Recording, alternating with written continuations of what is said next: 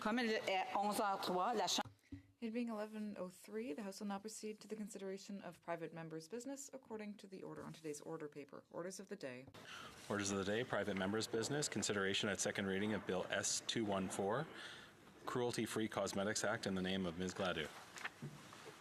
Madame Gladue, appuyée par... Ms. Gladue, seconded by Mr. Waugh, moves that Bill S-214, an act to amend the Food and Drugs Act, Cruelty-Free Cosmetics, be now read a second time and referred to the Standing Committee on Health. Debate. The Honourable Member for Sarnia-Lambton. Thank you, Madam Speaker. It's a pleasure to rise today to speak to S-214, the bill that was introduced in the Senate by Senator Stuart Olson that aims to ban cosmetic testing in animals in Canada. Bill 214 amends the Food and Drugs Act to prohibit cosmetic animal testing and the sale of cosmetic products developed or manufactured using animal testing. It also ensures no evidence from animal testing may be used to establish the safety of a cosmetic in Canada. À l'heure actuelle, Currently, there are a long list of cosmetic ingredients whose use is approved. There are new scientific methods that have been developed in order to test products on human tissue, which have been taken from surgery.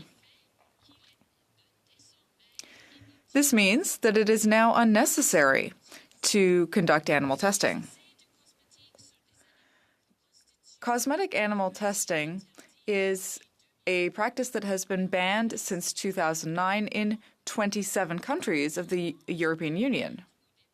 And the sale of cosmetic ingredients and products that have been tested has also been banned since March 2013. Israel has imposed similar bans. They did so in 2007 and in 2013. In India and South Korea, they are also looking at policy changes. In most other countries, cosmetic animal testing is neither explicitly required nor explicitly banned. This means that cosmetic producers and ingredient suppliers can make their own decisions about whether they will test or not. In some countries, notably in China, cosmetic animal testing may remain a legal requirement for the production of certain ingredients and finished products. With Health Canada's efforts to change the categorization of food and drug products based on their risk, this bill would authorize some food and drug ingredients that would not be authorized in cosmetics. Originated in the Senate, as I have said, and came out of the Senate in the summer session at the end of the summer session last year. And so it was passed unanimously in the Senate, and you can imagine my surprise when various stakeholders began to approach me, as well as the government, to indicate that they could not support the bill in its existing form, that there were amendments that would be needed in order to drive this forward. And so such began the process of talking to each stakeholder group and finding out the amendments that they were wanting to the bill. And as these things can happen, not everyone always wants the same amendments. And so then the negotiation to come to consensus about what amendments should be made to the bill was taken. And so we definitely have all now come to the place that we believe we could really improve the bill, and I'm going to take a few moments to go through and talk about what the amendments are that we would like to see to the bill. The first one, reference to a cosmetic for human use, is intended to provide clarity to the principle that the ban is not intended to apply to products that are included in the definition of cosmetics but are for non-human use, such as pet grooming products. For example, the ban should not prevent a non-invasive and non-toxicological testing of a finished product such as a dog shampoo on a dog to ensure its effectiveness and likability. The second amendment, as to the party to be held responsible for ensuring that the cosmetic products comply with the ban, this should be consistent with the regulated entities who currently have legal responsibility under the Food and Drugs Act, that being the manufacturer or the importer. So it's important that the people that are producing the cosmetic, or people that are producing the ingredients for the cosmetic, or people that are importing these things have the responsibility to make sure that they've met the requirements in Canada. In the past, there have been people who have been distributors of the product, not the manufacturer or importer, and they don't always have the necessary information. So we're going to hold the manufacturers and importers liable or legally responsible to ensure that they comply. To be sold legally in Canada, the cosmetic product must be filed with Health Canada by the manufacturer or importer. The cosmetic notification system provides Health Canada with a list of all products on the market and the party responsible for the regulatory compliance. Retailers may be the responsible party if they're also the manufacturer or the importer of record. As to a ban on conducting animal testing on finished cosmetic products, this would apply appropriately to a person, as the ban would be on the act of doing the testing rather than on the ability to sell the product. Amendment 3, it's our principle that the ban should not apply to animal testing of any substance regulated as a food, drug, or device in the context of those regulatory uses under the Food and Drugs Act and associated non-cosmetic regulations. As I mentioned earlier, the government is moving away from the separate approval process that existed for food, drugs, natural health products, and cosmetics, and going to a risk-based approach, which puts additional burden of proof on those things that have higher risk. And so that is Amendment number 3.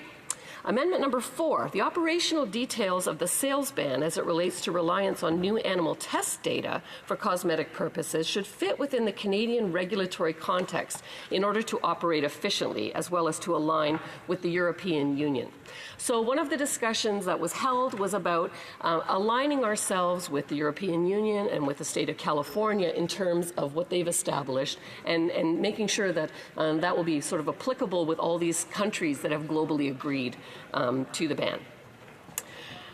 It's understood that the Minister of Health has the ultimate responsibility for the protection of public health and safety with respect to consumer products.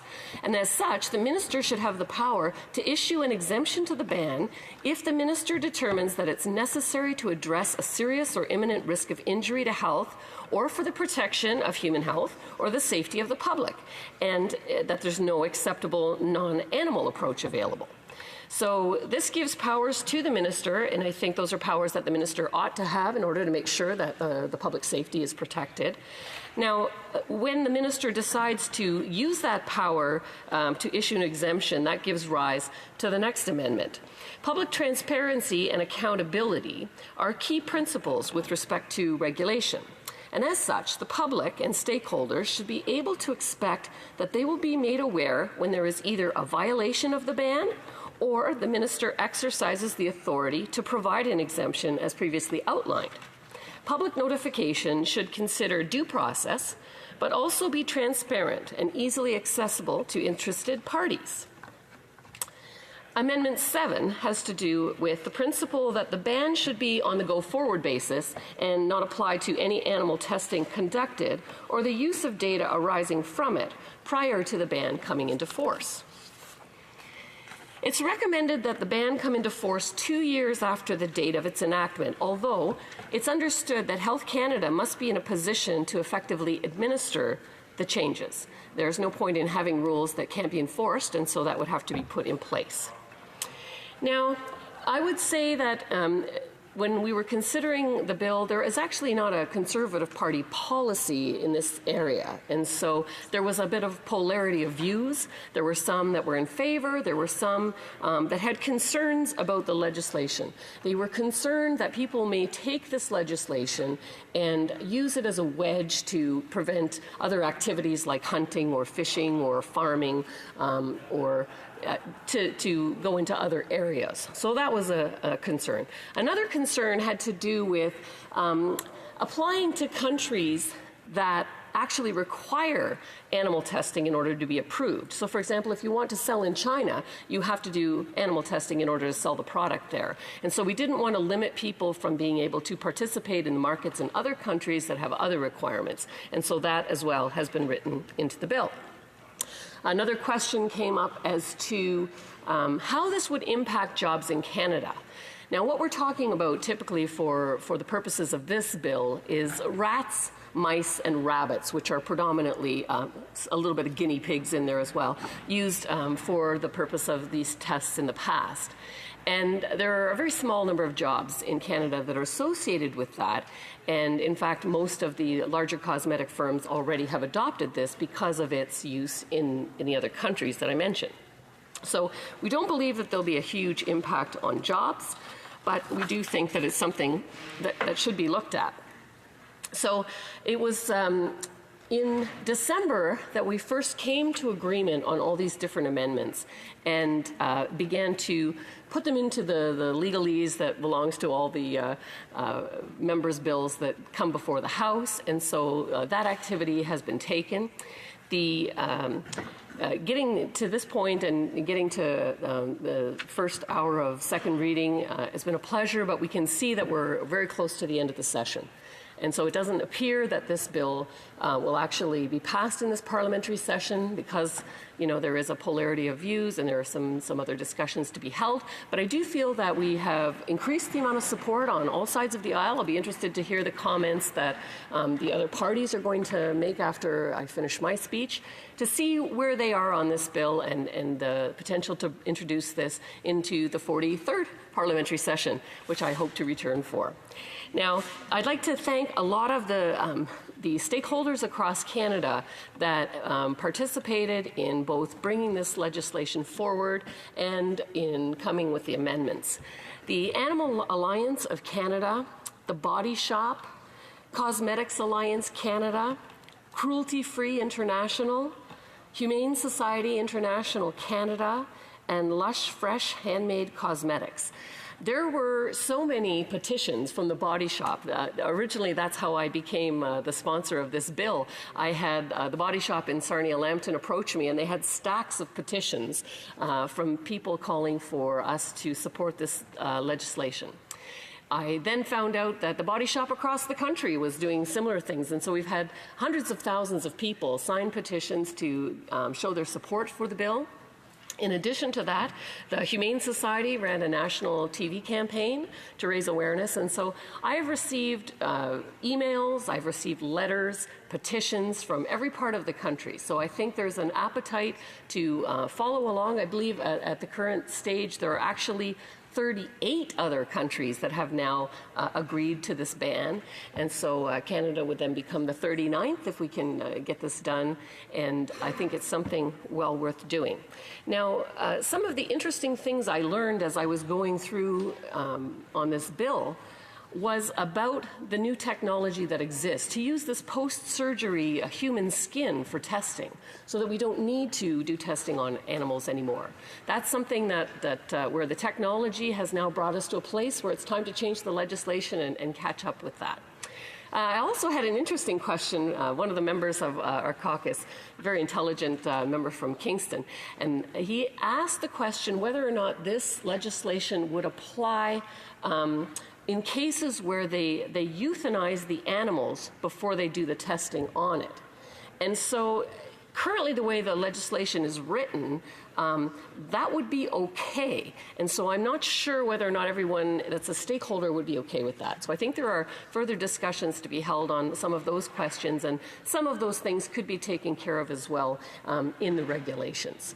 So that is my summary, Madam Speaker, on S214. The bill to ban animal testing on cosmetics. I think it's a good step forward. I think it's a step that will align Canada to other countries in the world that are taking similar steps.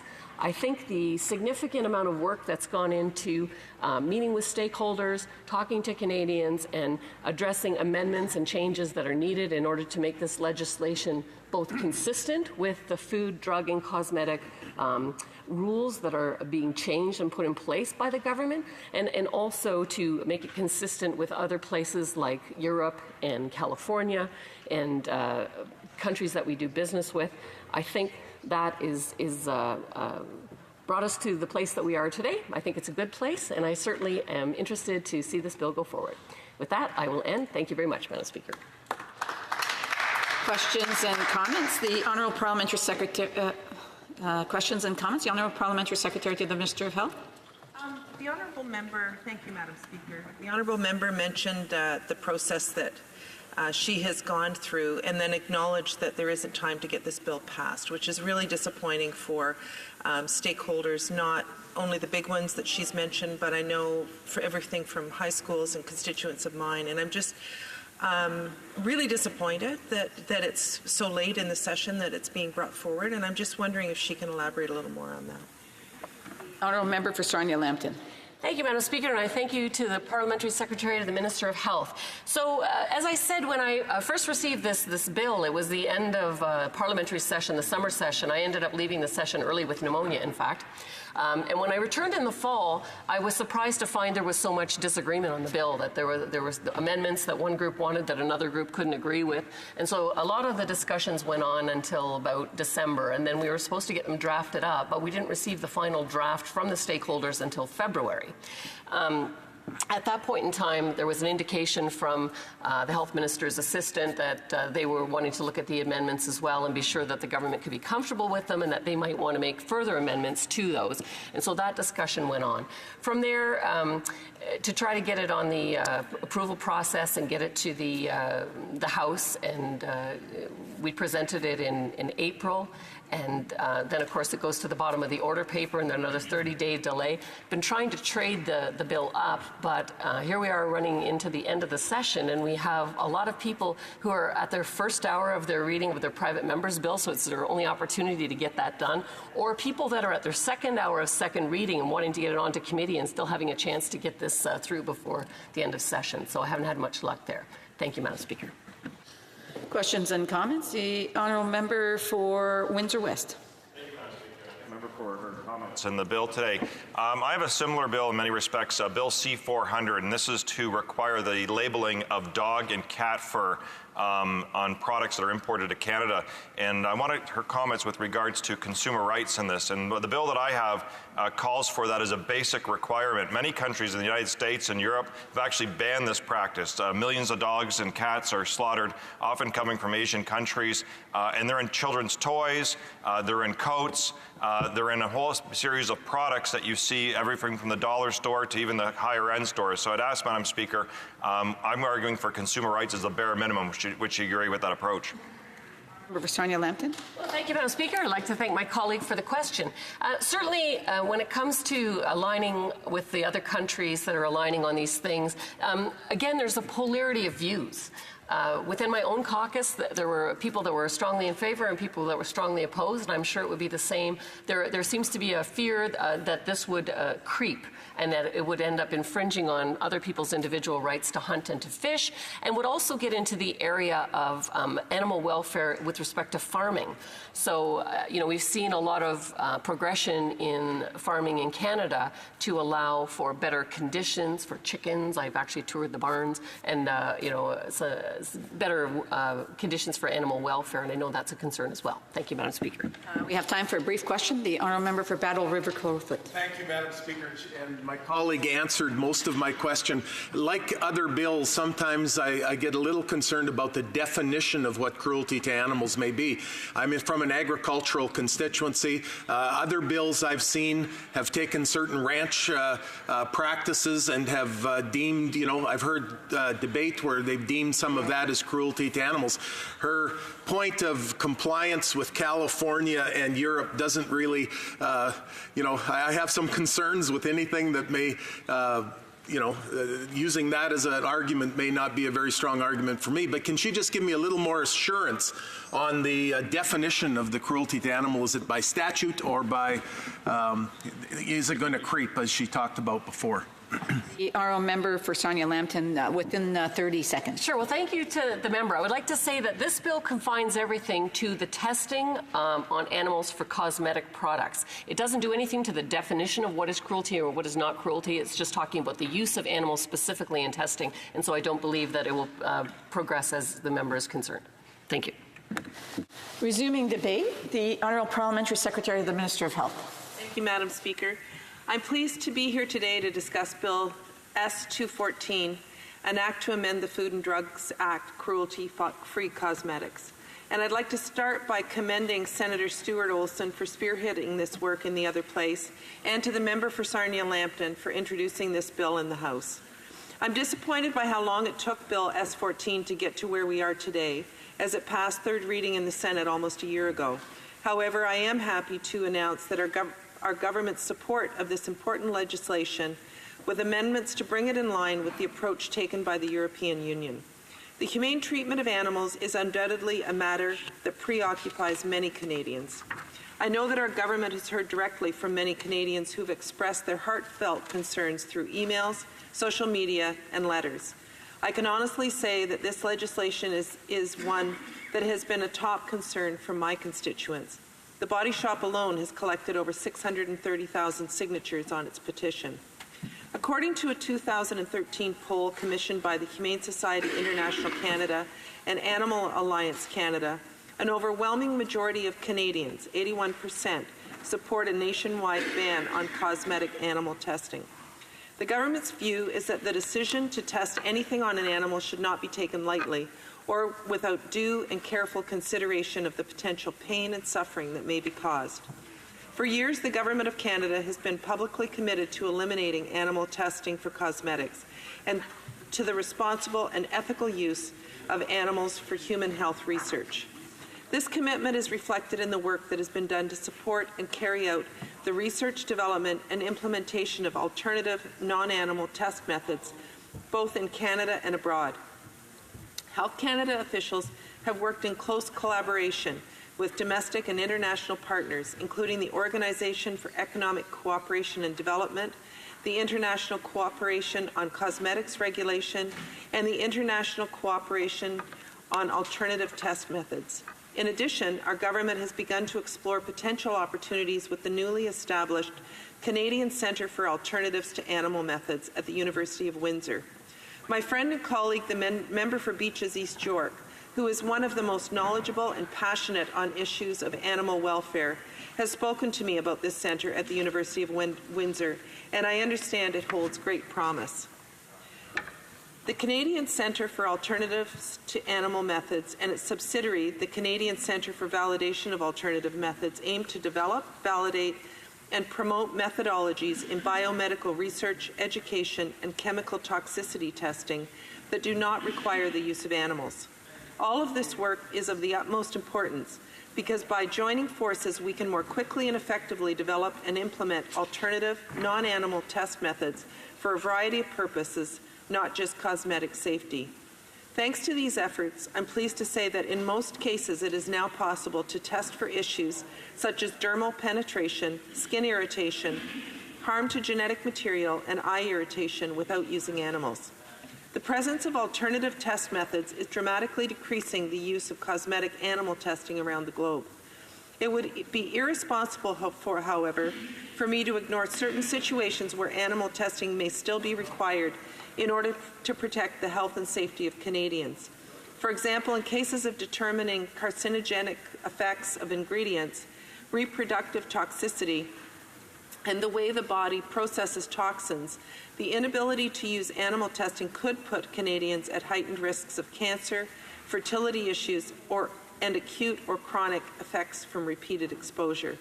Such concerns are especially pronounced when considering the rapid development of new biologically active ingredients, not only in the areas of cosmetics, but many other products used by consumers every day, including drugs, vaccines, and food additives. While I know that this may be upsetting for some, I would emphasize that animal testing may be the only reliable way to protect the health of Canadians in these circumstances. I would also point out that in many cases, products share ingredients in common with cosmetics. In such situations, it only makes sense to allow evidence derived from animal testing to be submitted to support the safety of a cosmetic, given that it was not undertaken for the purpose of developing a cosmetic itself. Not permitting this would mean ignoring potentially crucial existing information that might enable us to better protect the health and safety of Canadians.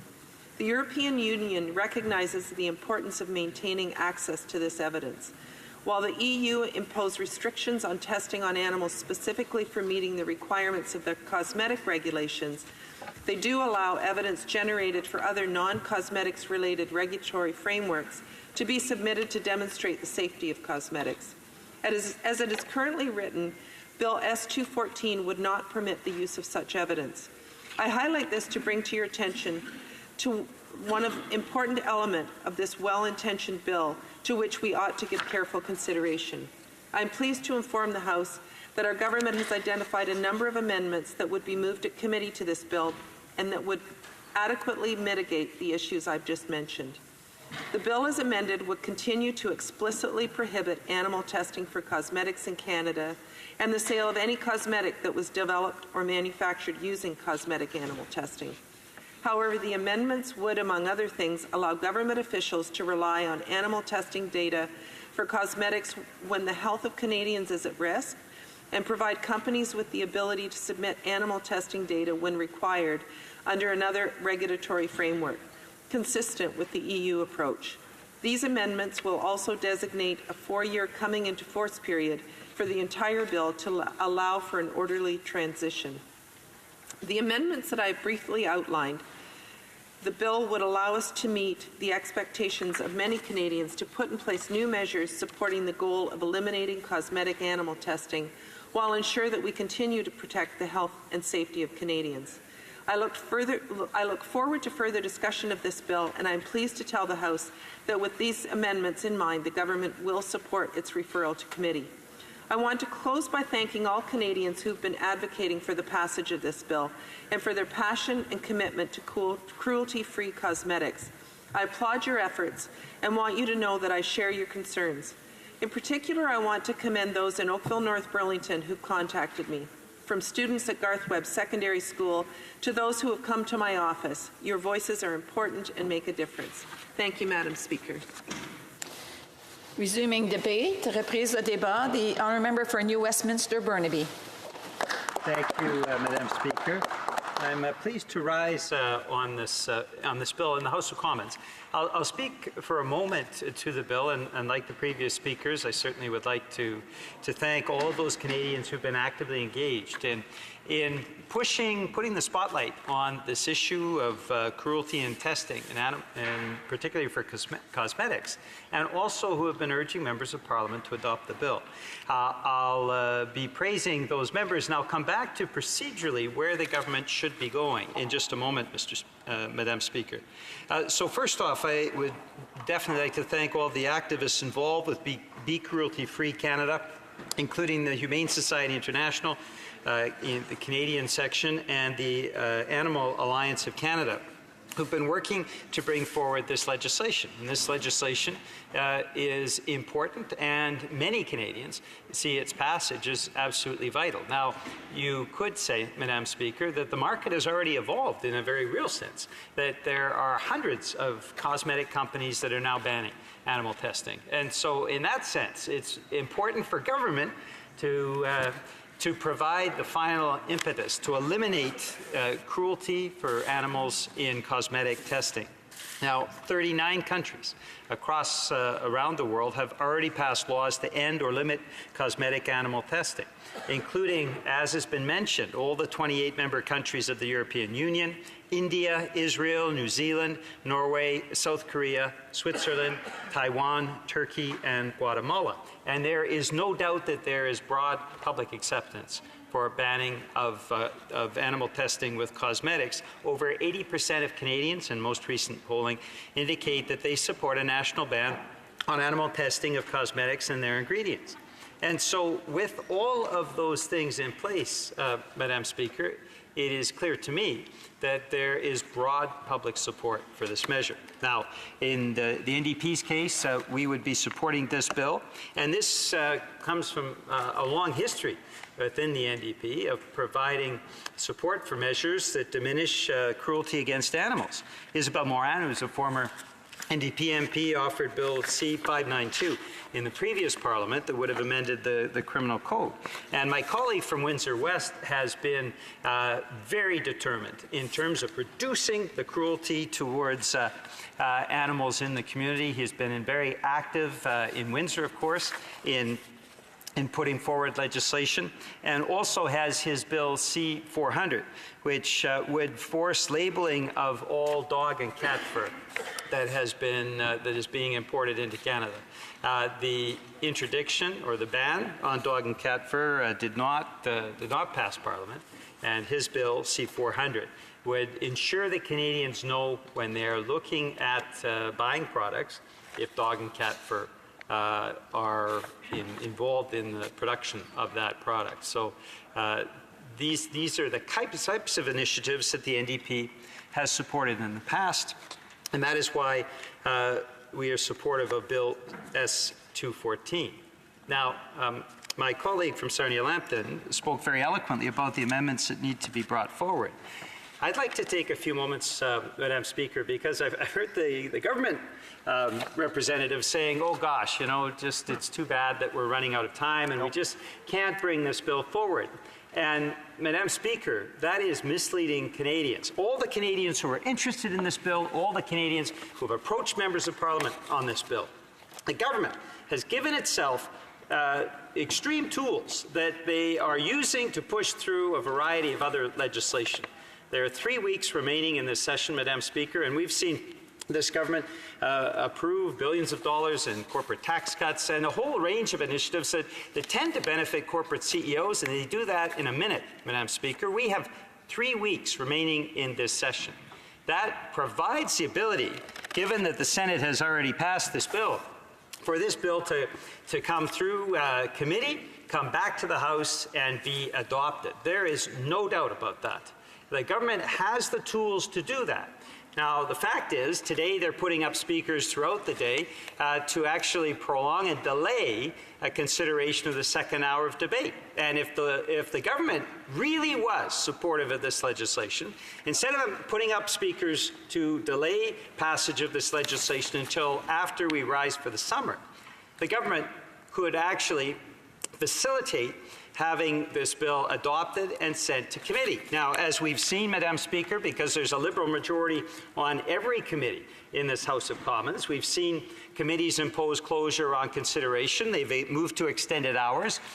They can adopt amendments that are brought forward to improve this legislation, and they can bring this back to the House. And as you know, Madam Speaker, we're now sitting until midnight every single evening. We're doing it often to adopt legislation that is only good for Liberals. Some of them, some pieces of legislation, quite frankly, have an attractive title, but when you look beyond the attractive title, there's a whole range of things that could have been done, but the government has chosen not to bring forward those amendments or those clauses in the legislation. As a result of that, we're talking often about empty shells of legislation that don't do what they're purported to do. Now, instead of doing the legislation and pushing legislation through that is good for the Liberal government, they should be pushing legislation through that is good for Canada.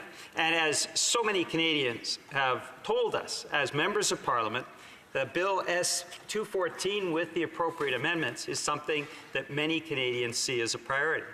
So for Liberal members, and they'll probably come up and speak again over the next half hour or so to say, gee, they'd really like to see this bill go through, and then not exercise any of the abundant tools that the government has given itself, I think just, well, it smells of rank hypocrisy, Madam Speaker. This should be a bill that all Canadians certainly support, over 80%. As I mentioned earlier, it's certainly a bill that most members of Parliament support. The issue then is to get the amendments through, to do the due diligence, get the work done, and bring it back to the House for a final vote. And if that does not happen in the next 3 weeks, Madam Speaker, it is because the government is refusing to do so. So for Liberal members to stand up and say they support the bill, they're going to have to walk the talk, and they're going to have to make sure that this bill gets passage over the next 3 weeks, Madam Speaker. Alors, c'est pour cette raison. So this is why I believe that we have a lot of support from Canadians across the country. This bill makes good sense. We're talking about more than 90% of Canadians who support this legislation. We're talking about banning something that a large majority of Canadians would no longer like to see in our country. Cruelty against animals is simply used to conduct trials for cosmetics and beauty products. For a large majority of Canadians, they are against this. What they would like to see is a market that sells none of these products in Canada. Another possibility, if we adopt this legislation in the next 3 weeks, well, there are tools that are in the government's hands. They have given themselves greater powers over the past 4 years with procedural tools, and without a doubt, they could adopt this legislation if the government wanted to do so. So for the Liberals to rise in the House today, one after another, and to not allow a vote on this bill, this shows that they're not walking the talk. There are so many people across the country, and in my riding in particular of Westminster Burnaby, that support this. Well, there's sizable popular support for this, and we can't let the government simply brush this aside and not consider all the amendments that are necessary and adopt it over the next 3 weeks that we have in this parliamentary session. We have broad popular support. We have support of very important organizations across the country. The government should simply get the job done, use the tools that they have, and make sure that Bill S-214 is adopted before the end of the session. Thank you, Madam Speaker. Resuming debate. The Honourable Member for Portneuf-Jacques-Cartier. Thank you, Madam Speaker. I'd like to thank my colleague from the NDP. I enjoyed his comment about the Liberal lack of political will.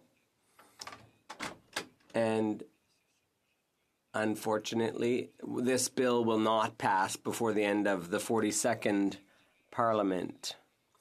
So I'd like to thank my colleague from Sarnia, who's done outstanding work on this file. I'd like to recognize her record as a very conscientious parliamentarian who is very honest and open, and I hope that the residents of Sarnia-Lambton will remember that in October. So I'd like to speak to Bill S-212, an act to amend the Food and Drugs Act, cruelty-free cosmetics.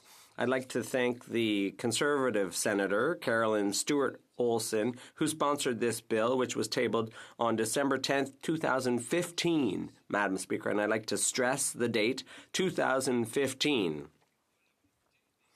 That says a lot about the Liberal political will on this issue. Senator Stewart-Olson has 20 years experience as in a career in nursing, including 10 years as an ER nurse in New Brunswick, Ontario, and Quebec. She's well placed to understand the evolution of scientific breakthroughs, and in her speech on February 2016 at second reading on Bill S-214, she explained, and I quote, "Many of the tests on animals conducted today were developed in the 1940s. an era when our understanding of how chemicals interact with the human body was very basic. Science and technology have advanced considerably since those days, but in the 21st century, nearly 200,000 animals still suffer and die every year in the name of cosmetics and beauty products. That's a whopping number, 200,000 animals every year. What was useful and even necessary back then to protect humans, when these tests were developed 70 years ago, is quite simply no longer relevant today. Madam Speaker, I read in an article in La Presse on April 15th that a prototype of a 3D printed heart was created from human cells in Israel. The article said that a scientific team in Israel had announced on Monday that they'd produced the first artificial heart using human blood vessels. And this was a major advance in the treatment of cardiovascular disease and the prevention of cardiac transplant rejections. The researchers from the University of Tel Aviv gave a press conference involving this breakthrough. And while obstacles remain, scientists hope that one day they'll be able to create 3D printed hearts that could be transplanted with minimal risk. If we've come this far, Madam Speaker, then obviously tests designed in 1940 can be replaced with scientific advances. Tests can be done on 3D models made from human tissue, extracted during surgery, for example. It's no longer useful to conduct trials on animals for the sake of the cosmetic and beauty products industry. I believe strongly in science. I believe in researchers. I believe in scientists. And Madam Speaker, I think we are able to develop products without gratuitously harming the lives of animals. We conservatives are in favor of cruelty-free treatment of animals. And when it comes to medical research in the interests of the health of Canadians, testing must obviously go on, but we strongly suggest that scientists develop other means. We can't be against the development of science and put Canadians in jeopardy. That's the basic point, but we can do better. Madam Speaker, some 40 countries have already taken action to fight against cosmetic testing on animals, and I'll mention a few of them. The European Union, India, Israel, Switzerland, Norway, New Zealand, South Korea, and Guatemala. Some countries have legislated to ban cosmetic animal testing. Others have banned the sale of products tested on animals. That's a choice that governments can make. I think our bill sets out our position as Canadians. In 2018, California was the first U.S. state to enact legislation banning the sale of cosmetic products tested on animals. The California Cruelty-Free Cosmetics Act was passed unanimously, 80-0, by the Assembly of the State of California on August 31st, 2018, and it will come into force in January 2020. They made a decision, and their legislation is being implemented, which is something that the Liberals have failed to do. And as I mentioned at the outset, this bill was tabled in 2015. In Canada, all provinces and territories have animal welfare laws, standards, or codes of conduct. Madam Speaker, I'd like to once again quote Senator Carolyn Stewart-Olson from her speech on February 3, 2016. Canada's legislative record on animal testing is more complicated than those of other countries. There's no clear statement on animal testing in Canada at the federal level other than permitting its use under the regulations attached to the Food and Drugs Act and the Canadian Environmental Protection Act. However, part of the animal welfare aspect of the issue of animal testing is dealt with in the criminal code, and that is, quote, causing unnecessary suffering to animals, unquote, and, quote, causing damage or injury to animals by willful neglect, unquote, which are offenses under sections 445.1 and 446 of the Criminal Code.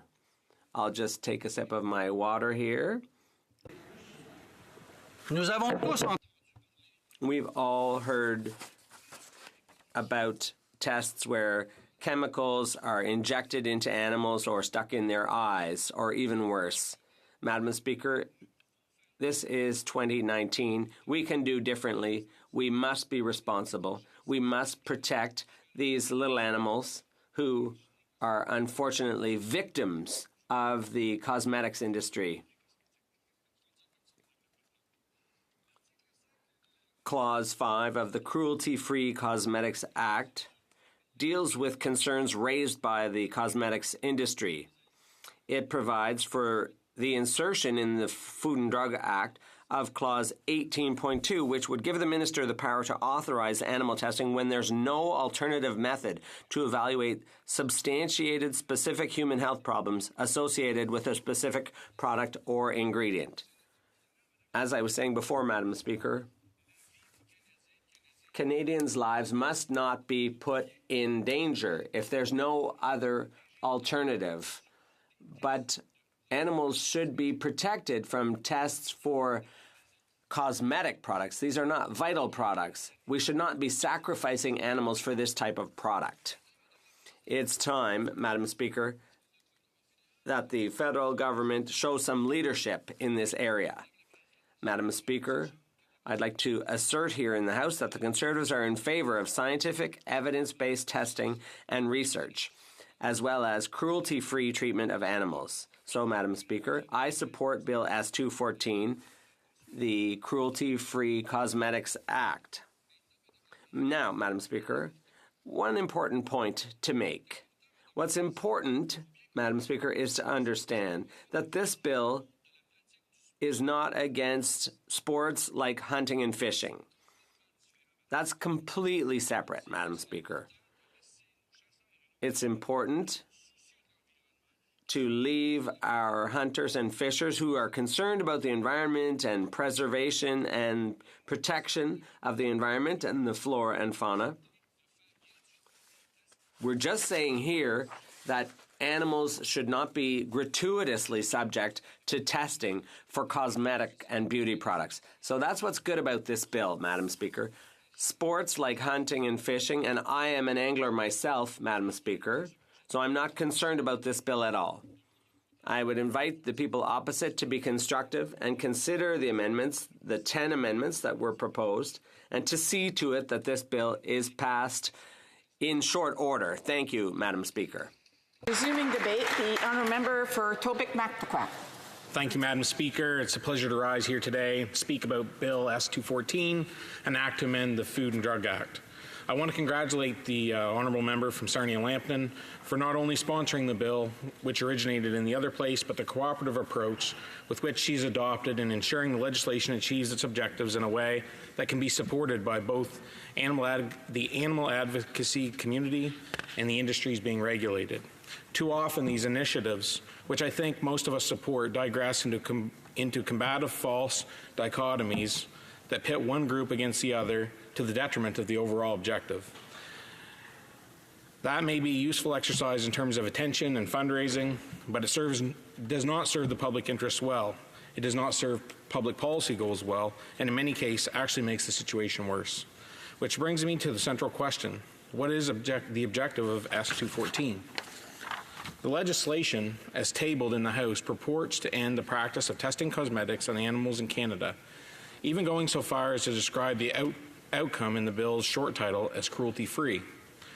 What is particularly interesting about this communication strategy is that even the original sponsor of the bill admitted during debate that there was virtually no animal testing of cosmetics in Canada, and went on to praise the advancements that the cosmetic industry has made and the developments and implementation of alternate testing methods here in Canada. Madam Speaker, I would like to reference the factual comments by the sponsoring member of the other place made during the second reading debate on S-214 on Wednesday, February 23, 2016. As quoted, Currently, more than 99% of all safety evaluations related to cosmetic products or their ingredients are now being conducted without animal testing, as the Canadian industry has adopted alternative testing methods. She adds, our cosmetic industry should be commended for moving forward towards eliminating this backward practice. Well, Madam Speaker, I think we can all agree that eliminating this practice is moving forward on the issue and on a narrative that vilifies Canadian cosmetics industry under these circumstances is both irresponsible and fundamentally dishonest. In fact, this admission by the sponsoring senator resulted in one of her colleagues on the Senate committee studying the bill to question the need for the bill at all.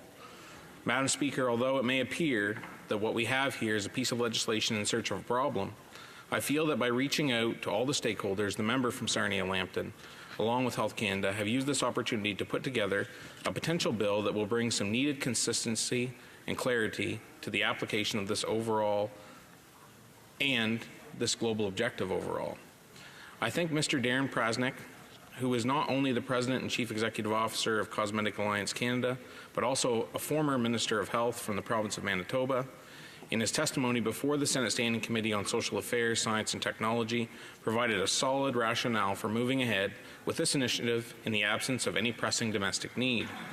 He is quoted as saying, "If properly done, where we can all make this work and we don't create some absurdities in regulation, I think it sends a very symbolic message to the world to get on with the work generally about eliminating animal testing and developing alternatives scientifically to eliminate animal testing. It also sends a message to regulating authorities globally that when those alternatives are developed and validated by regulators, that they should be used as the primary method of approving safety." I would certainly agree with that sentiment and applaud the responsible manner in which the sector is engaged in this process. The cosmetics industry in Canada is made up of hundreds of individual companies, employs thousands of Canadians, and due to the intricate nature of globalization, the sector is both a major importer and exporter of products. Madam Speaker, whenever we as legislators contemplate making regulations, especially ones that are questionable in a domestic context, we must ensure that we do not put Canadian industry and jobs unnecessarily at risk, while also looking at the global good and performance of public policy. But today, as legislators, we must deal with the actual bill that is before us. Now, quoting from the bill as written, cosmetic animal testing means the topical application or internal administration of any cosmetic or ingredient of any cosmetic to a live, non-human vertebrate to evaluate its safety or efficacy for the purpose of developing or manufacturing a cosmetic. Madam Speaker, drawing on my own experience in regulated industry, and when I look at this proposed bill through the lens of regulatory compliance, I have two specific questions that pertain to the actual implementation of this bill. My first question is as follows. Based on the definition of cosmetic animal testing, would testing a dog shampoo on a dog prior to putting the product on the market be considered cosmetic animal testing? Secondly, if the cosmetics industry wished to use an ingredient, let's say a chemical preservative, that is currently being used in a health food product, which would require animal testing based on Health Canada's approval process, would that subsequent cosmetic be allowed under S214, even though no additional animal testing would occur? I ask these questions to underscore the difference between a policy that is supported and the regulatory instruments chosen to implement it.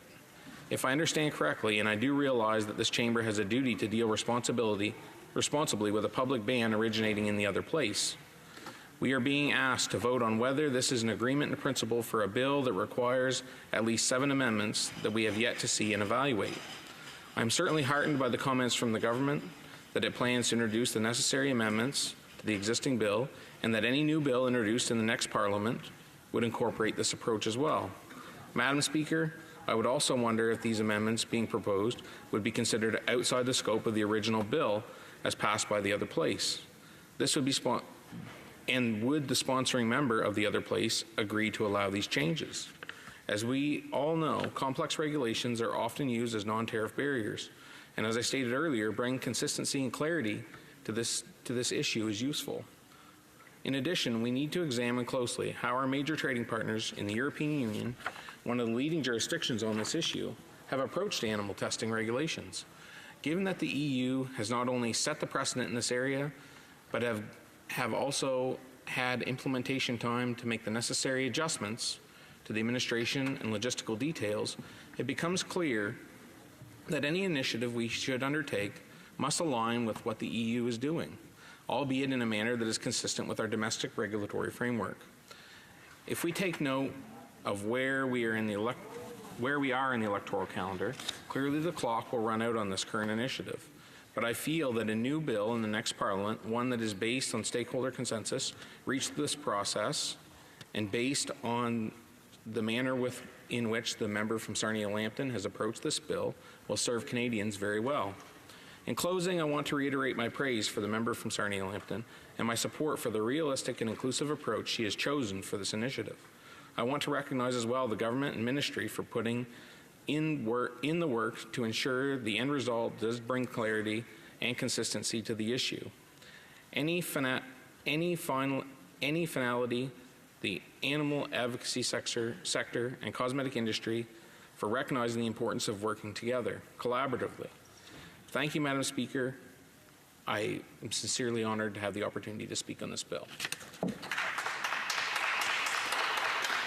Resuming debate, reprise de débat, the honourable member for Saskatoon-Grassville. Thank you, Madam Speaker. I know I have a couple of moments to touch on what we're discussing here today in the House, Bill S-214, an act to amend the Food and Drug Act.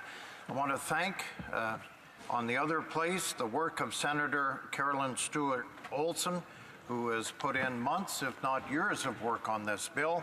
And I also want to thank the sponsoring member here for her work from Sarnia-Lambton to bring this forward. We have heard from literally hundreds of thousands of Canadians on this bill. They're all concerned. They have seen worldwide the changes that have been made in other countries, and they want to follow up here in this country. This ban recognizes, really, Madam Speaker, that science has in fact come a long way in developing alternative methods by which we can test cosmetics without subjecting animals to cruel and needless testing.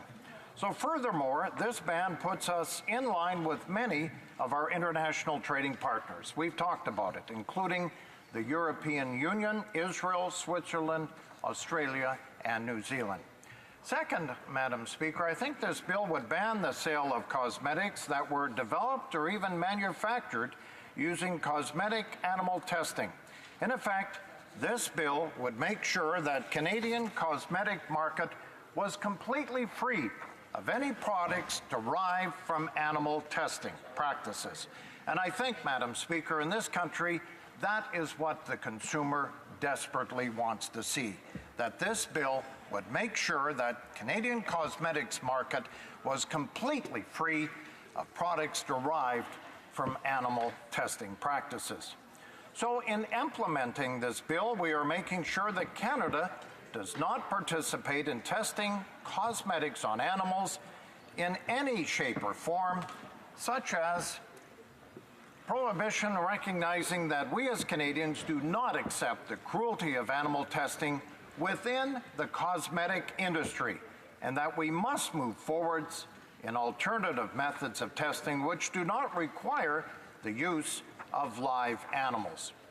More and more cosmetic companies are testing their products these days using more innovative and effective means, such as three-dimensional reconstructive human skin modules, which can be more accurately test for the harmful side effects of certain cosmetic products.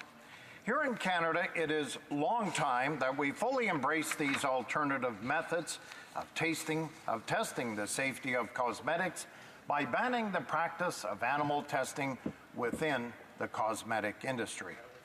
Now, given the existence of these alternative testing methods and given the cruelty that animals suffer for the sake of testing for cosmetic products, it is unacceptable that animal testing for cosmetic purposes remains permitted here in Canada in the year of 2019.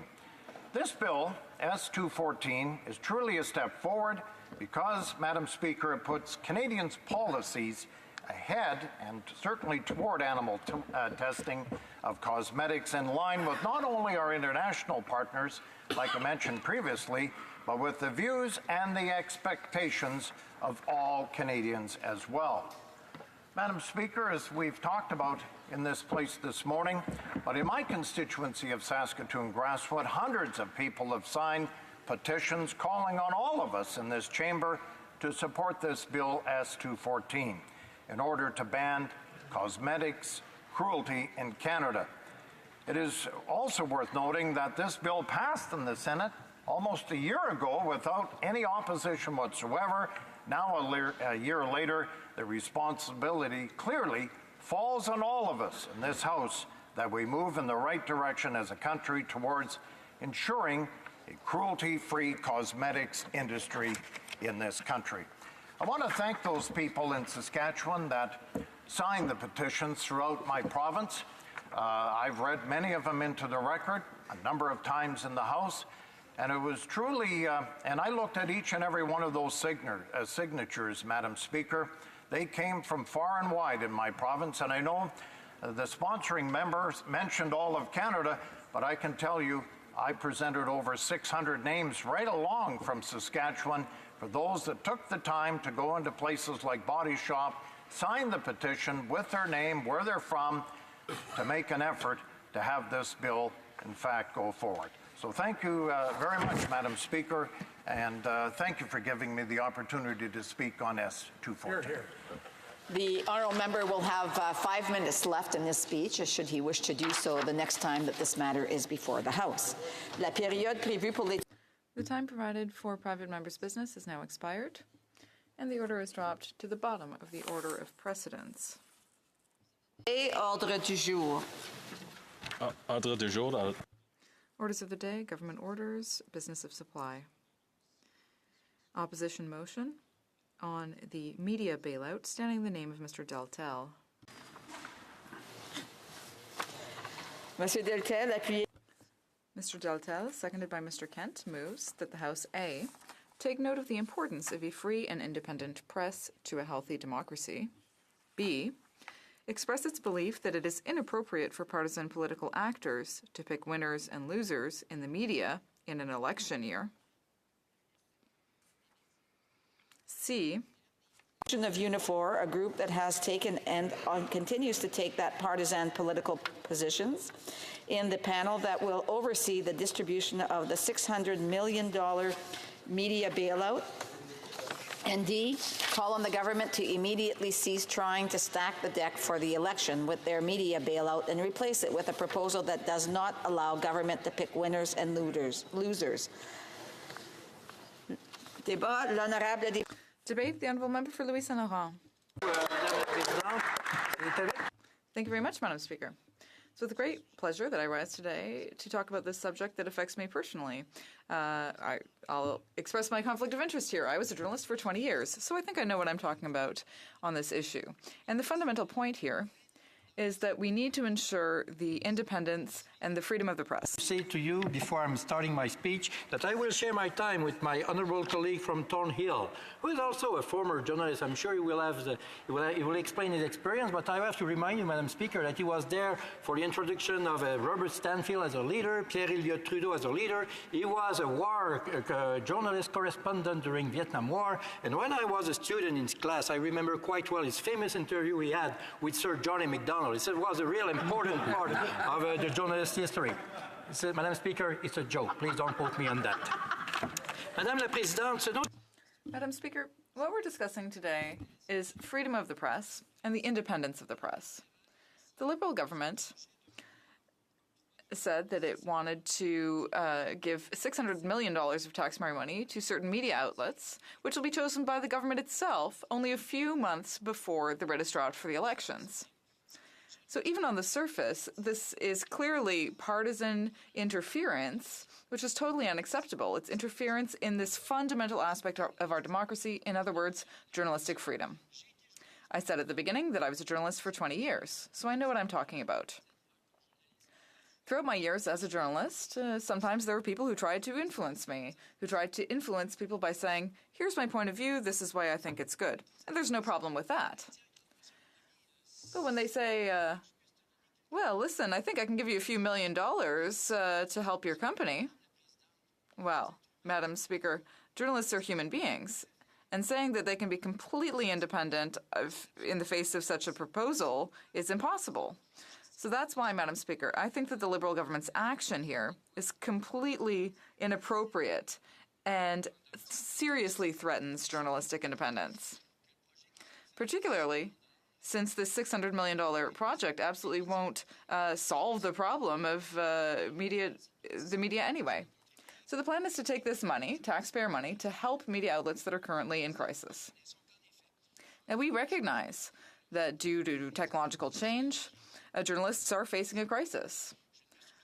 In fact, I can't remember the last time when I paid personally to have access to the news. Why? Because I have access to all kinds of information for free on my smartphone. This is a reality that we are going to have to deal with. Now, the Liberal government chose to face the situation by taking taxpayer money and giving it to certain media outlets that it has chosen. From our point of view, Madam Speaker, that is not the right thing to do.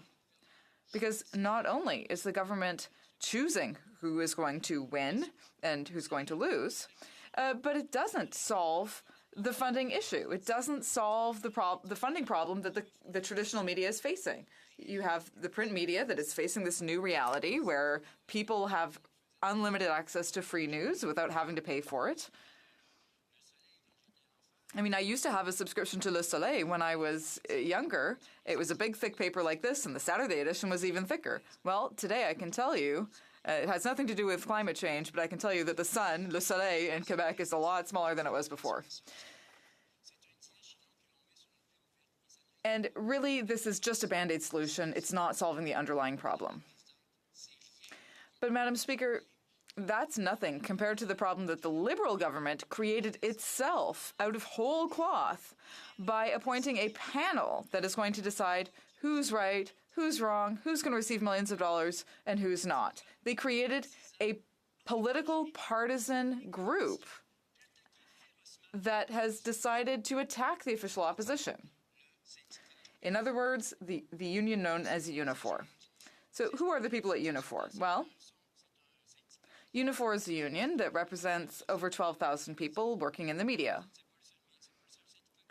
Now, it's not the only union that represents media workers, but on November 14th at 4:40 p.m., they sent out a very representative tweet that really gets to the heart of the matter and that really shows how the Liberal government has a political agenda behind this media bailout plan. So on November 14th at 4:40 p.m., the president of Unifor, Jerry Diaz, said the following. Unifor's National Executive Board started planning for a federal election today. So Unifor was preparing for the election campaign. And then what you could also see with the tweet was a photograph of the 5 main leaders of Unifor in black and white, lined up in a very similar way that Maclean's had published a photo earlier, and it said, the resistance. Opposition name, worst nightmare. Bienvenue dans le... Welcome to the opposition leader's worst nightmare. I can't say his name in the House, but that's what it said in the tweet. So the members of Unifor took a political partisan position against the official opposition. And they're supposed to be representing journalists. And now they're being chosen by the Liberal government to sit on the very panel that will decide who will win, who will be able to get millions of dollars in this media bailout. This just doesn't make sense. Now, I told you earlier that it was November 14th at 4:40 p.m. that Jerry Diaz published this tweet, which clearly shows that he is campaigning against the official opposition. Just a few minutes later, less than an hour later, David Atkins, a very honorable journalist, reacted very clearly against his union. union as a condition of my employment. And I cannot stress enough how stupid an idea this is for a union that represents journalists. Ça, Madame la Présidente. That, Madam Speaker, was the reaction of an honorable man, a journalist of integrity and dignity who understands that his union should not be interfering in political debates because they're journalists, and journalists are supposed to be neutral, objective, and independent vis-a-vis any political party. And in this case, Madam Speaker, Unifor waded into this political debate without even consulting its own members. That's insulting too, Madam Speaker. And that's why we are strongly criticizing this approach, and especially the fact that the Liberal government decided to choose among hundreds and hundreds of unions that represent journalists to choose the one that had directly stated a political opinion and said that it would be the worst nightmare of the official opposition. You can't be more political than that. That's exactly what these people did, though. Fortunately, Madam Speaker, seasoned journalists came out against this. Chantal Hébert, a very well-known journalist, said the following. There are many journalists who fear that this will be the poison pill that will do more harm than good to the news industry. Others, for example, Andrew Porter from McGill University and also a CBC correspondent, said this is worse than we could have imagined. A so-called independent organization made up entirely of unionists and lobbyists. What a disaster. Andrew Coyne said the following. It is now clear, if it wasn't already clear, that this is the most serious threat to journalistic freedom in this country, and it has been for years. That is the Liberals' strategy, Madam Speaker. They're supposedly going to help the media, but what they're actually doing is they're taking Liberal friends and letting them choose the winners and losers in this $600 million bailout package, and it won't even solve the underlying problem. This is a strategy that really shows just how elastic the Liberal Party is with their ethics. Let's remember that this Liberal Party has been leading Canada for nearly 4 years now, and this is the fifth time that this government has been the subject of an ethics investigation. Never in the history of our country has a prime minister in power been the subject of an ethics investigation of which he was found guilty. And from my point of view, Madam Speaker, this $600 million plan to help the media involving partisans who have come out against us shows that they are very elastic with their ethics. And it's the same with the SNC-Lavalin scandal. Let's remember, when the decision was made in a very honorable, honest, and independent fashion, well, these people weren't happy. They knew there was an election coming. They wanted to get reelected. They knew that Montreal was important for them politically. And that's exactly what the Prime Minister said. Well, they interfered politically in the legal system. So these are examples of this government's dishonorable conduct and their elastic ethics. And this discussion will show it today, because what we can see is that they're taking a partisan group, appointing them to a panel, even though they have come out strongly against our party and said that they were going to be the worst nightmare of our leader. That's why, Madam Speaker, we are calling on people to support this motion, which preserves the independence of the media. Thank you. Questions et commentaires. Questions and comments. Parliamentary Secretary to the Minister of Children, Families and Social Development. Well, I may share a profession with my honourable colleague across the way, but I certainly don't share his perspective.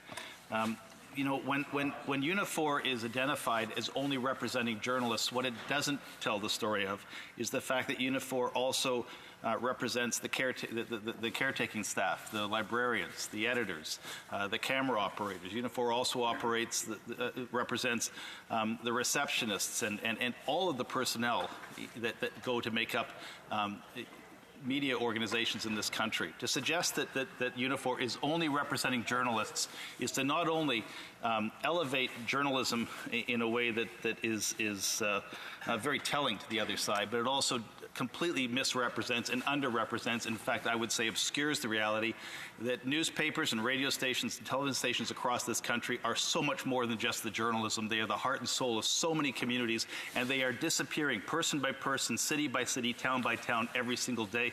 And anybody who has spent a lifetime in this industry knows the families that are affected. And to simply put this down to the defense of journalism is to so massively oversimplify this problem. It's horrible. But the question I have is this, is the member opposite said that he is afraid that journalists can be bought. That seems to be the implication of what he's saying. And I'd just like to ask him if he could perhaps tell us the journalists who think they can be bought and listen by name. The Honourable Member for Louis Saint Laurent. Mr. Speaker, I'm very pleased to quote a journalist talking about that. David Atkins, who said, I'm a member of this union as a condition of my employment, and I cannot stress enough how stupid an idea this is for a union to represent journalists. And yes, Mr. Speaker, Madam Speaker, I do recognize that there is a lot of people who work to produce newscasts. I know, I've been a journalist for 20 years. I have so lot of confidence with the cameraman who works so well for me, or the editing people. And yes, for the Madame, Marie-Josée, who was at the entrance of this newsroom, who worked so hard and so well. But, Madam Speaker, Unifor is not the only union to represent people who work in the media. And so this is why I find it totally unacceptable, as so many people, as so many journalists would think that this is a shame to have picked up the guy who identified himself as the worst nightmare of a political opponent to be part of a panel, of a so-called neutral panel, to give millions of dollars to workers. This is unacceptable, Madam Speaker. Questions et commentaires, questions and comments. L'honorable député. The Honourable Member for Rimouski, Témiscouata-les-Basques.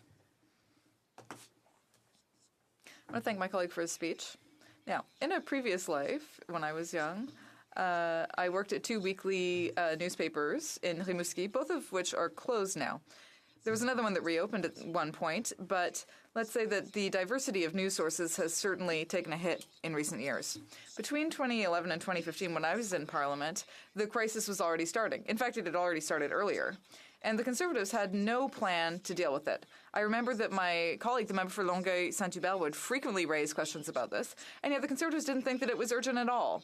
Now, the Liberals have a plan, which, granted, has a lot of weaknesses, but we are facing an increasingly urgent situation. And the problem that I have with the Conservatives is that they have no proposal whatsoever to deal with the crisis that the media is facing. So I'd like to know from my colleague, what are the Conservatives actually proposing for the media, particularly for the press, to deal with that?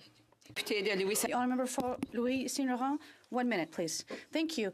I appreciate my colleague from Rimouski. He's always structured in his questions, and they're always very relevant. Yes, I did work in the regional media before I worked nationally, but the formal NDP parliamentary leader made a lot of proposals here, but our leader was very clear a few weeks later. He answered similar questions. The government is spending millions to choose the winners and the losers, and it doesn't solve the problem long term. We're working right now on proposals that will allow all those like me and have free access to press services via Facebook and others. Thank you, Madam Speaker. Debate, reprise de débat. The Honourable Member for Thornhill. Well, thank you, Madam Speaker. And, Madam Speaker, I appreciated almost all but the opening remarks of my colleague from Quebec. Madam Speaker, Prime Minister Pierre Trudeau had the good sense to stay out of the nation's bedrooms. Madam Speaker, his prime ministerial son doesn't have the wit, the sagacity, the acuity, the percipience, the sapience, the clue of a newt to realize he has absolutely no business in the nation's newsrooms. Mr. Speaker, we know this Liberal Prime Minister can memorize and recite a clever explanation of quantum computing, but he has shown us that he has no knowledge of or respect for the absolutely essential independence of the Fourth Estate. So I'll offer a reminder for the record for Hansard, if the PM or his acolytes are ever advised by its contents, and for the most recent Heritage Minister. Historically, Madam Speaker, you'll recall there were three original states of the British realm: the clergy, the nobility, and the commoners. But over time and the evolution of parliamentary democracy, society came to recognize the press, print, and then over time radio and television news as a fourth estate. Independent chroniclers, protectors, and defenders of facts, truth, and arbiters of public trust, and eventually independently expressed analysis and criticism of the other evolved estates, the Crown, the courts, and the government. And then suddenly, as we approached the turn of the last century, mainstream journalism, as we had come to consider it, hit the rocks. These were the rocks of technology, of fragmented audiences, of equally fragmented advertising revenues, and of generational abandonment of traditional newspapers and appointment television and radio newscasts. All of this because at the same time there was an ever-escalating shift of audiences to digital information sources, digital opinion, unregulated social and anti-social media. The Canadian news industry, Madam Speaker, began to collapse. Newspapers were downsized, there were massive layoffs, failed consolidation, scores of newspapers were abandoned. The same shriveling of original news content generation, local, national, and international, hollowed out and emptied radio and TV newsrooms. Madam Speaker, the solution to this crisis in Canada's news industry is not after-the-fact mitigation. This Liberal government's misguided, attempted election year bailout of failing newspapers, which despite the Heritage Minister's rhetorical flailings, are indeed the fossilizing dinosaurs of hard copy print. The solution, Madam Speaker, will eventually be found, will come in those print and broadcast newsrooms that can adapt, that can survive the transformation to profitable, sustainable digital news platforms. Now, the transformation and survival of robust independent digital journalism platforms in Canada will require bold policy adjustments and political leadership to level the news industry playing field. But how can any news organization be truly independent if they become dependent on government subsidies, temporary slush fund tax relief, or direct cash bailouts? Madam Speaker, it's important to remember that these hundreds of millions of dollars, almost $600 million, will only go to Canadian journalistic organizations that must first apply to register for financial assistance and then be accepted as a QCJO. Now, what is a QCJO, Madam Speaker? Well, it's a typical liberal nanny state concept, values-imposing concept, a confected panel bureaucratically designated as a qualified Canadian journalistic organization. To be eligible, a newsroom must employ 2 or more journalists working a minimum of 26 hours a week, employed for at least 40 consecutive weeks. And the panel will also decide eligibility on the subjective measurement of acceptable news content generated by a newsroom. This Liberal government, Madam Speaker, is going to decide through this commissioning panel which struggling newspapers get money and which ones don't. It is a terrible concept, an outrageous concept, Madam Speaker. It offends the fundamental principles of the independent craft of journalism. But wait, it gets worse.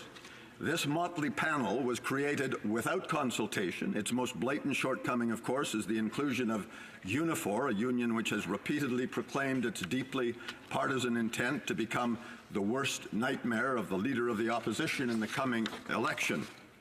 Now, we've heard protests in recent weeks from many of the 12,000 practicing journalists Unifor claims to represent, journalists forced to belong to Unifor, forced to pay dues to a union that compromises their independent craft.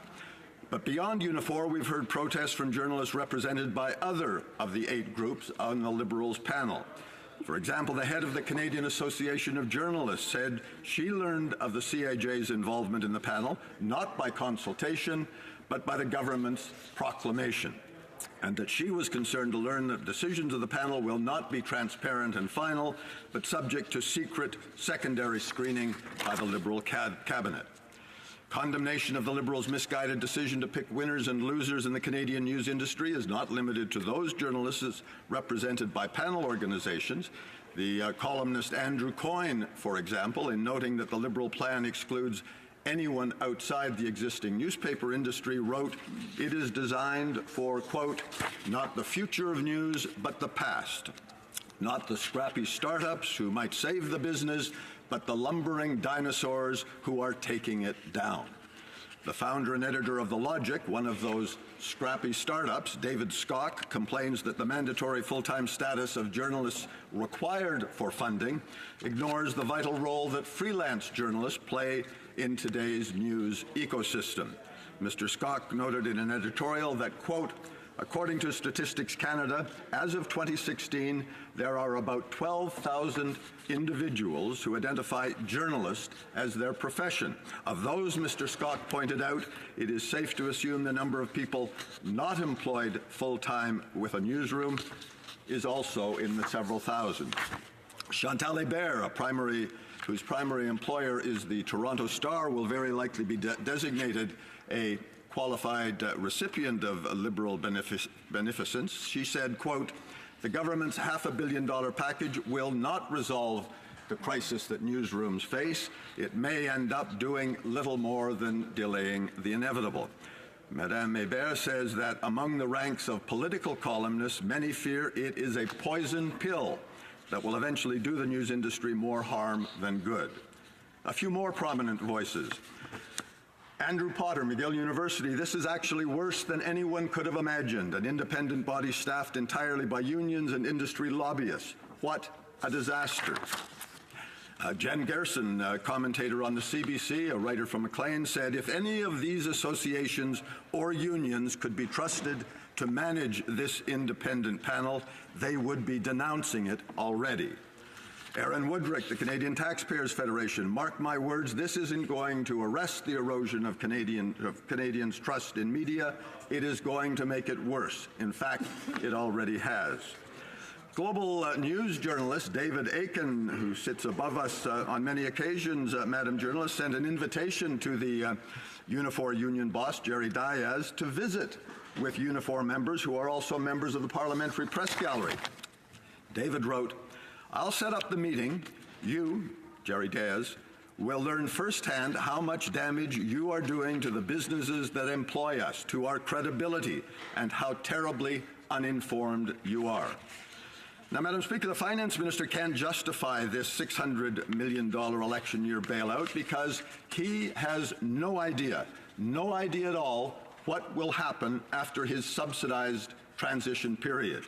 And that's unacceptable. It is wasteful of Canadian tax dollars because intervention should have a goal of not only short-term survival of print, but long-term sustainability of the evolving craft of digital journalism. Well, Madam Speaker, as I remarked earlier, the transformation and survival of robust independent journalism platforms in Canada will require bold policy adjustments and political leadership. But again, Madam Speaker, how can any news organizations be truly independent if they become dependent on government subsidies, temporary slush fund tax relief, or direct cash bailouts? Thank you, Madam Speaker. Questions and comments? Questions et commentaires. The Honourable Parliamentary Secretary of the Government House, the Honourable Parliamentary Secretary of the Minister of Families, Children and Social Development. Thank you very much, and I want to thank my colleague opposite for his comments. We were colleagues in journalism before we were colleagues here in the House. In fact, he was so enraptured by my entry into politics, he actually donated to my first campaign. I don't think I've ever thanked him face-to-face before, but let me say thank you. It's been an interesting career change. The issue that he rose, the description of this industry, the fossil, the word fossil was used used a couple of times. And I'd love for the party opposite to turn this around and think of another industry that's based on fossils, fossil fuels. An industry where the Conservatives are only too happy to subsidize and pick winners and losers, only too happy to provide support and public investment. And I'm just curious as to why that industry is worthy of such investment, including representation from those very workers, from those very industries, and why the print industry and journalism isn't. Member for Thornhill.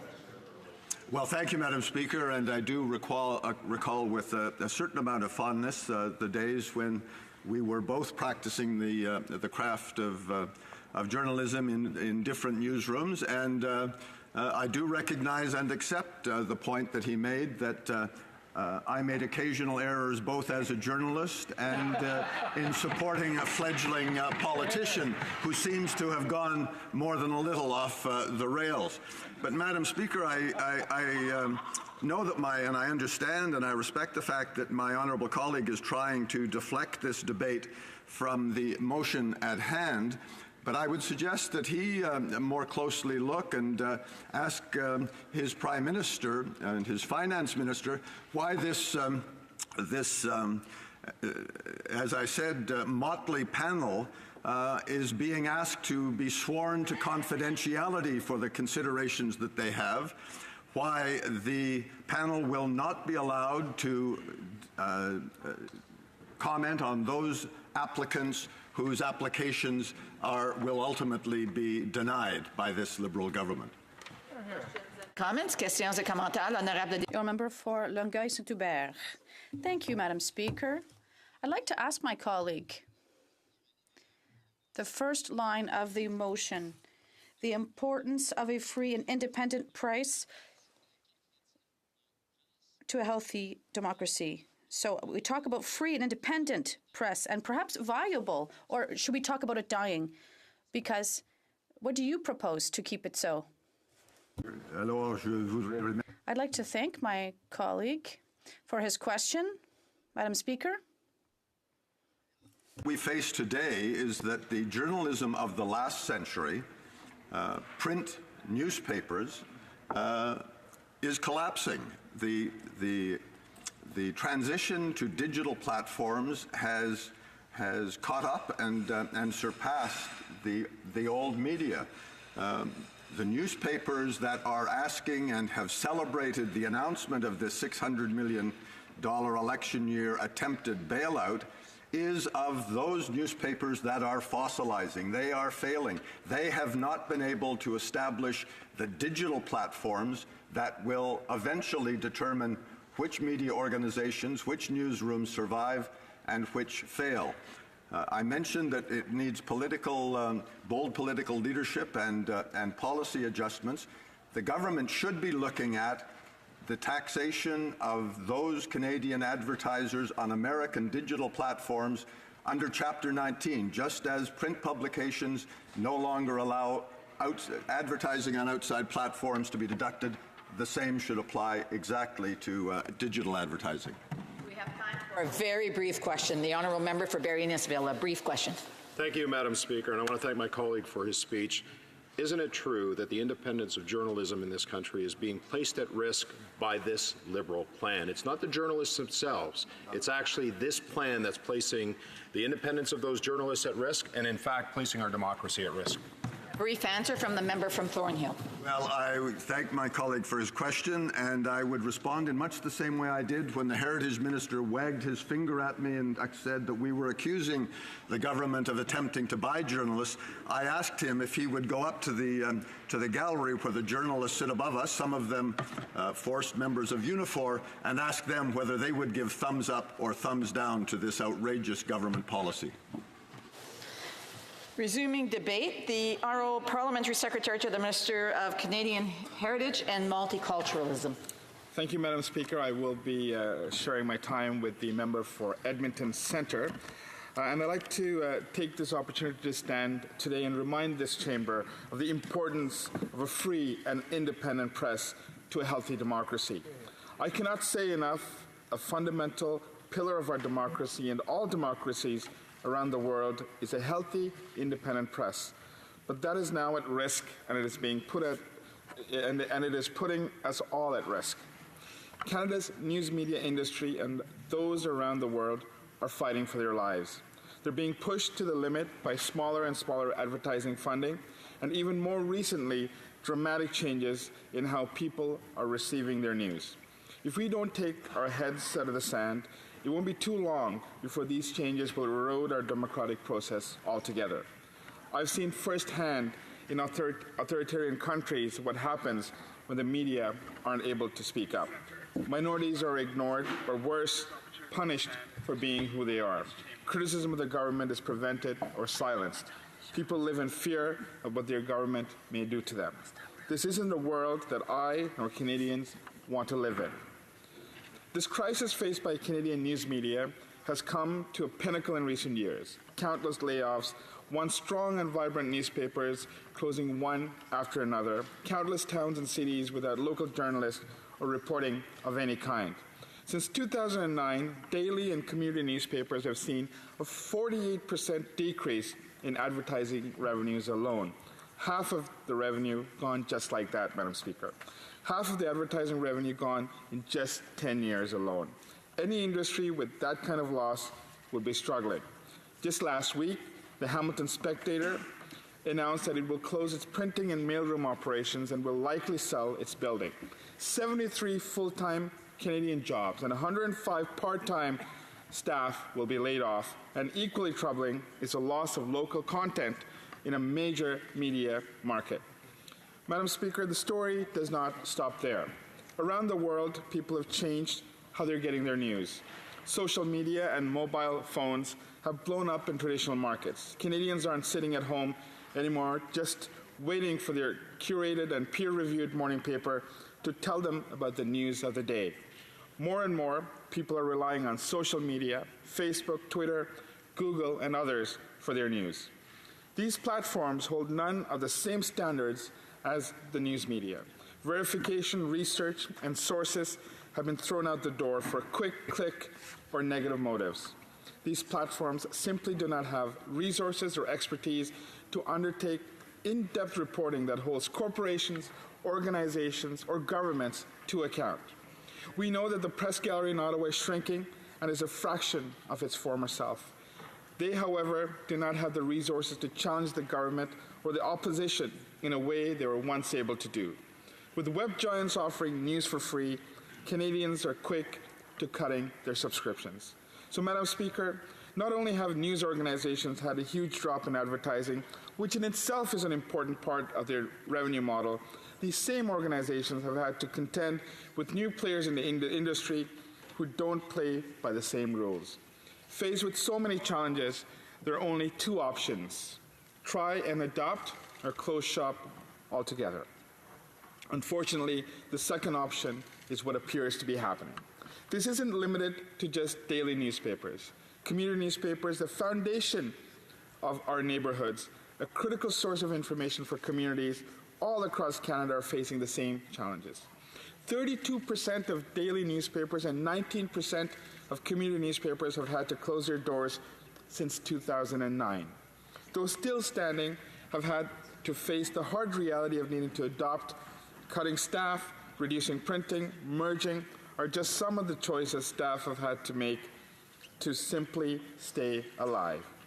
Madam Speaker, all these closures and reorganizations have had a massive impact on jobs in Canada. Since 2006, close to 1/4 of his workforce have been laid off. That means close to 10,000 jobs. In the last 3 years alone, more than 600 of these jobs have been cut.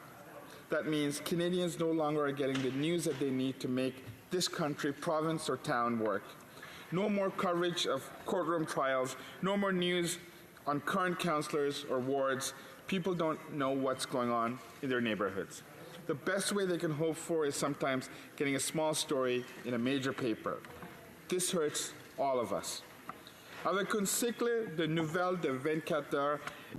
The 24-hour news cycle leads to an incredible amount of information at our fingertips. And millions of Canadians use this information in order to find out what's going on around the corner? How can we as Canadians make the right choices about our government when many people don't even know what's going on because they aren't following the news like they used to? With even less accurate reportings, fake news is able to spread even faster. And then add to the fact that people and organizations are trying to take advantage of Canadians by bombarding them with fake news on a daily basis. We've all seen the rise of anti-vaccine and flat earthers because of fake news cycles spreading uncriticized information. Many countries like Canada are under the constant threat of fake news spreading uncontrollably, made even worse because of a lack of journalists able to hold people to account. That is why our government saw the need to take action. Our $595 million tax credit investment in Canadian news over the next 5 years will help restore the news industry in Canada. Our government has established a panel that comprises not only publishers, but also reporters and other workers within the sector. This panel includes representation from both Francophone and media groups, as well as ethnic media representatives. Canadians deserve to know the truth about what is going on in Canada and around the world. Yet it seems that Conservative members across the way, Madam Speaker, continue to have problems with journalists and the truth. I don't know about you, but I've met many journalists, and none of them can be influenced or bought by government, and yet they keep trying to follow Doug Ford's lead and imply that journalists are the enemy. Their staff said that they would, quote, go for the jugular. When it came to the media, Madam Speaker, the opposition continues to be out of touch with real Canadians. Journalists and media play a fundamental role in our country. Canadians know that, and they should know that. To call fossils is disrespectful to journalists and disrespectful to Canadians. The party opposite continues to see enemies all around, conspiracy theories all around them. Next, they will be telling us we need to go around the plains because of the chem trials, or start saying again how the scientists are out to get them. Madam Speaker, two fundamental principles have guided us in developing these policies. First, mechanism designed to support the news industry must be independent from the Government of Canada. And secondly, it must be based on the creation of original content. In closing, Madam Speaker, there is no denying that government has an important responsibility in ensuring the health of our democracy. I'm proud to sit as a member of the party that believes in investing in people, unlike the party opposite that wants to sit on its hands, or even worse, cut in our news industry. Our government is taking action to address issues faced by the Canadian news system. We believe in the need to invest and support the industry so that Canadians can get the news that they need. These initiatives recognize that strong, independent journalism is a key element to a healthy democracy while protecting the independence of the press on any platform. In an age where fake news is being spread freely, these investments ensure Canadians have access to reliable news coverage necessary to our country. Thank you, Madam Speaker, for the opportunity, and I look forward to the questions. Questions and comments? L'honorable député de Laurent. The honourable member for Laurentides-Labelle. Sorry, Louis Saint Laurent. Well, I was in Laurentides-Labelle not long ago, but that's another story. Madam Speaker. The Liberal Prime Minister. Am I coming out against the Liberal Prime Minister? You're damn right I am. I'm probably going to make it worse. The Liberal Prime Minister is really irritating me the last few days. Does the honourable member consider it as neutral, objective? Quote, no, not at all. Well, that's exactly what Jerry has said against us, not against the Liberal Party. So how the member can explain why you support the Jerry Diaz on the panel who's supposed to be neutral and objective, which is everything but that. The Honourable Parliamentary Secretary of the Minister of Canadian Heritage and Multiculturalism. Madam Speaker, this panel involves 8 different representatives of organizations, a wide-ranging spectrum of the industry that includes owners, publishers, reporters, as well as workers. I know the party opposite has a real problem with unions. They make no excuses for it, but it's unfortunate that they've taken the position that having a member of the union, having a member of the labor represented at the table is problematic. I think it's so fundamental that when we make decisions, all parties are consulted, all parties are part of that decision-making process, and that's why we have constituted the panel as is. Questions and comments? L'honorable député de Longueuil-Saint. The honourable member for Longueuil-Saint-Hubert. Madam Speaker, I'd like to thank my colleague for his speech, but it's boring. It's a drag. How is it that we're waiting 4 years for something to be done? He's the parliamentary secretary to the Heritage Minister, and this process, this review process began 4 years ago. There was committee meetings after committee meetings, and we're going to get to the election and nothing will have been done. How is it, Madam Speaker, that you thought I was going to ask you the question, but I'm asking him the question. How is it that nothing's happened in 4 years? Madam Speaker, what's important is that action is being taken and decisive action is being taken. This fund will allow for our media to recalibrate over the next 5 years and be able to support the initiatives that will ensure long-term viability of the industry. We have time for a brief question. The honourable member for Dufferin-Caledon. Thank you, Madam Speaker. The member has talked about how the funding will be over 5 years, and it seems like what the government is trying to do is to become part of the financial operations of the media. And my question is, does the government plan to have this over indefinitely? Are they going to provide stable funding, something each year or every 5 years? Or is this just a one-shot event? Parliamentary Secretary. I think it's important to recognize that there is a dire crisis. I know, as I stated in my speech, there are operations closing weekly. Just last week, in Hamilton, the Hamilton Spectator closed its printing operations, and that's affected many jobs in that local community. So it's essentially to ensure that there's sustainability of the industry, both short term and long term. We have time for another brief question. The honourable member for Hamilton Stony Creek. I'd like to thank my colleague for, Madam Speaker, drawing attention to the Hamilton situation, which is dramatic and drastic, and a lot of us feel a kind of a heartless response from the other side, ignoring the plight of so many people who are responsible for delivering the news, and I'd like to have my friend comment on that. I did make a mistake. Hamilton East Stony Creek. I forgot the East in the first place. The honourable parliamentary secretary. And I appreciate my friend's comments, Madam Speaker. Newspapers are not just about journalists, although journalists play a very important role in producing newspapers. It is many people who are involved in delivery, anywhere from those who work in the press room, to those who deliver the newspapers. I myself, at a young age, used to deliver the newspaper. My daughter right now, that's her first job. And I know many Canadians have relied on this industry for a very, very long time, be it as a career or even as a part-time while being a student.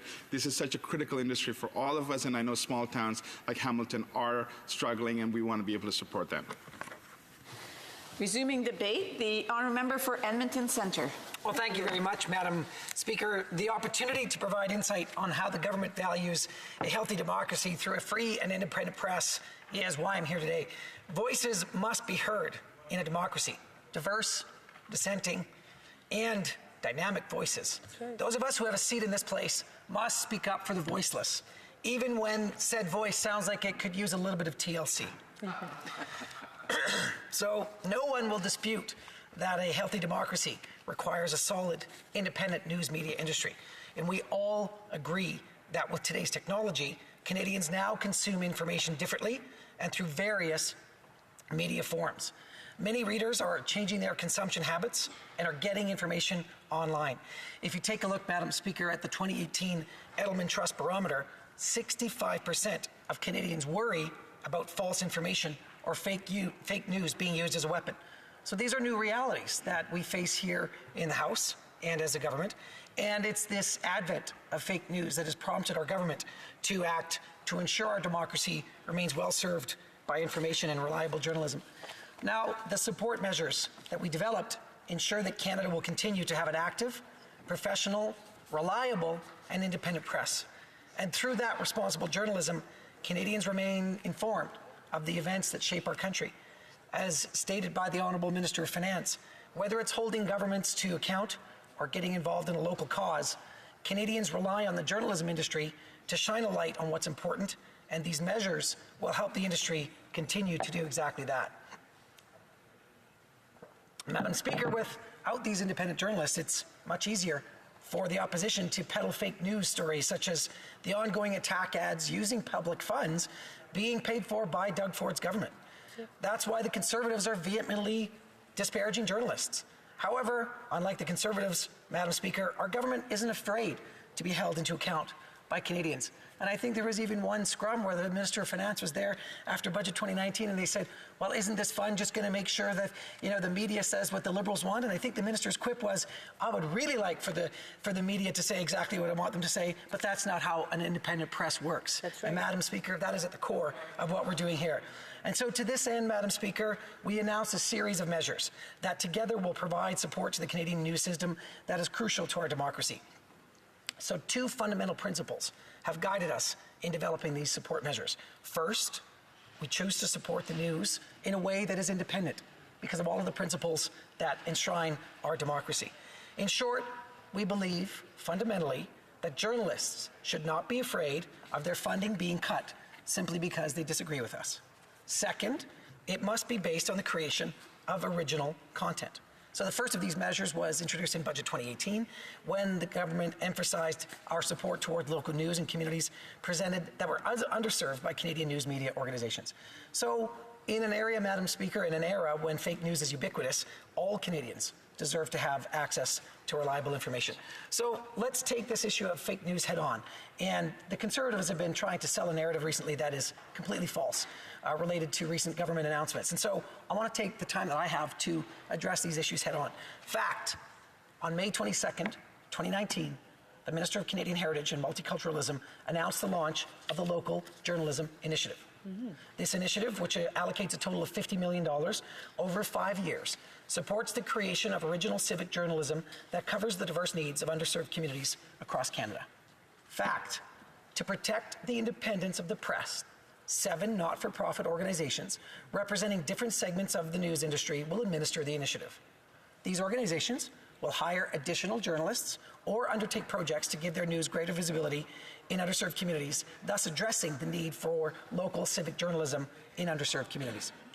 The content produced through this initiative will be made available to media organizations through a Creative Commons license so that Canadians can be better informed regardless of the platform on which they consume their news. Other support measures were announced in Budget 2018, and the government proposed 3 new initiatives to support Canadian journalism, allowing not-for-profit news organizations to receive charitable donations and issue official donation receipts, creating a new refundable labor tax credit for qualifying news organizations, and creating a temporary non-refundable tax credit for subscriptions to Canadian digital news media. Fact, an independent panel of experts will make recommendations on the eligibility criteria for the tax measures so that they are efficient, transparent, and fair. 8 associations representing Canadian journalists were invited to submit the name of a candidate to take part in the work of the independent panel of experts. Unfortunately, Madam Speaker, the Conservatives have taken issue with one of these associations and have been sharing false information that these associations will somehow be deciding on who will receive funding. Fortunately, Madam Speaker, our government does not believe in such a draconian way of either sharing information or organizing a system meant to protect the independence of the media. Fact, these associations were chosen because they represent the majority of Canadian news media publishers and journalists. The independent panel of experts will be able to consider the views of third parties, including industry stakeholders. We know for a fact, Madam Speaker, that these key measures will provide Canadians with more access to informed and reliable journalism. The fact that the Conservatives are threatened by an independent panel of news media publishers and journalists is indicative of the kind of government they had under Mr. Harper and what kind of government they could be. It's the same kind of fear they had with scientists. It's the same kind of they had with people of any sort of difference or who might actually hold their feet to the fire. Protesters, yeah. Our feet can be held to the fire, Madam Speaker, and because of that, better is always possible. Over the past week, there has been intense Conservative opposition to the appointment of Unifor to the local journalism panel. Now, Unifor is an independent union that represents 12,000 media workers across the country, and they'll bring much needed expertise to the panel on the integrity of news media, freedom of information, and workers' rights. Our government is committed to raising and improving labor standards and working conditions for all journalists across the country while promoting a free press. We recognize and value the importance of the independent press to a healthy democracy, and the addition of Unifor to the panel only strengthens that principle. Now, let's make no mistake in assuming that there's an easy fix after the deep cuts to media experience under the Harper government. CBC alone, $150 million in cuts, and the leader of the official opposition is already on record as saying hundreds of millions of dollars of cuts will come to the CBC should they form government. The Harper government also allocated extensive resources to monitor independent media outlets. That is contradictory to the very independence of those media outlets, is to monitor them. The previous government was obsessed with message control and engaged in widespread media monitoring, where, in contrast, our government, Madam Speaker, has built an open relationship with the press. The Canadian news media ecosystem is under tremendous pressure, and that's why we're taking this issue seriously. Let's look at the change in the media ecosystem, Madam Speaker. Since 2019, 20% of daily and community newspapers have ceased their operations. That means a total of 276 Canadian communities rely on alternative sources of information to obtain the news that is of concern to them. And we're not considering the many Canadian news media organizations that had to downsize and adapt their operations to remain in operation due to the drastic cuts of funding that has ceased that caused nearly irreversible damage. Madam Speaker, in my own time as a member in this place, the way that the Edmonton media covers stories has changed dramatically. I used to give an interview to the Edmonton Sun and an interview to the Edmonton Journal, and then about midway through the mandate, they just said, no, you just have to do one interview now. I'm like, why? Well, because we've been consolidated. The Edmonton Sun and the Edmonton Journal are in the same offices now, and so I actually just give quotes to one person, and then the reporters take the different quotes they want to shape the story they want. That is the shape of things to come in this country, Madam Speaker, and so it is time that we acted. Madam Speaker, our government recognizes the vital and indispensable role that journalism plays in our country. That is why we will continue to protect the independence of journalists and why we are prepared to make the necessary investments and to take action to ensure that Canadians continue to have access to informed and reliable news coverage that is necessary in ensuring a democracy. Quand nous avons un secteur. When you have a sector with over 10,000 job losses since 2007, when you have 250 or more journalists from daily newspapers who have had to have job cuts at the newspaper, it means it's time to act. Thank you very much. Here. Questions and comments? The honourable member for Sherwood Park, Fort Saskatchewan. Well, thank you, Madam Speaker. All of us in this House agree in expressing the principle that the independence of our press is very important. The difference is, I suppose, that on this side of the House, we believe that the best way to defend the independence of the press is allowing them to operate independent of government and not having a government-appointed committee, which includes the most vocal of Liberal partisans, determining who is a journalist, who is eligible for this funding. I mean, it's quite Orwellian for the member to say that the best way we defend the independence of the press is to have somebody who is vocally campaigning for the re-election of his government responsible for deciding which members of the press get the money and don't. And journalists realize that this makes it harder for them to demonstrate their credibility to their readers. So will the member take a step back from this kind of Orwellian language and realizing that independence requires real independence, not government control or control by government committee? Our member for Edmonton Centre. Well, Madam Speaker, I would say that the honourable member's comments are double plus bad, and that in the case of his particular messaging today, he's making a tempest out of a teapot. Let's actually look at the billions of dollars that exist in the media industry. It has gone down from $5.5 billion in revenues in 2008 to $3.2 billion in 2016. And the member on the other side is worried about a $50 million fund that is somehow going to revolutionize the balance in the media. He talked about somehow this favoring Liberal candidates in the next media. Madam Speaker, in the run-up to the last election, 74% of all Canadian dailies called for the Harper government to be re-elected, 3 times more than how he was polling. More than 50% of the population was interested in supporting. That kind of imbalance is exactly what he's accusing us of doing, and they lived it. We're here to make sure that the independence of the journalists are taken seriously. Questions and comments? The honourable member for Saskatoon West. Speaker, and I want to thank my honourable colleague for his comments. And I think what I would like to hear from the honourable member is, I think we all agree that there's a crisis here. What I think the government is sharing with us as a solution really misses the mark, and it really is just a stopgap. In Saskatoon, the Saskatoon Express, another local paper, just went under, and I want to wish Cam Hutchinson and his staff well. It's a difficult time.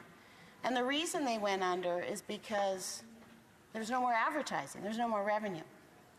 And we know that the tip of the iceberg here, that what the government is proposing may help.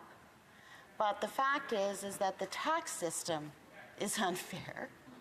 And we have large multinationals making tax-free income from revenue from advertisers, and small little papers can't make a go of it. Would the honourable colleague not acknowledge that what they're offering today is just not enough, and it will not solve the problem of the loss of independent media in this country? Thank you, Madam Speaker. Member for Edmonton Centre. Well, thank you, Madam Speaker, and I would like to thank the honourable colleague on the other side for her passion on this issue. I too, and colleagues on this side, lament any time that a daily or weekly goes under because of lack of revenues. One of the things that we've learned and heard loudly through committee work and through studies across the country is that ad revenue that used to go to these dailies and weeklies or $1 a piece are now going to online providers for pennies on the dollar. And you cannot sustain a business model that does that. And so I do agree there is more that we can do. This is a start. These are actions that are going to make a difference. They're going to help to make sure that independent journalists can protect that independence, and that we can make sure that Canadians are able to access media content that has a significant editorial component to it. Resuming debate, reprise de débat, l'honorable. The honourable member for Longueuil-Saint-Hubert. Thank you, Madam Speaker. First of all, I'll be sharing my time with my colleague, the member for Elmwood-Transcona. Now, I can tell you that I'm happy that we are finally discussing this subject that we've been very concerned about at the NDP for a long time. For the last 8 years or so, we've been defending the content of news, the cultural content of news in Canada, and particularly in Quebec, because Quebec is particularly invested in these media outlets. Now, things are changing. The paradigm is changing. And so there are a lot more risks to those investments that were made by Quebec. Now, Madam Speaker, last night there was the Gala Cinéma Québécois that celebrated various actors and directors from the Quebec film industry, including the film Le Grand Noirceur. And they said that, there were big pioneers of the film industry who, unfortunately, we've lost. There were directors who are considered really legendary in Quebec, and Jean-Claude Labrec really was a great man in the industry. So paying tribute to this man is paying tribute to the people who built the system that we have inherited today. And what is that system? It's a system that allows us to tell our stories in the form of fiction or through documentaries or through news. And that allows us to see what's happening in our democracy, for example. This whole industry is in danger now because of petty partisan politics on the part of the two main parties in Canada. There have been 10 years of inaction under the Conservatives. They spent 10 years acting like there was no problem at all. And during that time, after that, rather, the Liberals came to power and they said, oh, we absolutely need to solve this problem. But 4 years later, they have done absolutely nothing. And that is totally unimpressive. Because this is a government that is afraid of the opposition, the official opposition, I mean. Because the NDP has been fighting for this issue for at least 4 years now. In fact, perhaps over 8 years. And the situation has turned sour so quickly. Today, over 80% of ad revenue on the internet goes directly to the US. That is unacceptable. And every individual who makes legislation in this place should be ashamed that in this society that we are importing pineapples and bananas, and we're importing ads. It's ridiculous to think that we're leaving all of our ad revenue, all of our ad investments to go to other countries. It's a ridiculous record. We need to protect our industry. We need to wake up, not just say, oh, wow, everything's fine. We're going to follow all of the American brands. We need to wake up here. It's not Google's fault if we're being lazy. It's not Netflix's fault. Netflix isn't even being asked to pay GST. They're not even paying tax in the country where their product is being consumed. But they won't do it. The Liberals won't do it for completely shameful reasons. Why? Because they're afraid that the people across the way, the Conservatives, will criticize them. They'll say, oh no, a Netflix tax will be more expensive.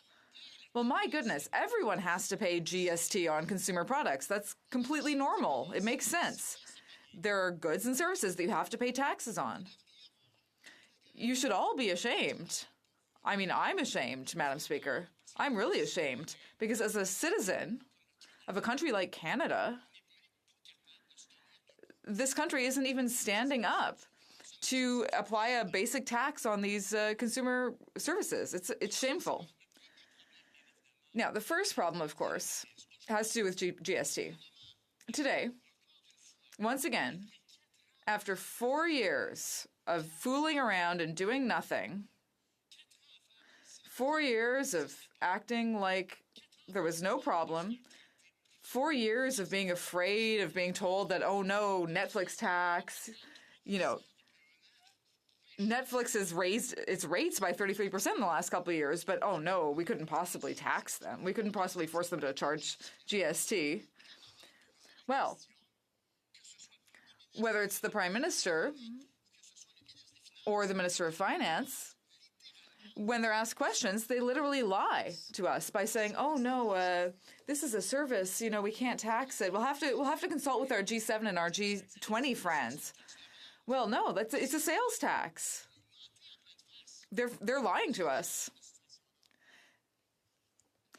I just want to remind the member that he should be directing his comments to the chair and not to the government. Well, the truth here, Madam Speaker, is that we are in a parliament where we're supposed to be able to oppose things that the government does. We're supposed to have a constructive approach. And for 8 years, I've been fighting for this. For 8 years, the NDP has been trying to protect our culture, our stories, our journalism, to ensure that there is a level playing field for everyone. But it's just not happening. And we're not alone. In January 2017, the Shattered Mirror made a recommendation about improving Section 19 of the Income Tax Act. Now, we talked about this.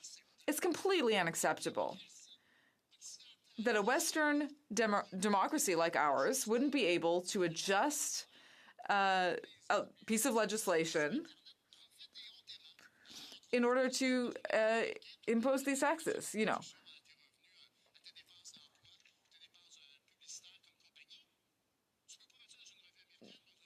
Now, in U.S. you can do that, but in Canada you can't.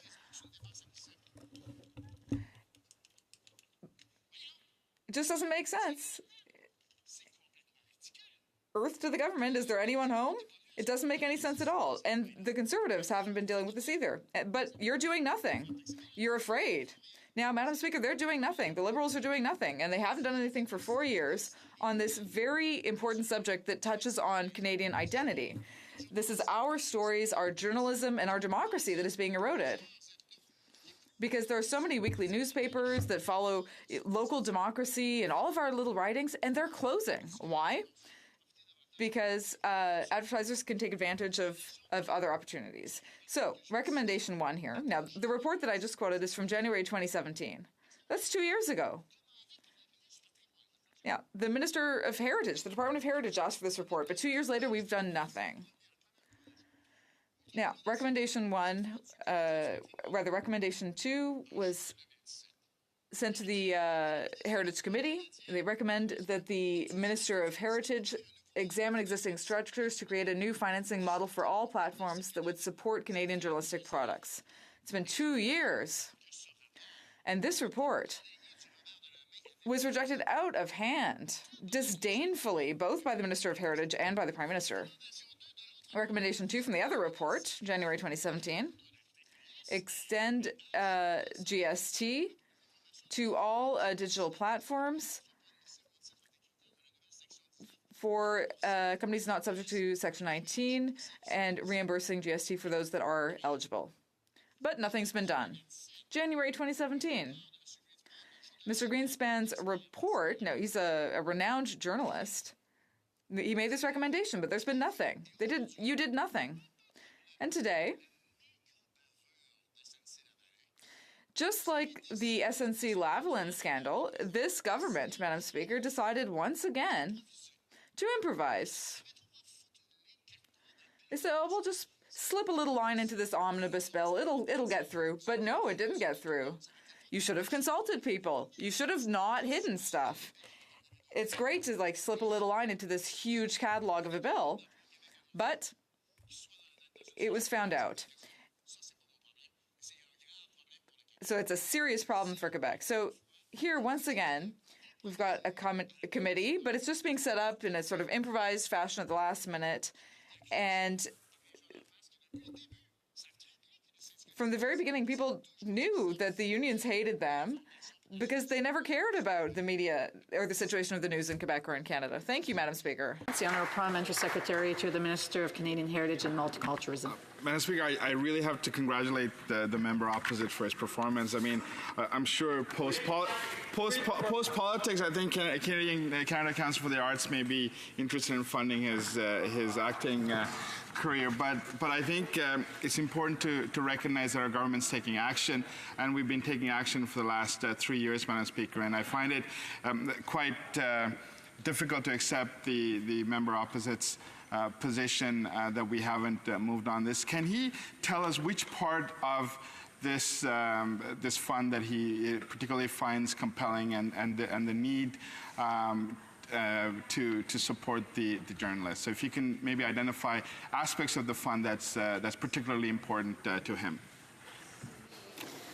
I just also do want to remind members that they shouldn't be going on personal attacks on individuals, and they can talk about procedures and things that are being said, but personal attacks on individuals are not accepted. And I would tend to think that the Parliamentary Secretary may want to withdraw a little bit of what he had indicated to the member as well. Does the Honourable Parliamentary Secretary wish to withdraw? Madam, that wasn't the intention. I do withdraw if it was taken as offence. The Honourable Member for Longueuil Saint-Hubert. Thank you, Madam Speaker. Listen, to respond as constructively as possible to this question, I'm going to address the second part first. So the second part of the question was, what do you recommend? Well, first of all, I recommend that you take things seriously, Madam Speaker. In other words, news is fundamental to our society, so they should have been dealing with this well before. They shouldn't have been waiting for the last minute to introduce these important measures. Now, they perhaps think that they're sheltered from all criticism. And that when you choose a union that is taken aside in the debate, well, I mean, obviously it's the last minute, right before the elections. Of course, it looks like a little bit like a conflict of interest. Now, the Conservatives shouldn't be surprised. Just about everyone in the news world hates them because they hung them out to dry for 10 years when they were in power. Now, as for the first question, I mean, the Arts Council, I mean, you guys have done nothing over the last 4 years. I'd like to remind the member once again that he should address his remarks through the chair and not directly to the government. Questions and comments? The honourable member for just a second. Saskatoon Grasswoods. Thank you, Madam Speaker. And I want to thank my honourable member from Quebec. I used to sit on the Heritage Committee with him. I want him to know that my province of Saskatchewan is the second jurisdiction in Canada to have a provincial sales tax on Netflix. Okay, so Quebec was the first. Saskatchewan has followed up earlier this year, 6%. I will say a couple of things, because I did work for Bell under the CTV brand. The lack of innovation for Bell, for Rogers, and other multimedia in this country, they were simply beat by Netflix, who were out 2 and 3 years. So I would like to see, instead of Unifor telling this government where the money of $600 million should go, perhaps they could take their own membership dues, Unifor, and partner with these media giants that they're union for. So, you know, that would be a far better use of union dues. Instead of using government tax money, have Unifor go with Bell, go with Rogers, and then form a relationship that way, because they're in bed right now, and this is ridiculous what's going on, what the government has proposed. The honourable member for Longueuil Saint-Hubert, in under a minute, please. Well, that'll be hard, but thank you, Madam Speaker. I want to thank my colleague. I know that he always acts in good faith, and I appreciate that in his province that they did take steps there. And I think he's right. You know, this shows just how pitiful this government has been. The government won't do the obvious thing, which is simply apply GST on this type of service. He's right. We all need to work together, because the government didn't manage to have an approach that would really bring people together, that would convince the big telecom players to deal with this. Now we're ending up with players who see the system disintegrating, and it's very hard when we're dealing with Big Brother, Google, and so on. Resuming debate, the honourable member for Elmwood Transconan. Well, thank you very much, Madam Speaker, and it's a pleasure to rise to today's motion because it addresses something that I think is an important public policy issue. It's a matter that touches the public interest, because I think at the very least we all agree that having an independent and well-resourced media is an important part for any well-functioning democracy, Madam Speaker. And so that's why it has been concerning over the last number of years to see newsrooms closing down and journalists being put out of work because of the revenue challenges in more traditional media. Because for as much as news is circulating more than ever on social media is not a content generator. They're not the ones that write the stories. So fewer and fewer journalists are writing the stories that are being circulated ever and ever wider. But that's not necessarily, in fact, it's not an increase in the amount of quality journalism that's happening. It's just a wider audience for the smaller amount of journalism that's happening. So the lack of funding or the inability of news organizations to be able to hire journalists to do proper investigative reporting is a serious problem, and I think it's a public interest problem. That's where I disagree with the member from Thornhill who said on a number of occasions that, you know, essentially government should be blind to this problem or not engage with it, or that there isn't any room for some kind of public policy fix. If we simply leave this to the market, what we've seen is that the market is failing to support good journalism. So there is a need for a solution there. If the market can provide one, so be it. It's just that we're not seeing that, and we're running out of time as more and more newsrooms close down, and we have less and less people doing the good work that journalists do in Canada. So that's where I think, we're quite agreed in the NEP that something needs to be done. We've been calling for that for a long time. I think part of our frustration is that this is a kind of 11th hour solution, if you can call it that. It's an 11th hour proposal by the Liberal government to finally kind of start maybe doing something about a problem that's been existing for a long time, that has been allowed to get to a point where it's actually becoming quite serious. And to drop it at the end of the Parliament, I think, is also unfortunate, because I think we see, even just by the nature of the debate, and we don't all agree on the various components of this debate, but the fact that there is as much contention about the solution that there is, I think is evidence that we needed a longer timeline if we wanted to try and find some kind of consensus, or at least a meeting of the minds between some of the parties in this place. We needed more time to be able to do that. So to have the proposal come out just recently, when the end of the Parliament is only a few weeks away, really doesn't bode well for finding a solution that as many political actors as possible can sign on to. And that is important, Madam Speaker, because I don't think anybody should be naive about the fact. I mean, the NEP is known for a long time, Madam Speaker, that big corporate money has played a role in media, and we've often been on the receiving end of what that means in terms of editorial opinion, the kinds of stories that get covered, the angles on the stories that get covered. So we know all about, on this side of the House, what money means to media and the frustrations of finding people who are ideologically opposed to your point of view and don't want to see you succeed. We've had a lot of people in the media over the years. We're celebrating the 100th anniversary of the Winnipeg General Strike this year, Madam Speaker, and we've heard lots of stories of the coalition between business leaders and newspapers and what they did to demonize strikers, to misrepresent their position, and we've seen that carry on through the last 100 years too. So there are great journalists doing independent work. There has always been the question of money in media. So, I mean, as long as we do have a solution on offer and the government is going to be providing subsidy, the NEP has no objection to workers being at the table. Unifor represents over 12,000 workers in the industry. We know, because we're not outside unions looking in, we know that Jerry Diaz can have his opinions, and Unifor as a larger union can have their position when it comes to an election. That doesn't mean that Brad Honeywell, who's an established retired journalist who worked for the Sun media chain, which incidentally is not known for giving the Conservatives an unfair hearing. I think anybody here who has read the work of the Sun media chain will not feel, if they're giving an honest assessment, that the Sun media chain does not fairly communicate the views of the Conservative movement of Canada.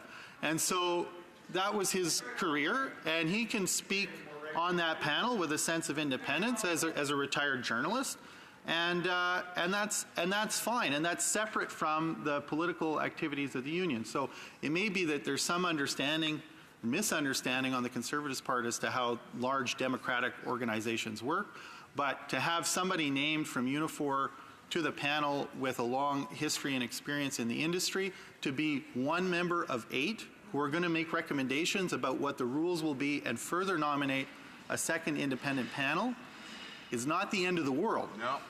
That doesn't mean that this is the best model, Madam Speaker, and with the time that we've had, because this has been coming like a slow train wreck for years and years, as my honourable colleague from Longueuil, Saint-Hubert said very well, and I commend him for all the work that he's done on this over the years. This has been coming for a long time, and as my honourable NEP colleague from Saskatoon pointed out earlier, the reason why this is happening is because of a kind of structural issue within the industry that has to do with the fact that this is an industry that heretofore has been funded through ad revenue. The problem is that ad revenue for traditional media is drying up because it's going to new media.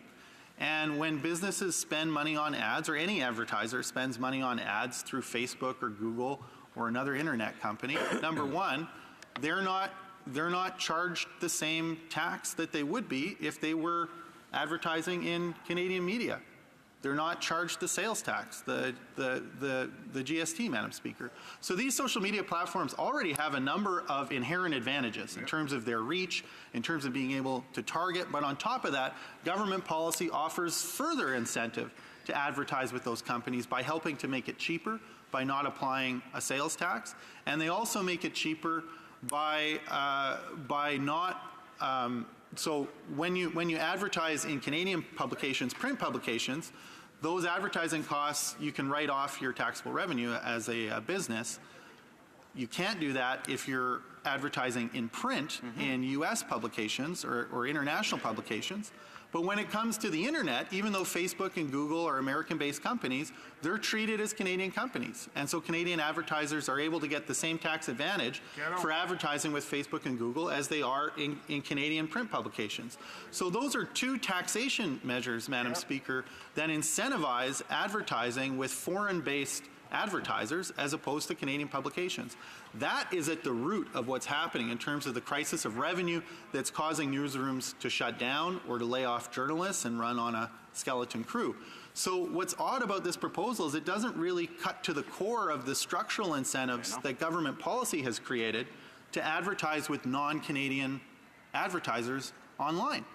So why you would come up with a Band-Aid solution when there are clear structural issues, and there's recommendations from a number of different parliamentary committees and other independent groups, Madam Speaker, that name that problem, why the Liberal government wouldn't be concerned to address the structural issue rather than just trying to slap a Band-Aid on top of it is anybody's guess. Now, I've been around here not as long as some, Madam Speaker, but it's coming up on 4 years. And what I have seen when it comes to pharmacare, for instance, is that there are clear proposals for how to move forward, expand coverage for Canadians, and save billions of dollars every year, and they're not prepared to do it. Why is that? Because that would hurt the corporate profits of their buddies, Madam Speaker. When we look at climate change and some of the very real things that need to happen in order to be able to effectively combat climate change from the Canadian perspective, we run up against their desire to protect the profits of the oil and gas industry, Madam Speaker. And so they continue to offer subsidies. They bought an old pipeline, not build a new one, Madam Speaker. They spent $4.5 billion on an existing pipeline to pay out Kinder Morgan shareholders because that was consistent with protecting the profits of their corporate friends. And here's a model, here again, where instead of allowing new media startups to be eligible for this funding, as we know, a lot of people are interested in new media startups. This is a program that favors the established print industry. It didn't have to be that way. That was a decision that the Liberals made. But once again, coincidence, that benefits established corporate interests over everybody else. And so there is definitely a pattern. Unfortunately, it's had an influence on this. They waited too long to present a real solution. So we're finding it hard to find agreement before the next election, and that's unfortunate if it causes Canadians to feel less trustful of their journalism during an election, Madam Speaker. Bravo.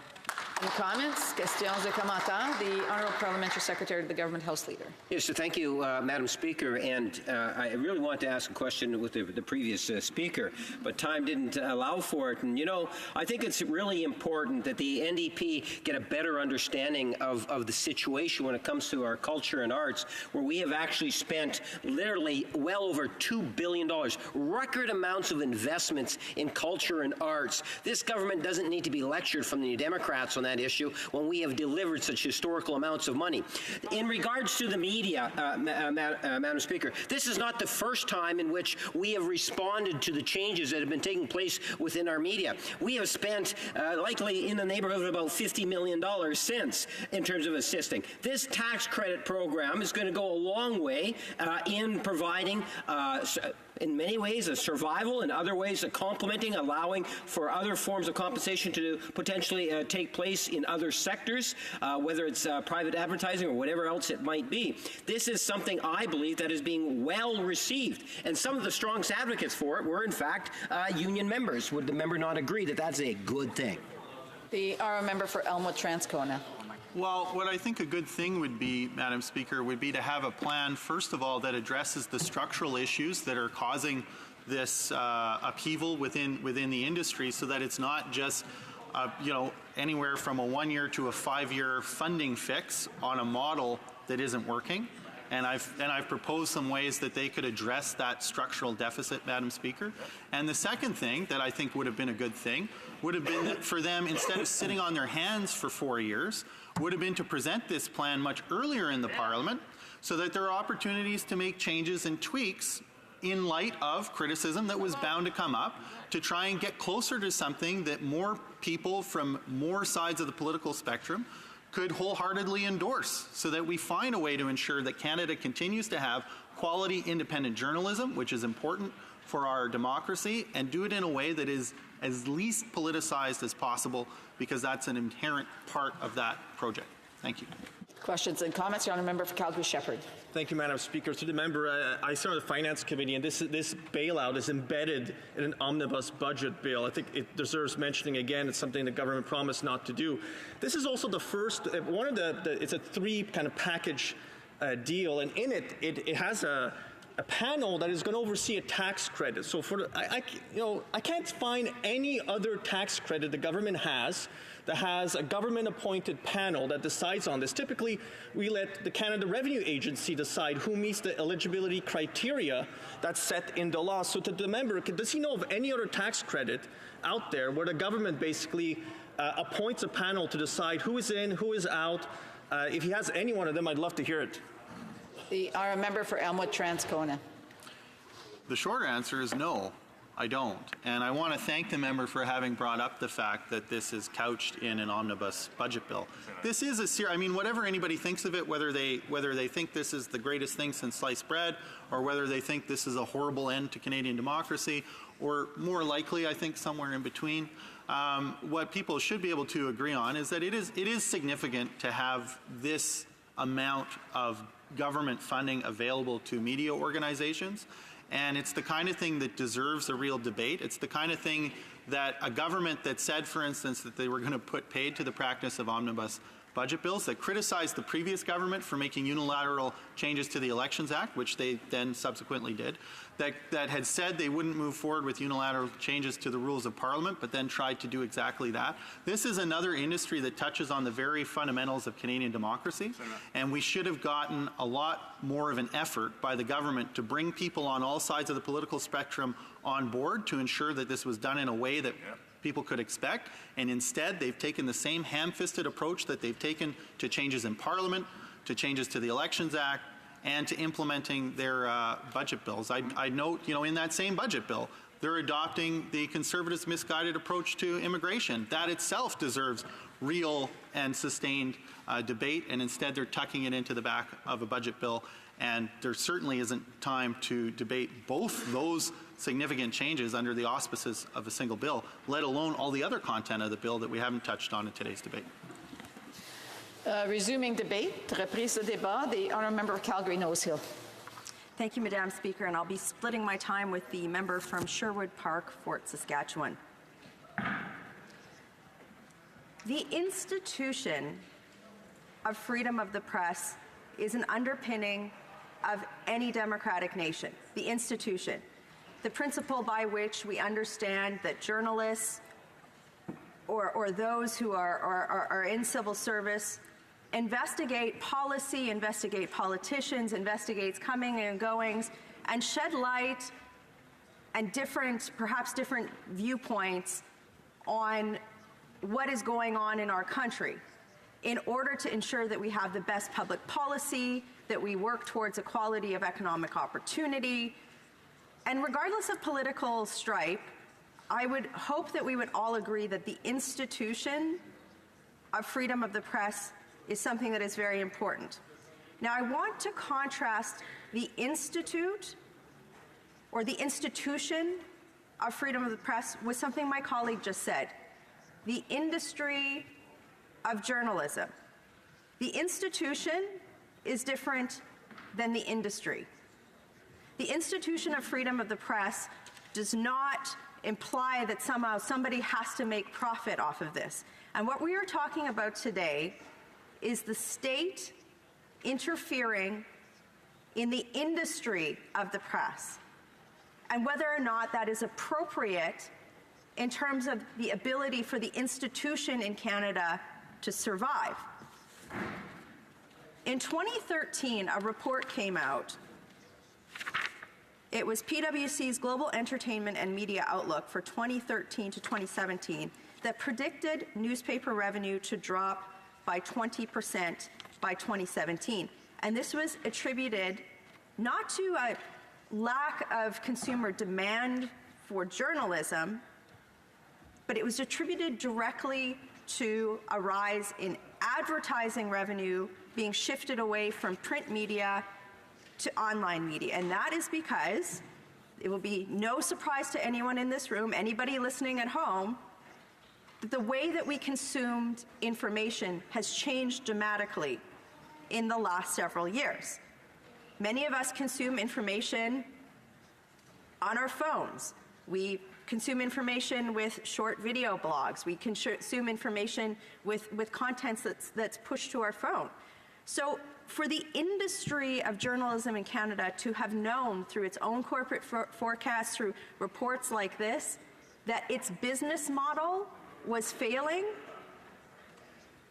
it begs the question, why should the government or the taxpayers of Canada have to bail out a business model that was failing, which is print journalism? These organizations should have known, as any industry did, any business, anybody who owns a business, when your business model changes, talk to a taxi company, right? When Uber came in, when there's something that's disruptive to your industry, you either have to adapt or you don't survive. So we are now debating whether or not the government should be bailing out a failed business model or a failed industry. Unfortunately, what the government has chosen to do in answer to that question actually affects the institution of freedom of press. And anybody of any political stripe should be concerned about this, because a partisan political actor should not be giving money or allocating tax dollars in such a way that it could harm the independence of the institution of free press in Canada. And how does that happen? So what the Prime Minister has done is allocated $600 million. That is a lot of money that could be used for a lot of things, but is allocating $600 million to a select group of industry actors in journalism based on criteria that the government selects and that the government doles the money out on. So you have to ask the question, Madam Speaker, anybody has to ask the question, if those industry actors are not sympathetic to the government of the time, are they inherently credible in terms of actors in the institution of free press? And that's what's at stake here. Anybody who votes Liberal or Green or NDP should be as comfortable with a Conservative-led government selecting those criteria as they are their own. And I think that they would have a very hard time standing up here arguing for, let's say, Stephen Harper having control over the Canadian media. And if an argument does not work both ways from political strife, then we actually have a big problem here. And somebody who votes NDP or Green should have a huge concern, not just with let's park whether or not the Canadian taxpayers should be bailing out a failed industry that has failed to transition to digital online. Let's park that for a second. This is really about the credibility of anybody in any journalistic institution that takes money out of this fund. And whether or not those who choose to not take funds or who aren't eligible to take that funds, whether or not they will be able to compete with people who now have a partisan interest. And they do have a partisan interest. This government has appointed Unifor onto the panel of people that select the criteria by which this government is doling out the funds. Unifor has a publicly stated, publicly funded campaign against a political party in this place. And this weekend on the political talk shows, the leader of Unifor said, I should be able to be on that panel because I have a score to settle. Other institutions, other industry, other media, they've endorsed Conservatives before. Why shouldn't I be able to settle this score?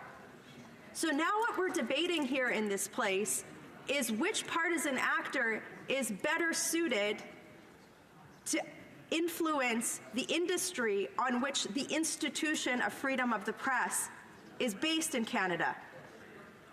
That's disgusting. How honestly, you know, we've had a lot of discussions in this place about, you know, foreign influence in our election and fake news. It is the individual responsibility of every Canadian to understand how to critically evaluate a piece of information presented as news. There is no way the government can regulate that. And the reality is that many of the existing actors in Canadian industry have responded to this drop in online content, right? And by trying to build their own media platforms and responding with clickbait. We don't have a lot of print journalism that I would constitute as journalism anymore. There's some, but a lot of it is editorialization on both the right and the left. Why would the Canadian taxpayer perpetuate a failing industry that has such strong ramifications for Canadian democracy? I know why the Liberal government is doing this, and I know why the NDP support this. Because when you control the press, you control people. And that's what's happening here, right? Jerry Diaz, I've got a score to settle. You cannot control the press through the state. That is something that, I don't care, let's vigorously debate policy. Let's actually even just want to throttle each other over differences in public policy. But to somehow argue with a fig leaf, with any sort of a fig leaf, that this is anything other than the state controlling the press is shameful.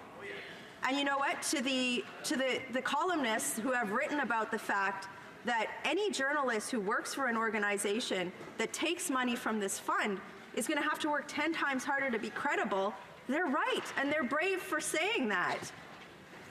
This is not, and at the end of the day, this media bailout is not going to save print journalism in Canada, because the only way that's saved is if these organizations figure out how to transition to the new digital reality, which many of them have failed to do. So, Madam Speaker, I just, in the strongest possible terms, I oppose any sort of interference in this regard. We need to have a conversation about what the state's role is in funding news writ large in Canada, and we need to oppose partisan political actors being involved in the doling out of tax dollars to save an industry on which the institution of freedom of speech in this country is lied upon, is underpinned. I refuse to stand here, partisan hat off, and say, as a conservative, I would be excited about that level of control. No, because we should have vigorous debate that challenges dogma, not that perpetuates a monopoly that's controlled by partisan actors. It's wrong, and it needs to stop. Questions and comments? The Honourable Parliamentary Secretary to the Government House Leader. Thank you, Madam Speaker. You know, I listened very closely to the member opposite, and you can't help but think in terms of the word of hypocrisy. During Stephen Harper actually tens of millions of dollars annually, every year, to print magazines, news magazines. So on the one hand, you have Prime Minister Harper and the Conservative government recognizing that they needed to be able to support our news magazines. And then we had a speaker, and I don't know if she represents the entire Conservative caucus, but she's made it very clear that that's a bad, dumb idea. Well, Madam Speaker, I would suggest to you that Stephen Harper recognized it. And it seems to me that the Conservative Party is even going further to the right, getting closer to the Doug Ford mentality in terms of policy. And my question to the member opposite is her position the same position as the Conservative Party and Doug Ford? The honourable member for Calgary Nose Hill. My colleague opposite has committed two logical fallacies. One, tu quo qui. We're doing it too. So he's comparing himself to a conservative government. That policy he talked about was actually perpetuated under a Liberal government. And frankly, yes, I disagree with it. I don't think we should be funding failed business models. I don't think we should be bailing these organizations out, and I think we should stop it. The other red herring the other logical fallacy that he committed was red herring. As opposed to refuting any of my argument with regard to the fact that their government's motive is to control the press and undermine freedom of speech, he tried to divert the argument with crass partisan politics. This topic deserves more than that. It deserves real, intelligent debate. And to anyone watching, my condolences for having to watch that debate failure. Questions et commentaires, l'honorable. Questions and comments? The honourable member for Musquenejet-Témiscouata-les-Basques. There's one element in my colleague's speech that I agree with, which is that this crisis was something that was foreseeable. And when we knew that the media, especially the print media, was in trouble, but that trouble was actually compounded by the fact that social media, such as Facebook, such as Twitter, and so on, actually are using for free the content that's being created by those media. And that was actually what accelerated the crisis. And I would tell you that this acceleration took place when conservatives were in power, and they have done nothing about it. So I'm not saying that what the Liberals are proposing is actually perfect. I'm not saying that this is what we would have been proposing.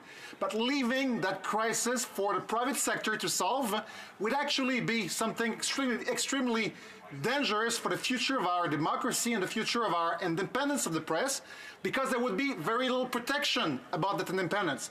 And I would like to remind my colleague that we're not only talking about the independence of the media, which is actually critical, yes, I agree, we're also talking about the viability of the media. So we need to find a way to help those media transition to a different model. And I would like to ask my friend how this parliament, how this government, how this House of Commons can actually help the media sector to do it. Honourable member for Calgary-Nose Hill. My colleague is arguing that it is the role of the state to bail out a failed business model. It is not. His premise is flawed. The reality is that these organizations have failed to transition to a digital online model. He's talking about content being shared on Twitter. There are organizations in Canada that are profitable. Blacklock's is an example that uses a paywall. People will pay for the information that they want to consume, and those platforms aren't stealing that advertising, because when people share content, they get driven to online platforms and absorb advertising there. The failure of industry to respond in an already highly regulated market to the demand of the consumer, it is not the role of the state to bail them out. So my colleague's premise is completely flawed. It should be the role of the private sector to figure this out, and it is incumbent on every Canadian to determine how they are going to consume information and reward those who respond to that demand accordingly. We could be using that $600 million for any other purpose, but to use it and undermine the freedom of the press is an abdication of our fiduciary responsibility to Canadian taxpayers. Thank you. The resuming debate, the honourable member for Sherwood Park, Saskatchewan. Madam Speaker, we're discussing today a proposal by the government that is transparently ridiculous, and I think my 6-year-old daughter could understand well why it's ridiculous, and the government members should as well. $600 million in a government bailout for some journalists and media organizations, and the distribution of that fund is to be controlled by a committee which includes Jerry Dias and the leadership of Unifor. Unifor's leadership have made it clear that they will use workers' funds for electoral purposes. They will campaign to defeat Conservatives in the next election, and for the re-election of this Liberal government, they call themselves the resistance to Conservatives. And so we have overtly partisan people who are responsible for meting out dollars to journalists. That is, for determining who is a journalist, who isn't, for the purposes of this funding for determining who gets the money and who doesn't. So our contention on this side of the House is that in defense of an independent press, we should not have overtly partisan individuals or entities responsible for meting out funds on the basis supposedly of supporting nonpartisan journalism.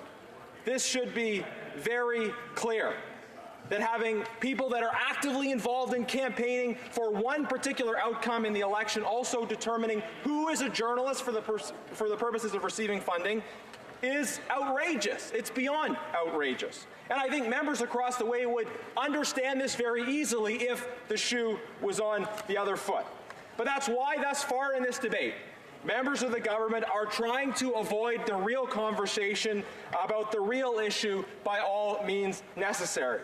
They're making all sorts of other points that really don't address their decision to have partisan mechanisms handing out funding and deciding which journalists get funding. We've had government members talk about the important role that journalists play in our democracy. And of course, we strongly agree with that. But you know, the most important tool that journalists have in their toolbox is a recognition of their credibility. Why do people choose to get their information from credible media organization as opposed to blogs? Why do people go to nationalpost.com as opposed to liberal.ca to get their media? It's because of credibility. Because they understand, they hope that when they go to a media organization which they trust, that they can expect the information to be credible and accurate and nonpartisan.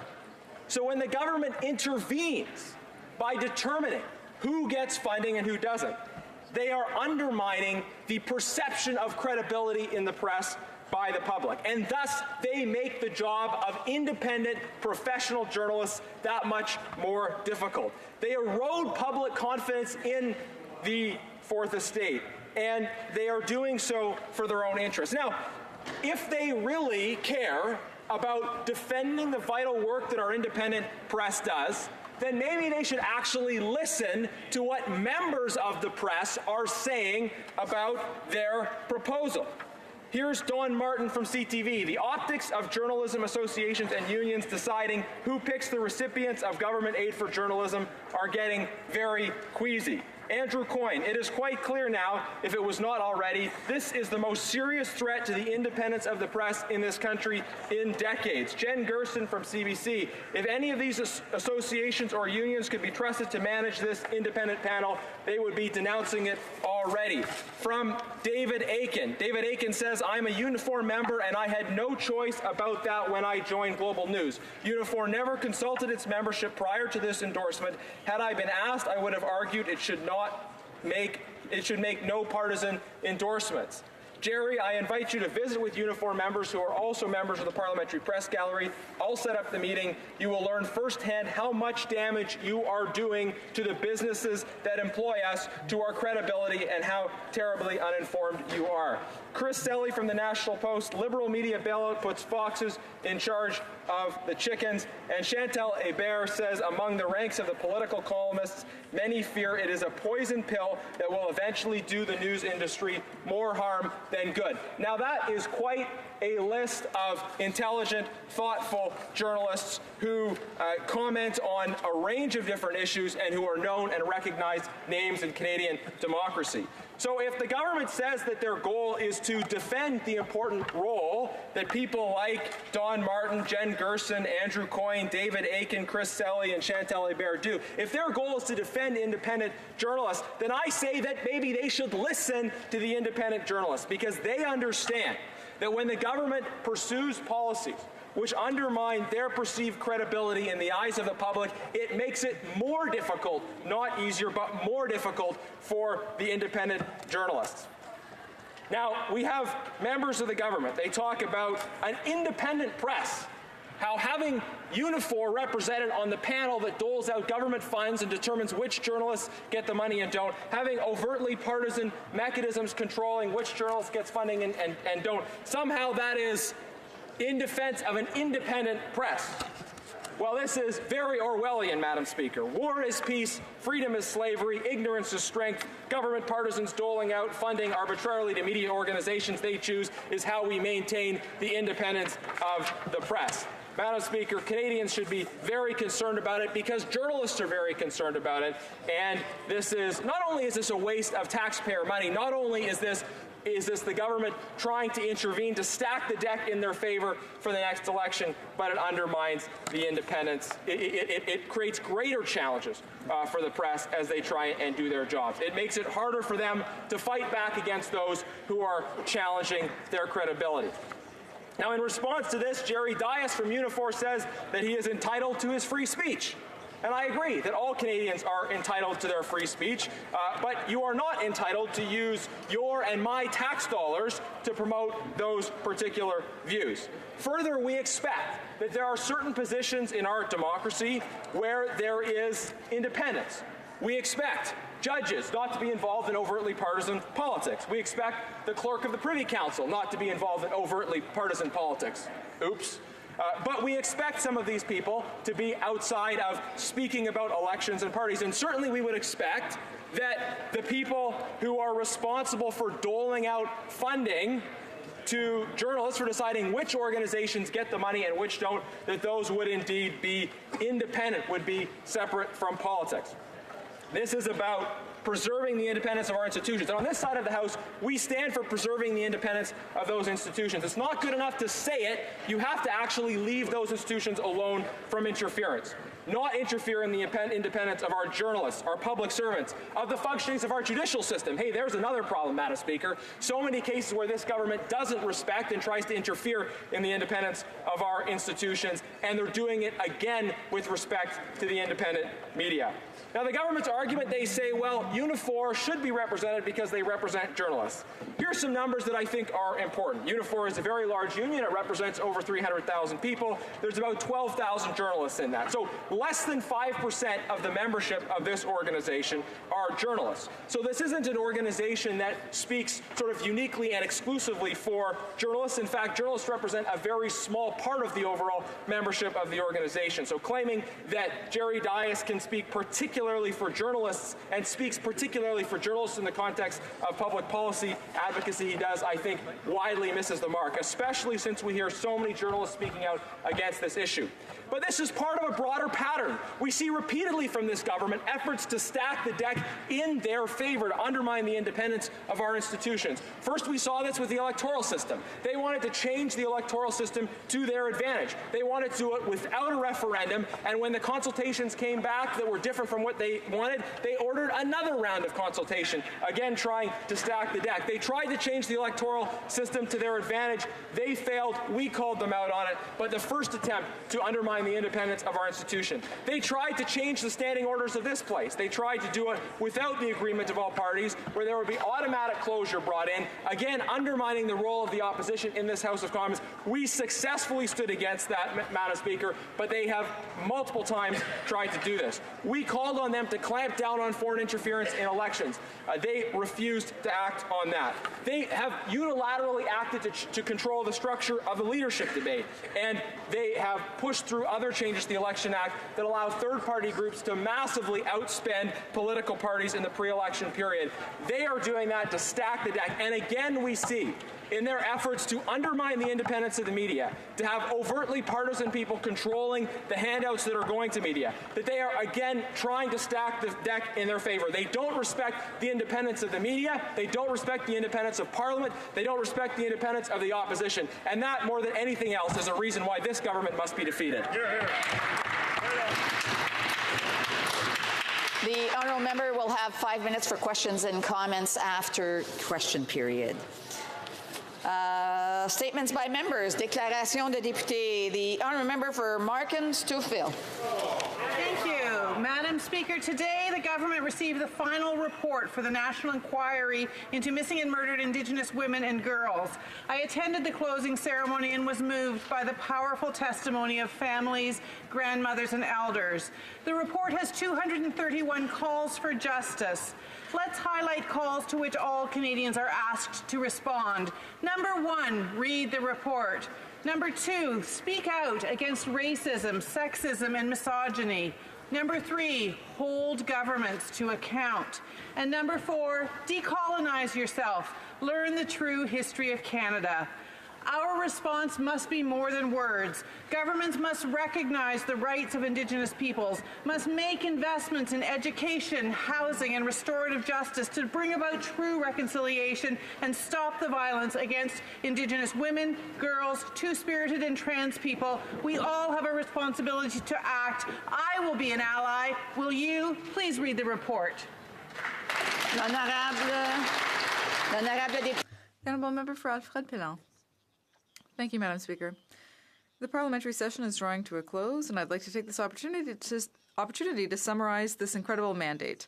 Beyond the parliamentary activities and the many large-scale projects our Liberal government has carried out, like the CCB and the signing of many free trade agreements, in Alfred-Pellan, since 2015, we've seen a 186% increase to the Summer Jobs Canada program, more than $184,000 for seniors through the New Horizons program, nearly $115,000 to improve accessibility for people with reduced mobility, over $760,000 to support sporting activities and competitions for the deaf, nearly $3.5 million to support innovation and stimulate business growth in Alfred-Pellan. And I had the honor to support the Alzheimer's Society of Laval, the Dr. Jillian Foundation, and I organized and participated in 7 community cleanups and replanting initiatives. Since October 2015, and I'm determined to keep on defending. Honourable Member for Niagara Falls. Thank you, Mr. Speaker. It's my great honor to rise in the House today to pay tribute to my constituent, World War II hero Lieutenant Leon Dobke, who passed away on May 4th in Niagara. Leon enlisted in the Army at the age of 14 in response to German troops attacking and destroying the Polish Air Force. He went on to fight with the Allies in Britain, Poland, Italy, Sweden, and France, culminating in the liberation of Bologna, Italy, and the capture of Mussolini. As Minister of National Defense, often the topic of medals would come up, and I remember bragging about Leon's array of medals. I said that if you spread them out across his chest, they would stretch down to his elbow. Mr. Speaker, freedom isn't free, and no one knew that better than Leon Dobke. As we approach D-Day on June 6, on what may be my last SO31 in this House, I am privileged to pay homage to Leon Dobke. Thank you for standing on guard for Canada, Leon. Democracy is indebted to you.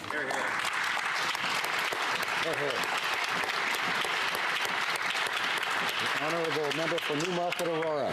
Mr. Speaker, I want to express my heartfelt congratulations to the Newmarket Farmers Market, which is celebrating its 20th anniversary this season. The first market was actually held on June 1st, 1871. Spurred on by this tradition, the latest revived market began in May 1999. Every Saturday morning from May to October, a band of farmers, vendors, and volunteers transformed the Riverwalk Commons into a bustling hive of activity reminiscent of the town's historic beginnings as a new market. Thanks to the driving force of Maryland Church, Joe Sponga, and Jackie Plater, the market was revived 20 years ago. Many others, such as Margaret Koopmans, Julia Shipcott, and Matt Haggerty, helped ensure its early survival and later success. And of course, a special thanks to all the farmers who make the farmers market what it is. As their motto goes, Mr. Speaker, come for the freshness and stay for the fun. See you at the market.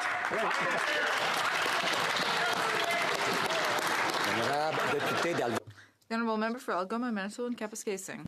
I attended a ceremony for the creation of the Missinaba Cree First Nation Reserve. This community joins 17 First Nations that make up a significant part of the geography and culture of Algoma, Manitoulin, and Kapuskasing. This June, as we mark National Indigenous History Month and the contributions of Indigenous peoples, I encourage everyone to visit Indigenous communities, meet their neighbours, and join in celebrations such as those that will take place on National Indigenous Peoples Day on June 21st. La saison Powwow season starts in June, and everyone who participates in a powwow recognizes how important they are. Interested in celebrating Indigenous cultures and communities, there may be no better place than Algoma, Manitoulin, Kapuskasing, where the opportunity to do so will take you from the shores of Lakes Huron and Superior to the heart of the Boreal Forest. To my Indigenous friends, I wish you the very best as you celebrate your incredible history, heritage, and communities. Happy National Indigenous History Month. Honourable member for Dartmouth-Cole Harbour. Mr. Speaker, the women and men of our Canadian Armed Forces are at the core of everything we do, and Canadians are deeply proud of them. On Canadian Armed Forces Appreciation Day, I rise to thank the members taking part in the National Sentry Program, standing guard and watching over the tomb of the unknown soldier. They honor the sacrifice and memory of members who have fought for peace and security in Canada and around the world. Thank you to members French, Comeau, Renzelli, and Barrett, Tominski, Gagnon, Barnes and Bryan, Hira, Power, Alfala and Yu, Hill, Maceo, Cook and Booth, Fenton, and Parker and Conquest.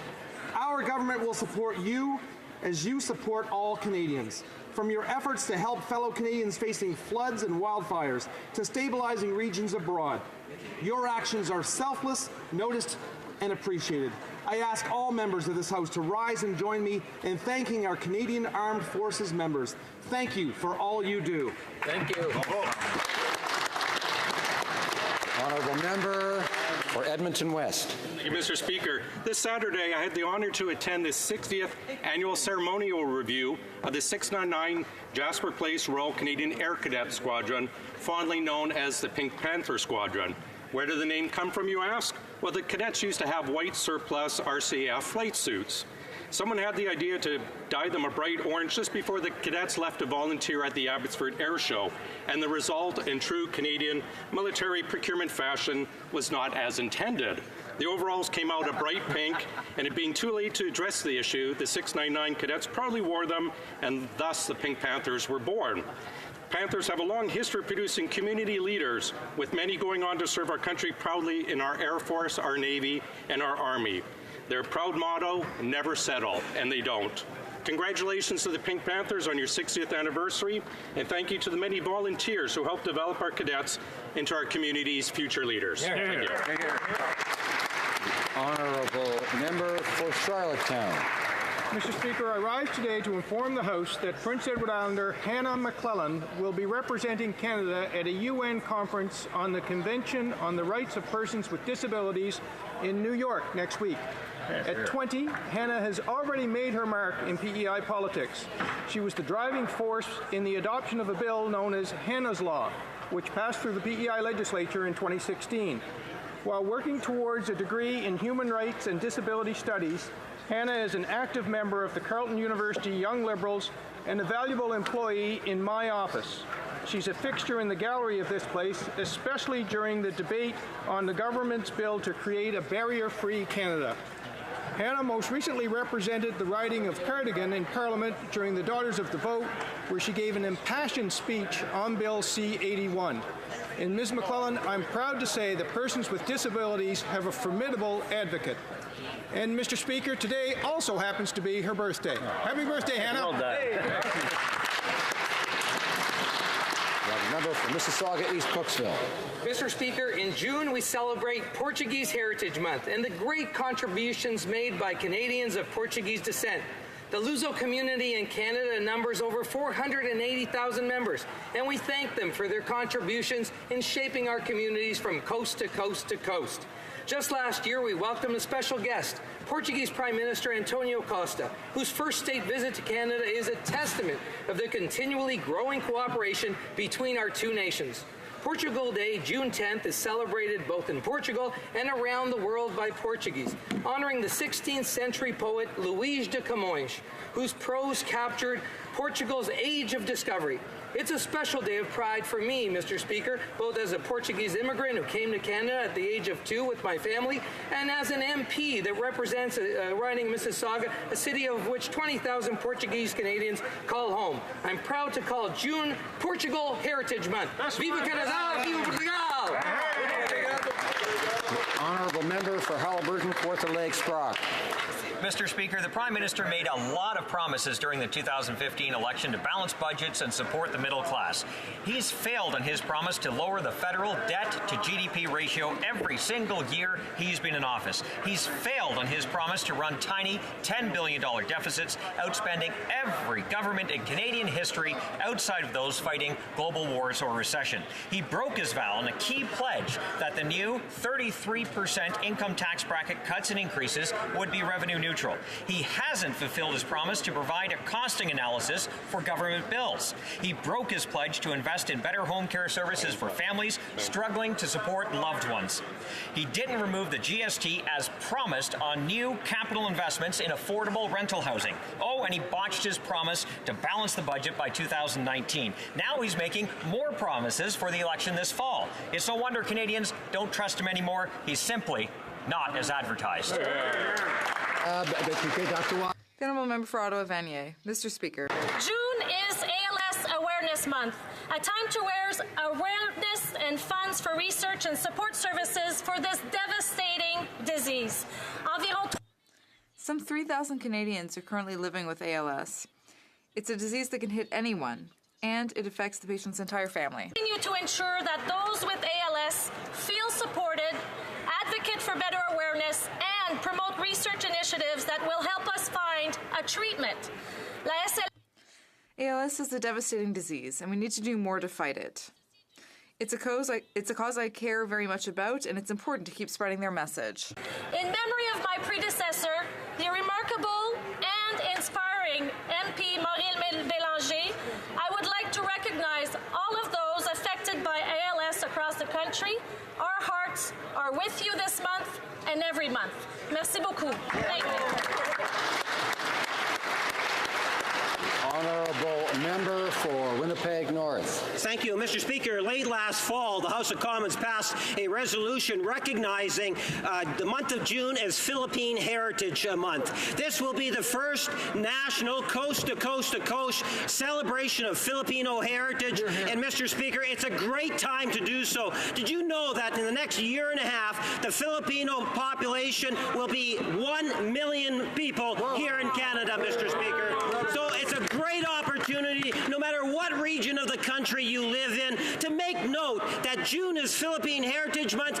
Go out there, enjoy yourself, understand and appreciate just how very much the Filipino community has impacted every aspect of our society, whether it's socially, economically, everywhere, Mr. Speaker. There's a wonderful opportunity for us to show a little bit of love and appreciate the valuable contributions that our Filipino community has done for Canada and made us a part of that identity. Thank you, Mr. Speaker.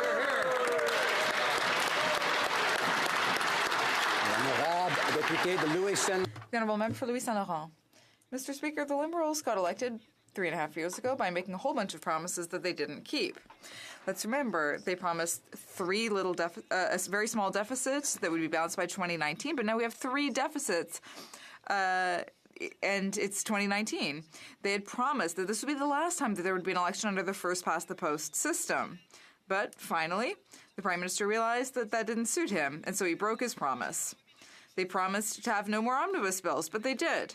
And the result was there was this terrible SNC-Lavalin scandal that ended with the expulsion of 2 female MPs from the Liberal caucus.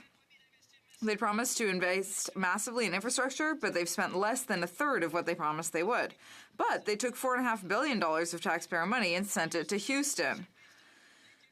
Mr. Speaker, Liberals won't be fooled, and Quebecers and Canadians will vote for change on October 21st. Honourable Member for Fredericton. 99% of all businesses in Canada are small and medium-sized, yet 16% are owned by women. When half our population owns less than a quarter of our businesses, our economic potential is held back. In Fredericton, Bethany Deshpande is an example of how, with support, women entrepreneurs drive the economic growth in Canada that helps us create 1 million jobs. En 2016, Bethany... In 2016, Bethany established SomaDetect to commercialize technology that measures every major component in raw milk.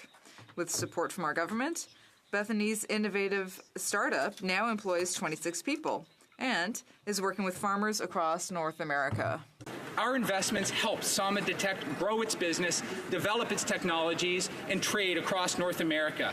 Fredericton can be proud of SomaDetect. It is driving trade on our continent, creating jobs in our communities. Our government will always support women entrepreneurs like Bethany because they will drive the economic growth that will create another 1 million jobs in Canada. The Honourable Member for Hamilton Mountain. Mr. Speaker, No Canadian worker should have their well-being threatened by unclear and unfair workplace practices.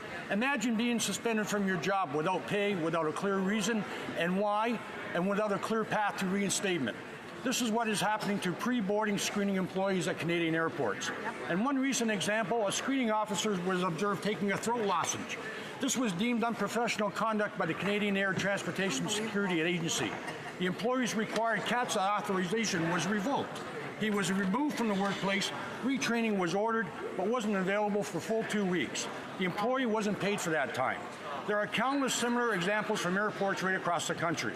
All these employees work for a third party, so while CATSA determines if an employee is allowed to work, these same employees have no ability to appeal CATSA decisions or negotiate a fair process for handling disputes. Thousands of airport workers have signed a petition. It's time for this government to change the legislation and fix this workplace injustice. The honourable member for Lethbridge. The Prime Minister has tried to deceive Canadians into believing that he cares about the environment by introducing his so-called tax on pollution. What we really have, however, is a Prime Minister who is more concerned about keeping up appearances than actually doing something that will make a difference. There isn't a single case study that shows that a carbon tax actually reduces emissions.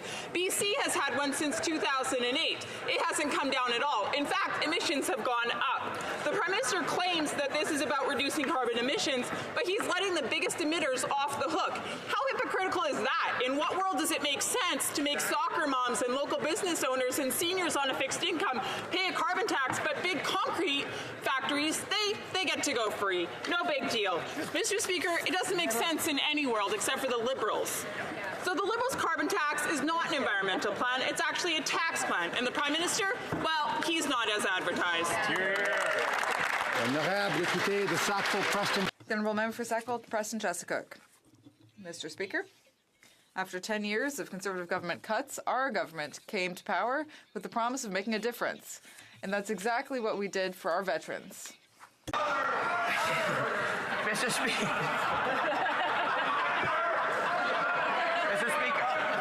Mr. Speaker, the Conservative Party balanced the budget on the back of the veterans. We, in Nova Scotia, the Conservative Party were trying to close Camp Hill Hospital, and we refused. We stopped them from doing it. We added beds to meet the needs of our modern-day veterans. Mr. Speaker, we invested in Canadians. A million jobs have been created. 300,000 kids have been lifted off out of poverty. Mr. Speaker, that's even better than being advertised. Thank you.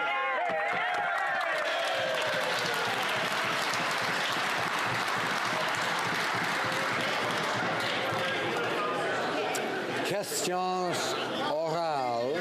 Alors. Oral questions. Order, please. Questions. The Honourable Leader of the Opposition.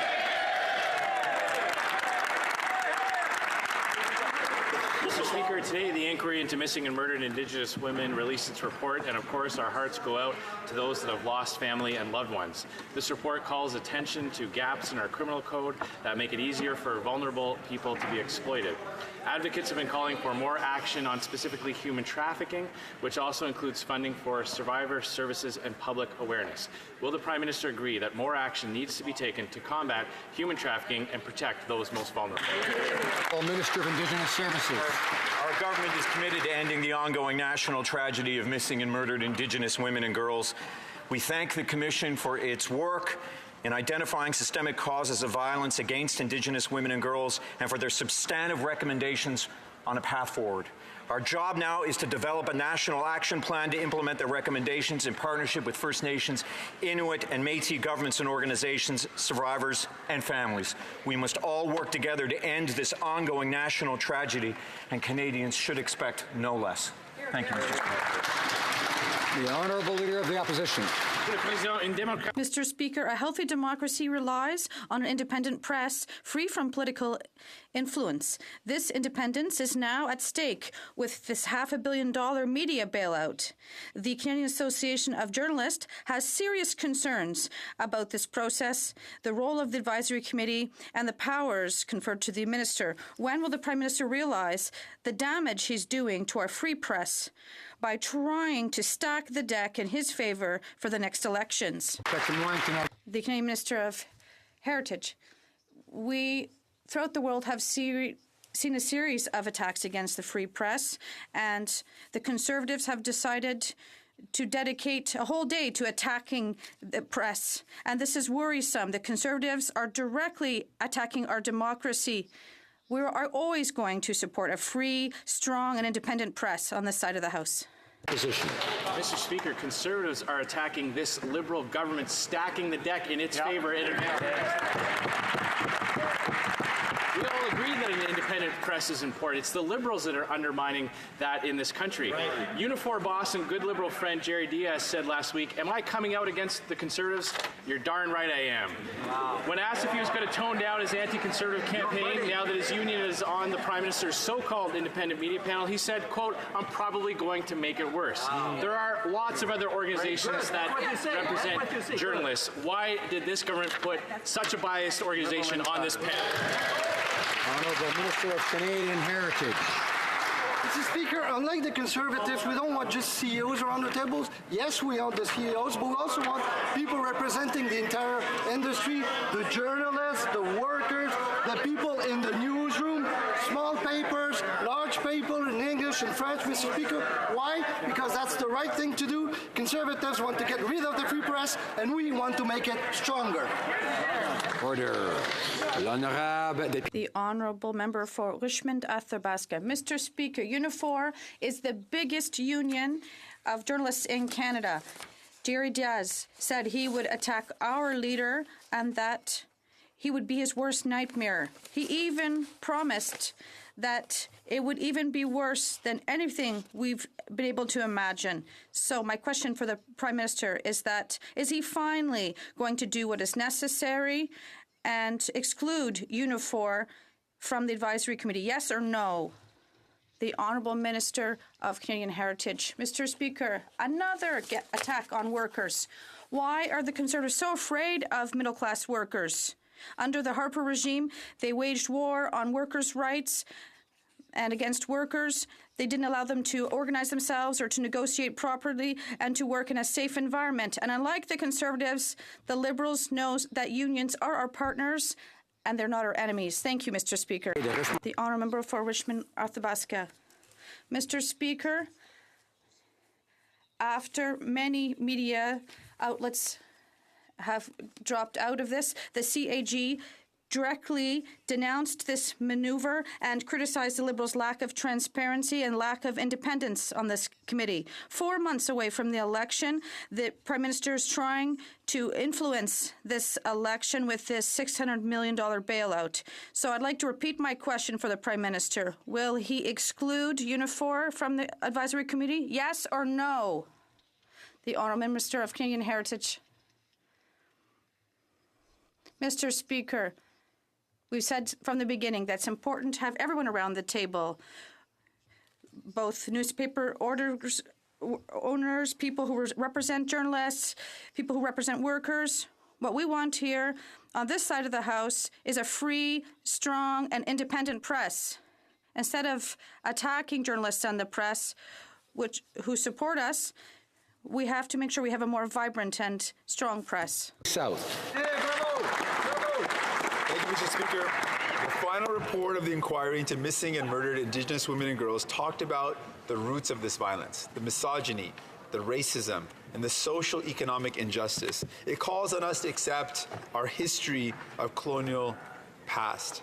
Will the Prime Minister join me in acknowledging this injustice against Indigenous women, girls, and the 2S LGBTQIA community and commit to working with the Indigenous community in implementing these recommendations, including sweeping reforms to the justice system, health care, well-being, and rural transit? Hear, hear. Honourable Minister of Indigenous Services. Mr. Speaker, we all owe a tremendous debt of gratitude to the survivors and family members who shared their painful memories and stories with the Commission, often putting their own health at risk in order to do so. And in the coming weeks, we'll be announcing our initial response to the final report, as well as a process and first steps to formally develop a national action plan. This plan will build on the efforts our government is already taking to address this ongoing national tragedy, including reforms to child and family services that recognizes the inherent rights of Indigenous peoples and investments in women's shelters, housing, education, and safety on the highway of tears. The honourable member for Burnaby South. This is simply heartbreaking that so many women, girls, two-spirited and transgender Indigenous peoples have suffered horrible violence, and for all too many of them, this violence remains a reality. This report cannot remain on a shelf. We have to read it carefully and implement the recommendations.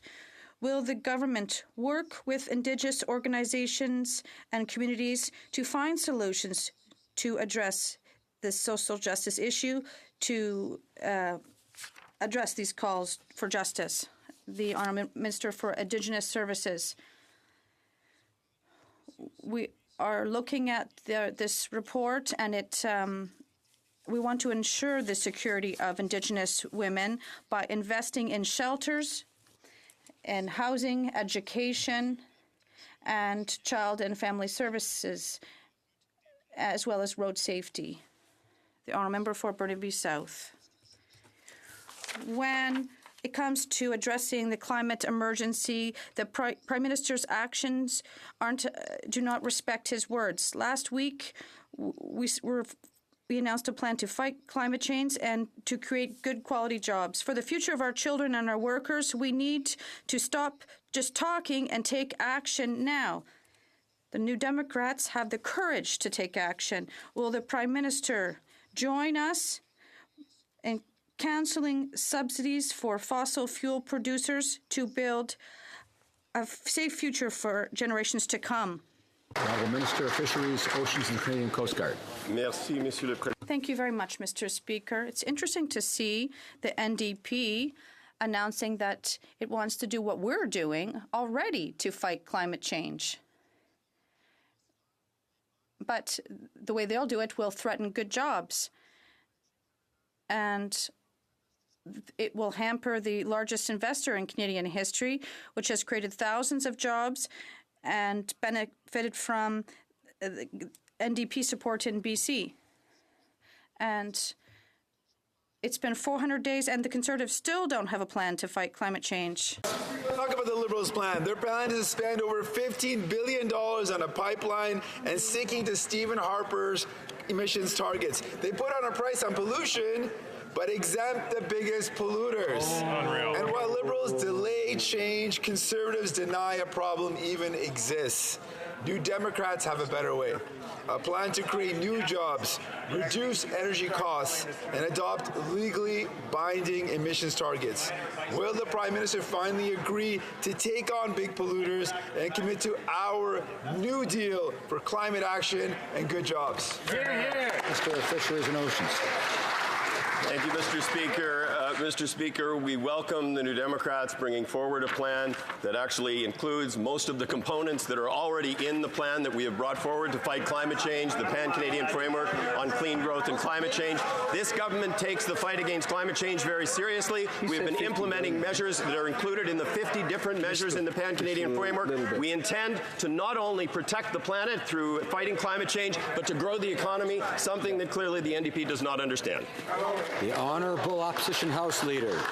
Mr. Speaker, the Liberals' media funding plan needs to be sent back to the drawing board. By putting overtly anti-conservative Unifor on the panel, the Prime Minister is not only threatening the media's independence, but he's threatening the credibility of the panel.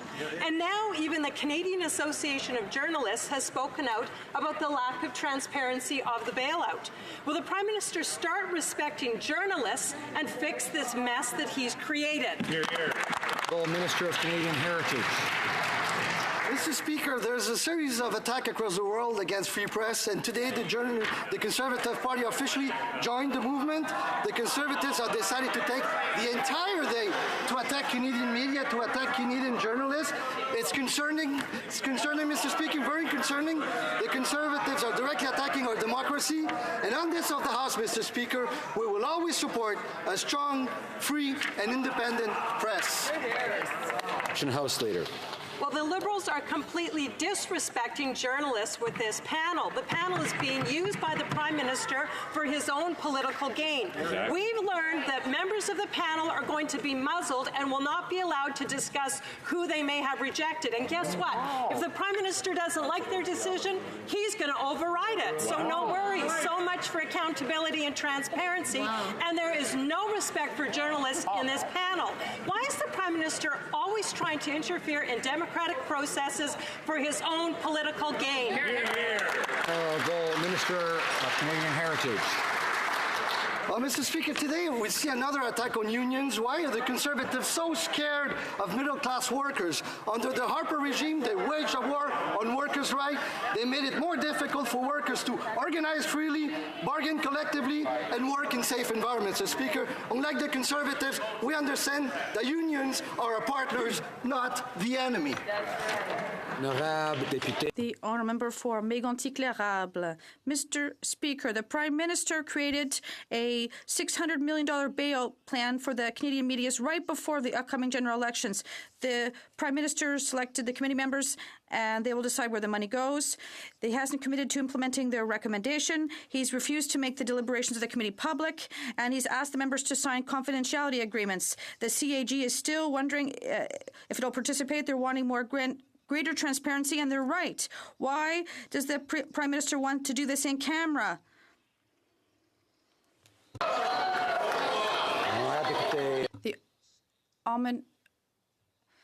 He used a non-parliamentary word, and I would like him to apologize for using it. The honourable member for Mégantic-L'Érable. That is unparliamentary. You must apologize for that language. I apologize for that term. Mr. Speaker, the honourable member, the Minister of Canadian Heritage. Mr. Speaker, there's something deeply insulting about this, not to me, not to the government, but to journalists, these men and women who have built their careers on being and showing integrity and professionalism. And it's an attack on the freedom of thought and independence of press. Today, the Conservatives are telling us that these individuals should be excluded. It's an insult to these journalists, to the media, and even to our democracy. The honourable member for Mégantic-L'Érable. Mr. Speaker, Uniform is a large union representing the highest number of journalists in Canada. It was asked by the Prime Minister to sit on the committee that will decide how this money will be spent. Many journalists and the Canadian public are shocked by this appointment. Jerry Diaz, the President, a good friend of the Prime Minister, was clear. His union will be the Conservatives' worst nightmare for the 2019 election. What is the PM waiting for to end this anti-democratic masquerade? The Honourable Minister of Canadian Heritage. Mr. Speaker, this is an attack on workers, and why are the Conservatives so afraid of the middle class and of our workers? They waged war on workers under the Harper regime, and they want to prevent workers from bargaining and from being able to become organized. Unions are not our enemies, Mr. Speaker, and when will they understand that? Chilliwack Hope. Well, the Canadian Association of Journalists is calling for transparency when it comes to the government's $600 million media bailout, but that's not what these Liberals are offering. Instead, journalists on the panel will be muzzled with confidentiality agreements. We won't know who the Liberals reject for funding. Decisions will be made behind closed doors, and the minister can arbitrarily overrule the panel. Now, the Liberals have no problem listening to anti-conservative organizations like Unifor, but why don't they listen to the Canadian Association of Journalists and stop trying to stack the deck in their own favor? The Minister of Canadian Heritage. Well, in very few words, that's totally false, Mr. Speaker. Now let me talk about this program from print media. Millions of dollars in support for the news and media industry, helping Canadians get the information they need, supporting expensive costs for shipping, special funding for underserved communities. Does that ring a bell, Mr. Speaker? Well, this is the 2010 program brought in by the Conservatives to support the media. The difference here, Mr. Speaker, is that they didn't want an independent panel to decide. They wanted to pick themselves. Honourable Member for Chilliwack Hope.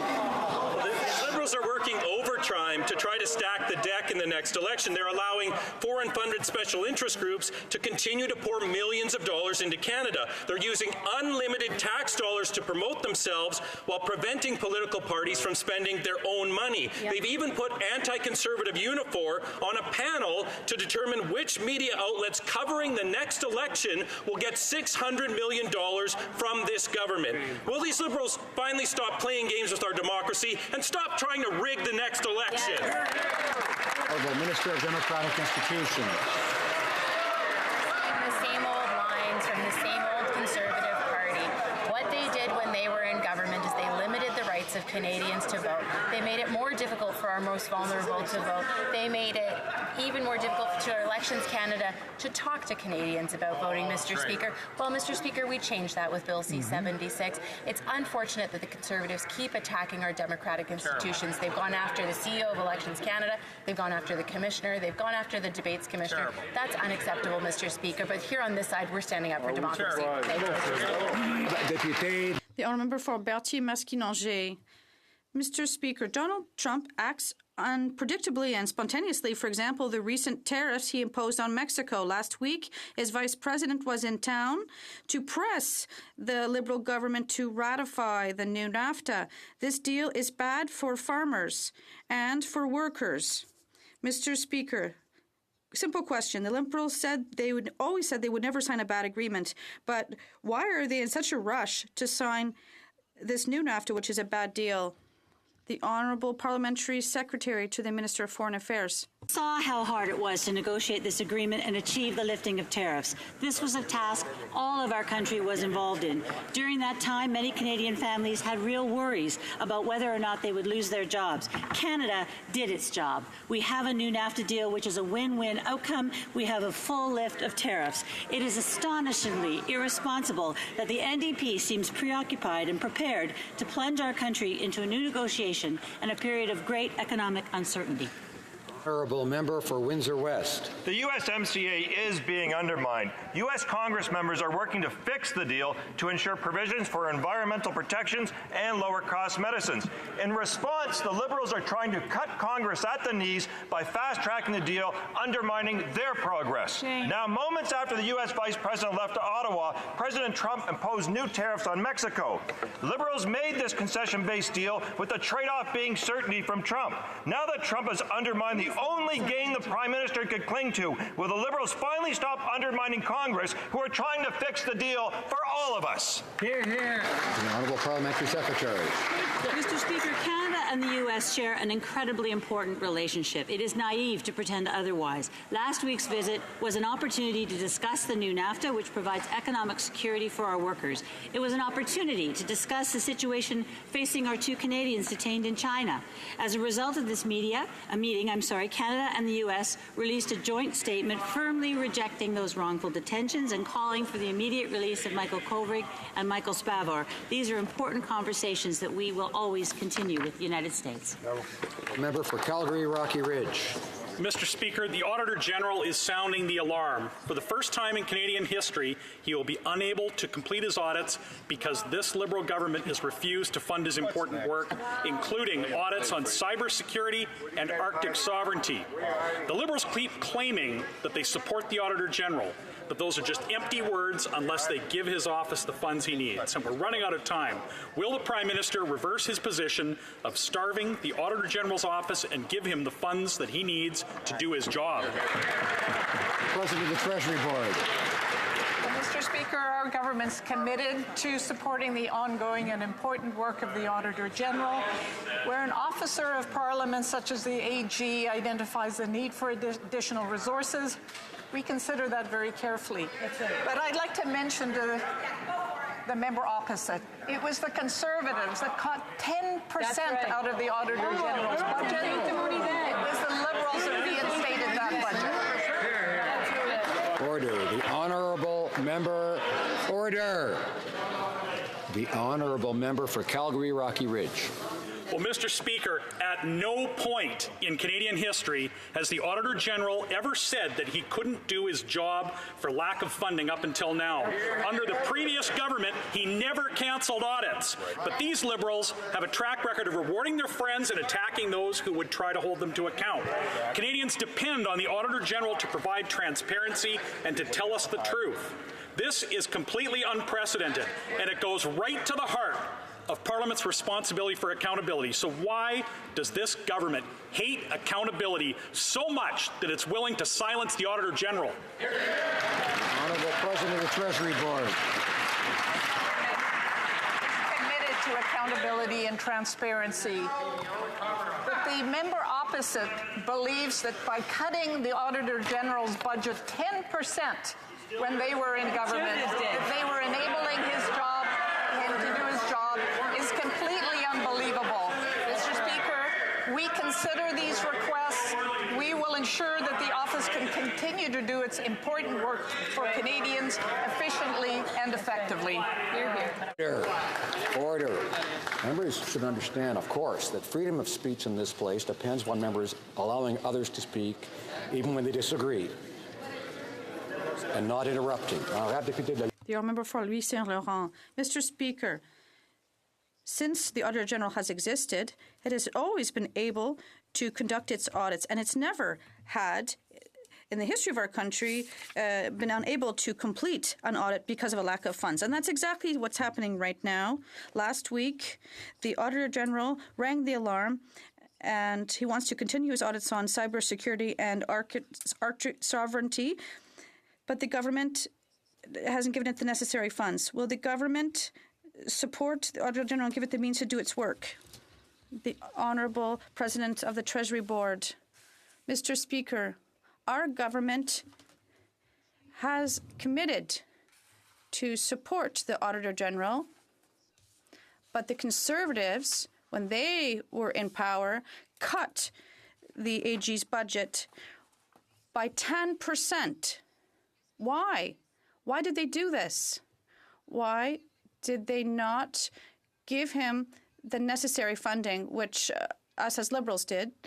We are going to continue to support the very important work of the Auditor General, this agent of Parliament. The Honourable Member for Louis Saint Laurent. I'd like to congratulate the Minister for his French. It's not because she speaks in French that we agree with what she says, because what she says has nothing to do with the facts. Here are the facts. The Auditor General last week said that he has no longer the necessary funding to conduct his audits. Never in the history of our country has this happened. The Auditor General is our watchdog. He's there to say if the government spends too much or doesn't spend the money correctly. Can our government accept the request of the Auditor General so that they can do his work properly? Yes or no? The Honourable President of the Treasury Board. Mr. Speaker, our government has committed to support the work of the Auditor General, the very important work. It's very confusing what the Conservatives are doing, because they are the ones who cut $500 million from the Auditor General's budget. He cut the revenue industry minister's funding by $1 billion. And why? Windsor Tecumseh. Mr. Speaker, Mr. and Mrs. Karki, age 66 and 69, missed their flight from Vancouver to Edmonton after being left in their wheelchairs without assistance for hours at the airport. They couldn't go to a washroom or even get a drink of water. Now, this Liberal government passed an Accessibility Act that exempts the Canadian Transportation Agency from enforcing it. How can we rely on airlines to include people with disabilities when Liberals failed to make it mandatory in Bill C-81?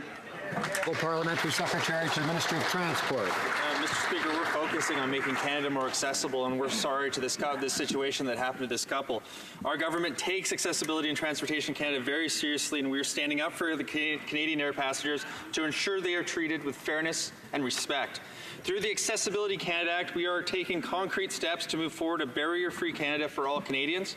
The Canadian Transportation Agency are experts in the passenger consumer issues and complaints, and I would very much recommend that these individuals approach that agency with any complaints they have. Hear, hear. Honourable Member for Hamilton Centre. Mr. Speaker, this is the first time in the history of Canada that the government of the day has failed to adequately fund the work plan of the Auditor General. Given that one of the planned audits being killed is on cybersecurity, how can this government possibly justify this unprecedented attack on the work of the Auditor General and the work of oversight and accountability. Justify that.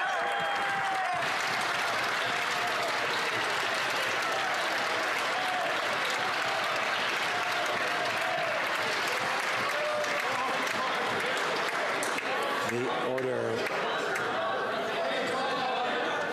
Order.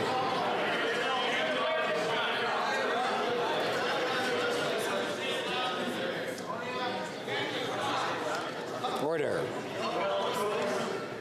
Order. The Honourable President of the Treasury Board.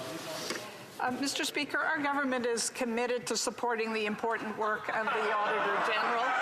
Where an officer of Parliament, such as the Auditor General, makes a request for additional budget, we take that request very seriously. My question to the member of the NDP is, where was he when the Conservatives cut 10% out of the Auditor General's budget, as well as cutting $500 million out of the RCMP, millions out of the CRA, and so many other things that they did to undermine our democracy and accountability. Order. Order. Members have to let other members speak, even when they don't like what they're hearing. Please. The honourable member for Davenport. Order. Mr. Speaker, thalidomide was used off-label in the 1950s and early 1960s to treat morning sickness in pregnant women. The drug had devastating consequences and led to miscarriages, birth defects such as missing organs and stunted limbs, and premature death.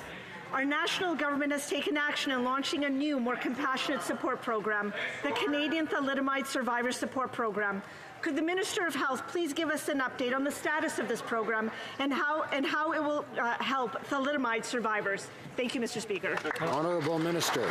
Thank you very much, Mr. Speaker. I'd like to take this opportunity to thank the member from Davenport for her important question and her advocacy on behalf of thalidomide survivors.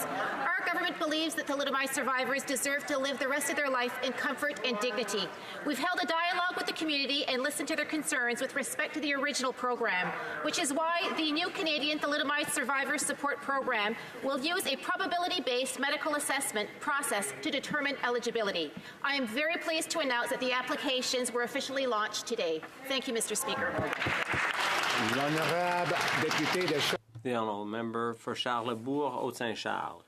Mr. Speaker, last week I asked the Prime Minister a question about public safety, but he didn't answer the question, so I'll ask again. A couple of weeks ago, 2 men were arrested in Richmond Hill in possession of explosives. 24 hours later, radio silence. The minister said the incident was not a matter of national security, even though the FBI is involved.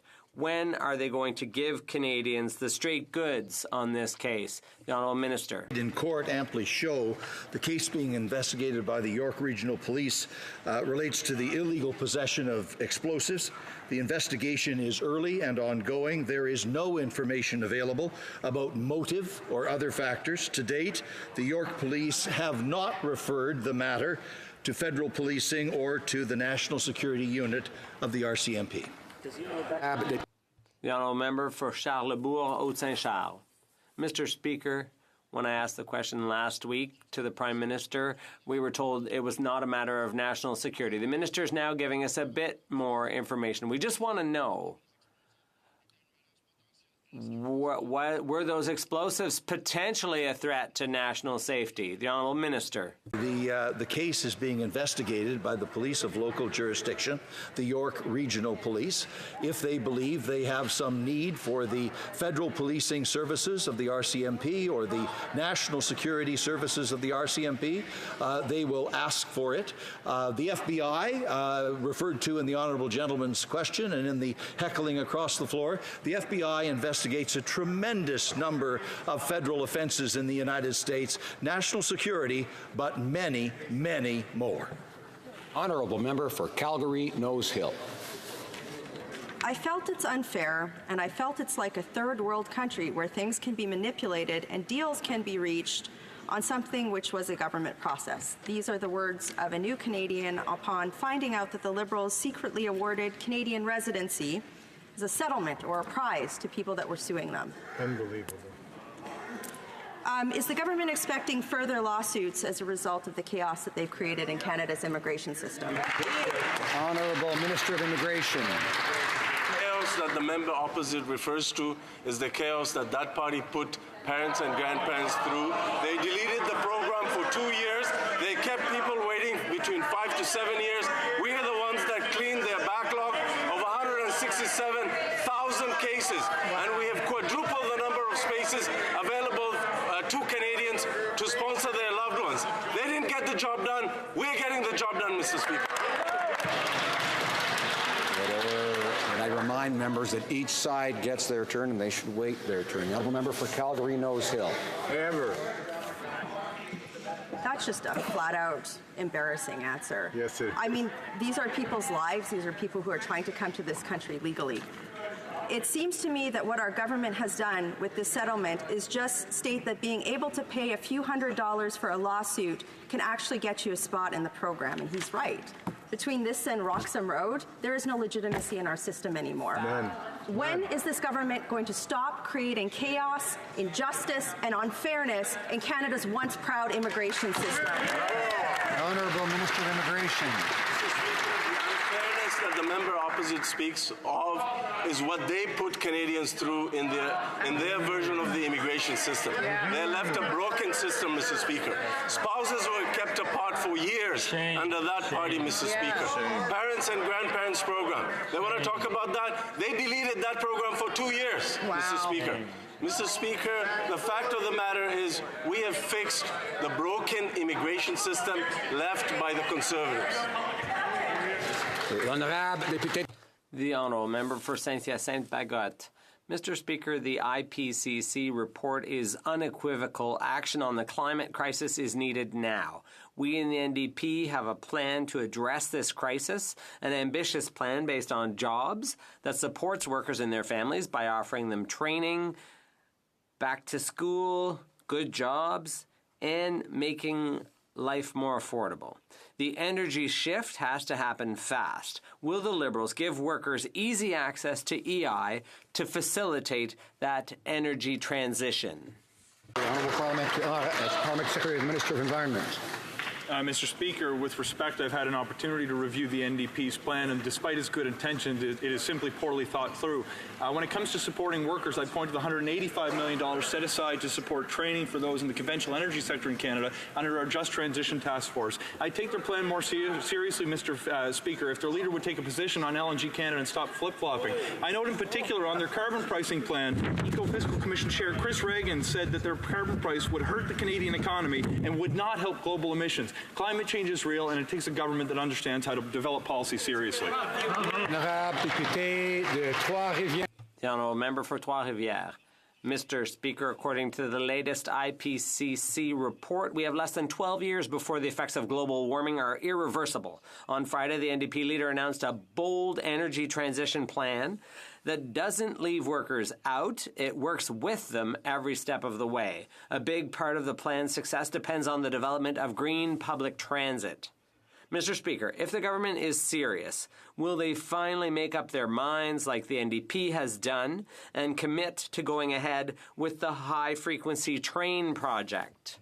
The Honourable Parliamentary Secretary. Yes, Paul. Mr. Speaker, when it comes to investing in Via Rail and our passenger rail services, we're doing it correctly. We're making it more green, we're making it more energy efficient, and we're making it more accessible. And I'm very happy that today I can provide an update to that member that we're also working with the Infrastructure Bank to put together the right structure to attract the appropriate partners. Right on. The honourable member for Portneuf-Jacques-Cartier. Mr. Speaker, this government has failed on the environment. They put a tax on carbon, and we already know in Canada it's not working. Just ask Quebec or BC. The Liberals paid over $4 billion to the Americans for a pipeline, and that didn't solve anything. They talk about an environmental emergency. Does that somehow excuse their own inaction? It is slowly dawning on the Liberal government that Canada is not going to be meeting the Paris targets. When will this government present an actual plan to reach the Paris targets?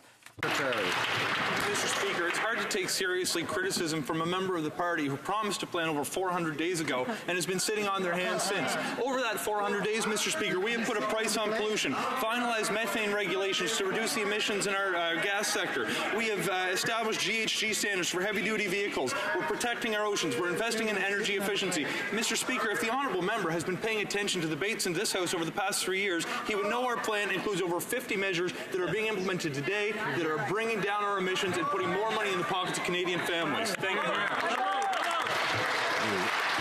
Honourable member for Abbotsford. Prime Minister's climate plan has become a massive failure. We've got more punishing taxes on Canadians, skyrocketing gas prices, shutting down Canada's energy industry, and a $12 million handout to Loblaws, a billion-dollar company. That's a climate plan? Now the Liberals have fallen so far behind that they have no hope of meeting their emissions targets. When will the Prime Minister finally admit that his plan is not as advertised and he will not meet the Paris targets? The Honourable Parliamentary Secretary. Mr. Speaker, we will meet our Paris targets, and with respect, we are going to achieve our targets because failure is simply not an option. This is the greatest challenge of our time. I'd introduce the honourable member to a copy of our plan. I'd be happy to provide it to him in both official languages after question period's over. He'll see that it includes putting a price on pollution that will bring our emissions down and put more money in the pockets of 8 out of 10 Canadian families. He'll see that by 2030, 90% of our electricity in Canada will be generated from non-emitting resources. He will see the largest single investment in the history of public transit and green infrastructure in Canada. It's time the Conservatives get with the times rather than sit on their hands. The Honourable member for Lakeland. But the Liberals won't meet the targets, and they don't have an environment plan. They just have a tax plan.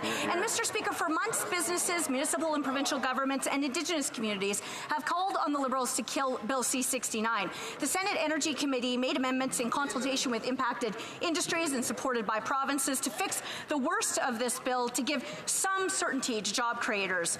So will the Liberals confirm today that they will accept 100% of those amendments in the House of Commons? The Honourable Minister of Natural Resources. Mr. Speaker, the purpose of Bill C-69 is to replace a broken system that we inherited from the Harper government. Bill C-69 would allow good projects to move forward. It will allow Canadians to participate in the regulatory process. It will allow us to protect our environment. I have always said we are open to amendments that will strengthen and improve this legislation, and we look forward to the work being done by the senators. Honourable member for Yukon. I know the Minister of Finance has been very generous in the past for the North and the Arctic with record increases in funding for northern allowance rates, northern infrastructure and trade corridors, childcare, mental health, home care, addictions, Indigenous languages, post-secondary education, sports, tourism and training, Arctic renewable energy, housing, homelessness, opioid, seniors and veteran services, doubling the summer student jobs, a 777-kilometre new internet line, and the arts. But what has the Minister done for us lately? The Honourable Minister of Finance. Sure. I'd like to thank the member from Yukon for his question, but also for his tireless advocacy on behalf of people in the Yukon and people broadly across the North. He does a fantastic job. What we will have seen in Budget 2019 is we put $700 million over 10 years for the continued prosperity of Arctic and Northern communities. A couple of things that the member from Yukon has personally advocated for, like the mineral exploration tax credit extending to 5 years, and importantly, funding for a science building at Yukon College so we could have the first university north of 60. His advocacy was very important in these efforts. Thank you. Honourable member for Central Okanagan, Similkameen, Nicola. Mr. Speaker, the Prime Minister has failed on free trade between our provinces. As an example, he fought against the right of Canadians to buy wine from one province and bring it to another. He introduced a so-called Canada Free Trade Agreement, where half of the agreement is a list of things you can't trade. Canadians are frustrated that it's easier to buy and sell to the Americans than between our own provinces. When will Liberals do what Canadians demand and allow them to buy and sell freely between our provinces, Mr. Speaker? The Honourable Minister of Finance. Mr. Speaker, I'm happy to say that we had a meeting of ministers of trade from the provinces last week. It was an important meeting where we talked about how important it is to expand internal trade in our country. We see a huge opportunity. Progress was made. It builds on the efforts of the federal government because we took away all federal restrictions around, for example, the transfer of alcohol across our country. So we are working together with the provinces to make sure this can actually come true in our country to help our economy over the long term. The honourable member for Courtenay Alberni. Mr. Speaker, the federal government has spent nearly $2.3 million fighting a marine biologist and the Namgis First Nation in court to avoid testing fish farms for the contagious PRV virus. Biologist Alexandra Morton is dedicated to protecting wild salmon. She's taken the federal government to court twice and won both times. But this Liberal government is dead set against diligently screening farm salmon for this virus. Can the minister explain why the Liberal government is prioritizing the profits of the fish farm industry over the health of BC wild salmon? Honourable Minister of Fisheries and Oceans. Thank you, Mr. Speaker. Protecting the health of wild Pacific salmon is a top priority for the government. Canadians want to be assured that aquaculture in Canada is conducted in a manner that emphasizes environmental sustainability and the protection of the environment. I actually met last week with Ms. Morton and certainly heard her concerns, and we are taking those into account as we develop policies going forward. We announced in December a suite of initiatives to ensure the environmental sustainability of the sector. We announced last week an advisory committee on science that includes international participants. We will work to ensure the success of the industry while ensuring the environmental sustainability going forward. Honourable member for Scarborough Centre. Mr. Speaker, this week Canada is welcoming the world in Vancouver for Women Deliver, the world's largest gathering on gender equality and the health, rights and well-being of women and girls. Our government has been working hard to advance gender equality, and our plan is working. 1 million jobs have been created, and there are now more women working than ever before. Can the Parliamentary Secretary to the Minister for Women and Gender Equality tell this House how this conference can bring awareness and the imperative for action for women and girls in Canada and around the globe? Good question. The Honourable Parliamentary Secretary. I want to thank the member for Scarborough Centre for her question and her advocacy. Mr. Speaker, Women Deliver is not just a conference. It is a movement to advance gender equality worldwide. It brings together thousands of people from across the globe to find solutions to the barriers still faced by women, girls, and gender-diverse people everywhere. While we celebrate the progress that has been achieved, we are reminded daily, Mr. Speaker, even in Canada, women's rights are at risk. Women Deliver will leave a legacy that will empower women and create lasting change that benefits everyone. The Honourable member for Selkirk, Interlake, Eastman. Mr. Speaker, Manitobans are angry that this Prime Minister is refusing to allow the sale of our clean energy. The National Energy Board has approved a hydro transmission line to Minnesota, but the Prime Minister is actively trying to kill that project. It's obvious the Prime Minister is lashing out at Manitoba in retaliation for standing up against him and his carbon tax. When will the Prime Minister get out of the way and allow this project to be built? The Honourable Minister of Natural Resources. Mr. Speaker, the honourable member is completely wrong. We are in the review process of this project. We are ensuring that we are adequately discharging our duty to consult with Indigenous communities on a number of outstanding issues that has been risen because of the actions of the Manitoba government as well as the Manitoba Hydro related to this project. We are working with our partners to ensure that we move forward on this project with fully discharging our duty to consult with Indigenous communities. Well done. The Honourable Member for La Pointe de l'Île. Mr. Speaker, on January 28th, the full year's worth of family reunifications applications were accepted between noon and 12:09. Too bad if you had to work that day. The only requirement for family reunification was to be sitting at a computer at noon sharp. Mr. Speaker, family reunification should be fairer than selling concert tickets. Does the government realize that its first-come, first-served system doesn't work? Of Immigration. Canadians know that this government cares about family reunification. An 8-year wait time for families to be reunited. We have listened to communities who have asked us to increase the number of spaces from 5,000 to 10,000 and then ultimately to 20,000 spaces. We've cut the wait times to under 2 years and we'll continue to work hard at this file because for us, Mr. Speaker, on this side of the House, family reunification is a #1 priority. The Honourable Member for La Pointe de l'Île. Mr. Speaker, family reunification isn't a form of gambling. It was unfair to decide the fate of families through a lottery, and it's just as unfair to do so like you're selling tickets to a Stones concert. Families should be able to file their applications, and those applications should then be assessed in terms of the urgency of the situation and the potential contribution immigrants could make. Will the government revisit its inefficient and unfair process? Will they finally transfer this responsibility to Quebec?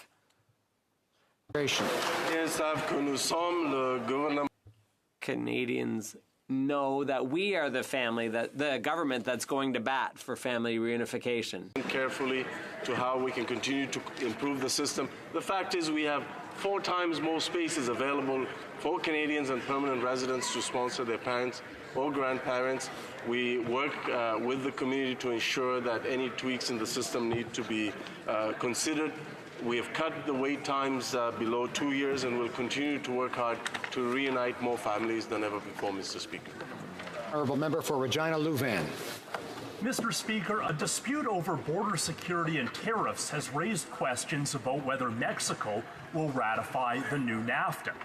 By contrast, Canada and the U.S. share a secure border, similar wage rates, and balanced trade.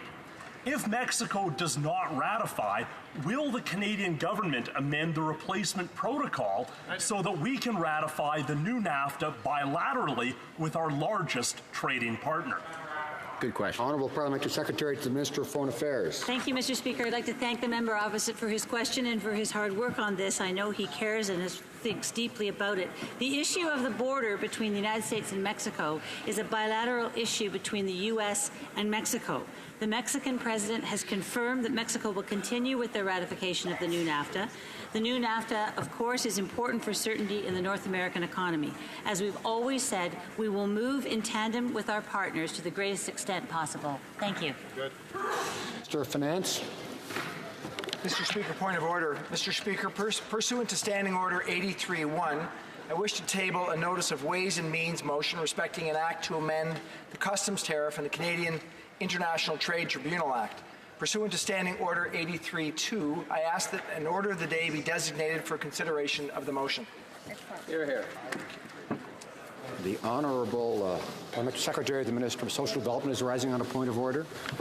Mr. Speaker, I hope and believe if you seek it, you'll find unanimous consent for the following motion that the House reiterates that a strong and independent journalism is not a fossil but a pillar of our democracy, a living pillar. Recognize that Canadian media needs to be supported to pass through the current crisis and calls on the government and all parties to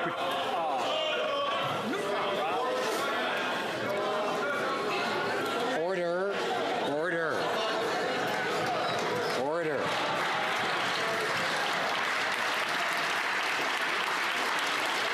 Order. A couple of points about these requests for unanimous consent. Order. Order.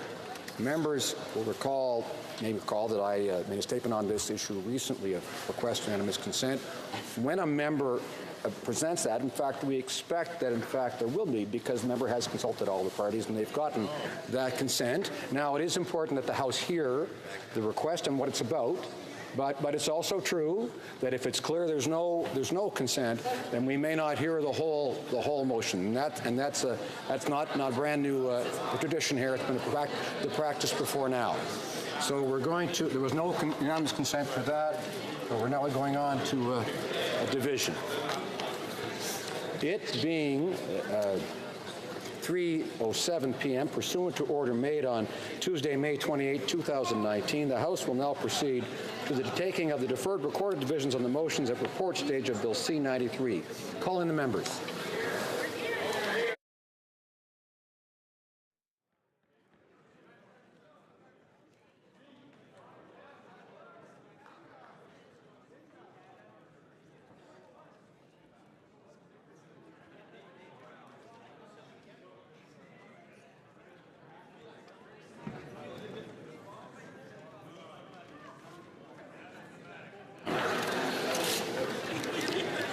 question is on motion number 1. A vote on this motion also applies to motion number 2. Mr. Goodale, seconded by Mr. Carr, moved that Bill C-93 in Clause 4, shall I dispense?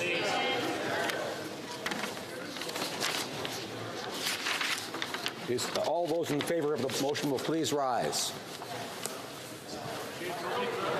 Ms. Chager. Ms. Chager.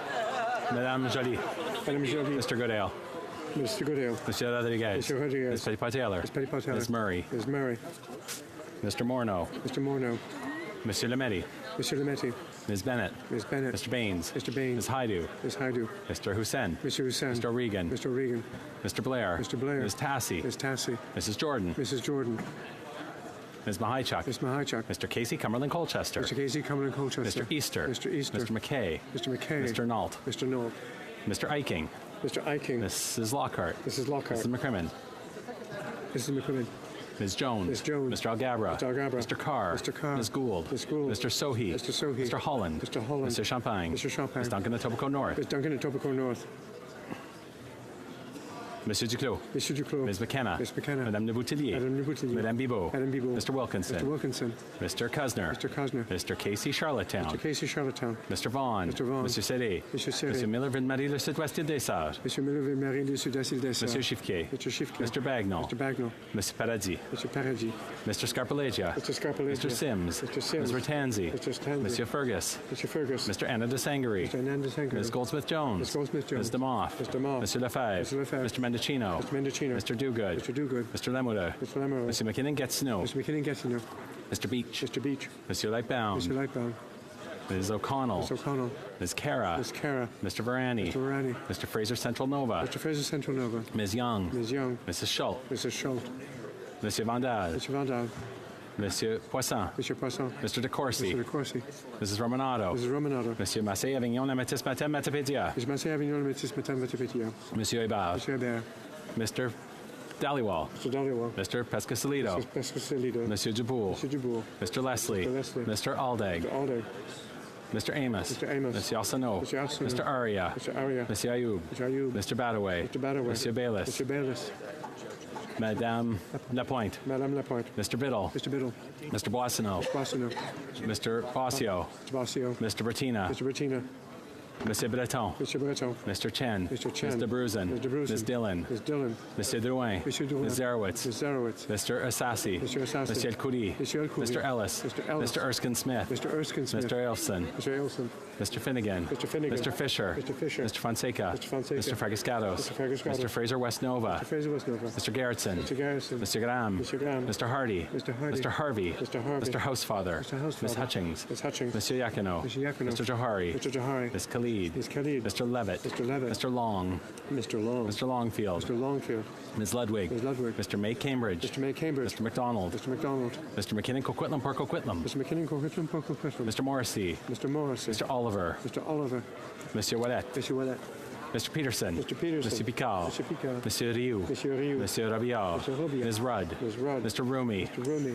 Mr. Brusnak. Mr. Rusnak. Ms. Sahota. Ms. Sahota. Mr. Saini. Mr. Saini. Monsieur Sanson. Mr. Sanson. Mr. Sanga. Mr. Sanga. Mr. Sarai. Mr. Sarai. Madame Shanahan. Madame Shanahan. Mr. Sheehan. Mr. Sheehan. Mr. Cedar Mission Matsqui Fraser Canyon. Mr. Cedar Mission Matsqui Fraser Canyon. Ms. Cedar Brampton South. Ms. Cedar Brampton South. Mr. Secan. Mr. Secan. Mr. Sorbera. Mr. Sorbera. Mr. Spengeman. Mr. Spengeman. Mr. Tabera. Mr. Tabara. Mr. Tan. Mr. Tan. Ms. Vandenbeld. Ms. Vandenbeld. Mr. Whalen. Mr. Whalen. Mrs. Zaid. Mrs. Zaid. Madame Fortier. Madame Fortier. Madame Lambropoulos. Madame Lambropoulos. Mr. Hogue. Mr. Hogue. Mr. Rogers. Mr. Rogers. Ms. Yip. Ms. Yip. Mr. Rhoda. Mr. Rhoda. Madame Bendayan. Madame Bendayan. Mrs. Philpott. Mrs. Philpott. Ms. May, Saanich Gulf Islands. Ms. May, Saanich Gulf Islands. Mr. May. Manley. Mr. Manley. Mr. She did just get married. Ms. Wilson-Raybould. Ms. Wilson-Raybould. Mr. Tutu. Mr. Tutu. Mr. Kung. Mr. Kung. Monsieur Thériault. Monsieur Thériault. Monsieur Beaulieu. Monsieur Beaulieu. Madame Posé. Madame Posé. Monsieur Fortin. Monsieur Fortin. Madame Gill. Madame Gill.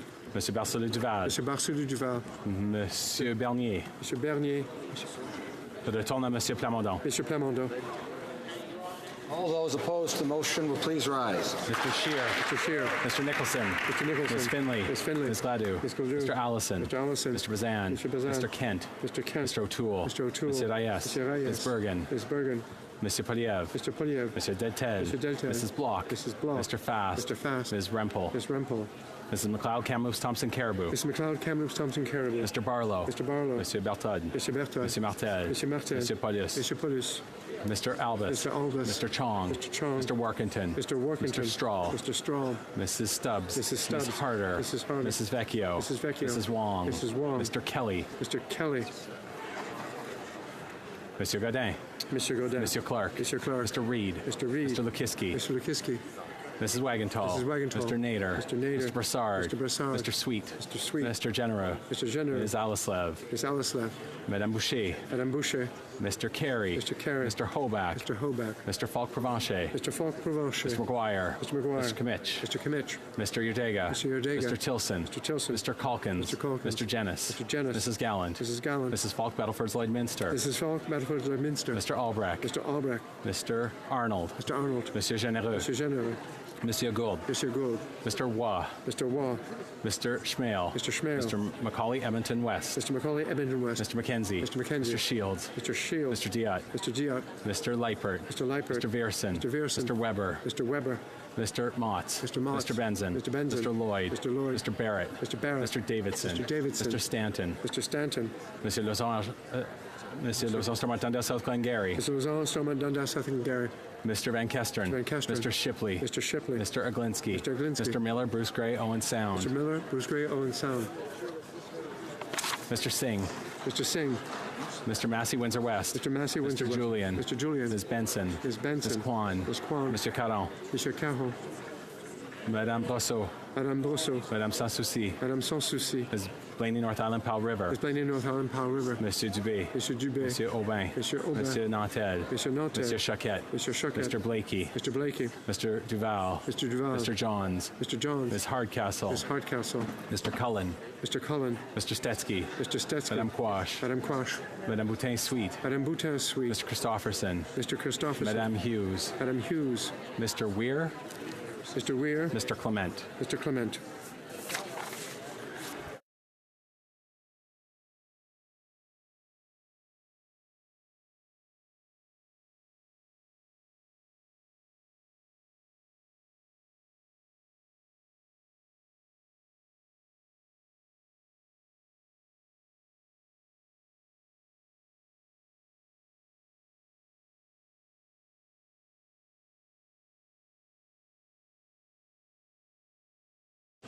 Yeas pour 167, 167. Nays contre 100, 100. I declare motion number 1 carried. I therefore declare motion number 2 carried.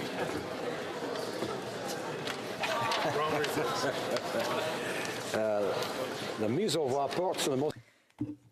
The question is on motion number 3. Mr. Paulus, seconded by Mr. Motts, moved that Bill C-93 be amended by eliminating Clause 6. All those in favor of the motion will please rise. Oh, excuse me. The Honourable Chief Government Whip is rising on a point of order.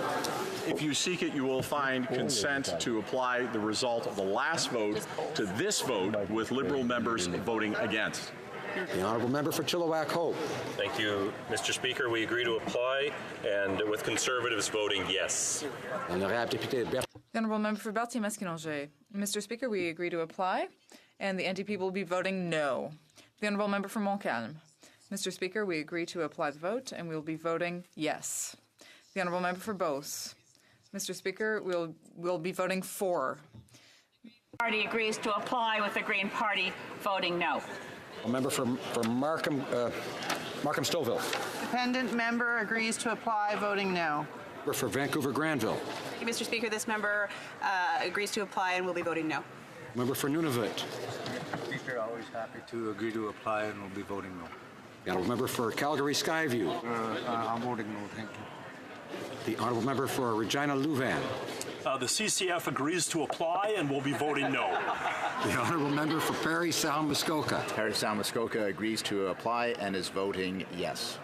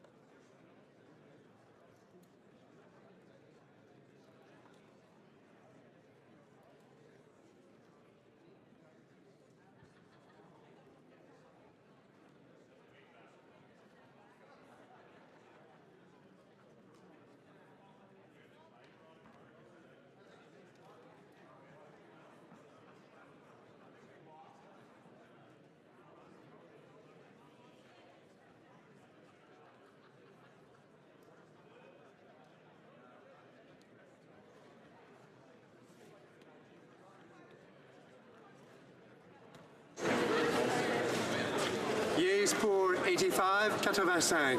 Nays, contre 183, 183. I declare motion 3 defeated. Mr. Goodale, seconded by Ms. Joly, moves that Bill C-93, an act to provide no cost. Shall I dispense? It is the pleasure of the House to adopt the motion. All those in favor of the motion will please say yea. All those opposed will please say nay. In my opinion, the yeas have it. All those in favor of the motion will please rise. The Honourable Government with his whip is rising on a point of order. Mr. Speaker,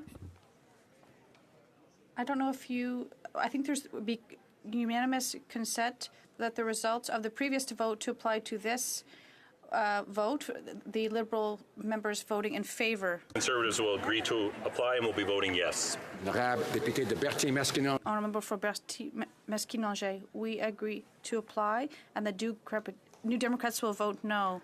The Honourable Member for Montcalm, we agree to apply and are voting yes. The Honourable Member for Beauce.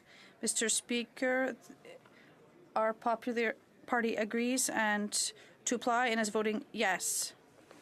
And the Honourable Member for Nanaimo Ladysmith. Mr. Speaker, the Green Party agrees to apply and we will be voting yes. The member for Markham Stouffville. I agree to apply and will be voting yes. The member for Vancouver Granville. Apply and will be voting yes. The honourable member for Calgary Skyview. To apply, Mr. Speaker, voting yes. The honourable member for Regina Louvain. La Fédération du Common. The CCF agrees to apply and is voting yes. For Parry Sound Muskoka. Mr. Speaker, Parry Sound Muskoka agrees to apply and is voting yes.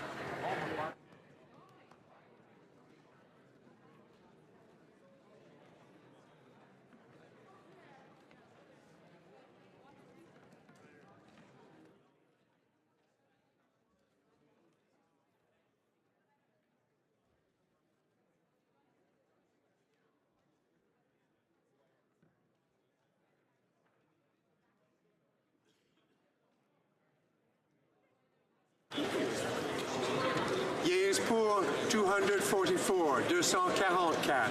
Nays, contre 23, 23. I declare the motion carried. When shall bill be read a third time? Pursuant to order made on Tuesday, May 28, 2019, later this day. How about that?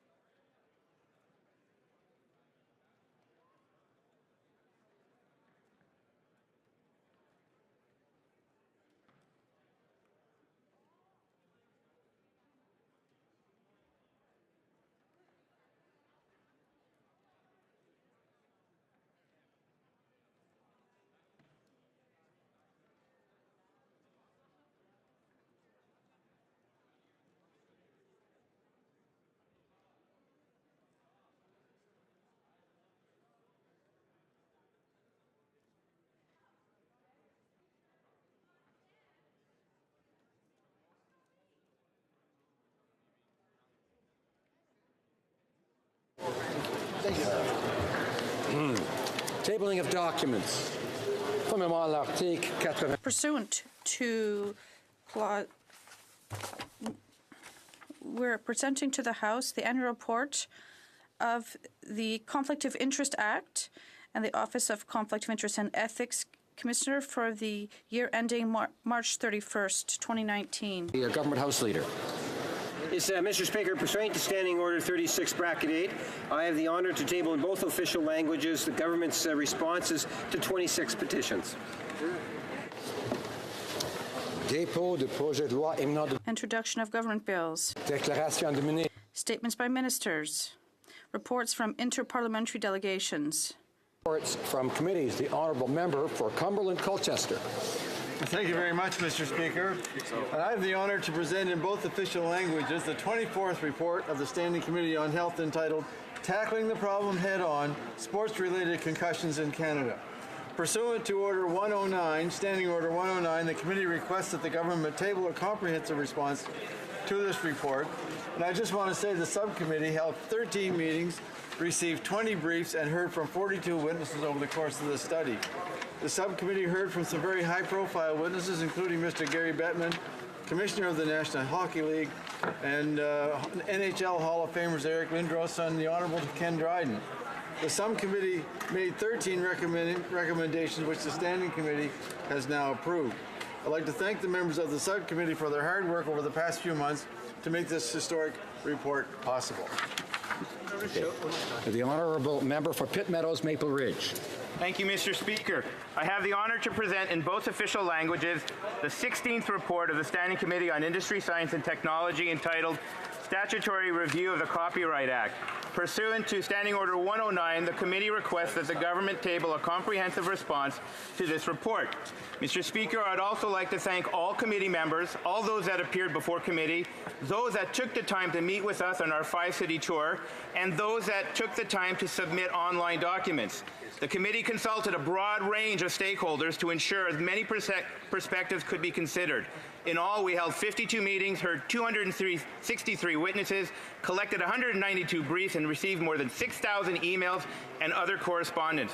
I also want to thank our committee's clerk, analysts, and all the supporting staff for doing such an amazing job, keeping us on track through such a lengthy and complex study. Thank you.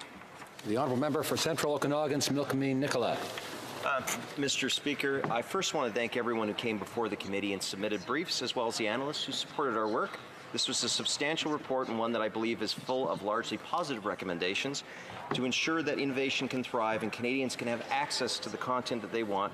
Copyright protections cannot be onerous. Now, creators deserve to be paid for their work, but those works also need to be widely available. That is the balance I hope we've struck with this report. There were 2 points of disagreement our caucus had within the report, and those are included in our dissenting opinion. The first relates to the artist resale right. We feel that it refers to real tangible property, that such a measure should not be addressed in the context of copyright. An artist resale right would be provincial matter, and we feel it should not be included in this report. And secondly, we believe that Crown copyright should be completely abolished. That view was shared by many witnesses, and unfortunately recommendations in this report don't go far enough. Content created by taxpayer money should belong to all Canadians, and government should not be able to enforce copyright on those works. Thanks again to everyone who participated in this review, and I encourage the government to review the report and ensure Canadian copyright law works for our populace and in the modern world. Honourable Member for Pitt Meadows, Maple Ridge. Speaker, I have the honor to present in both official languages the 17th report of the Standing Committee on Industry, Science and Technology entitled Main Estimates 2019-2020. Thank you. The Honourable Member for St. John's East. Thank you, Mr. Speaker. I have the honor to table in both official languages the 24th report of the Standing Committee of Immigration entitled Main Estimates 2019-2020. Mr. Speaker, I have the honor to present in both official languages the 26th report of the Standing Committee on Foreign Affairs and International Development entitled Main Estimates 2019-20, Votes 1, 5, 10, 15, 20, L25, 30, 35, 40, 45, and 50 under Department of Foreign Affairs and International Development, Vote 1 under International Development Research Centre, and Vote 1 under International Joint Commission, Canadian Section. Honourable Member for Yukon. Pursuant to our mandate, the Standing Orders 104, 105 have the honour to table in both official languages the 95th report of the Standing Committee on Procedure and House Affairs with regard to changes to membership of standing and standing joint committees. I would seek to ask for the adoption of the 95th report later today. Introduction. The Honourable Member for New Westminster Burnaby is rising on a point of order related to this. Thank you, Mr. Speaker. I think that the member for Yukon is mistaken. I think we're talking about the 96th report, because the motion that will follow, well, it's important to make that distinction. If the member could confirm that we're talking about the 96th report. The honourable member for Yukon. Thank you. That's a good point. No, I will change the number, because the 96th report I will be presenting soon, but not today.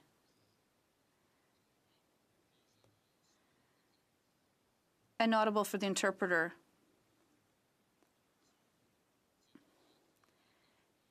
No, it has to be the 95th report we're talking about. Inaudible for the interpreter. We decided on the order an hour ago.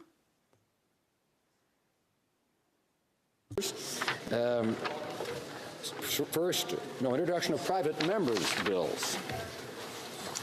Mr. Albus, seconded by Mr. Soroya, moves for leave to introduce a bill entitled An Act to Amend the Bankruptcy and Insolvency Act, Property of Bankrupt, Registered Education Savings Plan. This motion is deemed adopted. The honourable member for Central Okanagan, Similkameen Nicola. Thank you, Mr. Speaker. Previously this Parliament, I submitted a bill, C-410, that would protect registered education savings plans and registered disability savings plans when someone declared bankruptcy. Now, this was a good bill that was supported by many stakeholders. Clearly, the government agreed because they took my idea of protecting RDSPs and put it into their last Budget Implementation Act. Unfortunately, Mr. Speaker, they did not afford RESPs the same protections. So I'm happy today to table a bill to address this significant oversight. RESPs deserve the same bankruptcy protections now afforded to RDSPs. Parents deserve peace of mind that the money that they set aside for their children will be protected if they experience financial difficulties. Entrepreneurs are often asked to put up their homes as collateral for a business loan. They should not have to sign up their children's RESPs as well. As we continue to face a rapidly changing, innovative, and disruptive economy, we must ensure that laid-off workers, with their hard-earned money put into their children's education savings, that there are protections. I urge the government to feel free to steal this idea once again, as parents really do need their help. Thank you, Mr. Speaker. Mr. Albus, seconded by Mr. Soroya, moves that the bill be now read a first time and be printed. This motion is deemed adopted. First reading of this bill, première lecture de ce projet de loi. Shall the bill be read a second time at the next sitting of the House?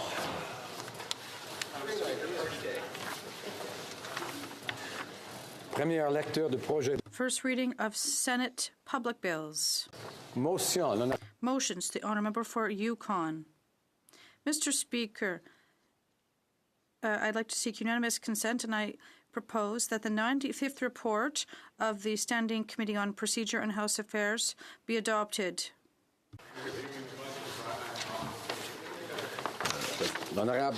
The honourable member seeking the unanimous consent of the House for the motion.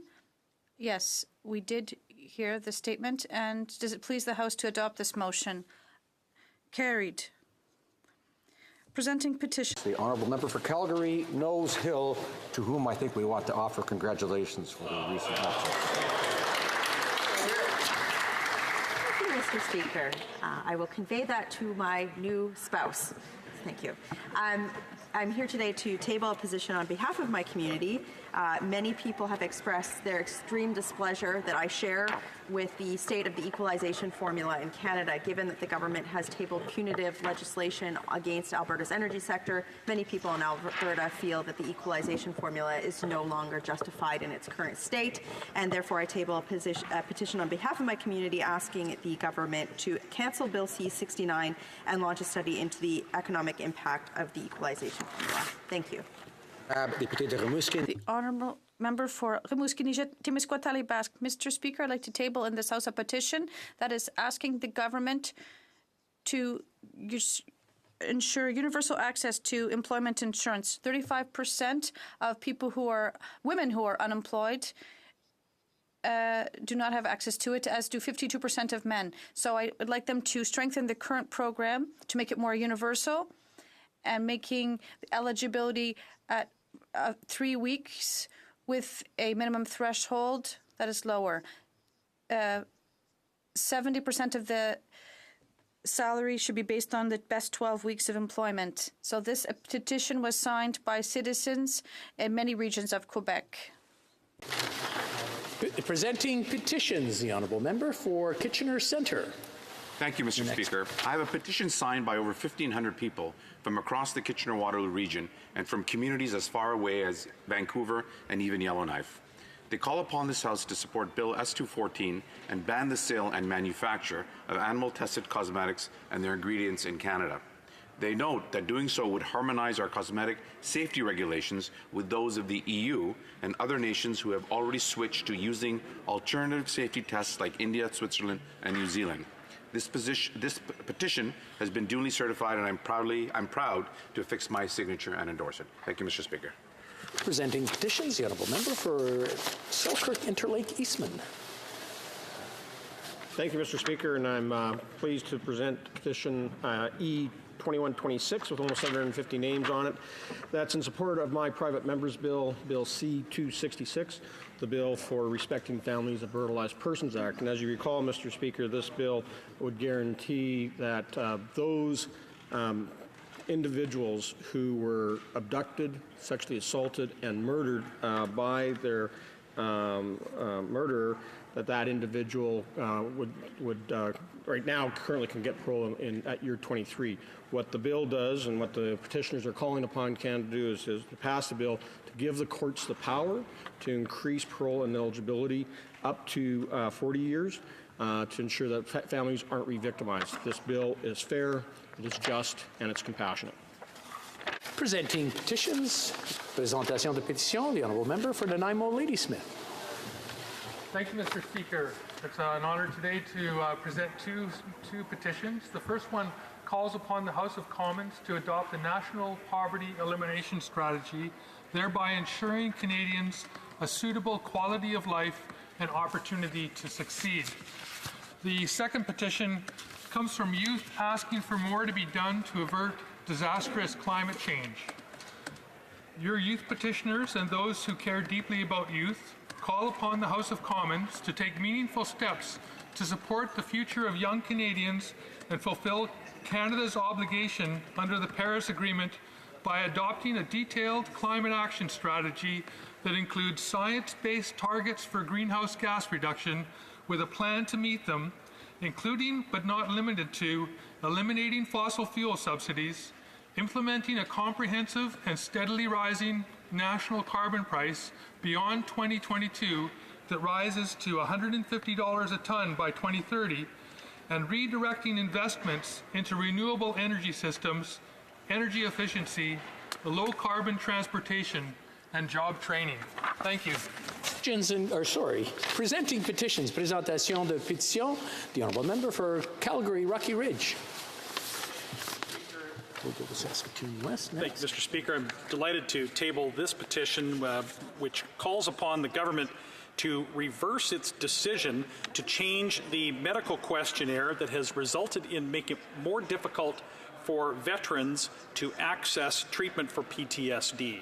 And this issue was brought to my attention by the Budd family, constituents of mine, and this petition is signed by a number of both my constituents and members from across the Calgary region. And thank you, Mr. Speaker. Presenting petitions, présentation de pétition, the honourable member for Saskatoon West. I have the honour today to table two petitions from people in Saskatchewan, both from rural and urban centres, and it's about recognizing the inherent rights of farmers. The petitioners are calling upon Parliament to enshrine in legislation the inalienable rights of farmers and other Canadians to save, reuse, select, exchange, and sell seeds. And in addition, they call upon the Government of Canada to refrain from making any regulations under the Plant Breeders' Rights Act that would further erode farmers' rights and or add to farmers' costs by restricting or eliminating the farmers' privilege. Thank you, Mr. Speaker. Presenting petitions, the honourable member for Kildonan St. Paul. Great. Here, here. Thank you so much, Mr. Speaker. I've got 3 petitions today. The first one calls on governments to finally complete the building of a water treatment facility for Shoal Lake 40, a community that waited over 100 years for road access. While Winnipeg enjoyed the water and freedom, they were left stranded.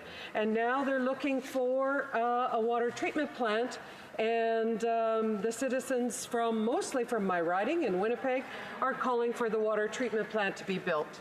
And Mr. Speaker, I have 2 petitions related to Indigenous artifacts and the goal. The citizens are asking that we try to retain these artifacts in Winnipeg, and they are from Kildonan and St. Paul and other Canadians calling on us to find a home for these artifacts in Winnipeg.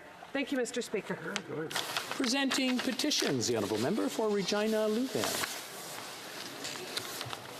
Thank you, Mr. Speaker. Today, Bill S-214 to ban the sale and manufacture of cosmetics using animal testing was debated in this House for the first time. I'm pleased to present more than 2,400 petition signatures collected at the Body Shop in Regina's Southland Mall in support of this legislation. Mr. Speaker, it's disappointing that this legislation was not brought forward in the House of Commons earlier, but I hope that the next Parliament will take account of the strong public support for a ban on animal testing. Petitions, the Honourable Member for Yorkton Melville. Mr. Speaker, I'm presenting petitions today on behalf of individuals from Prince George and Chilliwack, BC, Lloydminster, Alberta, and Churchbridge and Langenburg, Saskatchewan. They present this petition as a result of watching a CBC documentary revealing that ultrasounds are being used in Canada to tell the sex of an unborn child so that expectant parents can choose to terminate the pregnancy if the unborn child is a girl. An Environics poll found that 92% of Canadians believe sex-selected pregnancy termination should be illegal. The Society of Obstetricians and Gynecologists of Canada and the Canadian Association of Radiologists strongly oppose the non-medical use of fetal ultrasounds. There are over 200 million girls missing worldwide. This gendercide has created a global gender imbalance crisis, resulting in violence and human trafficking of girls. The 3 deadliest words in the world are, "It's a girl." Therefore, we, the undersigned, call upon Canada's Parliament to support legislation that would make sex selection illegal. Thank you. Presenting petitions, la députée de Brome-Missisquoi. The Honourable Member for Brome-Missisquoi. Mr. Speaker, Canada and the U.S. share a number of waterways and lakes, 2 in my riding, Lake Champlain and Lake Memphremagog. The petitioners call for the Treaty on Boundary Waters, which governs shared waterways between Canada and the U.S. They are calling for that treaty to be brought up to date in light of new environmental standards. So let's get the ball rolling with our American counterparts so that the Boundary Waters Act can be updated to include those environmental standards. Thank you, Mr. Speaker. Presenting petitions. Oh, silence. It's an honor to rise today to present petitions from residents of Saanich Islands, most particularly those located around Brentwood Bay, Pender Island. The Saanich Inlet and residents surrounding it have been asking the federal government for some time to designate Saanich Inlet a zero sewage discharge zone. Just parenthetically, Mr. Speaker, some know that there's been an issue with Victoria. This is totally different. There is no sewage discharge other than we have a problem with boats in the area and some local residents. So it's a zero discharge zone, which is again being requested from the Government of Canada. Thank you. Presenting petitions, présentation de pétitions, l'honorable député, the Honourable Member. Park Fort, Saskatchewan. Thank you, Mr. Speaker. I have 3 petitions to present today. The first is on Bill S-240, in support of the Sikh and Hindu minority in Afghanistan. It's calling for this government to do more to provide support to them. And the third is also in support of Bill S-240, which is currently before the Senate on the issue of organ trafficking. Thank you. Presenting petitions, the honourable member for Beaches East York. Thank you, Mr. Speaker. Presenting petition E2071, signed by thousands of Canadians who note that the World Health Organization's International Agency for Research on Cancer recently classified processed meat as a Class 1 carcinogen. They note the science underscoring the Canada Food Guide and call on the Government of Canada to make healthy food affordable by redirecting subsidies to ensure healthier, organic, plant-based food, to ensure that it is affordable for everyone, in particular Indigenous and low-income communities, and to ensure that government assistance and subsidies are shifted to those industries and agriculture that form the basis of the science in our food guide. Presenting petitions, présentation de pétitions, the honourable member for Lethbridge. Thank you, Mr. Speaker.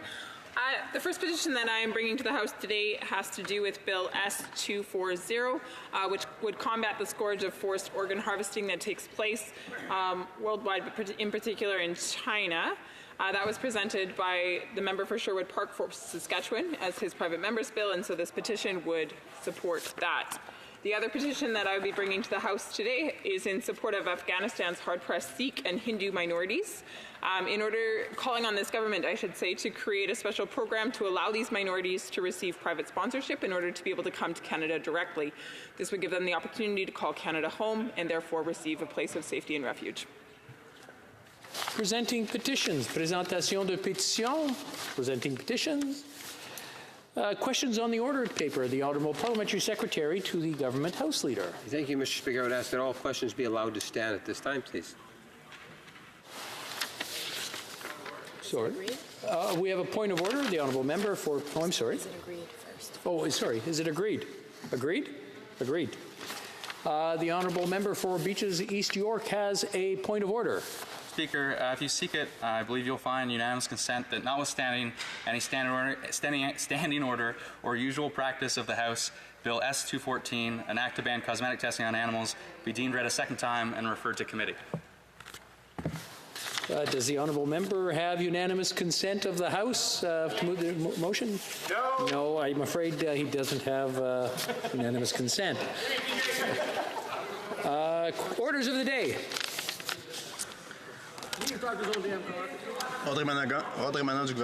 Government orders, business of supply, resuming consideration of Mr. Deltel's motion on the media bailout. The honourable member for Sherwood Park, Fort Saskatchewan has 5 minutes remaining in questions and comments. Questions and comments. The honourable member for Winnipeg North. Thank you, Mr. Speaker. And you know, it's interesting that the Conservatives would choose this topic for debate today, especially given that Stephen Harper, as Prime Minister in the former government, literally gave tens of millions of dollars, not once, but every year, to news magazines. Not only that, Mr. Speaker, but Stephen Harper and his government would determine which one's going to be receiving the money. So I'm sure people that are following the debate might sense a little bit of hypocrisy that is there. And I'm wondering if my colleague from across the way can explain to Canadians why it is that Stephen Harper chose to annually support news magazines to the degree of tens of millions of dollars every year. And maybe even at the same time, Mr. Speaker, provide some thoughts in regards to what is the most current position with respect to the Conservative Party on being able to provide a tax credit to the media industry as a whole. Do they support that initiative today? The honourable member for Sherwood Park, Fort Saskatchewan. Thank you, Mr. Speaker. It seems that the member for Winnipeg North thinks Stephen Harper was too close with or too generous to or too supportive of the media. That's not a criticism I've heard from Liberal members before, but we know we hear all sorts of criticisms from the Liberals that come from all sorts of different directions, and it's hard to keep track of what they're saying. Mr. Speaker, though, let's be clear, because it's been a little bit of time since before question period, since I gave my speech, what I actually talked about in my speech, what the motion we're actually debating today is, and then maybe other Liberal members will want to have some questions about that. The member didn't address the fact that their government is giving $600 million to a fund which is going to be controlled by a panel which includes Unifor. So we have explicitly partisan people who are loud and proud campaigning for the Liberals, who are then also involved in distributing money to journalists. And if the government is in favor of defending an independent press, then they should listen to what the press is saying. Because I quoted in my speech, many of the leading independent thought leaders in terms of Canadian political journalism who are sounding the alarm about the approach this government has taken. Let's take this partisan interference out of journalism. We can debate specific policies that were, whether it's government advertising. Obviously, every government advertises through the media in some form. That's not particularly novel. But the fact that the government has put partisan people in position to dole out this money should be very concerning to those who care about preserving the independence of the press. Comments, questions et commentaires. The honourable member for Spadina, Fort York. I listened to the honourable member talk, and all I can say is if they ever talked about the family farm, the way they talk about media organizations, they would quickly change the talking points in which they used. They talked about not supporting an industry that's going through technological change, not supporting family-owned industries, not supporting small industries and small communities. Sir, Mr. Speaker, the media sector is not a bunch of journalists. The media sector is a bunch of small businesses that are in communities right across this country, and they aren't just journalists that work at those spots. There are people, receptionists, there are producers, there are editors. There's a whole network of supply chains that go all the way back to the resource sector and the pulp and paper mills of this country. When we talk about supporting a sector of the economy with supports, none of which are direct support for content, all of which are charitable donations, tax cuts, and a series of other measures that help consumers access Canadian media that have nothing to do with the journalist's paycheck, why can't they support small businesses in local communities? Why can't they support part of the supply chain that's tied to the resource sector? Why can't they support small, independent, family-owned businesses that sustain communities right across this country? Why is it journalists that catch their attention when every other small business in this country seems to get their support? For Sherwood Park, Fort Saskatchewan, in 60 seconds or less, please. Mr. Speaker, my friend across the way has a habit of debating things in the House that he clearly hasn't read, because he is not aware of what this motion is about, which is about the inclusion of Unifor in the distribution of funds. Yesterday, he went after me on Twitter, saying that I had put C-81 in risk of not passing because it might not have time to go through the Senate. Well, actually, he didn't know that when we were debating C-81, it had already passed the Senate, and we were debating Senate amendments. So he has a habit of, without reading, without understanding the detail, whether it's C-81 or whether it's this motion, taking strong opinions and attacking people. And let's be very clear for the benefit of this member. This party will always stand up for small businesses. We don't accuse small business owners of being tax cheats. We create a competitive environment that is beneficial for small businesses, for entrepreneurs. That includes journalists. That doesn't include having Jerry Dias at Unifor involved in deciding who gets a government bailout. That is not something that we see as part of an agenda to advance and protect small business. Resuming debate, reprise du débat, l'honorable député de... The honourable member for Glengarry Prescott Russell. Thank you very much, Mr. Speaker. And I'd like to begin by indicating that I'll be sharing my time with the excellent member for Toronto Danforth. I'm very pleased to be here today to discuss a topic that is very important to rural communities and francophone communities, and that's the angle I'll be taking. It's very important, even fundamental, to have a free and independent press in order to have a healthy democracy, and that's why our government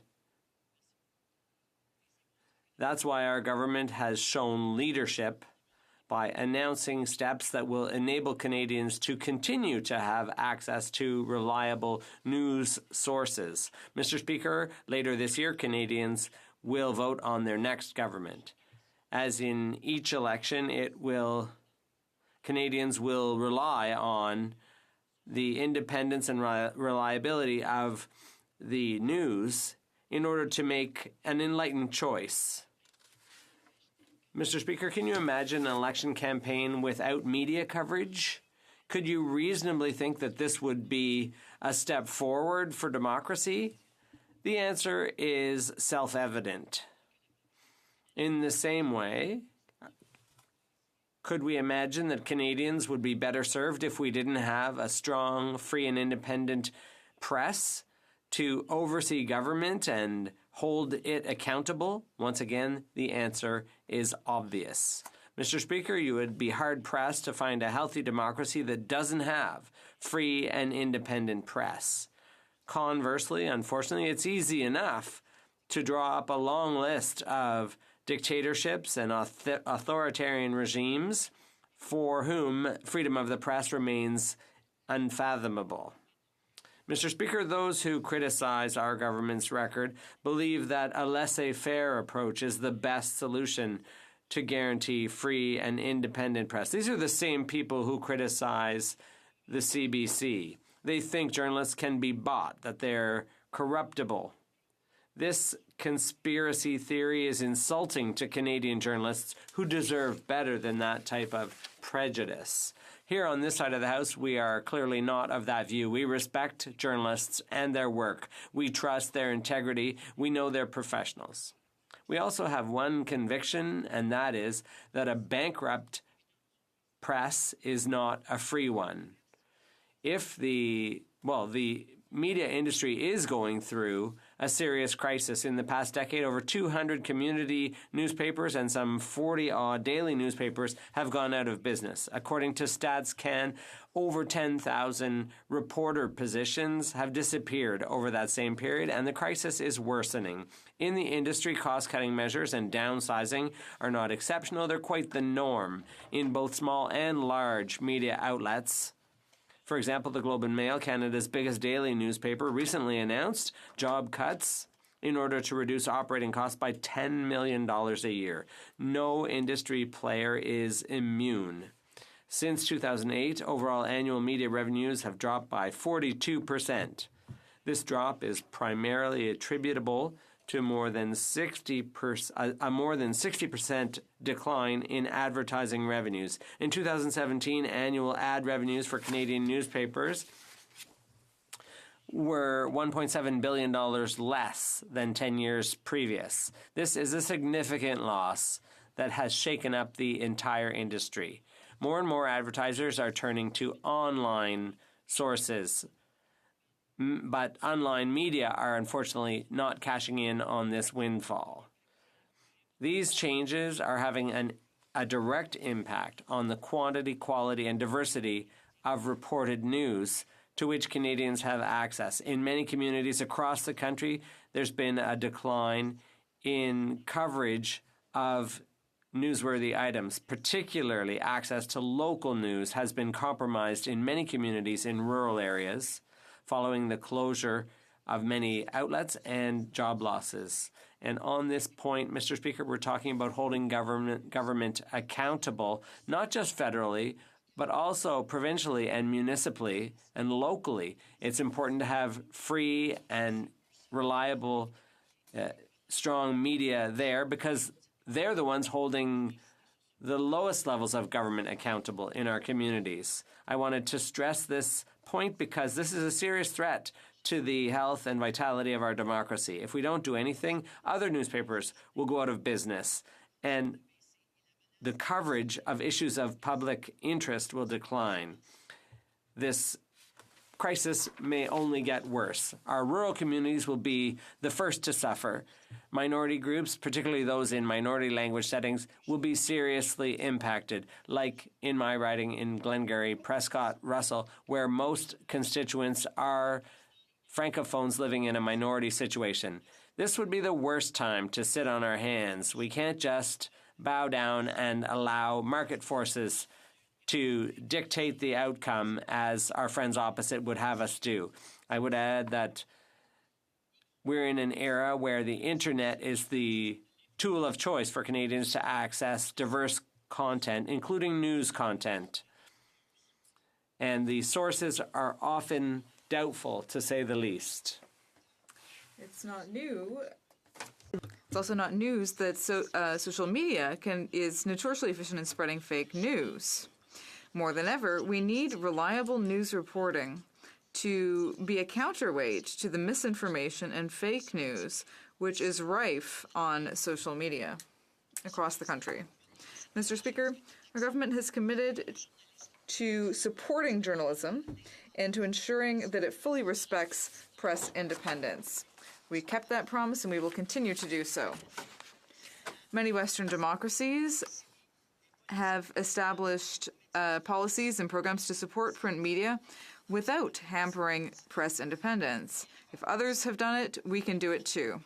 Our government's approach is to set up an independent committee of experts to define and lay out the eligibility criteria for budgetary support for journalism. We're convinced that it is important to have a committee that reflects the diversity of the industry and its various segments, including owners and employees, and we also want linguistic and ethnic diversity. This will allow us to set up measures that will support journalism that are fair and efficient and support press freedom. It's clear, in my view, that the official opposition motion must be rejected by this House, because we support an independent press, but we need to support that press in the coming years. Thank you, Mr. Speaker. Questions and comments? Member for Bow River. Sure. I appreciate listening to my colleague's comments, and one of the points that he was making about the loss of revenue in the newspaper industry, I might wonder if he might know of the amount of decrease in the last 4 years, the amount the federal government has decreased their support for the newspaper industry in advertising. I believe they've shifted a tremendous amount of their advertising to the internet and taken away that revenue source from the print media. So does he have any idea of the numbers in the last 4 years of the amount of advertising dollars the federal government has taken from the print industry and put it on social media? For Glengarry, Prescott Russell.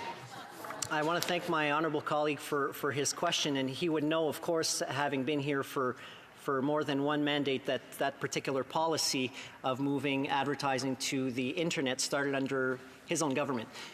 But with respect to the issue at hand here is that we want to support an independent press, and bankruptcy is simply not an option for an independent press. And that's what we're talking about here, and that's what's important to keeping our democracy accountable. Thank you, Mr. Speaker. Questions and comments? Questions et commentaires. L'honorable député de Longueuil. The Honourable Member for Longueuil, Saint-Hubert. Thank you, Mr. Speaker. I want to thank my colleague for his speech. I think it was an important speech, given that in his writing, there are Franco-Ontarians, and often Franco-Ontarians' rights are vulnerable and need to be defended. Now, I may have missed this bit, but I'd like to know what is the state of the local daily and weekly newspapers in his writing, and whether the people who run those newspapers would be reassured by the government's announcement. And then, if he still has time, he could tell us why the government is presenting these solutions at such a late hour. The Député de Glengarry. The Honourable Member.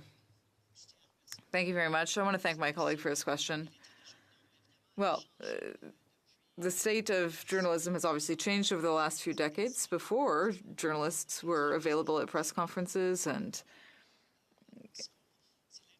I think I mentioned earlier that journalists really help municipal governments stay accountable. Here we focus a lot on the national press, but it's also important to have local media so that there is that accountability at the local level too.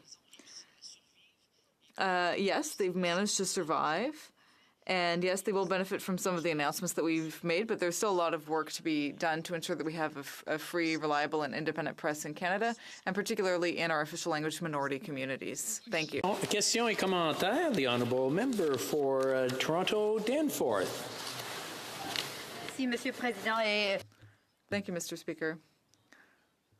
Well, when you listen to the debate today and you see who's speaking, particularly on the Conservative side, some people are complaining that there is a union that is one of the voices around the table when we decide what we're going to do. So perhaps my colleague could give us an idea of what he thinks of the fact that we're hearing the voices of the employers and employees, unions, and everyone, so that everyone can give their opinion. The Honourable Member. Thank you very much, Mr. Speaker. I want to thank my colleague from Toronto Danforth for her question. So it is important to have all those sectors represented around the table.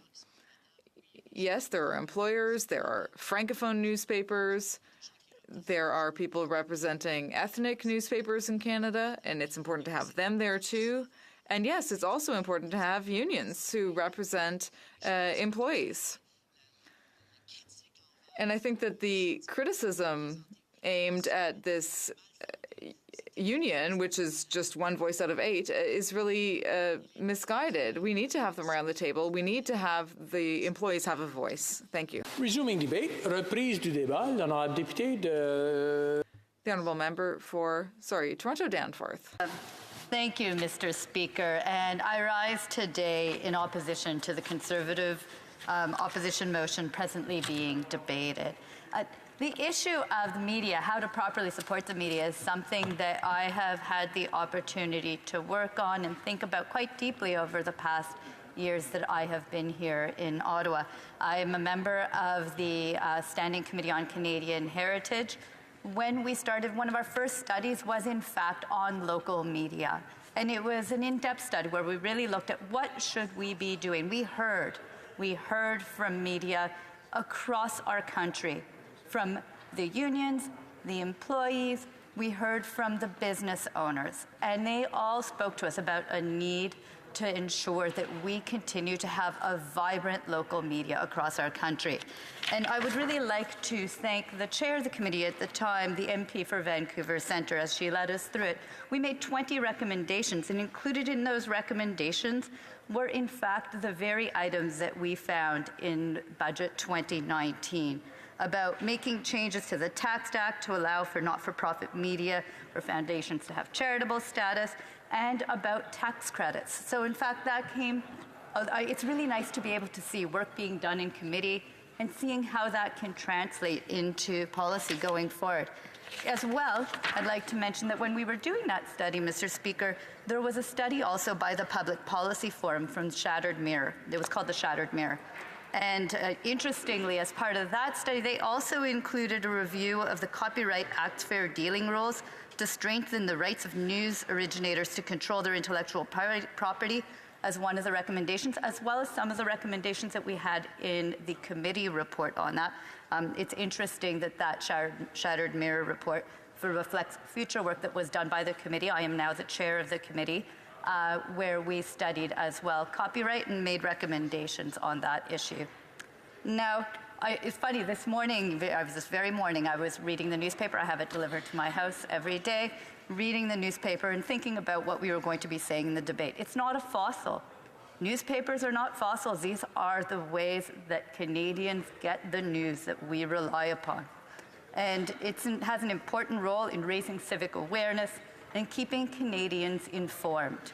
No matter what the size of communities are that we live in, no matter how our distances are from larger population centres, we rely on important local news to make our decisions, to see how we look about the world, planet, and our local communities.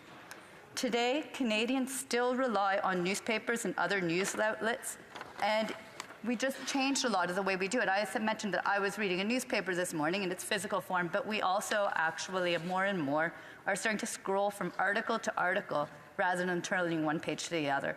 And in fact, Canadians are among the most engaged and best informed citizens globally. We should be proud of that. In international surveys, such as the well-respected Reuters Institute's Digital News Survey, Canada ranks highly in consumption and trust in news sources. For example, in 2018, Canada ranked 5th out of 37 countries that were surveyed for trust of the news people read. And more importantly, the numbers for Canada are rising. There was a 9% increase in trust from the previous year.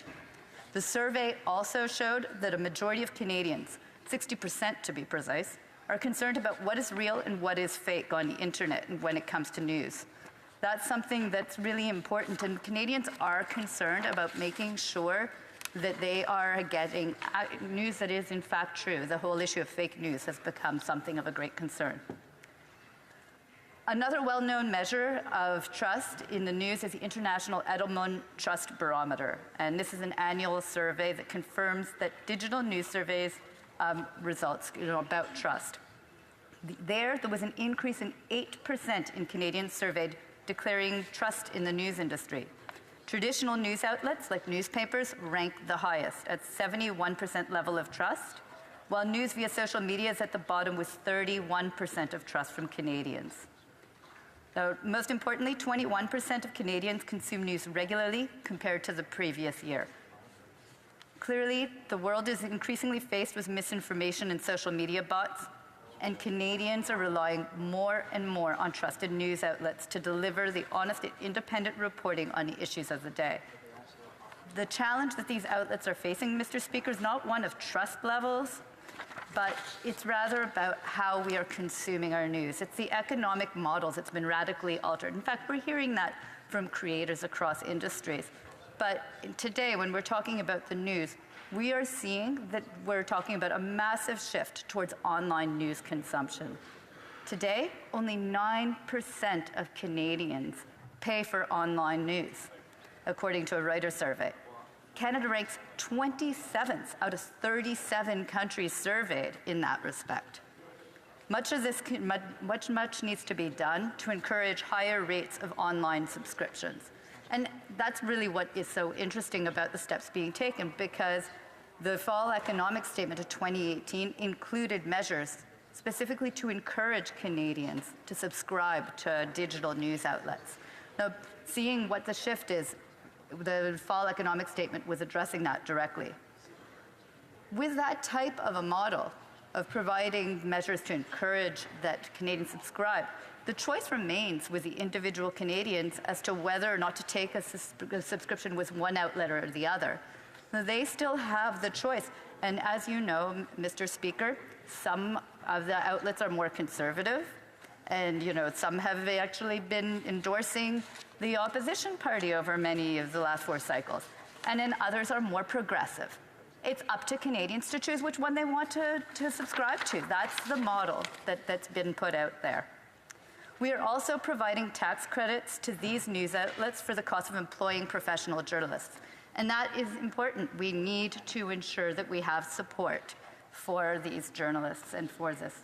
Again, these tax credits are available to all of the qualified journalistic organizations in the news industry, regardless of the scope or the lean of their reporting. As has been said from the outset by the Prime Minister and the Minister of Canadian Heritage, any government action in support of news media will rest on the principle of ensuring respect for the independence of the press. And that's why we're putting together an independent panel to advise on the criteria that should be applied to define these qualified journalistic organizations. To ensure the independence of the panel from any influence of government, 8 non-governmental organizations were asked to each provide the names of one individual each that they believe has the necessary qualifications and expertise to contribute to the work of the panel. All 8 organizations represent part of the news industry. 4 of them represent the owners and publishers of news outlets: News Media Canada, representing daily and community newspapers and online news sources; the National Ethnic Press Council, representing the multicultural and multilingual press; the Quebec Community Newspaper Association, representing English language newspapers in Quebec; and the Association, or l'Association de la Presse francophone, representing French language news sources in the other provinces and territories. The other 4 represent journalists and employees, who also have an important stake and a vital role in the future of the news industry. They are the Canadian Association of Journalists, the Fédération professionnelle des journalistes du Québec, the Fédération nationale des communications, and Unifor, which represents more than 10,000 employees in the news media sector. The objective, Mr. Speaker, is to hear the voices of all professionals involved in the sector: employers, publishers, official languages communities, ethnic media, big and small organizations, freelancers, and bloggers. We don't just want CEOs around a table, but a diversity of voices. Mr. Speaker, it is clear that the Conservative opposition is merely playing politics with Canada's journalism and news sector to the detriment of our democracy. They have a track record, in fact, of doing so. And they have made a special effort in the past. For example, in 2015, they made a special effort to have post-media newspapers across Canada endorse the Stephen Harper Conservatives over the objections of staffs and employees. The Conservative Party also bought front pages of these newspapers in the days before the 2015 election, deliberately misleading Canadians into thinking that the political advertisement was actually journalism. It's not how an independent press works. It is clear, Mr. Speaker, that the Conservatives, regardless of the compelling and human and democratic arguments in favor of supporting our struggling news sector, continue to play unabashedly with the politics of the topic. And that's why I'm opposing this motion. I will be focusing with this House on the important issues to Canadians. We have many that we should be debating, which we could be debating, and this, Mr. Speaker, is not a proper use of our time to be debating the composition of this committee. Thank you. Questions and comments. Questions et commentaires. The honourable member for Calgary-Shepherd. Thank you, Mr. Speaker. So, the member is absolutely wrong in how she characterizes this particular issue. Nobody on this side is saying there shouldn't be freedom of the press to print and write the articles and the opinion editorials that they need to. What we're simply saying is the government shouldn't be involved in the business of the free press. At committee, finance officials said no blogger will be eligible this. They said no owner-operated news outlet will be eligible for any of this. In fact, most startups will be automatically eliminated just by the virtue of how startups begin. And the one thing I also want to mention to the member, because again, this was brought in an omnibus budget bill. In it, this is the first time I can find that the Canada Revenue Agency will not be directly involved in the administration of the tax credit. The government is setting up this partisan panel with Unifor on it. So does the member have another example of a tax credit that is actually not administered directly by the CRA? The honourable member for Toronto Danforth. Very interesting that this partisan panel that is being referred to has 8 different associations that are part of it. And I would beg to believe that I would be surprised if any of these other members, any of them, all 8 of them, would like to see themselves categorized as partisan. In fact, these are the people responsible for our news, our democratic news. They, different organizations, different newspapers may have leanings one way or the other.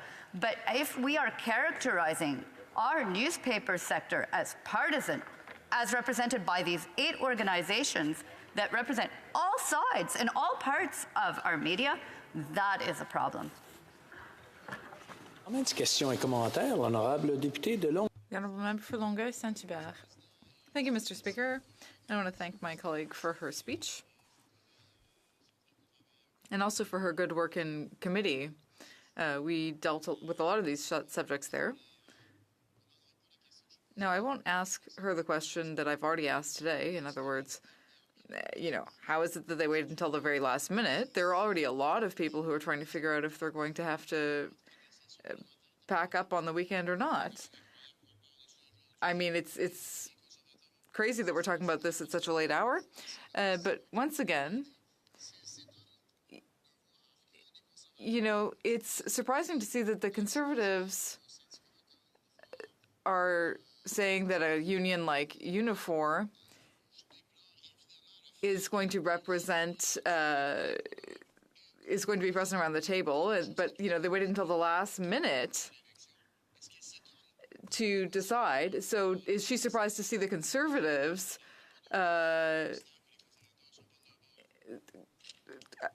talking about the choice of the committee selection? Et je remercie mon collègue, et c'est bien vrai qu'on travaille. I'd like to thank my colleague. We did excellent work on the committee together, and it's a committee that worked very hard, and we worked a lot to think about what to do with the media and other things. And there were different measures suggested over the past 3 years, and now 4 years. And in terms of broadcasting, it's important to think about the Canadian Media Fund. Funds several years ago, and the CBC, as far as local news production, also received a large investment. And so there have been steps being taken all along. And I'm sorry that I had to say all that in English, but sometimes it's easier for me to do so. But there are more than 10 employees at Uniform, and everyone thinks they're all partisan. 10,000 employees, but journalists have all sorts of perspectives. So a union that wants to work on behalf of its employees is an important one. And it's not fair to say they're all partisan. And that's the way people are acting today. Resuming debate. The honourable member for Foothills. Thank you very much, Mr. Speaker, and I'll be splitting my time with my colleague from Mégantic-L'Arabe. I'm really honored to have the opportunity to speak on this opposition motion today, Mr. Speaker, because as my colleagues know, I was a journalist for more than 2 decades. Spent the bulk of my time in working in community newspapers across southern Alberta. So I think I can speak with a lot of insight into how journalists across the country feel about not necessarily this media bailout, but certainly by certain groups who are been added as part of this panel to decide who is going to be getting funding and who is going to be left out, and certainly establishing the criteria on how these funds are going to be rolled out to various media groups. Certainly over the beginning of my career as a journalist to near the end, I could see a very stark difference on how Canadians viewed journalists across the country. And there is no question, for various different reasons, be it the growth of social media, cable news, other avenues, but there has been a very clear erosion of trust of journalists across this country and certainly across North America. And our motion today, as it reads, we are not questioning the journalists, Canadian journalists, and the importance of media in strengthening our democracy and holding certainly government and politicians to account. That is not stated anywhere in the motion that we are putting forward. What we are questioning, Mr. Speaker, is the inclusion of a group like Unifor on this panel. Our motion clearly states that it is important that we have a free and independent press, which is an integral pillar of our democracy. That is the first comment in our motion. But my argument in my intervention here today, Mr. Speaker, is by including a group like Unifor, which has been outwardly partisan, called itself the Resistance, and is once again going to be actively campaigning against a specific political party in the upcoming election, erodes the integrity of this entire process. We have heard that from journalists across the country, not just members of the opposition. I would quote a CBC contributor, Andrew Potter. "This is actually worse than anyone could have imagined. An independent body staffed entirely by unions and industry lobbyists. What a disaster." By Andrew Coyne, a columnist with the National Post. "It is quite clear now, if it was not already, this is the most serious threat to the independence of the press in this country in decades." These are trusted journalists who are speaking out against the decision made by this Liberal government to include a partisan group association as part of this panel. That is what the essence of our motion here speaks about today. In no way are we questioning the integrity and the importance of our journalists. I was very proud last week, Mr. Speaker, to see the Alberta Weekly Newspapers Association held its annual award ceremony, and I had numerous community newspapers in my riding win awards. And I would just like to take this opportunity to read some of these, who were some award winners. The Claresholm Local Press, published by Roxanne Thompson and editor Rob Vogt, won Best Overall in Class B. High River Times, 3rd Best Overall in Class D. The Rocky Mountain Outlook, published with publisher Jason Lyon, was Best Overall in Class E. Won an Excellence in Education Award, a Habitat Conservation Award, an Arts and Culture Award. The Okotoks Western Wheel, which I worked for 17 years, so I was very proud to see that they were Best Overall in Class 7, beating our rival, the St. Albert Gazette, which my colleague will owe me a beer for that one. But they also won the Best Local News Story, the Best Habitat Conservation Story, the Best Sports Writing Story, Congratulations to Bruce Campbell, the editor, Remy Greer, Krista Conrad, and Tammy Rowley, some of the reporters there. But these two that really stand out to me, and I think this goes to what the misinformation that our colleagues across the floor are saying, that this funding is going to be available for any journalists across Canada. One of the newspapers, which is an historic newspaper in Alberta that is owned and operated by Frank and Emily McTighe, certainly one of my mentors in the newspaper and print industry in Alberta. The Fort Macleod Gazette is more than 100 years old. It won the best overall newspaper in its class in Alberta. It won the Healthy Communities Journalism Award, the best feature story by a local writer, and editor and publisher Frank McTighe was honored with the Gordon Scott Memorial Award for the best feature column. That is a very prestigious award in Alberta's newspaper industry. As well, Shootin' the Breeze, which is owned and operated by Shannon Robison in Pincher Creek, won 2 writing awards for environmental writing and best local editorial. These 2 newspapers are amongst the most popular in my riding in Southwest Alberta and Foothills. But neither of these newspapers will be eligible for any of these fundings because they are owner operated. These are not big conglomerates that have, highly paid lobbyists who can ensure that they lobby the Liberal government and lobby this panel to ensure that they are the ones who benefit from this program. These are integral small community newspapers who are the lifeblood of these communities, ensuring that they are hyper-local, ensuring that their residents know everything that is going on in their community. So for our Liberal colleagues across the floor saying we are attacking journalism, every media outlet across the country who is so important to our democracy is going to be eligible for these funds, bloggers and online newspapers and some of these critical community newspapers, they're not going to be eligible for this funding. They are in fact going to be struggling. And I would argue, Mr. Speaker, that these newspapers are the most important ones we have. These are the ones who are tied in so tightly with our communities, do such important work, and I know they do it with the most minimal resources. And I'm sure that they would love to be eligible and access this media fund, but they are not going to be able to. This is going to be exclusively for these large corporations that have expensive lobbyists who will be lobbying the Liberal government to access these funds. But our argument, Mr. Speaker, on this motion today is not necessarily who is eligible and who is not. I wanted to take that opportunity to highlight the misinformation that's being rolled out by the Liberal government on who is going to be able to access these funds, because it's simply not the case. What I do want to focus on, Mr. Speaker, is the fact that by placing Unifor as part of this panel is explicitly inappropriate. And the Liberals' attack on us on this motion has been that we are fighting against journalists. We don't believe in a free press. We don't believe in the independence of journalists across Canada. And that is just simply not the case.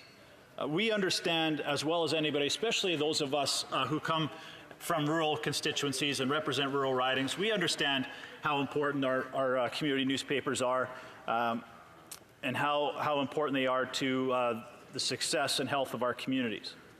What we are questioning is the position of the Liberal government to find it in how in any way they can argue that by placing Unifor, who has campaigned and advertised and been very vocal, calling themselves the resistance, that they are going to be fighting against Conservatives in the upcoming election, how they can possibly believe and claim that this is a nonpartisan panel that will be making choices that are free from any influence from the Liberal government.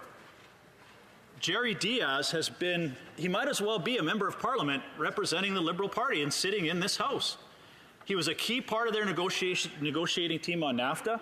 He's now on the journalism panel, media bailout panel. There's no question that this goes way too far. We are asking the panel stay as it is, but Unifor be removed from that panel to ensure the integrity of this process and not to further erode the trust in Canadian journalism. Thank you very much, Mr. Speaker. Questions and comments? Question commentaire. The honourable member for Coast of Bay, Central Notre Dame. Thank you, Mr. Speaker. I want to thank the previous speaker, and I respect him for his experience in local media, which I have some experience with myself. This reminds me of several years ago, I'd say about 7 or 8 years ago, when we were third party at that time, maybe even opposition. And I remember there was an argument over the Canadian Firearms Advisory Committee. And one of the big beefs that the Conservatives had at the time was the fact that there was no representation from firearms owners. And I remember thinking at the time, and a lot of people on our side were saying that no, because they're mostly Conservatives against the gun registry, so on and so forth. And I remember a bunch of us on the other side saying, no, that's not right. They should be involved in saying they are firearms owners in addition. But on the other side, they were saying that a lot of law enforcement should not be involved because they were more pro-liberal or pro-NDP. So I find it kind of odd now, this all of a sudden this voluminous amount of self-righteousness that comes across the way is really good. But I will say this, without being too nasty and put the too finer point on it, perhaps it's too late, yes, I apologize. But I will say that let's take Unifor out of this for just a moment. And quite frankly, I worked well with Unifor never always agreed with me. And I had many fights with Unifor, especially in their predecessor, which they were known as Communication Energy Paperworkers Union. But they did a lot of work on behalf of journalist organizations. So let me ask this. If you take them, just Unifor, not the others, just Unifor, take them out, is it fundamentally still a sound program by which local media can truly benefit? Foothills. Thank you very much, Mr. Speaker, and I appreciate my colleague's very long question. To answer his first one, or his first statement, and I was very clear in my comments that this program will not benefit most local media. Those operations who are owner-operated or small startups or independents will not be eligible for this program. So for them to continually come out and say, why are you fighting against the ability for local journalism to benefit from this program? They will not benefit from this program because they are not eligible. And it just goes to show that they aren't reading their own legislation, that they don't understand that these groups will not benefit by this program because they don't qualify. However, they have no problem putting a very highly partisan union association at the top of the list when it comes to who is going to qualify and who is not for this program. Questions and comments. Question et commentaire. The honourable member for Bow River. Thank you, Mr. Speaker. And I very much appreciate my colleague's speech on this particular matter because his writing is very similar to mine in the sense that I have no daily newspapers. And as I had the minister at committee talking about this, and went through the criteria that's already written, not one of my 7 weekly papers will qualify under the criteria that he admitted was there. Not one of my weekly papers will qualify for the $600 million, the $75 million, the $50 million. None of them qualify. So I would like to, in a sense, I know he's got that experience, but his background in the sense of that, reiterate your writing as well. I know you have weekly papers. Thank you, Mr. Speaker. The honourable member, through the Speaker. Okay, that's fine. I don't have to say anything. The honourable member for Foothills. Thanks, Mr. Speaker. I appreciate the question from my colleague from Bow River, and we do. We have neighbouring ridings, and they're very similar. And I worked in several of the newspapers in his constituency, and he is right. The papers that should be, or the journalism or the media outlets who should be the ones that we are working to try and assist, are the ones who aren't going to be able to access this program. But in essence, the argument today is not about this program. The argument today is that the Liberals have established a very partisan $600 million media bailout program that is going to be directed, or at least partially built, by a union association who has come out publicly against opposition parties, and I don't believe that that is in any way nonpartisan. And again, I fundamentally believe, and certainly hearing from journalists in our communities, that this further erodes the trust in Canadian journalism, which is already very precarious at this stage. Thanks, Mr. Speaker. À l'ordre. Order, please. Pursuant to Standing Order 38, it is my duty to inform the House that the questions to be raised tonight at the time of adjournment are as follows. Automotive Industry. The Honourable Member for Cowichan, Malahat, Langford, Health. Reprise du débat. Resuming debate. L'honorable député. The Honourable Member for Mégantic-l'Érable. Thank you very much, Mr. Speaker. It's a pleasure to rise today to present this motion that was presented by my colleague from Bellechasse des Chemins-Lévis. And the motion reads as follows, so that people are aware of the reason why I'm speaking today. That the House take note of the importance of a free and independent press to a healthy democracy, that express its belief that it is inappropriate for partisan political actors to pick winners or losers in the media in an election year. Condemn the inclusion of Unifor, a group that has taken and continues to take partisan political positions in the panel that will oversee the distribution of the $600 million media bailout, and call on the government to immediately cease trying to stack the deck for the election with their media bailout and replace it with a proposal that does not allow government to pick winners and losers. Mr. Speaker, today we are discussing, in the last days of this Parliament, one of the most important questions for our democracy. And my colleagues, have intervened on this since the Liberals were elected in 2015. The Liberals made ambitious promises during their campaign, but have no intention of keeping them. They want to make sure every vote counts, and they conducted consultations on electoral reform, and 2015 was supposed to be the last year under the first past the post system.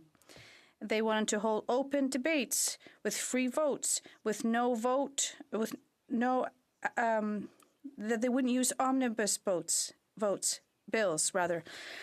This was from the throne speech at the beginning of their mandate. The Liberals made commitments to balance the book in 2019.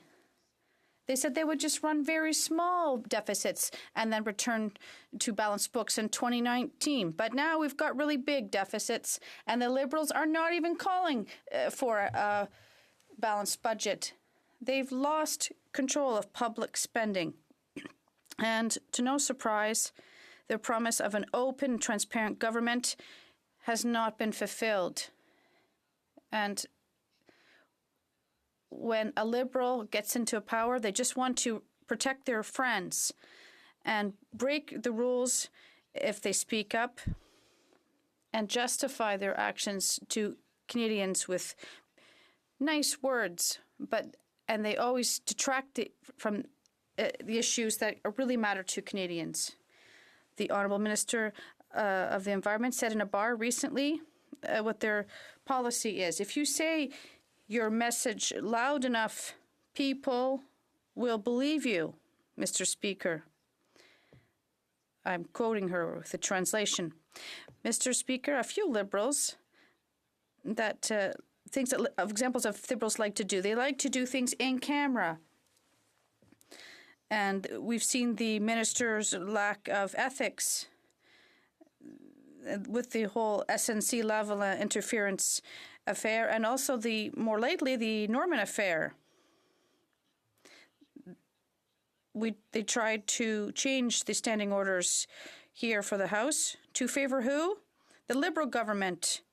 And they wanted to take away tools from the opposition to play our essential role in our democracy, namely to hold the government to account for its actions. And this brings me now to one of the main points of this motion, that the House take note of the importance of a free and independent press to a healthy democracy. All the examples I've just mentioned, Mr. Speaker, probably would have happened if we had, or people wouldn't be aware of them if we didn't have a free press. And the importance of this is because people consider the press to be independent and at arm's length from the government. But the Liberal Prime Minister has set up a $600 media bailout to be distributed right before the next elections. And the committee will decide where this money goes to. and the Prime Minister has not committed to respecting the recommendations of this committee, and the deliberations of the committee will not be public. They've asked the members to sign confidentiality agreements, and the CAG would like more transparency from this process, and the Canadian Association of Journalists, their main concern is not with regard to the Conservatives, but it's with regard to transparency and the implementation of a process that will guarantee an open and transparent process. And the process seems to have been held in camera, behind closed doors. And so for journalists whose legitimacy depends on the confidence of the public, we need a rigorous and exhaustive process. If you combine this with the confidentiality agreements that members were asked to sign, if they refuse funding the CAG, well, they can't talk about this publicly. This committee should be fully independent and nonpartisan. Mr. Speaker, no one can accuse us of attacking journalists when they are the ones themselves saying that their independence is being put at risk by this liberal scheming. Why is this all happening behind closed doors, and what media would want to participate in such a secretive exercise if there's not greater respect for journalists and their independence? Now, let me read this part of the motion: that the House condemn the inclusion of Unifor, a group that has taken and continues to take partisan political positions. Unifor is a huge union. It's true that they represent the largest number of journalists in Canada, but for people in Quebec who perhaps have never heard of Unifor, that's why I'm explaining this. So they're going to have a big say in how this money is distributed, and a lot of people are upset about this inclusion of Uniform. The president of Unifor is a crony of the Prime Minister's. He's been very critical of the Conservative Party. He's constantly getting himself taken in pictures with Liberals. He says that he's going to be the Conservative leader's worst nightmare in the next election. So this is hardly a democratic process. And if people are still wondering who Mr. Diaz is and what his position is on the Conservative Party, he has said in tweets, "Did I speak out against the Conservative leader?" I won't use the word I used earlier in question period, but that's precisely what Mr. Diaz said. He said, "You're right." He also said that he would not slack off in his campaign against the Conservatives, and that he would probably get worse because the Conservative leader has irritated him in recent days. That's the position. That's the person who was chosen to sit on an independent panel to make recommendations about who gets access to this media bailout. And we're talking about money that the Liberal government has put up for a media bailout. Someone who has openly stated that he will campaign against the Conservatives, that he will go to war against the Conservatives. So a lot of journalists are upset about this decision, and they don't accept their union's involvement, that their union makes statements like this in the first place, and that the government should be interfering and biasing a process. It should be open, nonpartisan, and transparent. Everything that's the opposite of what this Prime Minister is doing. This is a slippery slope. The Prime Minister is putting the wolf in charge of the hen house. Of course the wolf is going to want to eat the hens. And Jerry Diaz has said that it's his intention to go after the Conservatives as if they were the hens in the hen house. Mr. Speaker, I was a reporter for a number of years, a local media, a radio reporter, and a weekly newspaper reporter. And the media have to be very careful to remain independent from their advertisers and their opinions and so on, and luckily we always have. But the way the government's proceeding today is putting journalists in a difficult position, and it will compromise the work of journalists. Unifor should be taken off the panel. Things should be done properly, openly, and transparently in order to protect the independence of journalists and our democracy here in Canada. Thank you very much, Mr. Speaker. Questions and comments? The Honourable Member for Winnipeg North. Thank you, Mr. Speaker. And I guess what comes to my mind is the fact that, Stephen Harper was the Prime Minister. Tens of millions of dollars every year was given out to news magazines, Mr. Speaker. And this is, in essence, a government that actually decided this is the magazine we're going to give it to. This magazine will give it to. This magazine it will give it to. And they are, in fact, news reporters that work for these magazines. And I'm wondering if the very same principles that the member opposite was using in regards to what's happening here, which is far more arm's length than Stephen Harper used, if the same principles would have applied for Stephen Harper. Honorable député de Mégantic. The Honourable Member for Mégantic-L'Érable. Mr. Speaker, advertising is open and transparent. People can see where the ad was placed. But with this process, not only will people not know how decisions were made, they won't even be entitled to know who was refused some part of the media bailout. That leaves way too much influence in the hands of government. Government should have no say in how this money is distributed. That's the problem. If we can't see the list, if we don't know who applied and who was denied, well, then it's easy for the government to give preferential treatment to the media it likes better. And who are the victims? Journalists.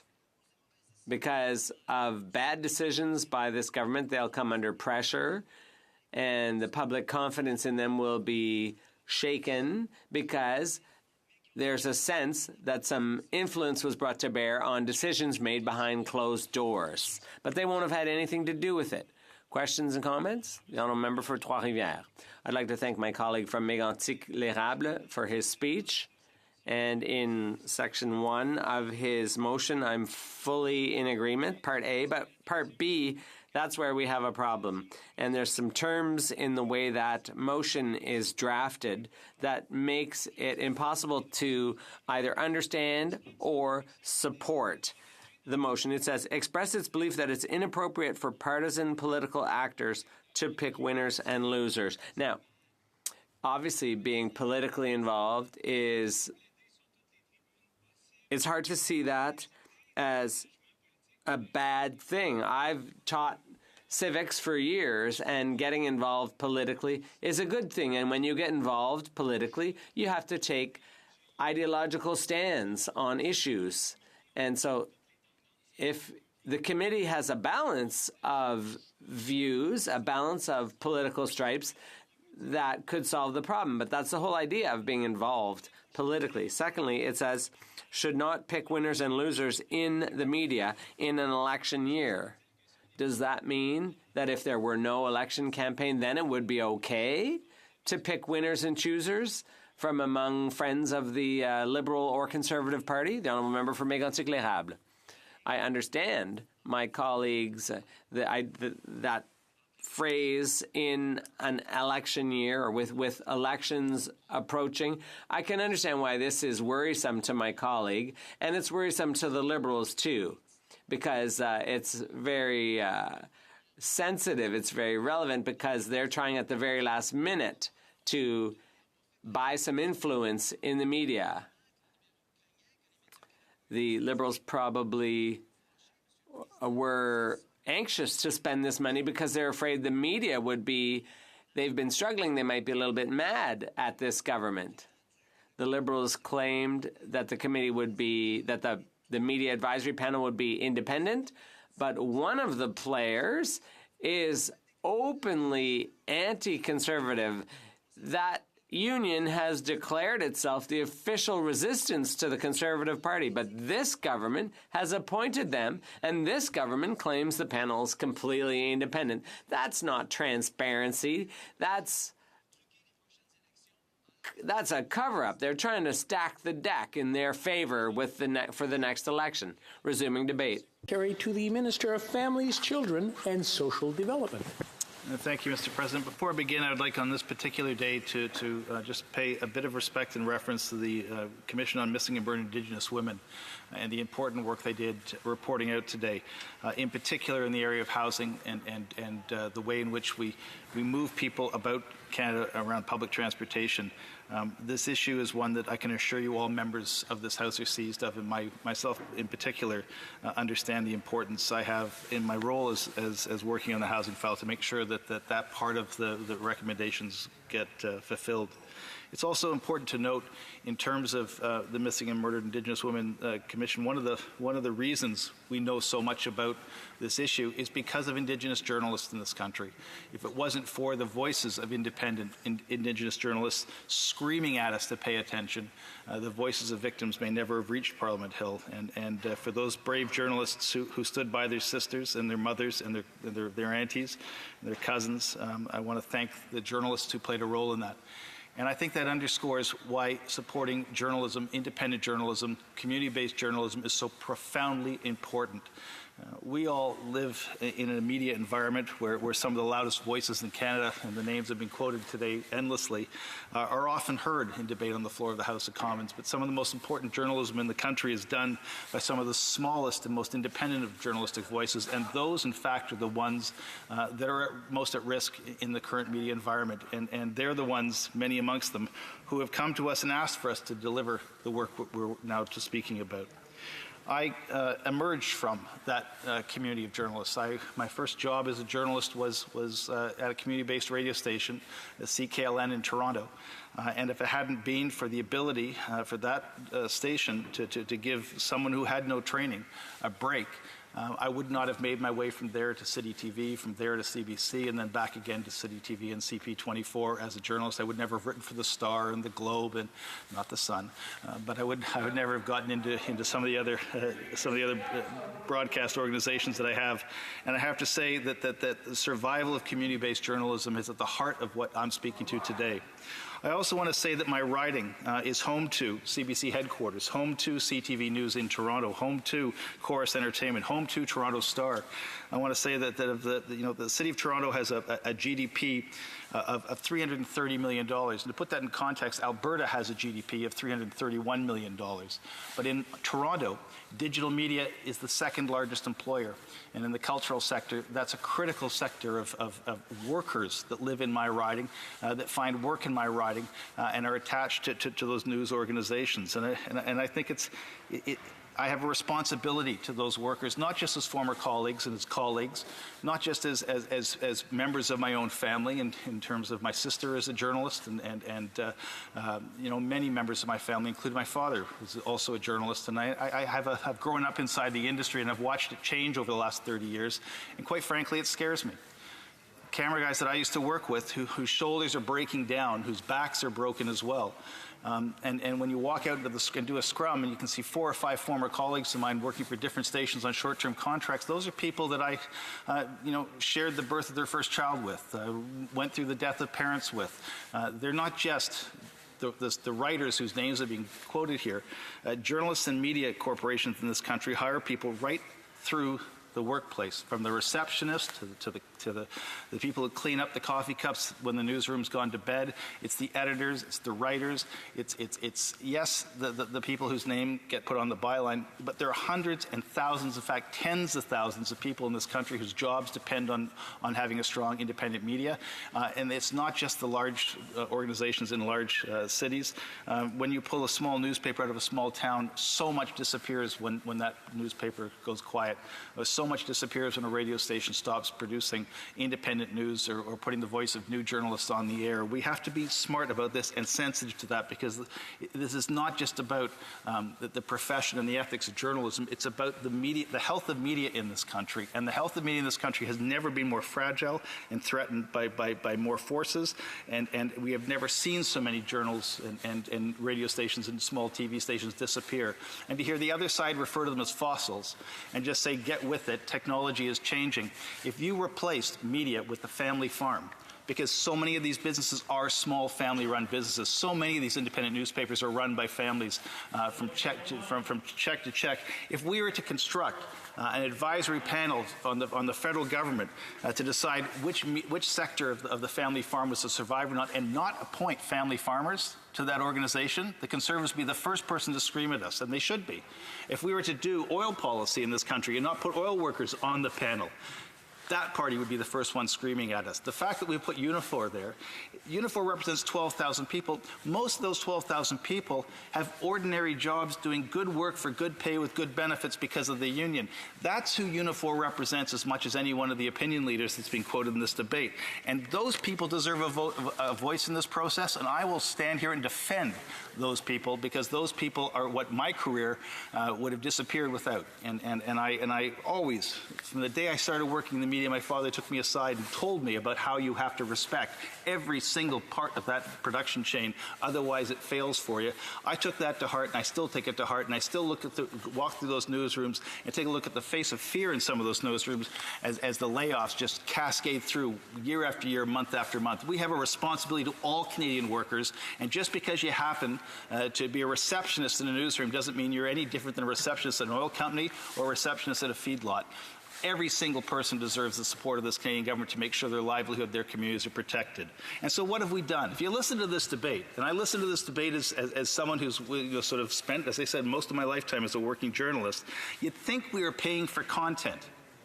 That's just nonsense. And Canadians need to know that there's no part of the measures we've introduced that pay for content. There are three major things. One is to allow small community foundations and news organizations to set themselves up as charities so that Canadians can choose for themselves who to donate to or not to donate to, but charities that can then protect and create a foundation to protect independent journalism. We don't choose which charities are donated to. That's for Canadians to decide. All we decide is to which news organizations should qualify as charities. And the reason that's important is you've got fake news organizations now walking around parading as if they are news organizations. They haven't come close to journalism or the ethics of journalism once in their entire lifetime. And so having the industry enroll those industry members that want to partake in this, and if they want to sustain their independence and not partake in the program, that's their business. But having a group of independent journalists say, yes, those are journalists, they are hiring from the profession, and they do have a footprint in the communities they claim to represent, I think that's good. The second one is a tax break for hiring. This is normal, and inside any industry that's in trouble, is to provide tax breaks for organizations that are hiring working journalists. And to make sure that we don't put money in the front door as some hedge fund in New York takes money out the back door. And we saw this with the National Post. They came up to the Hill and cry poor. They lay off a bunch of people, and then all their senior executives get massive bonuses while Canadians go unemployed. We need to make sure that as we put money into this industry, we build employment, and that hardworking Canadians don't lose their jobs as money from the federal government simply gets filtered through to a hedge fund in New York. And I think that's critically important. And I think the final piece of it is subscriptions. You get a tax break for subscriptions. Again, Canadians choose who to put the money into, not us. But you simply can write off that subscription, especially e-subscriptions, so that the flow of dollars into the bank accounts of independent journalists is sustained. But again, Canadians will choose which newspapers do or don't get their donations, and which Canadians will also choose which newspapers do or don't get subscribed to. The federal government is simply setting a mechanism to incent that process so that we provide some stability to the industry. And as for Unifor, this notion that a Toronto Sun writer who's going to be representing Unifor is somehow going to be emboldened to this government because of the fact that they get to choose someone who chooses somebody who chooses somebody. It's so arm's length, it's an arm and a leg length perhaps. But the idea that a Toronto Sun writer can be bought, that's a joke. Every journalist I've ever worked with would tell you that that's a joke. And the mere fact that every one of the Conservatives sit there and quote journalist after journalist after journalist saying we will not be bought tells you exactly how protected that principle in the journalistic field is. No one's going to get bought because somebody's made a donation to a charitable foundation. That's just ridiculous. And in many ways, it casts a view onto journalists or a perspective onto journalists that I can only say would come from a party that thinks, you know, despite the fact they got 3/4 of the recommendations from editorial boards last year, still think it's a liberal bias in the media. I mean, it's absurd. The reality is that professional journalists are just that. They're professional journalists, and I can assure you they're skeptical with everybody equally. In terms of the reality, though, here is that this is about workers, and we need to keep that central in everything we talk about here. This is a sector of the economy, a very large sector in my riding, but a very large sector in different communities that needs to be protected and needs support. And as I said, take a look at your speech, cross out media, and put in the family farm, and tell me whether you'd say anything like that about the family farm in your community. You wouldn't. You have no hesitation putting the family farm and agricultural boards. No hesitation understanding there needs to be tax credits for the family farm. No worry about making sure the family farm is represented inside trade agreements. And we don't tell the family farm whether to raise chickens or to ranch cattle or to produce eggs. Those choices will be made by the family farms in the same way the media will make their decisions about journalistic integrity, because journalists in this country have integrity. It's bred into the profession. I'm going to end, though, by telling a story of exactly how I came to experience the true face of the Conservative Party as it relates to journalistic independence. I covered City Hall mostly. I covered Queen's Park quite a bit, but I also got sent to Ottawa in the last 6 years of being a political journalist quite often when Mr. Harper was just starting out as the Prime Minister. And I used to cover the issues from the perspective of Toronto, the same way I speak from the perspective of Toronto as an MP. And I remember covering a nomination announcement in the riding of St. Paul's, St. Timothy Eaton Church. And I made reference to the member of Thornhill earlier today when I thanked him for the donation he made to my campaign when I first started to run. He claimed that I went off the rails. I'd say I ended up just where I needed to be, but we'll beg to differ on the outcome of his donation. All I can do is say that my residents thank him for his support and clearly have sent me to Ottawa a couple of times now as a result of it. But I was at the nomination battle when he first started to enter into politics, and he decided he was going to take a run for the Conservative Party in St. Paul's. The Prime Minister at the time, or Stephen Harper at the time, showed up to celebrate this acquisition of a star candidate for the Conservative Party. And I wasn't happy that Stephen Harper refused to talk about housing every time he came to Toronto, despite the fact then we were in the midst of a housing crisis. And even then I was demanding the national government have a federal housing policy. And even then that issue needed to be pressed much more forcefully in this House of Commons.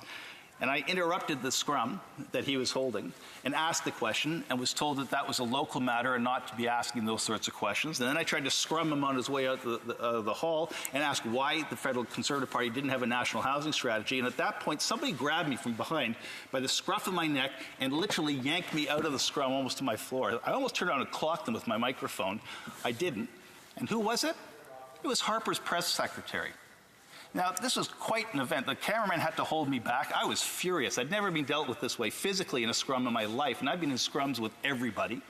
But the most interesting thing was what happened the next day. Unbeknownst to the Conservatives, I was sent to Ottawa to cover a minority parliament that was having trouble staying alive. I walked into the news bureau where I worked, and lo and behold, there was Harper's press secretary standing in the office that I had a desk at. In fact, I was the senior political correspondent at the Chum City News at the time. And he was barking at my two colleagues, threatening them they would never get another question ever again if a certain reporter in Toronto showed up and ever asked the Prime Minister, the leader of the Conservative Party, a question. They were screaming, if you don't get rid of him, you will never get a question. City TV will never get a question. We'll ignore you. We'll do everything we have to do until you get rid of him. That's the Conservative Party's attitude towards independent media.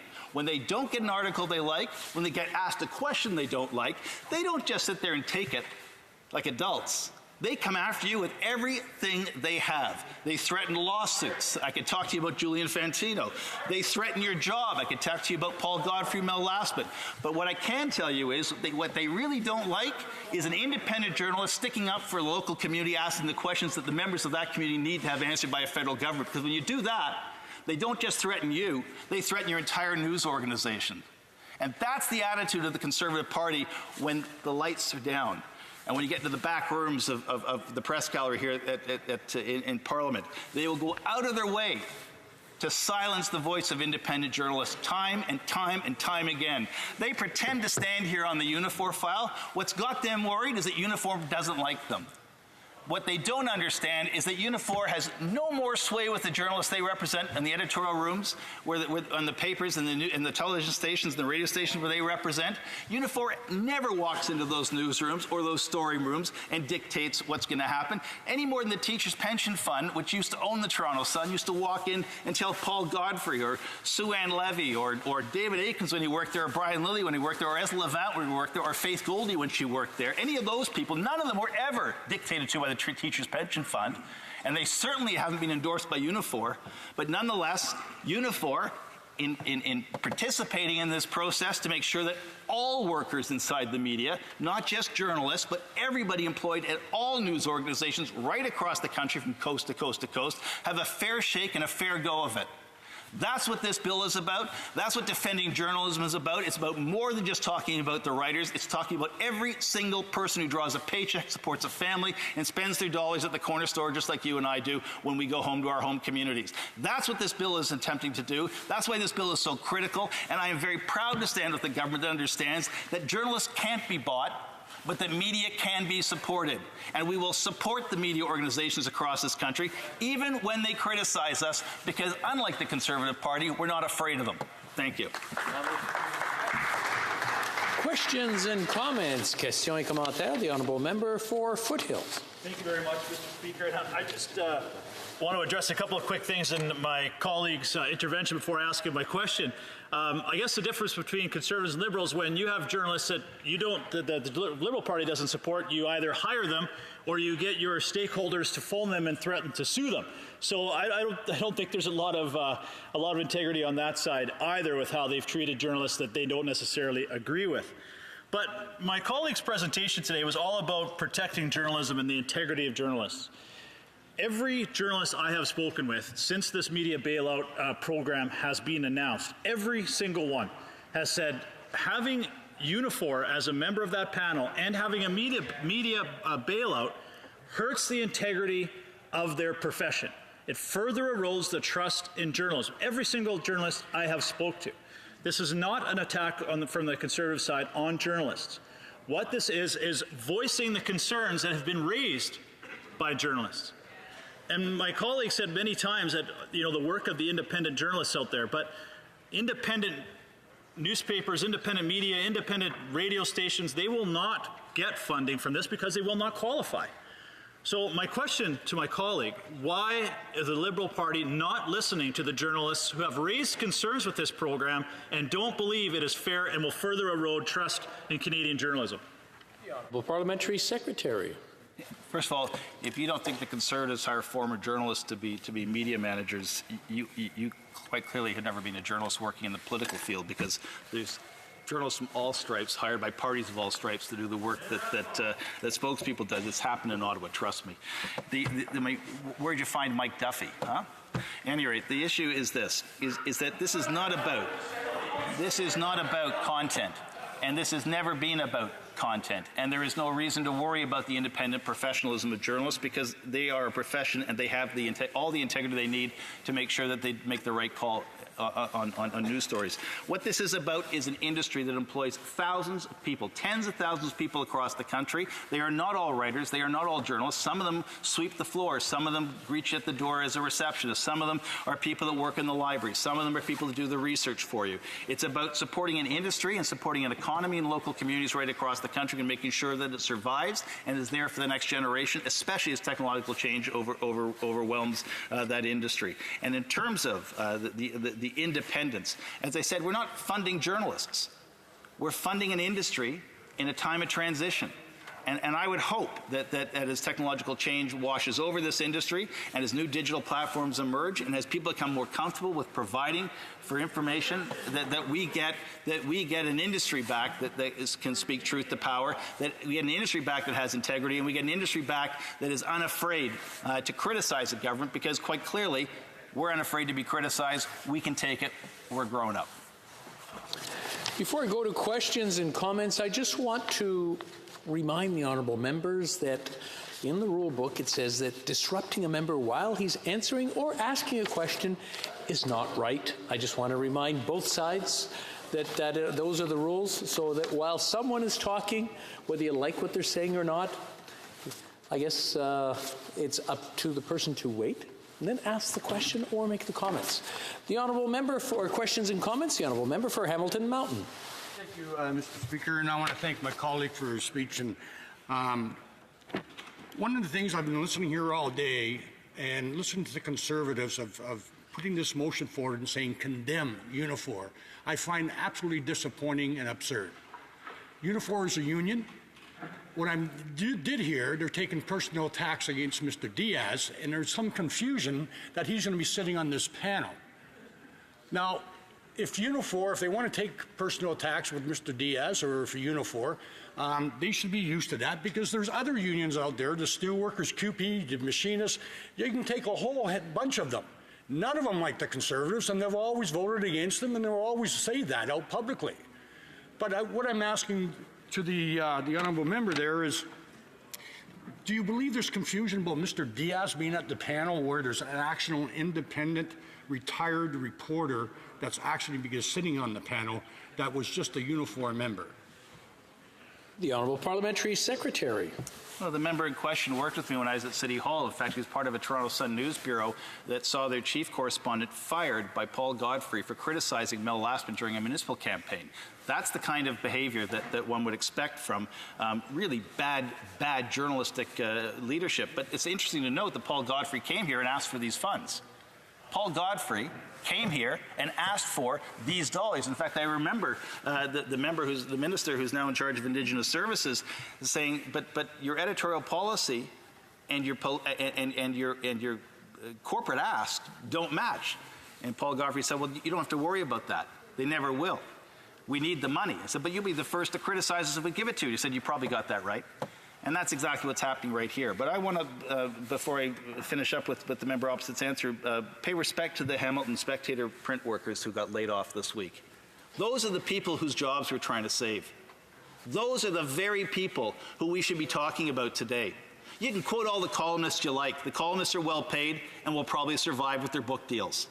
But the printing press at the Hamilton Spectator, those are real people with real jobs in a town that's already struggling with the steel tariffs up until a couple of weeks ago. You don't hear the Conservatives talking about the printing presses and the loss of those good quality jobs and the loss of the benefits as they face retirement and the loss of the money as they were trying to send their kids to school. That's who this party's defending. That's who Unifor defends. And that's what this bill is all about. It's about making sure that hardworking Canadians aren't afraid to go home at night thinking it's the last day they've worked on their job. And if the Conservatives can't get behind that, go down to the Hamilton printing press and tell them yourself. I can guarantee you'll never get another vote in Hamilton ever again. Before I go to questions and comments, I just want to remind the honourable members to place their questions through the Speaker, not at the Speaker, or to the Speaker. Questions and comments, the honourable member for Eglinton Lawrence. Well, I want to thank my honourable colleague, the member for Spadina Fort York. Very few other members in this House can speak with the amount of experience and credibility on the subject of the importance of having an independent media, an independent source of journalism, which is a pillar of our democracy. I wonder whether, and I also want to commend him for being a pretty hard-hitting reporter, but at the same time for showing some restraint when he was nearly tackled by a former staffer by the last Conservative Prime Minister, Stephen Harper. But I wonder if he can explain why, in his view, the Conservatives of the day seem to have such a hard time recognizing the importance of having Unifor and, generally speaking, Labour at the table when it comes to protecting the interests of having an independent media, because as he's already explained, this is about saving jobs. It's also about ensuring that we've got a healthy democracy, and that's advanced by having an independent media. Thank you. Parliamentary Secretary. Well, I got to say, when I look at who's complaining about this bill, it's largely editors. And from my experience, editors never liked having staff making decisions in a newsroom. They thought that journalistic independence was protected by the editorial board, not by hardworking journalists. I disagreed with them every day I worked, and that's probably why I ended up in politics and not working in journalism to this very day. But the reality is this: is that when you are dealing with this particular industry, stop thinking about the folks you meet in the hallway, and the conversations you have with the pundits. Go into your hometown, knock on the door of a radio station at 7 o'clock on a Friday night, or go down to a newspaper or a television show that's being put to air at 4 o'clock in the afternoon, and take a look at the people on the floor of the newsroom.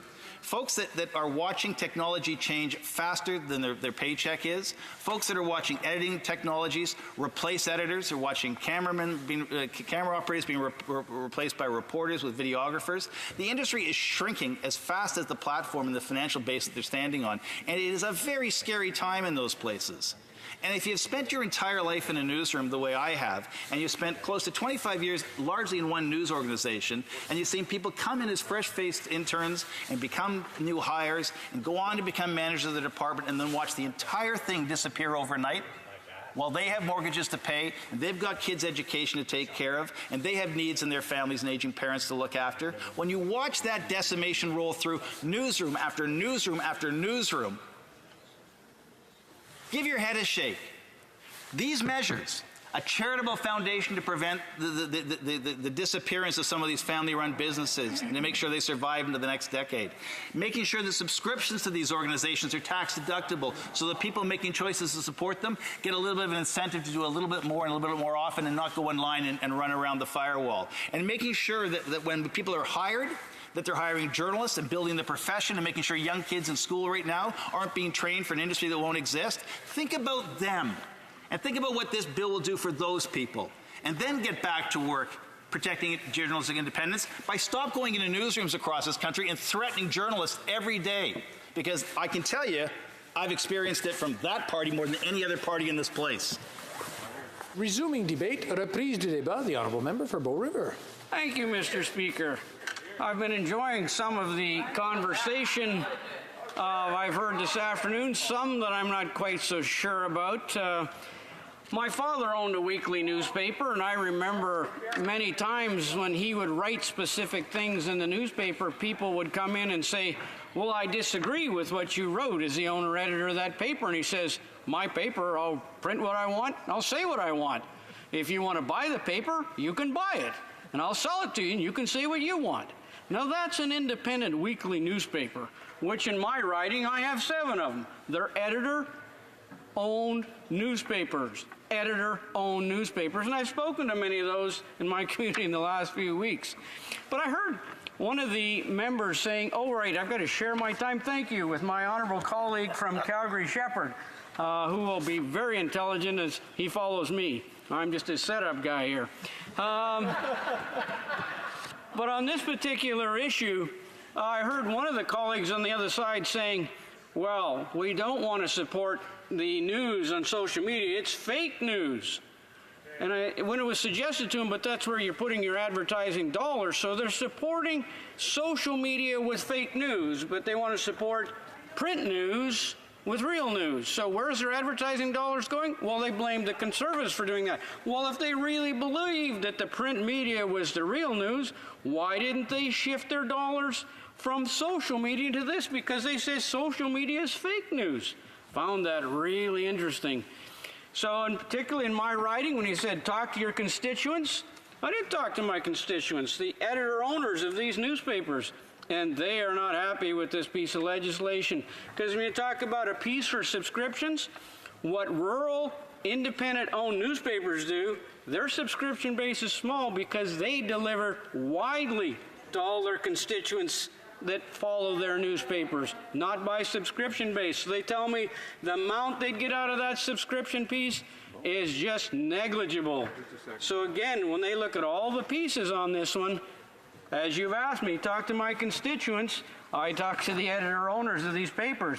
And when I talk to my constituents, you know, what's happened recently with facing institutions, when we've had the Liberal government compromising on SNC Lavalin and Mark Norman as just a couple of examples, what my constituents say, they don't trust that this is any different than not trustworthy to give money to media. As in a sense, they said, when I've talked to a lot of constituents in the past while, and anybody from Alberta says, well, where's the support for the hundreds of thousands of people who have lost their jobs in the oil and resource sector? They said they want to give hundreds and hundreds of millions to the news media, which doesn't support any of mine in my writing, but where is that support for the oil and gas guys that I met a number on the weekend? They don't have a job. So where is that support from this Prime Minister who wants to get rid of the oil sector? I mean, he wants to support one, and they don't believe it's anything but non-trustworthy. So he goes on in a sense of continuing this building of mistrust in constituents with this program. But long before Confederation, printing presses were used to distribute government-friendly propaganda. Some people might remember the history of newsprints as they started. They were started to do that. But now we have a free press that holds the government to account without patronage, but this gives them more patronage. It took a lot of determination and bravery to cultivate a truly free press that we had lately compared to what they had before in Confederation. The legacy of these pioneering individuals who took great personal risk to develop free media, this must not be squandered. And yet that is exactly what the government now seems to do. So like SNC Lavalin, this Prime Minister is operating in an ill-advised way without regard for the integrity of our institutions. Again, simply put, it should not be up to the government entity to decide which media outlets receive money and which do not. It is an obvious conflict of interest that strikes at the very principle of free press, picking winners and losers in the media. It is almost unbelievable this government would proceed down this path and continue to proceed down it. Now, as what we've seen, the consequences will be of how they're going to choose, pick winners and losers with this unbiased panel. Right. The Minister of Canadian Heritage said that his independent panel will be free from any direct political influence. He told me in committee that, quote, "I'm not going to name the panel. I'm not going to tell them what to do." Whoops. I think Canadians can be forgiven for wondering if this government can really be trusted to avoid political interference. But even if they did, the events of the past week have proven this whole scheme is inherently flawed. Unicor, as a panel member, Unifor, who Jerry Dias has referred to himself as colleagues as the resistance against conservative politicians. So Unifor, which is poised to actively campaign against our party, will be involved in deciding who receives grant money in the media. Jerry Dias will be able to weigh in on who is a real journalist and who isn't. He'll be able to position to decide if the kind of content a newspaper has been publishing really merits government support. You see why people are a little concerned out there, as this is not another trustworthy activity. We don't need to wonder what kind of content Uniform will prefer. We already know what Mr. Diaz would prefer. This scheme fell apart almost as soon as it was launched. The government, at very minimum, must go back to the drawing board. This whole mess needs to be undone, not just because it creates massive conflict of interest between the government and free press that is supposed to be covering them. The large chains need to adapt their business model to a changing industry landscape. We all know the decline in traditional papers has been going on for a long time. It's been coming. It may not have any easy solutions. I remember talking to the editor of the Edmonton Journal 15 years ago saying it's changing. No, it's not going to change. Social media will not have a place. 10 years ago I talked to the editor. No, it's not going to change. I wonder where that editor of the Edmonton Journal is now, as it has changed drastically. We all know the declining in traditional papers is coming again. But one solution that certainly won't work is subsidizing the same old business model that's been failing them for decades. This is how the government has taken a look at something that obviously didn't work and to decide to spend hundreds of millions of taxpayers' dollars on sustaining it. It defies logic. In my writing, it's untrustworthy, another example of untrustworthy use of taxpayers' money. As I mentioned to the minister in committee, the way the criteria is designed is going to ruin local weekly papers. This is not going to support the independent, editor-owned papers. There is no money in it to support it. What they ask for, where's the advertising dollars the federal government has? This will ruin them, as they will be bought up by the chains, and then it will be a chain newspaper. It won't be covering the local events. We've seen what the chain weekly papers do in rural areas. They fill it with all sorts of standardized stories from across the country. There's no more coverage of the municipal government. It's gone. No more coverage of the high school basketball team winning. No more coverage of the independent nonprofit charities working for things in their community. Those things go. This is what happens when you have weekly newspapers that are independent, at risk, as it's been told a number of times from that side. It's the independents are at risk. These are the ones that I've met with the editors in my community. They're editor-owned papers. They don't qualify into this criteria. They know they're at the most at risk of losing their papers. And the communities will be the ones that lose the most. They are the lifeblood of the communities. They don't necessarily cover national news. They don't necessarily cover what the federal government is doing, but they cover what's happening in their communities. And this bailout won't help them. I understand a second panel has been named that will follow a similar process to distribute $50 million to regional outlets.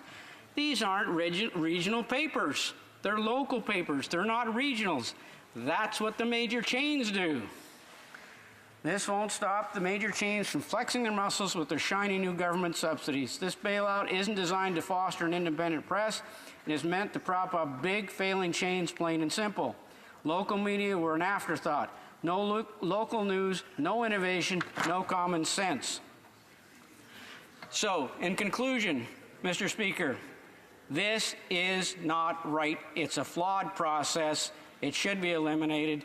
If you want to look at subsidized, this isn't the way to do it.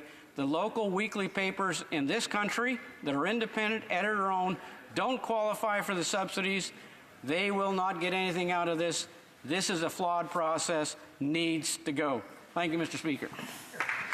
In comments, the honourable member for Central Coast of Bays, Central Notre Dame.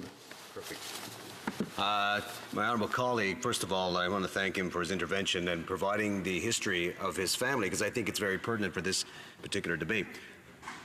The only thing I have a question about, and a fundamental difference here in philosophy, whether he believes that this process by which, now we can put aside for a moment the Unifor debate, as him and I will disagree over that. However, when he talks about picking winners and losers in this process, the process really is much similar to what has been going on for years, even his government supported in the last parliament, such as Canadian Media Fund. If you look at the golden days of cable television, I know his colleague sitting behind him would agree with the same thing. In the golden days of cable television, the CRTC picked channels on basic cable to reap in funds because of subscriptions. So you could say that that too was winners and losers, but these were fundamental choices we made to support these particular channels. The CBC is the ultimate example. But the government provides $1 billion a year to help fund it, not fully, but to do that. It has a newsroom. It is not a state broadcaster. It is a public broadcaster, similar to others around the globe. So is it this particular scheme by which he calls it that bothers him, or is it the fundamental practice of picking winners and losers? Because I think that's probably the wrong path to go down. Well, member for Bow River. Well, I'd like to thank my colleague for his comments and questions. You know, basically, when government gets involved in free enterprise, it never ends well. And my preference as a person, taxpayer, in my riding, they don't trust government. I don't trust government. And No, he's not. Parliamentarian. And as a parliamentarian, a little more about my history. My whole professional career was in a union. I was union leadership. I negotiated contracts for unions. I've got a long history. I understand it well. So if you want to go there, you can ask me that. But on this particular one, in my riding, taxpayers' money, I'm very leery of government making decisions. Leave the money in the taxpayer's pocket. You get involved in free enterprise. You're not supporting the oil and gas sector. That's stuff in my constituency. Don't do it. I just want to remind the honourable members to place their questions through the speaker, not directly at each other. Questions and comments. Questions et commentaires. The honourable member for Winnipeg North. Yes, Mr. Speaker, I think it does beg the question in terms of CBC. There's a great deal of number of Canadians that are very much interested in what the Conservative Party's approach in dealing with the CBC is, and I'm wondering if the member could do two things. One, share his personal thoughts in regards to government assistance towards CBC and what he believes the Conservative Party's stand is. Member for Bow River. Mr. Speaker, as I've been asked, or people have mentioned, talk to your constituents.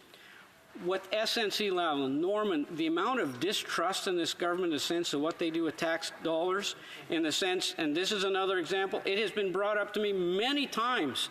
There is the government wasting my tax dollars. They shouldn't be spending on this. This is $600 million. It should not happen.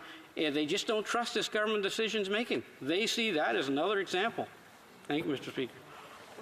Comments, questions et commentaires, l'honorable député de Longueuil.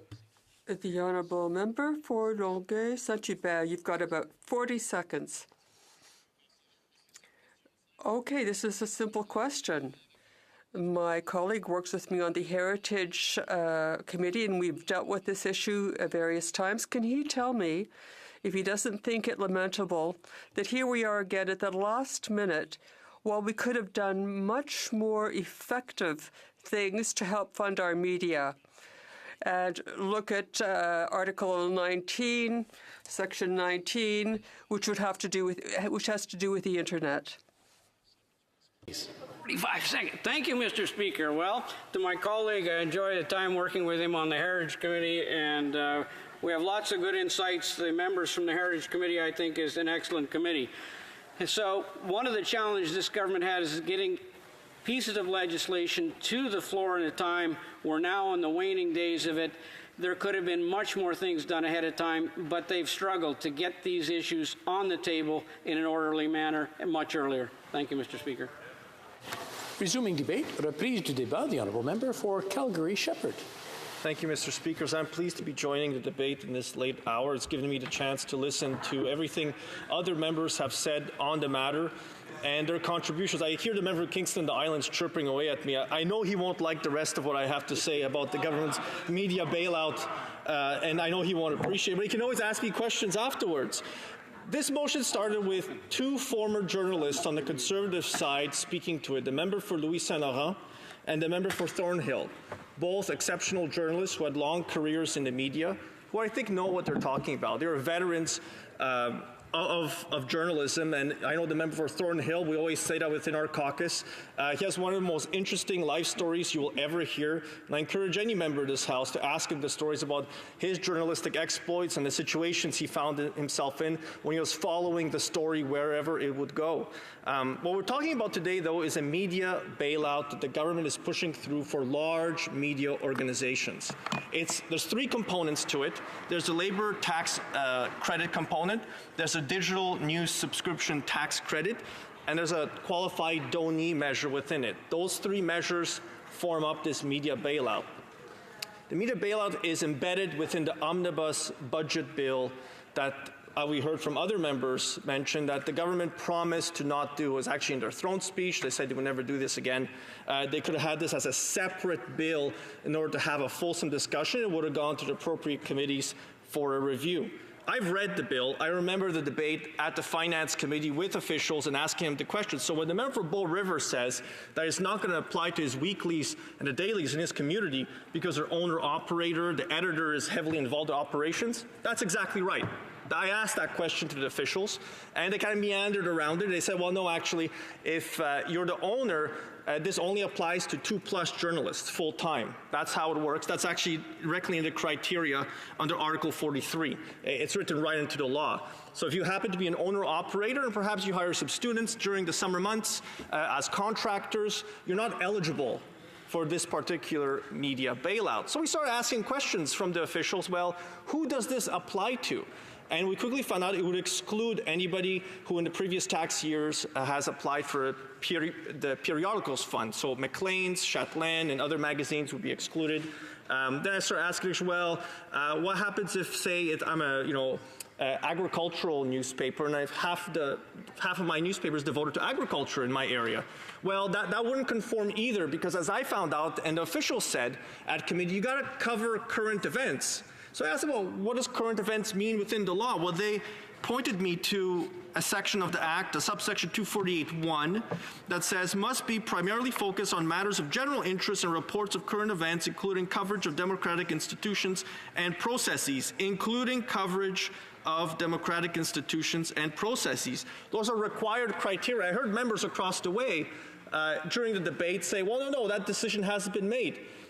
No, there is criteria already set in, and if you don't qualify as a journalistic organization, you're excluded. It's actually excluded from all three measures. That's the way the law is written. Now, maybe there are Liberal government caucus members who don't like that fact, but that's the way the law is written, and that's how it will apply. And so unless you're covering basically politicians of some sort, you're not going to be eligible for any cash. So this broad dragnet that officials initially said would be the case is actually not the case. It's a very small, select group of people that will be eligible for it. And the motion we have before the House today is one of the primary worries that us on the Conservative side have. What they have done by appointing a Unifor representative on to the board of this panel is they've made it partisan. Unifor has openly said they will campaign against one of Canada's large registered political parties. They posted it on social media accounts. They're happy to do it. They call themselves the Resistance. There is no way around this. They have made everybody's participation on this board a partisan affair because they are now participating actively in the electoral outcome of October 21st. So can't say this panel is independent. It's appointed by the government. And you can't say this parliament is completely nonpartisan because you have Unifor on it. And that simply can't continue. You can't have a situation where you have a national organization that represents some journalists as well, represents a great deal of other workers, actively working against one of Canada's registered political parties, also participating in who will get access to these three measures I just talked about, which form the media bailout. You can't have a situation like this. And we've seen members repeatedly on the Liberal side now say things that were like partially correct maybe, in a best of light they could be. I heard one member say maybe bloggers would be eligible. I actually asked a question. Bloggers are not eligible for this. I asked if Post-Millennial would be eligible, which is a pure online web news site. They didn't know whether they'd be eligible for this. You know, there's a great Yiddish proverb that says, what you don't see with your eyes, don't say with your tongue. It's a fanciful way of getting around, basically say that if it's not the case, if it's not the truth that you read, don't say it. At the Finance Committee, I asked all of these questions because I wanted to better understand which organizations would actually be eligible for this tax credit. And they were very quick to say they didn't have all the answers because some of the criteria is set into law, and some of the criteria will be up to the panel to determine. Now we know that this panel is tainted by the participation of Unifor on it. And it's the perception that matters. It's the perception that journalists could be bent by the ownership, by the eligibility of certain criteria. And we are subsidizing journalists directly because there is a labor tax credit up to $55,000 of a salary will be offset. That works out to about, I think, $13,750 at the end of the day for the employee. It's a direct subsidy for an employee here. Now, the panel's going to decide who qualifies as a Canadian journalist. I can think of no worse thing for independent, autonomous journalism in this country than to have the perception that perhaps their reporting will be tainted either one way or another way, and the type of content they'll choose to report. I don't have a problem with journalists writing tough stories. I don't have a problem with them misquoting me. I don't have a problem with them not coming to me or not following a lead I think is worth doing. I don't have a problem with it. They're independent, they're autonomous, they can do whatever they want. That's up to them. Hopefully they'll find a readership that is willing to read what they have to offer. I like reading the National Observer. And it's kind of left-leaning, I guess you could say, but they provide a lot of content that I actually like using. So I'm fine with it. But I don't know if the National Observer will be eligible for this. They exclude, everything outside of current events is excluded. If you cover too much sport, you're excluded. Too much entertainment news, you're excluded. All of those decisions, the panel gets to decide. This is the only tax credit measure I can find that the CRA doesn't administer directly. It'll be administered indirectly by this panel, by the way. And I hear all these Liberal government caucus members saying, well, there'll be a panel will decide. As soon as you qualify, you'll be eligible for these other things. Why not just let the CRA do it? They do the disability tax credit. They're the ones that decide at the end of the day who's eligible for it. Child expenses, they're the ones that decide for it. why isn't the CRA going to be the ones administering the law? There's a lot of leeway provided in the law as well. So I'm just wondering, why isn't the CRA deciding from A to Z, the whole thing? Wouldn't that be the more transparent, nonpartisan, completely opaque, arm's length, but within arm's reach way of doing this, as opposed to having a panel with Unifor on it, after Unifor has explicitly said that it's going to be devoted from now till October 21st to the defeat of one of Canada's registered political parties. For them now to participate in the determination of who qualifies as a journalistic organization, who then qualifies those three measures I mentioned, is ridiculous. There is no way you can then claim that this will be a completely nonpartisan exercise. You can't. The government has basically put onto that committee an organization that is going to be helping them directly. That's what we heard. That's what I heard at the Finance Committee. Nothing I've heard during the debate today changes my mind on this fact that the government is trying to push the scales again on one side. Just like they did with the justice system, they're pushing on the scales here and trying to ensure they get the best possible coverage, because a lot of the money doesn't flow out immediately. It's the potential of future cash in the future that will ensure that large media organizations are on side. So, Mr. Speaker, I'm going to be voting for this motion because it's very important that every single member stand on this issue and be heard by themselves, be heard on where they stand on behalf of their constituents for the free press without any government involvement directly. We should not be in the business of subsidizing the business of the press. The free press, yes, but not subsidized press with government and taxpayer dollars. Thank you, Mr. Speaker. Questions and comments. Questions et commentaires. The honourable member for Winnipeg North. Mr. Speaker, surely the member sees the hypocrisy when Stephen Harper, as Prime Minister, subsidized the news media through magazines, through direct millions of dollars of grants on an annual basis. Now we have the Conservative Party, and it's not the first time. They first voted against tax breaks for Canada's middle class. And that is the reality. They voted against that, and now they're going to be voting against this tax credit. This is a tax credit. Unlike Stephen Harper, when in the media, news media, where he gave direct grants, where his government chose which outlets were going to receive the money.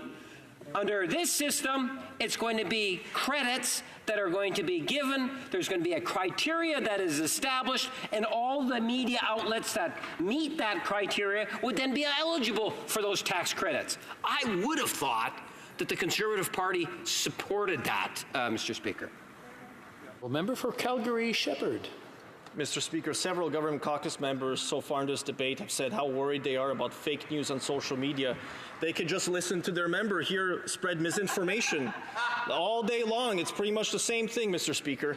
That so-called middle-income tax credit gave that member a bigger tax cut than every single Canadian who earns $45,000 or less. We've litigated this several times because of the way the progressive tax system works. On the issue of what previous governments have done, we're not talking about what previous governments have done, we're talking about what this government is doing. What this government is doing.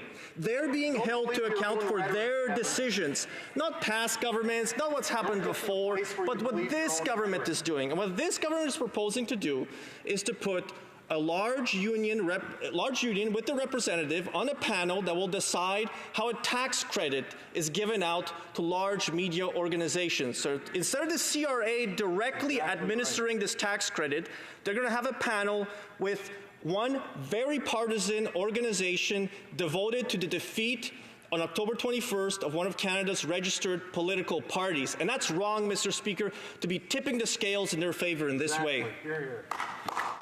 I just want to remind the honourable members that disturbing when you're shouting across the aisle is one thing, but when you're sitting next to the microphone and the speaker who's speaking, it kind of echoes out through everyone. So I just want to make sure that people understand that while they're sitting next to the person who's speaking and they speak out, it gets picked up by the microphone. Questions et commentaires, l'honorable. The honourable member for Longueuil-Saint-Hubert. Thank you, Mr. Speaker. I'd like to thank my colleague for his speech, and I agree with him. There is a lot of malaise when it comes to the situation. It's negligent of the government to come forward with many last-minute proposals for government and for Parliament, making appointments that may lead to a confusing situation. We have a media system which is ill. I would like to have my colleague's opinion on data that I've found, that I've been looking for since this morning, that states that Canada supports per capita $2 for its media, for written media, $3 in Quebec. In the US, it's $5.83. In the UK, it's $17. And in France, it's $30. Norway and Finland, it's even more. They invest $57 to $70 per capita. It's a lot as compared to $2. Even if we compare ourselves to the UK, do they react to the fact that perhaps we should, with no partisanry, support our newspapers? I would like to thank the honourable member for his question. Of course, I agree that it's at the last minute that the government has brought forward this bill. This omnibus budget bill was tabled in the final weeks of Parliament so that we can debate on something that's been debated on in public for years. This isn't something that has just cropped up overnight. They're trying to make us debate this at the last minute in order to win the elections on the 26th of October. When it comes to the per capita investment, I would like to understand how information was collected.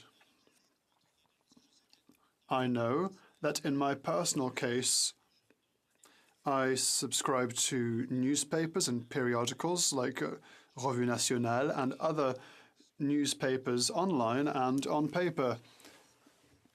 It's a question of knowing, is it just expenditures in Canada or expenditures between the United States and Canada and elsewhere in the world? Resuming debate. The Honourable Parliamentary Secretary to the Minister for Small Business and Export Promotion. Thank you, Mr. Speaker. I'd like to let you know that I will be sharing my time with the MP for Surrey South, White Rock.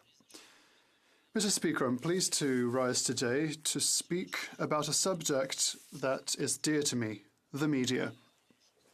Media and local newspapers have an essential role to play from coast to coast. I'm especially proud of media in my riding in Lac-Saint-Jean. For example, Trium Média newspapers like L'Étoile du Lac, Le Lac-Saint-Jean, and the Nouvelle Hebdo that provide quality news to all Canadians in my riding. Be it politics, general news, culture, or sports, we can rely on the professionalism of our journalists to keep us abreast of local news. Unfortunately, access to trustworthy and professional journalism is increasingly rare. Canadians now have more limited access to reliable local news, and this because of radical changes made in the media industry. Currently, in our world of fake news, if one only reads Facebook for news, then recently on my Facebook feed I read that we had discovered a World War II submarine in Lac-Saint-Jean. That's crazy. I'm not quite sure how the submarine got there in the first place, but there you go. Mr. Speaker, newspapers have a hard time of doing their civic and public duty at the local level, which is why it's important to have local news. It's not by reading La Presse or Le Devoir that I will know what's going on in my neighbourhood. I am, and I will always be for a strong and free local press. Our local newspapers are the backbone of our community's information. Despite the influx of information and the multiplication of access platforms, our local newspapers give a regional lens on issues and are essential for local debate. A recent study on local media coverage called Mind the Gaps, Quantifying the Decline of News Coverage in Canada.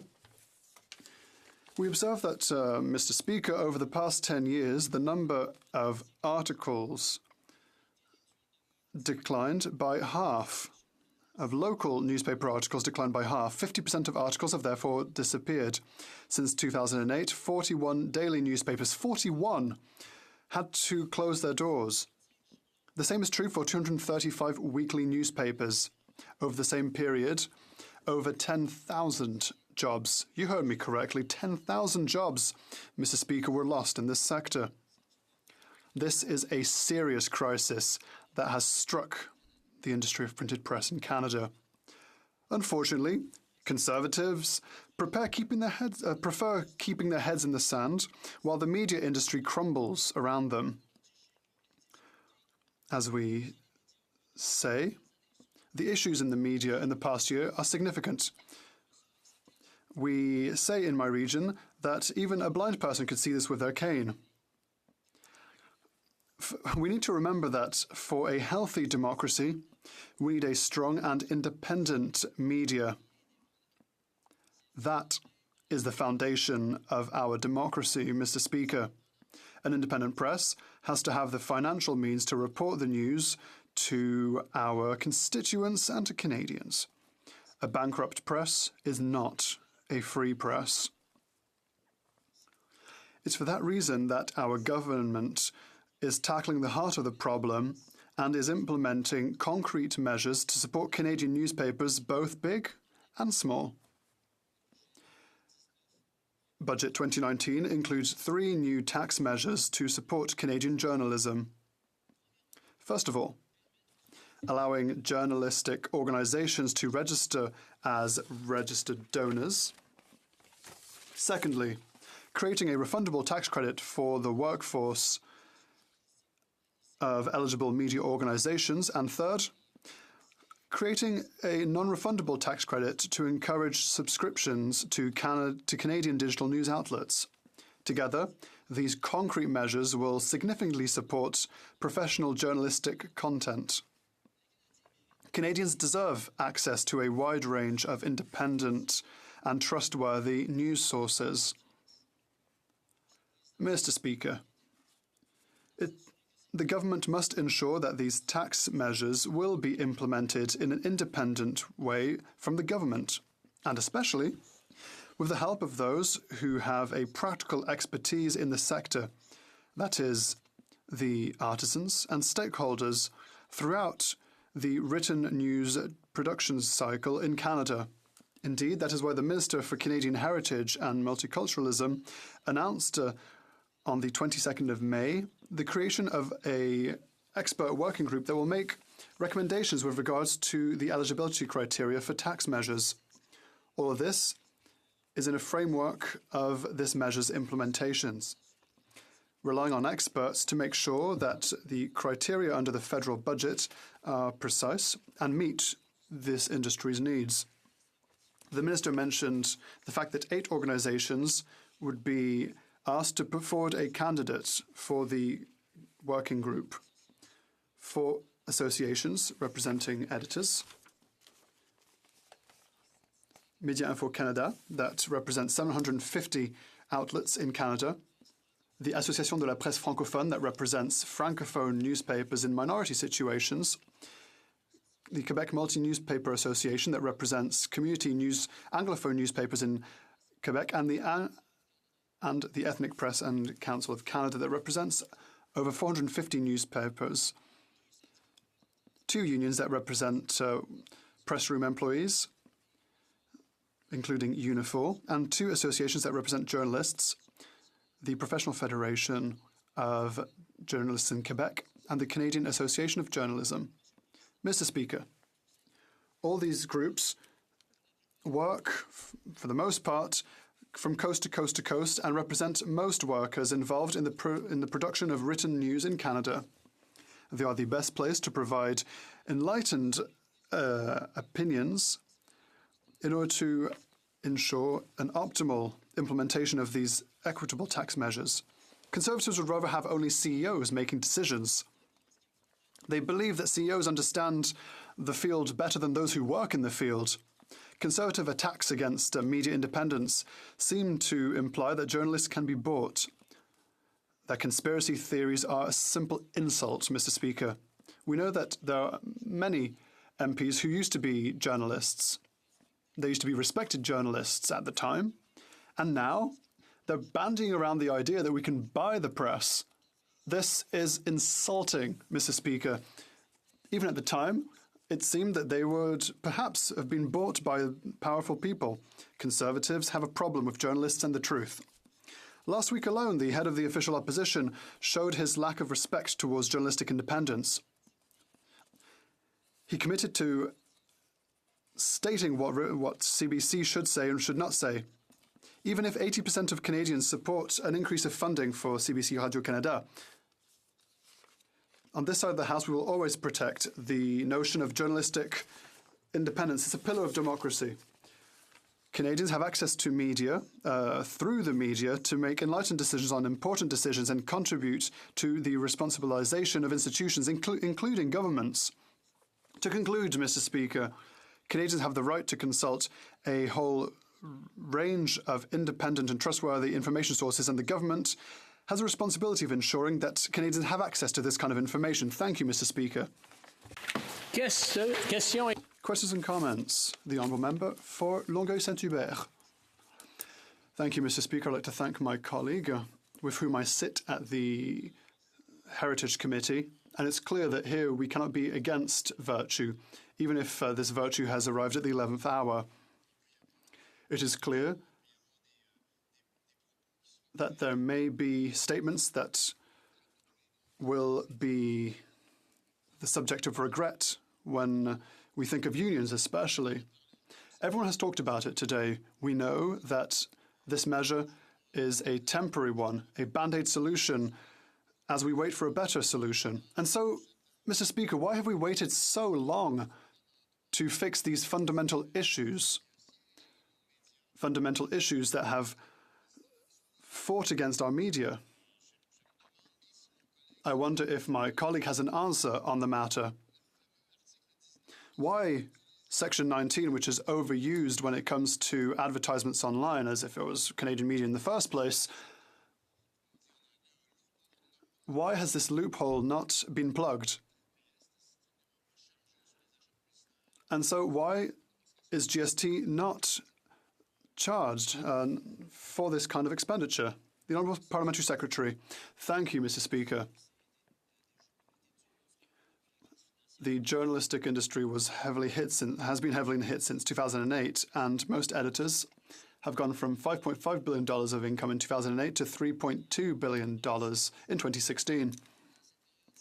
Over this period, 41 daily newspapers and 235 weekly newspapers and 10,000 employees have disappeared. We're tackling this problem at its very core, and that's why we have implemented concrete measures to help small media and large media. We need to protect the independence of our journalistic bodies, and that is why an independent panel of experts has been constituted. Journalists and journalism is at the basis of our democracy, but the Conservatives seem to love attacking its independence. It's completely deplorable coming from MPs who themselves were journalists back in the day. A Conservative MP indicated last week, who used to be a journalist, that the Conservative Party was pleased to see old, struggling newspapers closing, categorising them as fossils. That's insulting, Mr. Speaker. Last week, the Hamilton Spectator announced that it would be stopping its press. 73 full-time jobs and 105 part-time jobs that will be lost. This reality is not isolated. These local newspapers are not fossils. They are essential sources of information for our communities. Conservatives have to leave these conspiracy theories behind and have to guarantee this pillar of our democracy, which is journalism. Thank you, Mr. Speaker. Questions and comments? The Honourable Member for Longueuil-Saint-Hubert. Thank you very much, Mr. Speaker. I'm pleased with what I've just heard because, honestly, well, I could ask you to stop spinning and answer my question. Why does the government not plug this loophole of Section 19? Section 19, which stipulates that a Canadian advertiser can advertise in an American newspaper, but this would not be eligible as operating costs for advertisement in the balance sheets. Section 19 does not clearly state that this same advertisement should be on Canadian media online. And so the question is as follows. Could you inform me why this loophole has not been plugged? Everyone knows it's a severe problem. Were this loophole to be plugged, Canadian advertisers would no doubt reduce their purchases on American platforms and would turn more towards their local media. It's not complicated, and no doubt it would lead to increased revenue for the state. The Honourable Parliamentary Secretary, in 45 seconds or less, please. The answer is to come, no doubt, Mr. Speaker. You know, we don't know sometimes what is at the end of our noses, and that's what can happen in politics. So I would invite my honourable colleagues to be patient. We never know. One day there could be good news, and that is what we hope to be able to provide money for advertising. But my honourable colleague knows full well that things do not happen overnight. Resuming debate. The honourable member for South Surrey, White Rock. Here, yes. Thank you, kind Speaker, and thank you to my colleague from Lac Saint-Jean for sharing his time with me. It's been a delight to sit here this afternoon and listen to the discussions and debate, the profound, sometimes angry, heated agreement around values, but the same heated disagreement around the process. And it's been interesting to follow. Certainly, as I reflect on the newspapers from my community, the small newspapers, 3 of them have not survived over the past number of years. The one that has survived with layoffs, with a number of volumes of inserts increasing to about half to an inch thick in some cases, with advertisements from places like Walmart and Home Depot and a myriad of others. They still report on local issues, on service clubs, community events, local sports, cultural events, fundraisers, and they connect and inform the community in an important way. And certainly I think we've all agreed that that's an important part of our communities. That's something I think which we share across and throughout this House. So how did we get to the point we're at today? How did we get here? I was interested to find that in the United States, that in 1949 they introduced something called the Fairness Doctrine. And the Fairness Doctrine had 2 basic elements. It required people to devote some of their airtime, some of their print time, to controversial matters of public interest, and ensuring that contrasting views regarding those matters were evident. And it required those to be present in each instance. The main agenda of the doctrine was to ensure that viewers, readers, were exposed to a diversity of viewpoints, consistent with the things we talk about in this House, that we talk about in democracy, ensuring, as John Stuart Mill said, you may understand your position perfectly well, but unless you understand the opposite position equally as well, you're not informed enough to be able to make a decision between the 2 of them.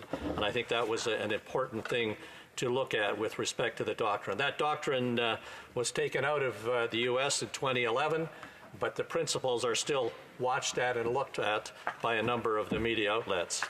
Certainly here we had a number of reports that had been done. The Public Policy Forum in January of 27 entitled The Shattered Mirror, and the subtitle, News, Democracy, and Trust in the Digital Age. So as we've looked at the digital age and look at the types of changes that are taking place and the impact that's having, particularly in small communities across our country. And subsequent to that, the Heritage Committee in June of 2017 issued a report entitled Change and Churning in Canada's Media Landscape. And all of these reports have obliquely, if not directly, been calling upon government to take actions to protect the connections of local community, protect that notion of what we need to see. We don't want to see one newspaper for the world, and we didn't want to see Sirius Radio reporting on the whole world. We want it to be focused on our community where we live and where we connect and have those types of things. Reference has been made to the fact that 41 dailies have closed over the past few years, 235 weeklies, 10,000 positions have been lost. And that's 31% of jobs within the field. This process and bias I was interested to read recently of this report. This is a report from the Canadian Media Concentration Research Project, and it found that 95% of newspaper endorsements in the 2011 election went to Harper. That's every daily in Canada that endorsed a party except for the Toronto Star, which endorsed the NDP that year. It was roughly 3 times Harper's standing in the opinion polls at the time, Carleton University professor Dwayne Winsiak wrote in his report. Wow. And the 2015 election, things weren't quite as monolithic, but 71% of all newspaper endorsements still went to Harper. 17 of 23 newspapers that endorsed a candidate endorsed the Tories, the study found. So as we look at the debate that is going on today, it almost seems that there's identity-based decision-making taking place. We're in agreement, rapid agreement, that we want there to be no biases, no favoritism, total transparency in the issues coming from government and presented by the media. And I agree, it is essential that our democracy relies upon the respect and independence of the journalists.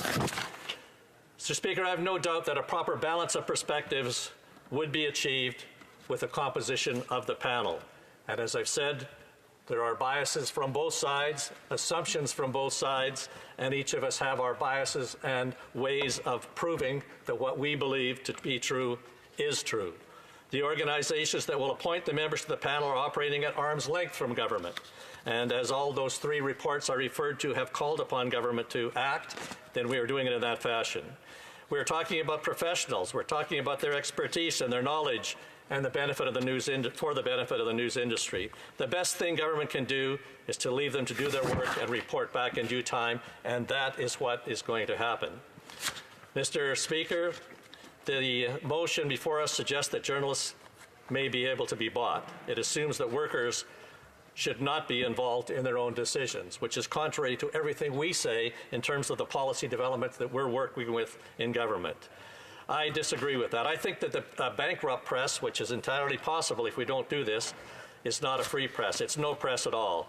And I encourage members of this House to stand up for a free press, for well-functioning democracy, and stand up against the motion we have before us. Excellent Thank speech. you. Excellent, excellent. Wow, bravo. Questions and comments? Questions et commentaires? L'honorable... The Honourable Member for Rimescu, Nejet, Témiscouata, Basque. Thank you. I want to ask my colleague from Longueuil, Saint-Hubert.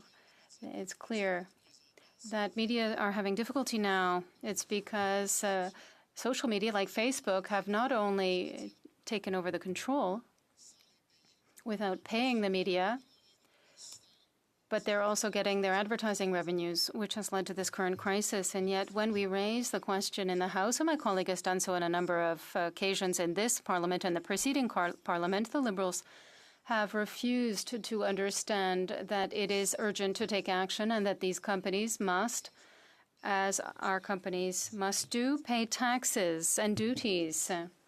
And their financial implication could allow these media to turn around the situation. They could survive and allow diverse information and good quality information to be provided. I'd like to ask my colleague why he and his party oppose dealing with these web giants as the way we treat our own Canadian companies when it comes to the media and the whole economy.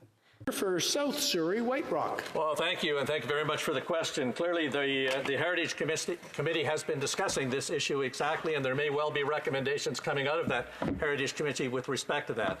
We understand that depending upon what metrics one chooses to believe, that the things like YouTube and Facebook and a number of their advertising is in the billions of dollars if we were able to look at and introduce ways of being able to capture some of that revenue and by taxing them rather than allowing them to function independently. So that's clearly something that we are looking at and something that we will be bringing forward at the appropriate point in time. Questions and comments? Questions et commentaires. The Honourable Member for Lethbridge. Thank you, Honourable Speaker. The members opposite one of their phrases that they've enjoyed using throughout this discussion, throughout this debate, is that they believe in an independent and free media, that they believe in its protection, they would say, so much that they need to give $600 million to it.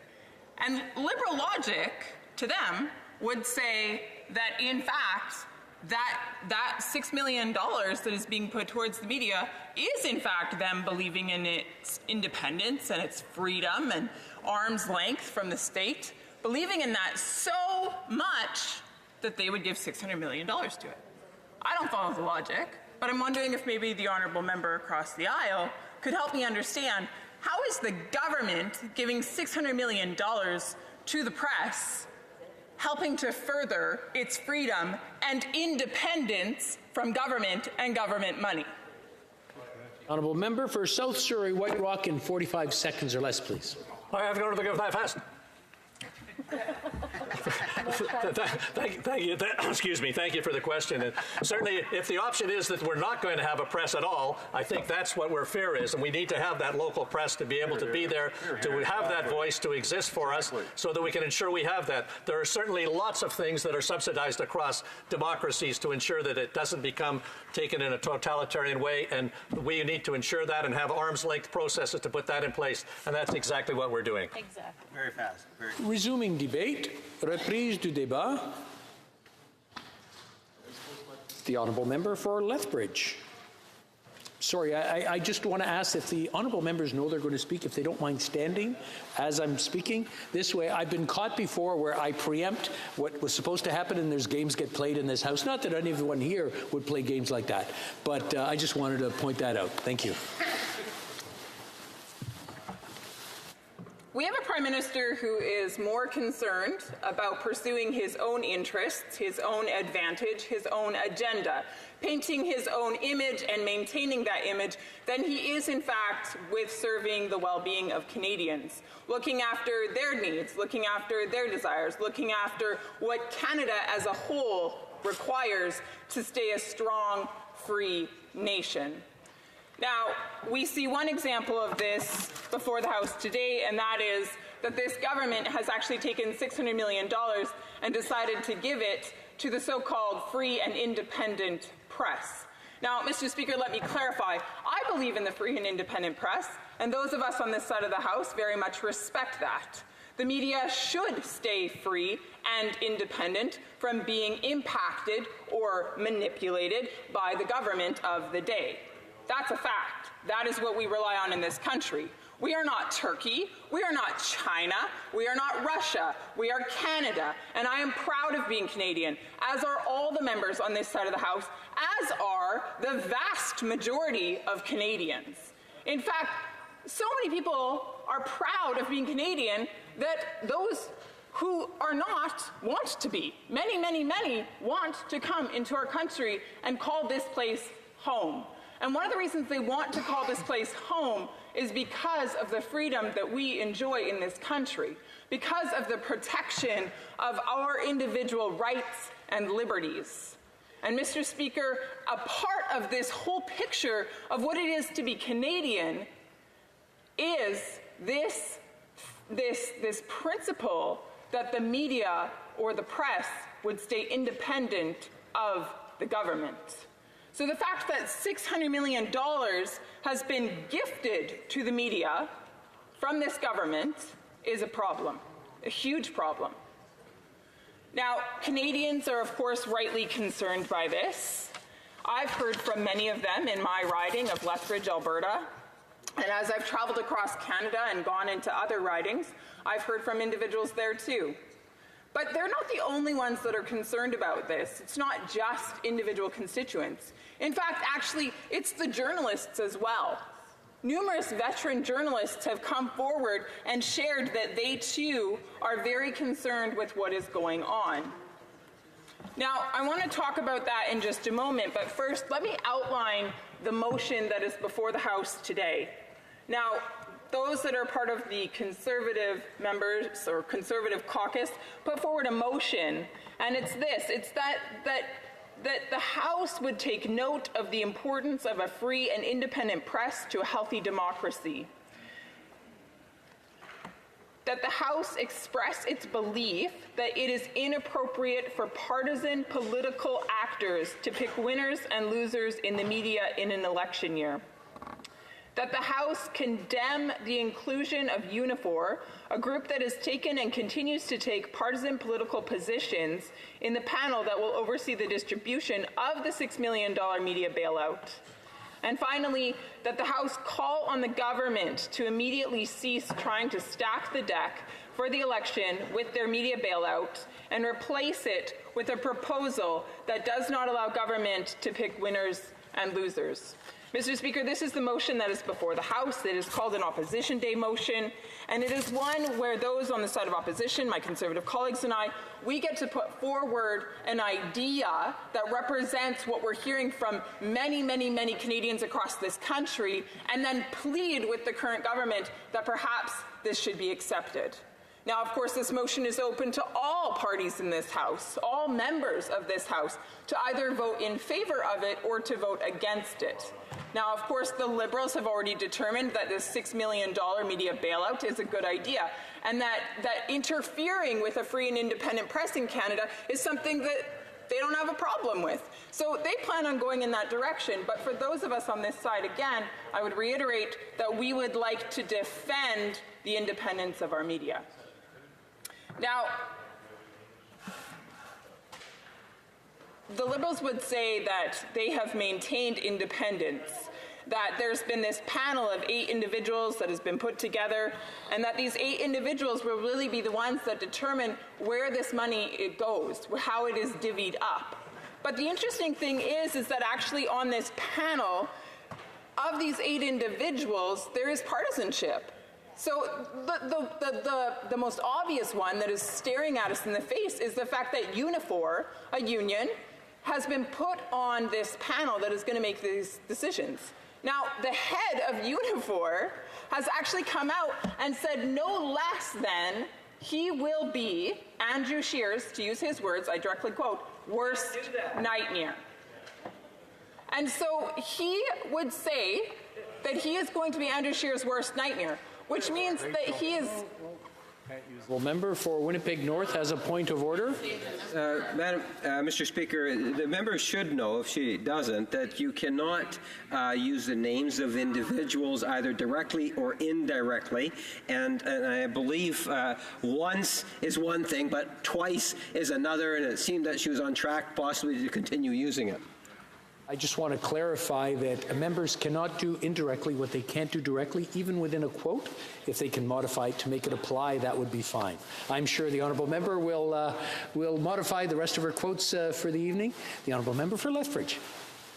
You can say Doug Ford all you want. The Union Unifor, Mr. Speaker, I think the point is clear, and that is that the Leader of the Official Opposition has been told that Unifor will be his worst nightmare going into the next election. The point is this. The point is that this is clearly a very partisan organization, that this is an organization that very much is against the Conservative Party of Canada and very much campaigning on behalf of the Liberal government, which means that now this whole exercise just became very political in nature, didn't it? Now, I don't think we can argue at that point. It's very clear what has been said. It's very clear what the motive of this union is. And so you have this $600 million that is on the line, and it is going to be determined by this partisan group of individuals in terms of where that money is going to go. But not only that, but the majority of this money is actually being withheld and will only be given to these media outlets post-election, which means that there's going to be an awful lot of motivation given to them through the withholding of money and the promise of funds after the election for them to cover the 2019 election in a very particular way. Mr. Speaker, I don't think it takes a great deal of intelligence to determine what that way is. Of course, media outlets are going to be encouraged, if not manipulated, to cover the election of 2019 from a liberal vantage point rather than from a fair vantage point that is nonpartisan in nature. And why is that? It's because there's $600 million on the line and they want a piece of the pie. Now, I think I've clearly outlined that there is a problem here with regards to the independence. But it's not just me that is saying that. There is far more being said here by others, and that is by journalists throughout the country. So Andrew Coyne, he said, it is clear now, if it was not already, that this is the most serious threat to the independence of the press in this country in decades. Don Martin said, the optics of journalism associations and unions deciding who picks the recipients of government aid for journalism are getting very queasy. Jen Gerson from CBC Maclean said, if any of these associations or unions, so the 8 individuals who have been selected, could be trusted to manage this so-called independent panel, they would be denouncing it already. Quite the statement. Chris Seeley from the National Post said, Liberals' media bailout puts foxes in charge of the chickens. Mr. Speaker, I am not the only one, nor are my Conservative colleagues the only ones, who are pointing out significant concerns with this decision to give out $600 million of government money to media outlets across this country. Clearly, this is an attack on the independence and the freedom of our press. In addition to that, it's a matter of protecting democracy. It's a matter of making sure that media outlets actually cover the story of the day without being pressured by the government to do it one way or the other. And as soon as the government attaches money to media outlets or offers money to media outlets, then all of a sudden now the press feels the pressure to cover stories in a direction or in a way that would perhaps paint the government in positive light. And Mr. Speaker, that's not okay. That's not the Canada that we belong to. Again, we see the lack of independence and the lack of freedom in places like Turkey or Russia or China, where it is dictated how any sort of news is going to be covered and granted to the people in those countries. But in Canada, again, we very much depend on the government actually staying out of the way and allowing press to cover a story from whatever angle that media outlets should choose. The other problem with this is that there's no transparency in the application and review process. And this concern has actually, it's been brought up by the CAG most recently, just within the last couple of days. And so, they've pointed out that there needs to be a more transparent process in moving forward with this. That those who apply for this funding should be listed online.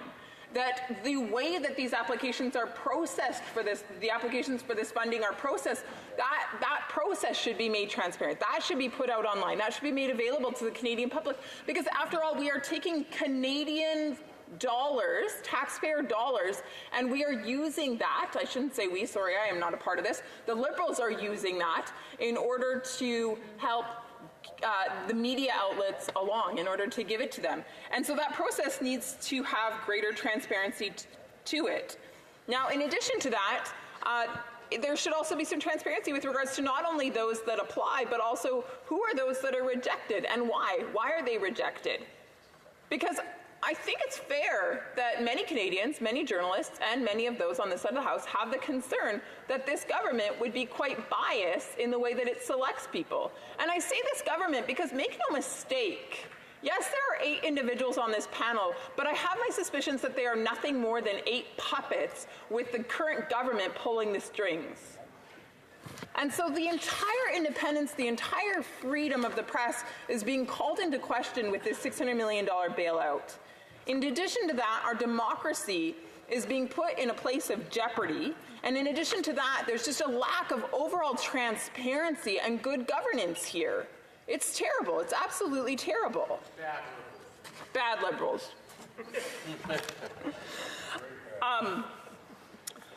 Furthermore, with regards to credibility, one author or one journalist, he wrote this. He said, the minute the union starts helping a government divvy up taxpayers' cash for the benefits of news outlets, there is quite rightly a perception that reporters' coverage is being bought off. So whether or not that is the case, there is the perception. He goes on to explain that the credibility of a journalist is of utmost importance. that our journalists work hard to maintain the credibility of the Canadian public, to maintain their trust. And by the government going and giving $600 million to the free press, it now calls into question that credibility. There's a problem there. Now, Mr. Speaker, this is not the first time that the Prime Minister has put his interests above those of Canadians. He does this quite often. In the NAFTA agreement, he said that he was going to get a good deal for Canada. He said he wasn't going to allow ink to go on paper until tariffs were removed. He put ink to paper. Meanwhile, we still had tariffs on steel. We still had tariffs on aluminum, tariffs on softwood lumber, and we allowed the U.S. to take a good chunk of our market with regards to dairy. We allowed them to take a good chunk of our market with regards to auto and implement what's the word? The quotas. And so at the end of the day, again, we saw where he put his image before the needs of the Canadian people. Further to that, the student summer jobs grants. We watched again as this government put itself first. They imposed this requirement on Canadians that organizations would need to sign off on a value statement, that they would need to sign off on a set of beliefs and values in order to receive dollars from taxpayers. And if organizations were not willing to sign that value statement or that attestation, then they could not have any of that money. Again, not acting in the best interest of Canadians, but acting in the best interest of the Prime Minister and the image that he wants to portray. Now, the problem with this is, of course, there were many faith-based organizations who couldn't sign the Prime Minister's value statements. And those organizations do tremendous work. They look after the homeless. They look after those who live in poverty. They help refugees come to Canada and settle here. They run summer camp for kids. Many of those are underprivileged kids. And the Prime Minister actually refused to give them $1 because they wouldn't sign his value statement. It's wrong. The carbon tax. Again, you have the Prime Minister wanting to put forward this image of himself as someone who cares for the environment. So he gets this great idea. I know what I'll do. I'll put a tax on pollution. And then everyone will all of a sudden no longer need to drive their car to work, or put clothes on their back, or food on their tables, or heat their home in -30. No, that's not the case at all. That's ridiculous. It lacks any sort of logic. And what have we watched over the last 4 years? We've actually watched as emissions in this country have gone up. We've watched as this government is actually further away from meeting its targets than we've ever been as a country. Mr. Speaker, this government, this Prime Minister, has the audacity to say that he is standing up for Canadians, but he is standing up for no one other than himself. And wanting to maintain his image, and wanting to propagate his ideals, and wanting to manipulate Canadians along the way, when in fact it is all based on a foundation of deception. Bill C-71. So the Prime Minister comes in and he says, I've got an idea. Let's look after the safety and well-being of Canadians. So in order to do that, we're going to go after those who legally acquire their firearms, who are properly vetted to have a firearm, and who legally use their firearm. Let's go after them. Because if we go after them, then we will take all of the criminals and the gangs off the street. We will help make this place a safer country if we can shut down the sports shooters and the hunters. Liberal logic. It's terrible. Again, it's more about image than it is about serving the well-being of this country and the Canadian public. Meanwhile, this same government put another bill in place, Bill C-75. And you know what that bill did? It rewarded terrorists. It rewarded those who force marriage. It rewarded those who engage in genocide. And so... I see the honourable member for Toronto Danforth on a point of order. Mr. Speaker, I feel like we have ventured very, very far from the topic of today, and I would ask that perhaps we can have a return. Okay. I think the honourable order.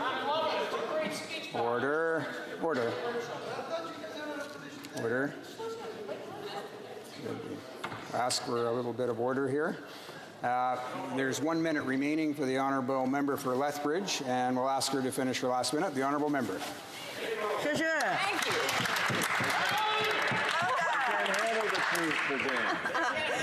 They can't handle the truth, but that's okay. That's okay. Mr. Speaker, so you have again this example where the Prime Minister, where this current government, they want to put forward this particular image. They want to tell Canadians that they are offering this particular thing, when in fact that is not the case. They are not keeping Canada safer because they are not putting the money on the front lines to our responders. They are not putting the money on our front lines to secure our borders. They are not putting the money towards our military. Mr. Speaker, they are not doing anything to further the safety and well-being of Canadians, but they are doing everything to shut down those who are law-abiding citizens. Mr. Speaker, my final point is this. My point in all of this is that we currently have a government led by a Prime Minister who is more interested in his own image and his well-being and furthering himself rather than the Canadian people and making sure that this country thrives. And that's wrong.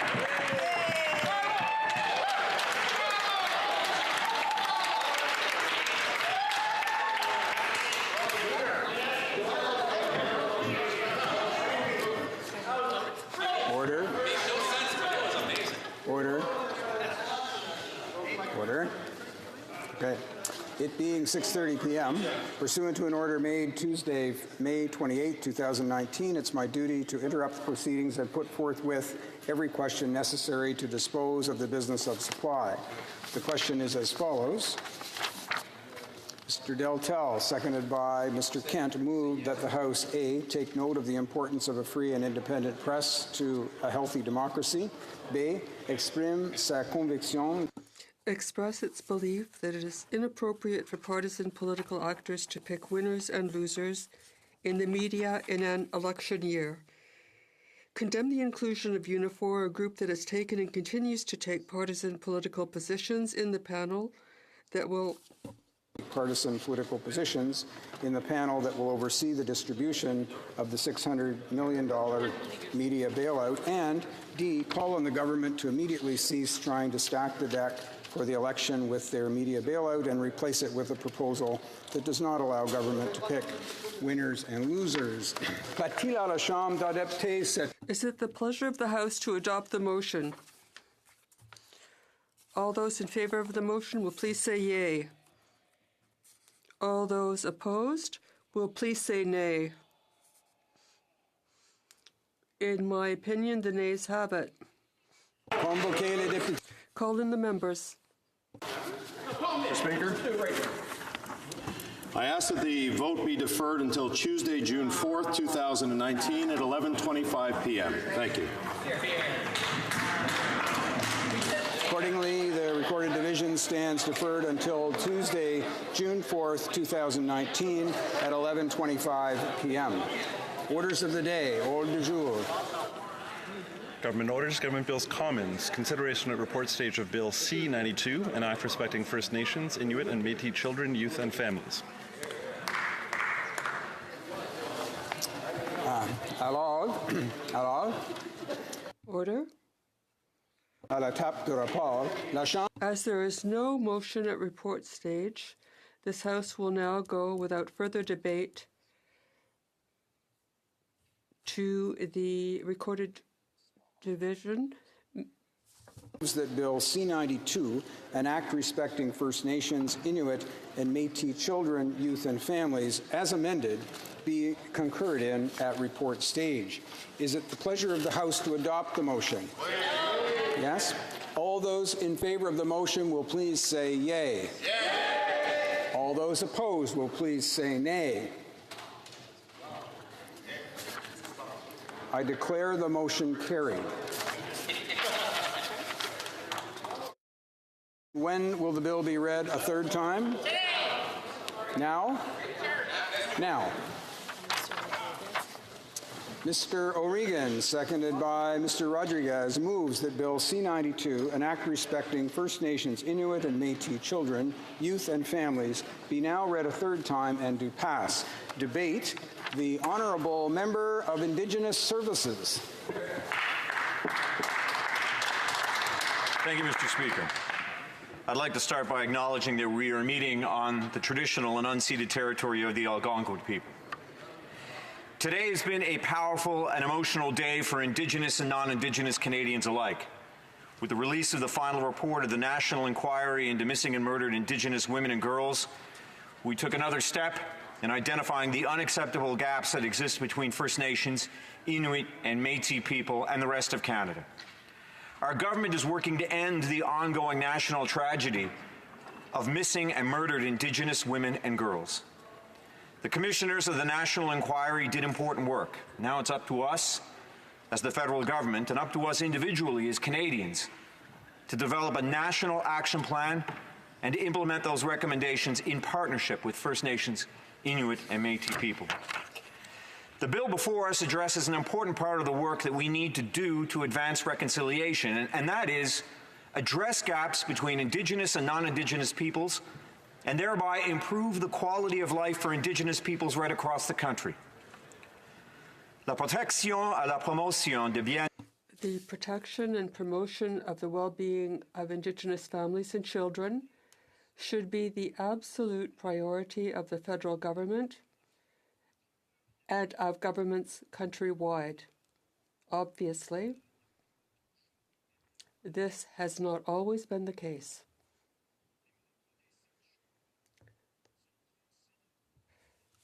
Members are aware of the suffering and pain inflicted and which continues being inflicted on women, children, and Indigenous families in this country. It's not just something that has happened in the past. This is something that occurs every day, to this very day. In fact, it is a worsening problem. More Indigenous children are in care now than at the height of the operation of residential schools. In terms of hard numbers, more than 52% of children in foster care in Canada are Indigenous, yet they represent less than 8% of the population. Studies show that the average Indigenous child in foster care may live with anywhere between 3 to 13 different families before turning 19 years old. It's unacceptable. It's got to stop. I think we can all agree that the current system needs to change. As parliamentarians, we must act. We believe in a system where Indigenous peoples are in charge of their own child and family services. Something we recognize should have been the case all along. Indigenous families are currently bound by rules and systems that are not their own, and they do not reflect their cultures, their identities, their traditions, their communities, their ways. No wonder they haven't worked. This bill sets out to change that. First and foremost, Bill C-92 sets out principles that would apply across the country to guide the provision of child and family services involving Indigenous children and families. These principles are informed by extensive engagement with Indigenous people all over the country. The principles in the bill, best interests of the child, substantive equality, and cultural continuity, are aligned with the United Nations Convention on the Rights of the Child, the Truth and Reconciliation Commission's calls to action, and the United Nations Declaration on the Rights of Indigenous Peoples. If no agreement is reached within 12 months, but reasonable efforts were made to do so, the Indigenous law will also have force of law as federal law. In other words, should a government not act in good faith after 12 months of negotiations of a coordination agreement, Indigenous child and family services law would have precedence as a federal law.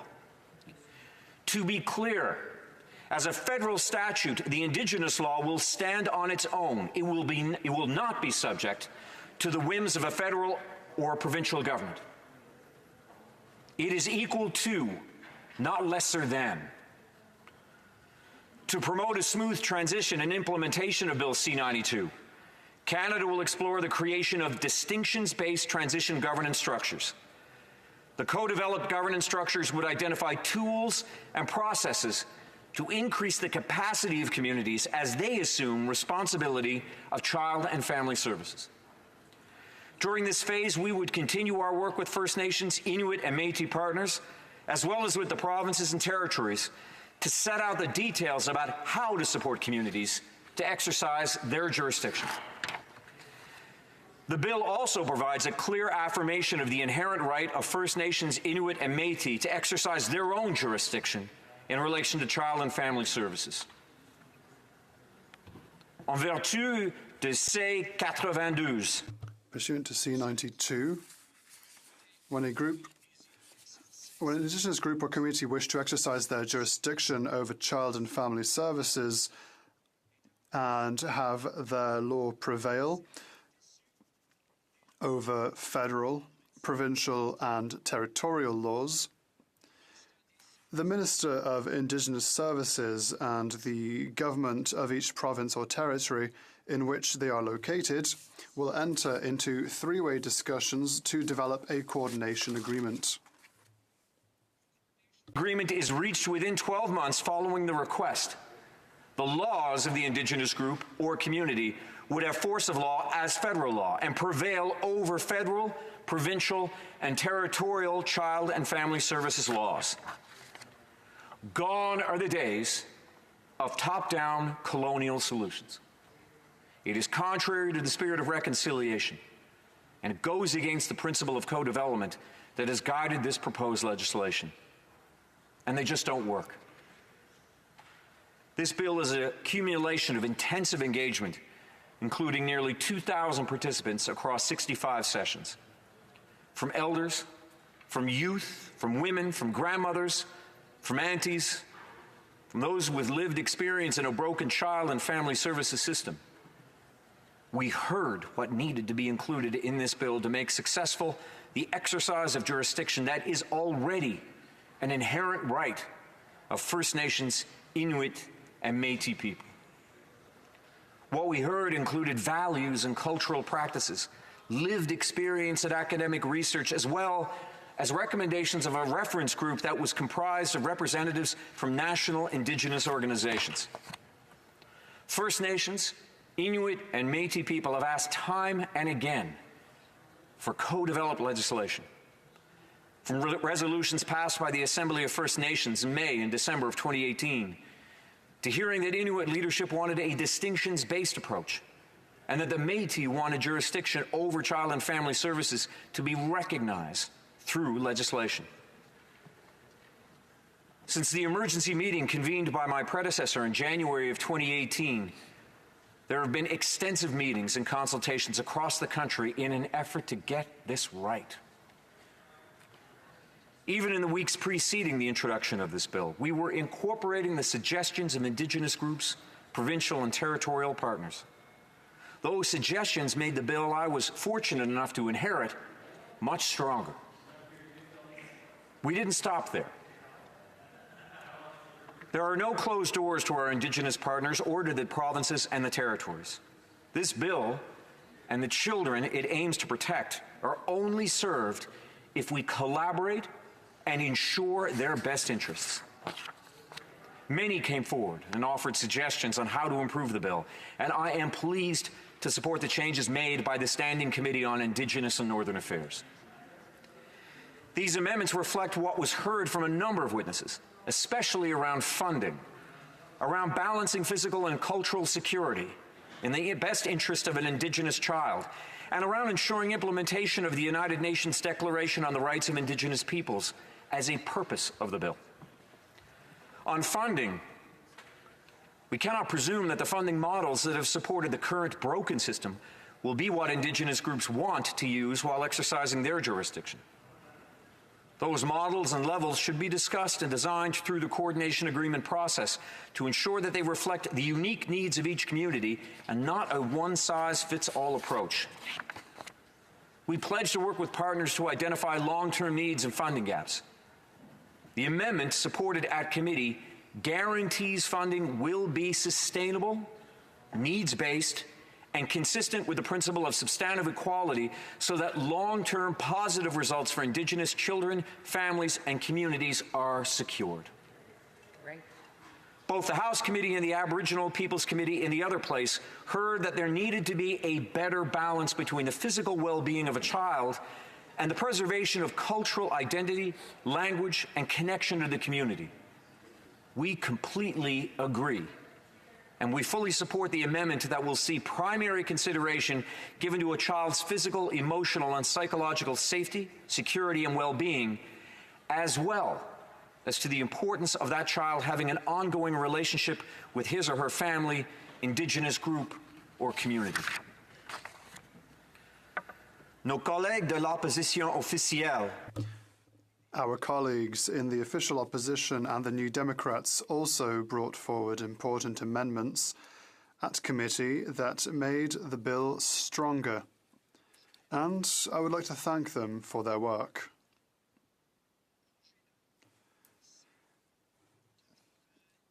Bill C-92 will provide a legislative framework and ensure strong guiding principles are in place to protect the needs of Indigenous children and families for generations to come. Now is the time to follow through on our promises to Indigenous children, families, and communities. Our promise that the same old broken system that needlessly separates so many children from their families, that removes them from their culture, that cuts them off from their land and their language, that system not be allowed to continue, and that we affirm and recognize that Indigenous families know what's best for Indigenous children.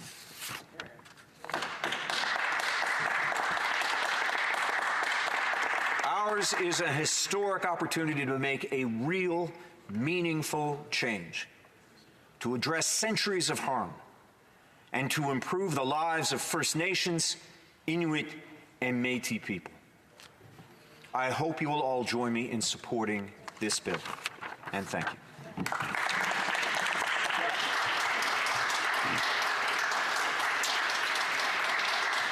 Questions and comments. The Honourable Member for Kamloops, Thompson, Caribou.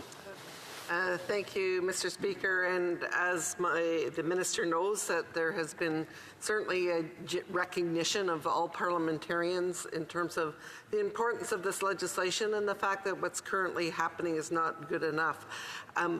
But of course, there is problems when you rush a bill through the system.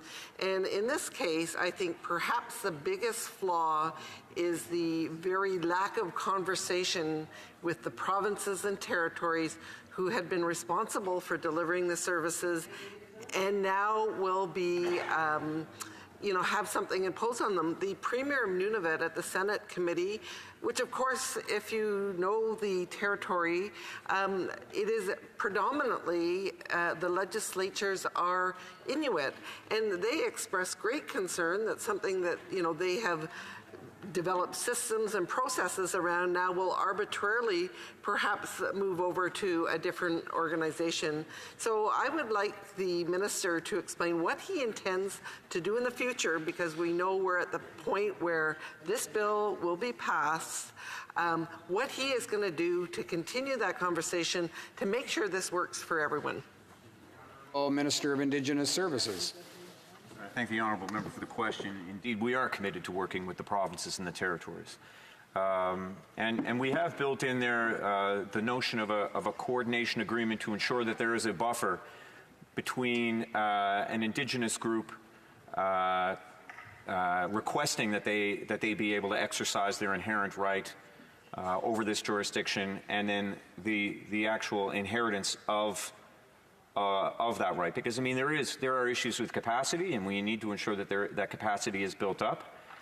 So we have laid in place 12 months, and the issue in some provinces and with some of the people that I've spoken to is that that's too long. They want to assume that responsibility right away.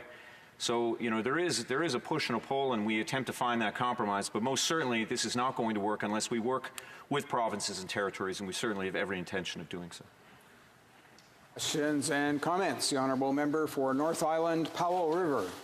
Thank you, Mr. Speaker, and I thank the Minister for his speech today on this really important issue of Indigenous children in care.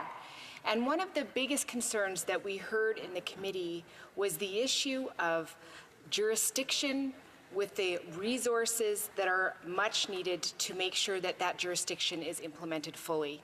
We know that in this place we've heard repeatedly about the Canadian Human Rights Tribunal and the fact that that group has sent to us now 7 times, the government in this place, non-compliance orders. So there was a lot of witnesses, and the witnesses expressed repeatedly that without the comprehensive resources to do this work, the work couldn't be done fulsomely.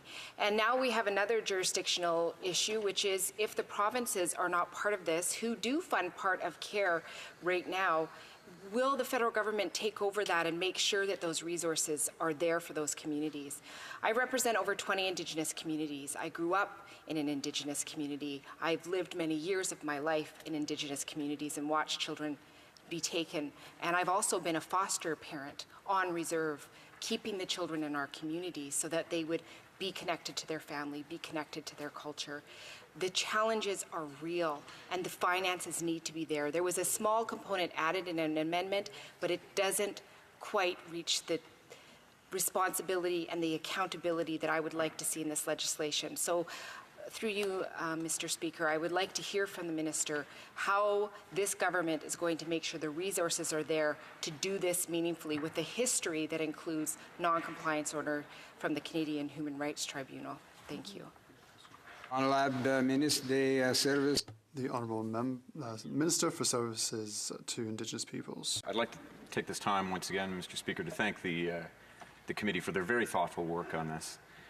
Most certainly we heard them, and we did make amendments, particularly as the member mentions, on the issue of funding. And the assurances that all parties, I think, needed to make sure that they knew that sustainable funding was, wording around sustainable funding and a needs-based approach were included.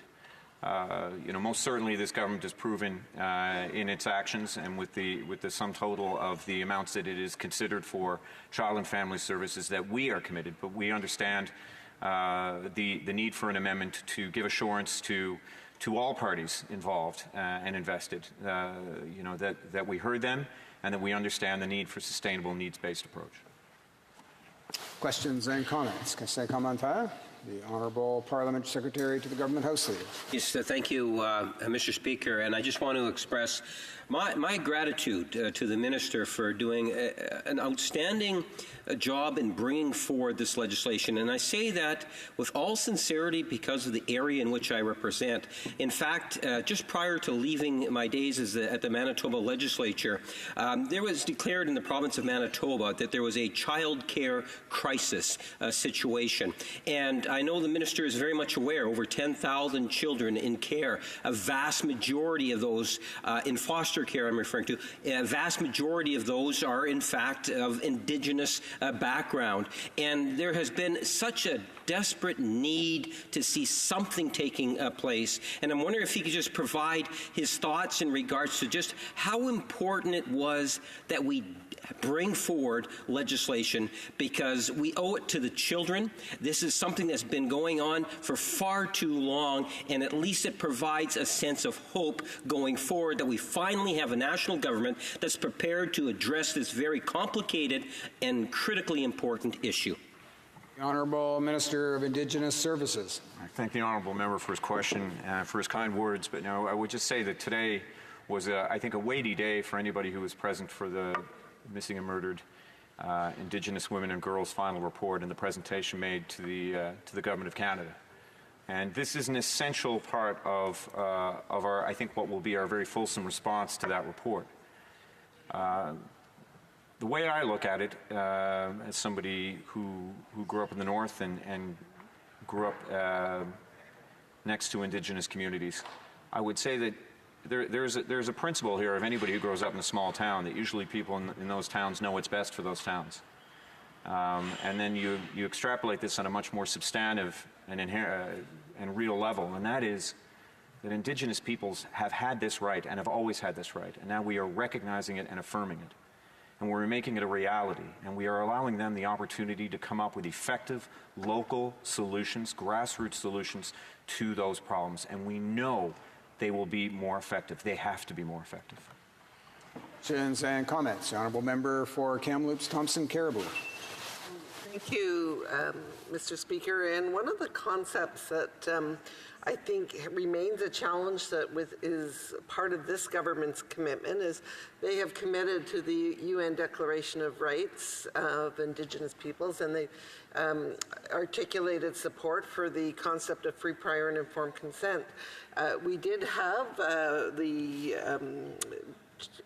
chief, the Grand Chief of Manitoba Assembly come and state essentially that he did not like this bill. He did not give it permission to go ahead. He objected to this bill.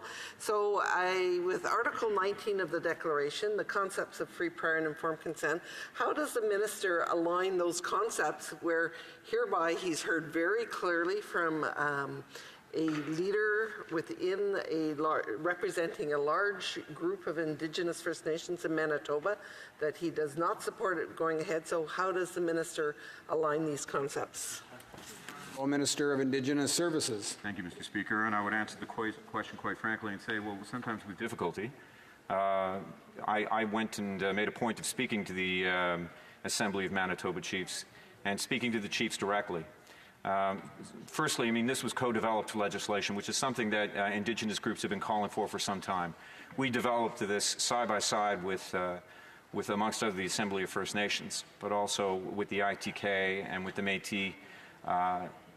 And in doing so, came to some very real conclusions. One of them was that we had to ensure that solutions that were and local laws that were come up with that were engineered by First Nations would receive the protection under federal law that they deserved. And I know particularly with the Assembly of Manitoba Chiefs, they were worried about some very good legislation that they have passed locally themselves, which is the Bring Our Children Home Act. And what I've emphasized to them is that all the solutions that they are talking about with BOCA, as we call it, can be not only taken in with this legislation, but will be protected by this legislation. In other words, this legislation allows the AMC and bands within it to come up with very local solutions, very grassroots-based solutions that will then receive federal protection. Thank you, Mr. Speaker. Resuming debate, the Honourable Member for Saskatoon-Grasswood. Thank you very much, Speaker. It gives me great opportunity and pleasure tonight to speak to this bill, C-92. Before I get into it, I just want to say a few comments about this morning. I attended, along with our shadow minister from Kamloops Thompson Caribou, the Missing and Murdered Indigenous Women and Girls Commission report. I think we all agree in this House it's a national tragedy. I was really reminded of that, Mr. Speaker, this morning when I was actually sitting at the event and struck up a conversation I had with a woman that was seated to me. I didn't know her, but I also, when we sat down, I did notice that she was holding a picture of a young girl. So I was inquisitive. I asked her if she would share her story with me. We didn't know one another. She just had this little 5x7 picture of an indigenous person. The woman was an auntie from 6 Nations, and she immediately filled me in on the story. 14-year-old Patricia Trish Carpenter from Alderville First Nations was the picture that she was holding. 27 years ago, in 1992, Carpenter's body was found at a construction site by Yonge Street in Toronto, face down. Going further, we found out that Trish Carpenter was a mother of a 2-month-old baby boy. The coroner's investigation said she died of asphyxiation. An inquest later concluded that Tricia's death was indeed suspicious. The National Inquiry report stated that Indigenous persons, especially First Nations, Inuit, and Métis women, are overrepresented as victims of this violence. The tragedy of missing and murdered Indigenous women is one in which the Liberal government, Mr. Speaker, has failed to adequately address over their 3.5 years in office. Like that important issue, the Liberals have left the introduction of this important bill, the Indigenous Child Welfare legislation, to the very last minute, which brings me to the topic tonight of Bill C-92. You know, I started talking about missing, murdered Indigenous women and girls because it is directly related to this legislation which we are speaking to here tonight. There were so many of the victims that were part of the failed welfare system, maybe even to the woman I was talking to this morning during the Commission report. Bill C-92, an act to respect First Nations, Inuit, and Métis children, youth, and families. This is a bill which would bring forth important national principle applicable to the provision of child and family services in relation to Indigenous children. These principles in relation to the administration of child and family services with respect to Indigenous children are in the best interests of the child, their cultural continuity, and certainly substantive equality in this country. These principles are very important. They're pieces of our country's long road towards reconciliation with the Indigenous peoples of this country. However, as important as these principles in the bill are, I should point out this Liberal government has introduced this bill at such a late stage in the parliamentary agenda that really Parliament will barely have any time to study it at any length at all. We have seen that in committee as we sit and we talk about this, and it was all crammed. We had a couple of weeks at the very most to talk about this crucial bill. We want to make sure that if the principles which we are described in this bill are actually reflected in practice, but that the task is made more difficult when important bills such as this one, C-92, are tabled so late that the parliamentary calendar with no excuse at all. The history of the Canadian government's treatment of Indigenous child welfare, as you all know, is dark and tragic. Though it is use of its residential schools, the Canadian government separated generations after generations of Indigenous children from their families, from their communities, from their culture, and certainly their way of life. Now, during the 60s scoop, countless of Indigenous children were taken away from their families of birth and placed into non-Indigenous homes where they were simply cut off of their cultural background and their ties to their communities. I know several people in Saskatchewan that this happened to. These are just some of the tragedies which have been inflicted on Indigenous children in this country. As Canada moves forward, Mr. Speaker, on a path towards reconciliation, it must do so in a way which represents and respects the rights of Indigenous peoples and which respects their unique cultural heritage. We actually support the principles which this bill seeks out in relation to the administration of child and family services with respect to Indigenous children. Now, as my colleague from Kamloops, Thompson Caribou, has pointed out many times in this House, in moving forward with the principles of this bill, we are not denying the hard work of social workers, nor are we acknowledging the families that have adopted children in the past. We are simply pressing on to do better when it comes to this very important issue.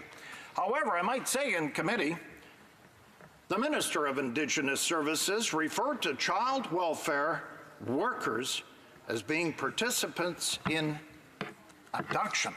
Yes, he said that in committee. This kind of language is both inflammatory and is very unhelpful. It divides rather than brings us together. And in this respect, the minister, I believe, owes a social welfare agency, including those run by First Nations, an apology. Insulting and inflammatory language has no place in any discussions of this important principle that we're putting forth here tonight. The first of the principles laid out in this bill is the best interest of the child. That is first and foremost. This principle dictates that, among other factors, an Indigenous child's cultural, linguistic, religious, and spiritual upbringing and heritage must be considered in the context of decision-making by Child and Family Services.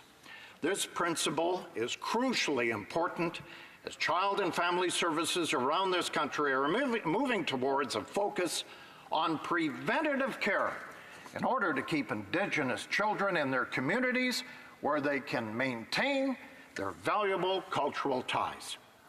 According to Indigenous Services Canada, 52.2% of children 14 and under are living under foster care in private homes are Indigenous. This statistic shows that Indigenous children are extremely overrepresented in child and family service systems across Canada, especially considering that Indigenous children only make up 7.7% of the general population of children 14 years of age and under in this country.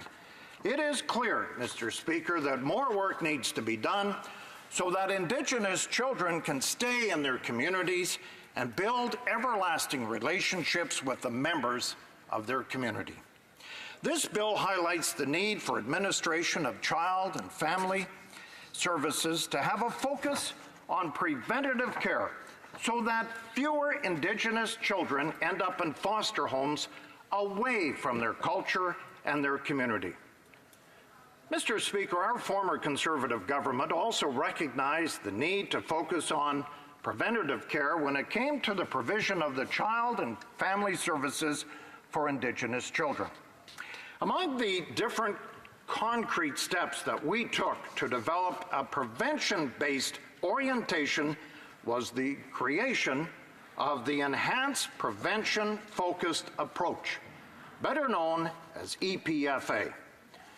And it actually occurred, Mr. Speaker, the start of it in 2007. This was a reform of the funding model that had been formerly used by the First Nations Child and Family Service Program. And it took into effect immediately in Alberta, and then a year later, Saskatchewan and Nova Scotia adopted it. It was subsequently adopted in Quebec, Prince Edward Island, and the province of Manitoba.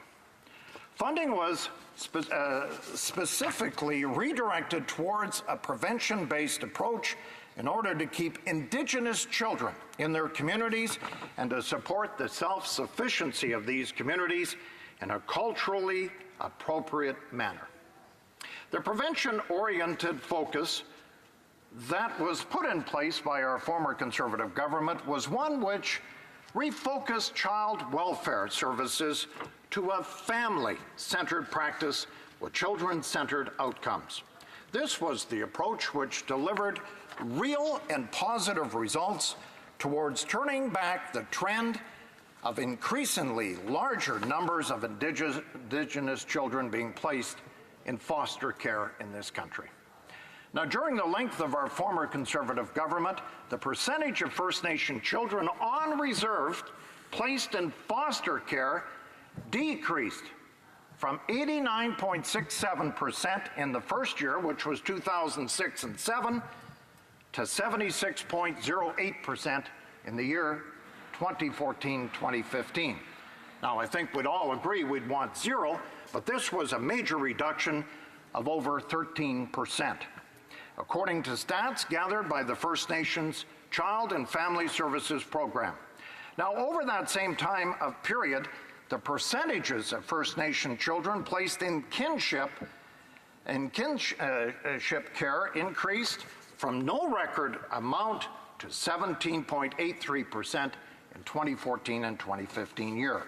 Now, our former Conservative government also increased First Nations child and family services national expenditures by about 50%. These results represent concrete processes that was achieved by our former Conservative government towards improving child and family services for Indigenous children, both in quality of services and maybe most importantly, the prevention-based outcomes. Another key aspect of this bill is that it would affirm the rights and jurisdiction of Indigenous peoples in relation to child and family services. It would allow Indigenous governing bodies to pass their own laws, being consistent with the Canadian Charter of Rights and Freedoms in relation to child and family services. And these laws would have the same force as the federal law. On this issue, however, there are still some outstanding questions that need to be answered. One such question regarding situations in which more than one Indigenous governing body claims jurisdiction over a particular child. Today, there are many Indigenous children who identify as part of a multiple Indigenous background. So really, Mr. Speaker, it's not hard to imagine a child who may have a First Nations father and a Métis mother, or vice versa.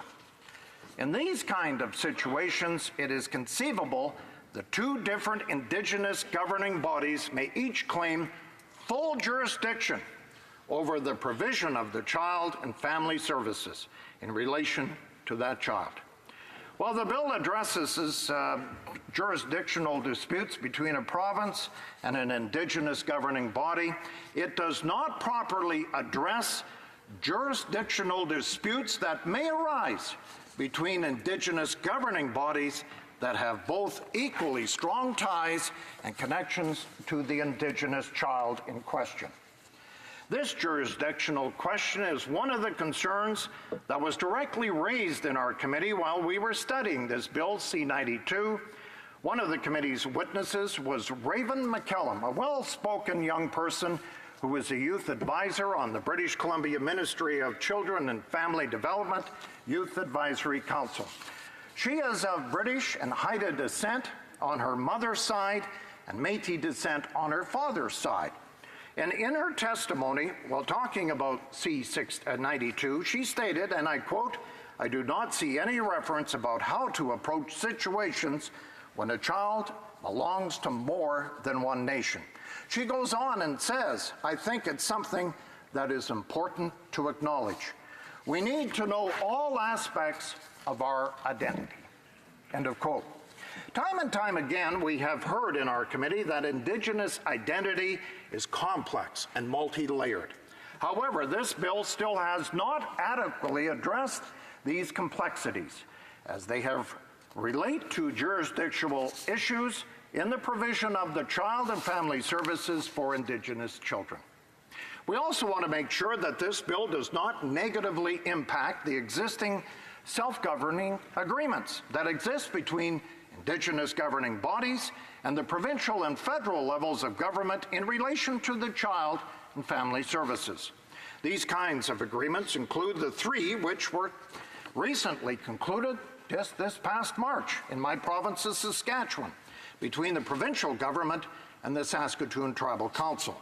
One of these agreements was a delegation agreement, actually, which re-established the Saskatoon Tribal Council's Child and Family Services Agency, which will provide services to on-reserve communities that are covered by this governing body. Another agreement is the Reconciliation Partnership Agreement, which strives to ensure that Indigenous children maintain connections to their culture and to their communities. These sorts of agreements further the importance of principle of cultural continuity, which recognizes that one of the crucial interests of Indigenous children is to live and grow within their unique culture and linguistic communities. As Saskatoon Tribal Council Chief Mark Arcan noted in committee, and I quote, "All of the work is about prevention." In committee, he stressed the importance of the work once again, stating that, in our opinion, is we have to build partnerships and relationships as we've done with the federal and provincial governments. To us, it's meaningful because it's building bridges. We have to work together, and I quote here, "As we move forward in our consideration of Bill 92, we need to study how this bill will impact agreements such as these in order to be sure that we have an uploading the principles which are stated within this bill itself." Delegation agreements such as those made between the province of Saskatchewan and the Saskatoon Tribal Council are incredibly important because they are about returning the jurisdiction of care to the Indigenous child to the Indigenous communities themselves, so that these children are no longer cut off and separated from the culture and their heritage. Culture continuity is one of the key principles, Mr. Speaker, of this bill, and it is clear from the testimony that we received from many of the witnesses that we heard that these agreements made between the provinces and the Indigenous governing bodies often play a larger role towards ensuring that the child and family service are provided in a way which ensures that Indigenous children maintain strong relationships to their culture and to their community. Another issue that arose in committee was the discovery that some major stakeholders who would be immediately impacted by this legislation were not consulted. When Grand Chief Arlen Dumas of the Assembly of Manitoba Chiefs came to testify at our committee, he said this governing body was not consulted at all.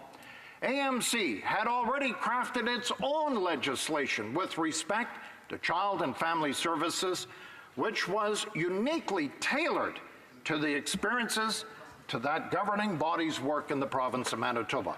Now, given that all this groundwork had already been laid, the Grand Chief told us in the bill that it was just thrust upon the AMC. He said, and I quote, "It was quite a surprise when Bill C-92 was presented to us. It was almost like a slap in the face because we had invested so much of our time bringing forward a solution that everyone could build upon. So how could this Liberal government introduce a bill which brings such dramatic changes to Indigenous child welfare without consulting one of the largest Indigenous governing bodies in a province with one of the highest amounts of Indigenous children?" Running out of time, Mr. Speaker, I just want to say, in general, we support the principles which are laid out in this bill, and we want this bill to progress. But the Liberals have put this piece of legislation at the back of their list of priorities, and as a result, this Liberal government has left us with hardly any time to really peel back the onion and have a great conversation about this bill. Thank you very much. Questions and comments. The Honourable Parliament Secretary to the Minister of Indigenous Services. Thank you, Mr. Speaker, and I thank the honourable member for his speech as well as his fine work at committee. But I'm talking about this legislation is co-developed, and in fact, I'm very proud of the fact that the minister and the staff of the minister actually went on the ground from coast to coast to coast and consulted before this bill was actually written. It was co-developed. There were over 2,000 people who were consulted, chiefs, but not only chiefs, people that work in the child welfare area that are on the ground. And there was over 65 meetings that were held across country to make sure that we got this right. In fact, Senator Murray Sinclair called this bill a model for future co-developed bills into the future. So I'm wondering if the honourable member could speak to the importance of consultation before this sort of legislation is introduced, and how consulting at the front end perhaps saved us some time at the back end. And the honourable member for Saskatoon Grasswood. Thank you, Mr. Speaker. I want to thank the honourable member from St. Boniface, St. Vital. He's been a a great contributor to our committee, our Indigenous Affairs Committee. I recently spoke, maybe 10 days ago, to the FSIN Spring Assembly in Meadow Lake, Saskatchewan, and they have 74 bands there. And not all of them agree with this legislation of C-92. The consultation, as I've talked about, from Manitoba was not done. Saskatchewan and Ontario, those two provinces have issues with it.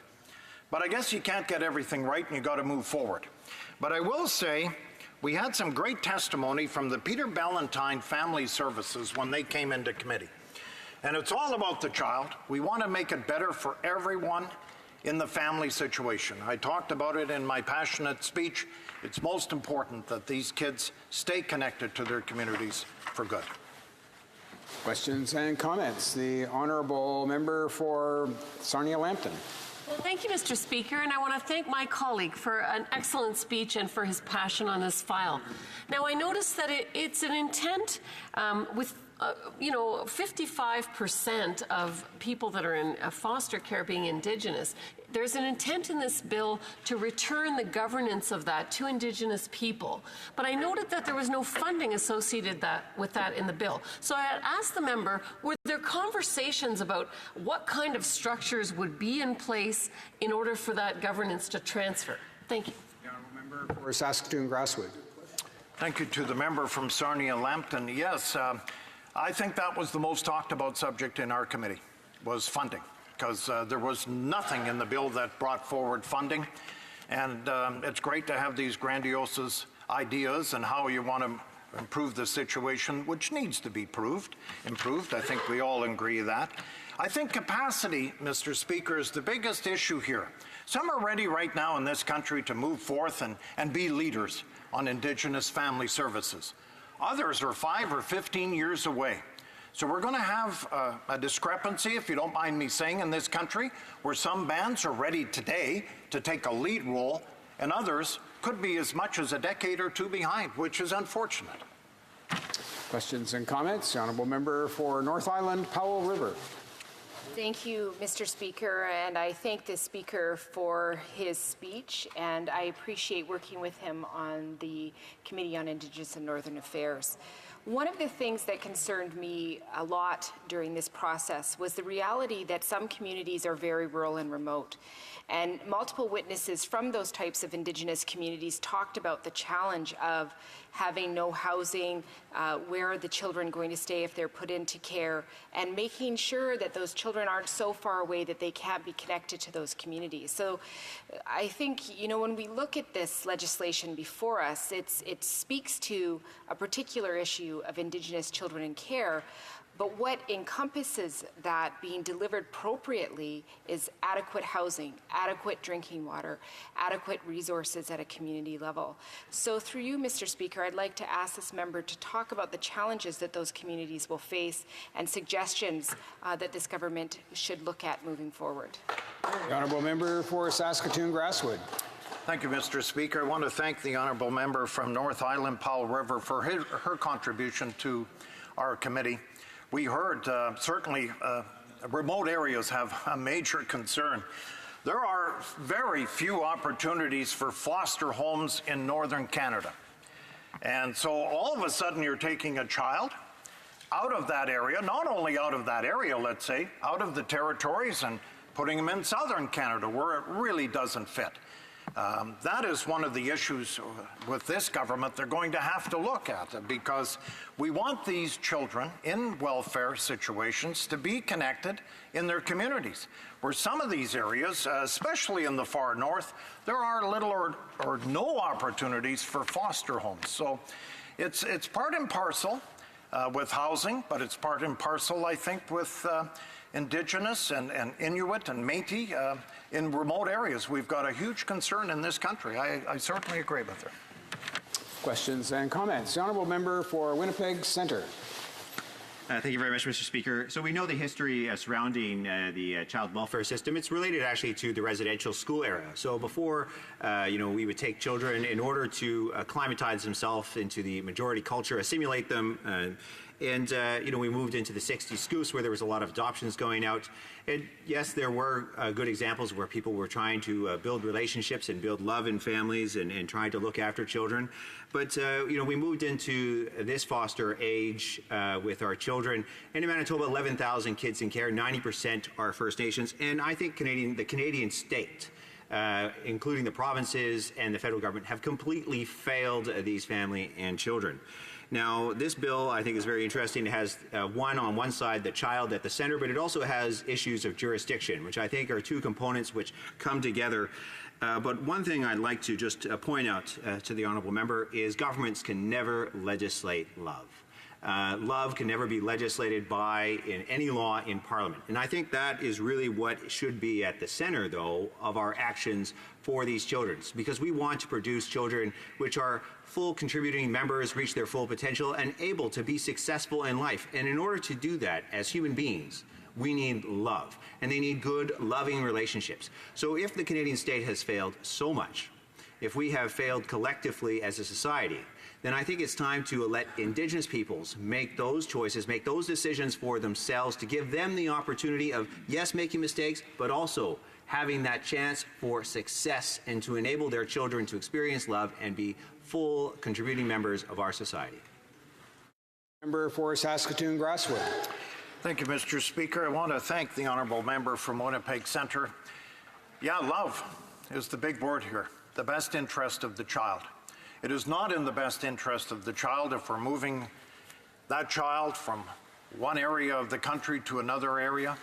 I think we've seen it from residential schools, 60 scoop. I recently saw the movie Grizzlies, where it talked about the Inuit situation up north, where they had no hope. They had no love.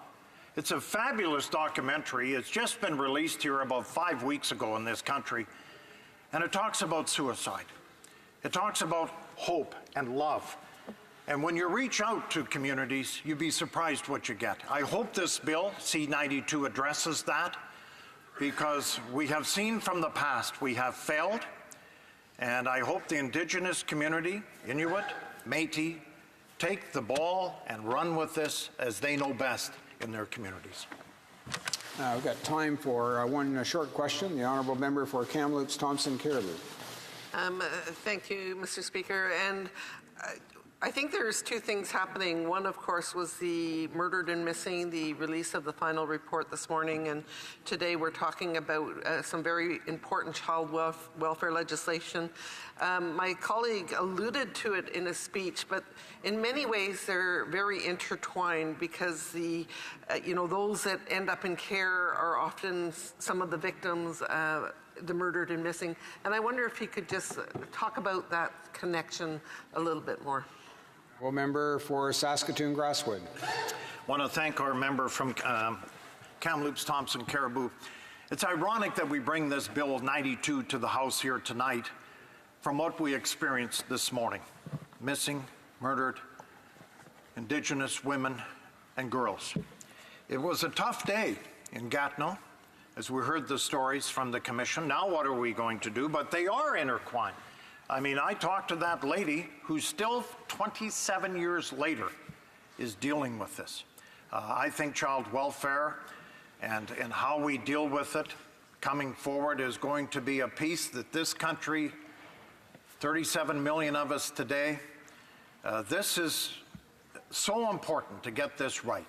And we all want to see it right. We all want to see it go correct, because it's in the best interest of the child.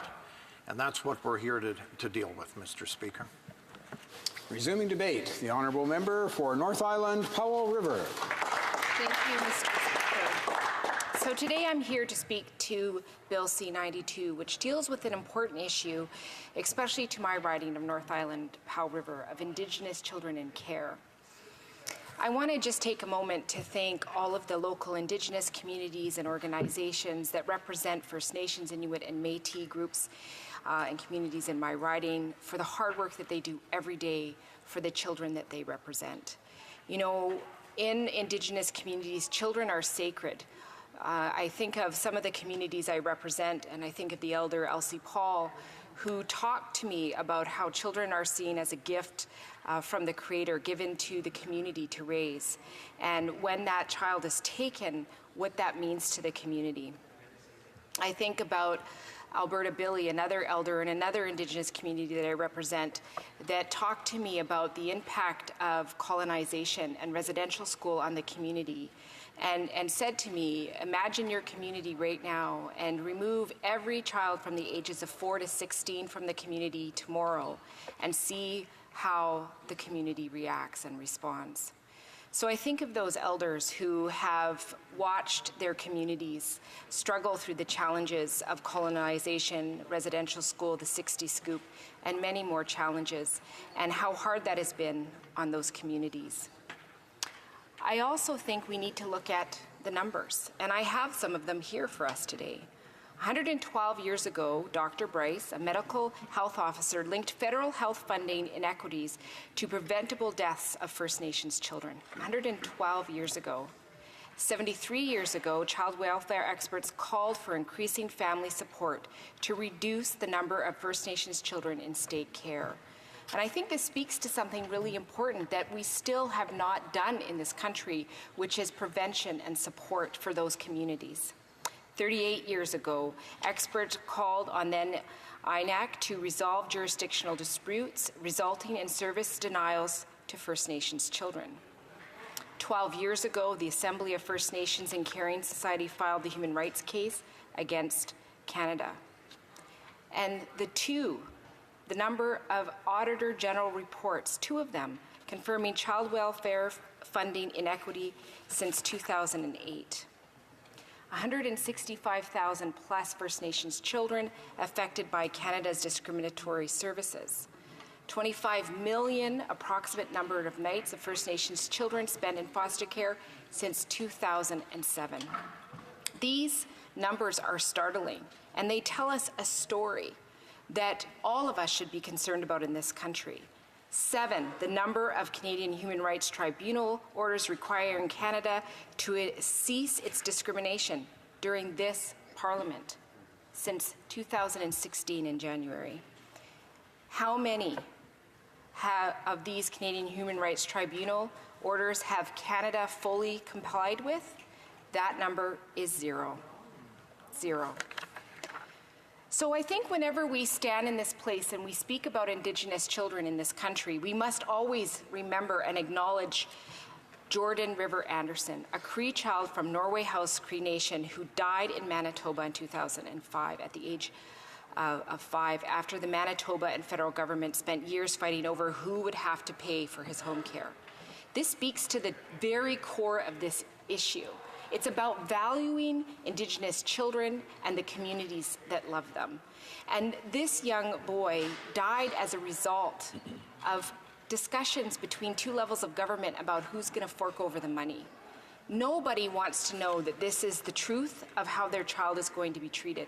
So I want to take this opportunity to acknowledge that precious, sacred child, a gift from the Creator that should have been supported and looked after by the whole community, which also includes the country of Canada, and the family that worked so hard to support that child and had to meet that terrible end.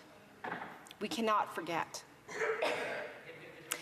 Today, there are 3 times as many Indigenous children in government care than during the peak of residential school times.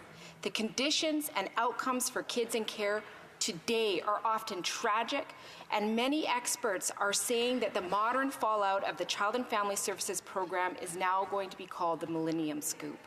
That is devastating. It shows that the history of this country is repeating itself, and that is unacceptable.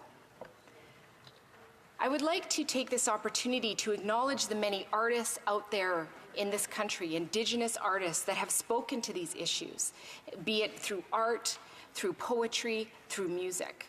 We can't begin to recognize what this has done to that culture, to the Indigenous culture of the Métis, the First Nations, and Inuit people across this country. I would like to take this opportunity to share a quote from some members of the Haisla Nation. I can't remember my name. 500 years my people have been humble. 500 years we've dealt with the struggle. 500 more years for all of my young ones. For 500 years, we've been drumming and drumming.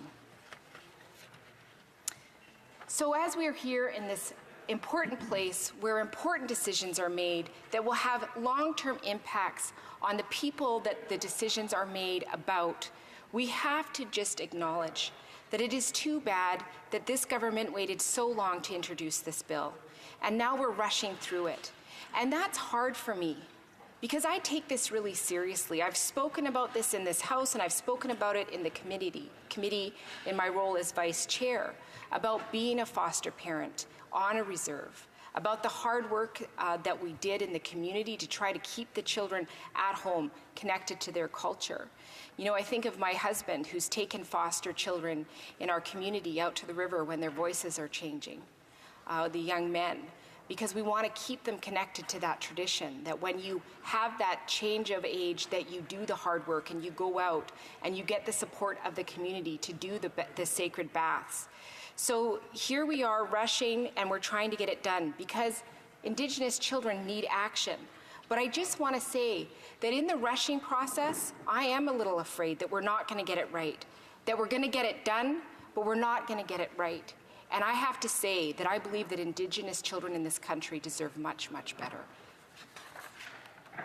You know, earlier I mentioned the two Auditor General reports on the failure of the Canadian governments and the First Nation children, for the First Nation children in care.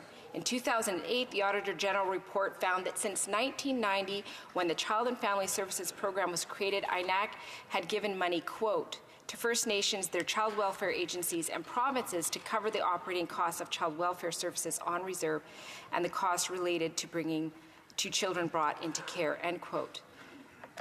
The Auditor General also concluded that as of 2008, quote, the funding INAC provides is not based on the actual cost of delivering those services.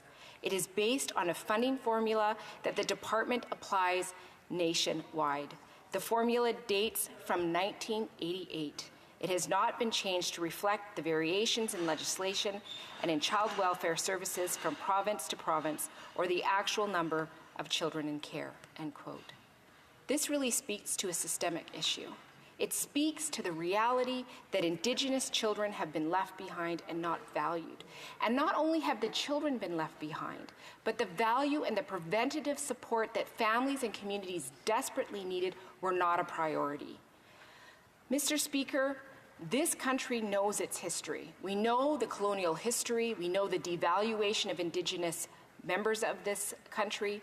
We know the history of trying to destroy in multiple ways those communities.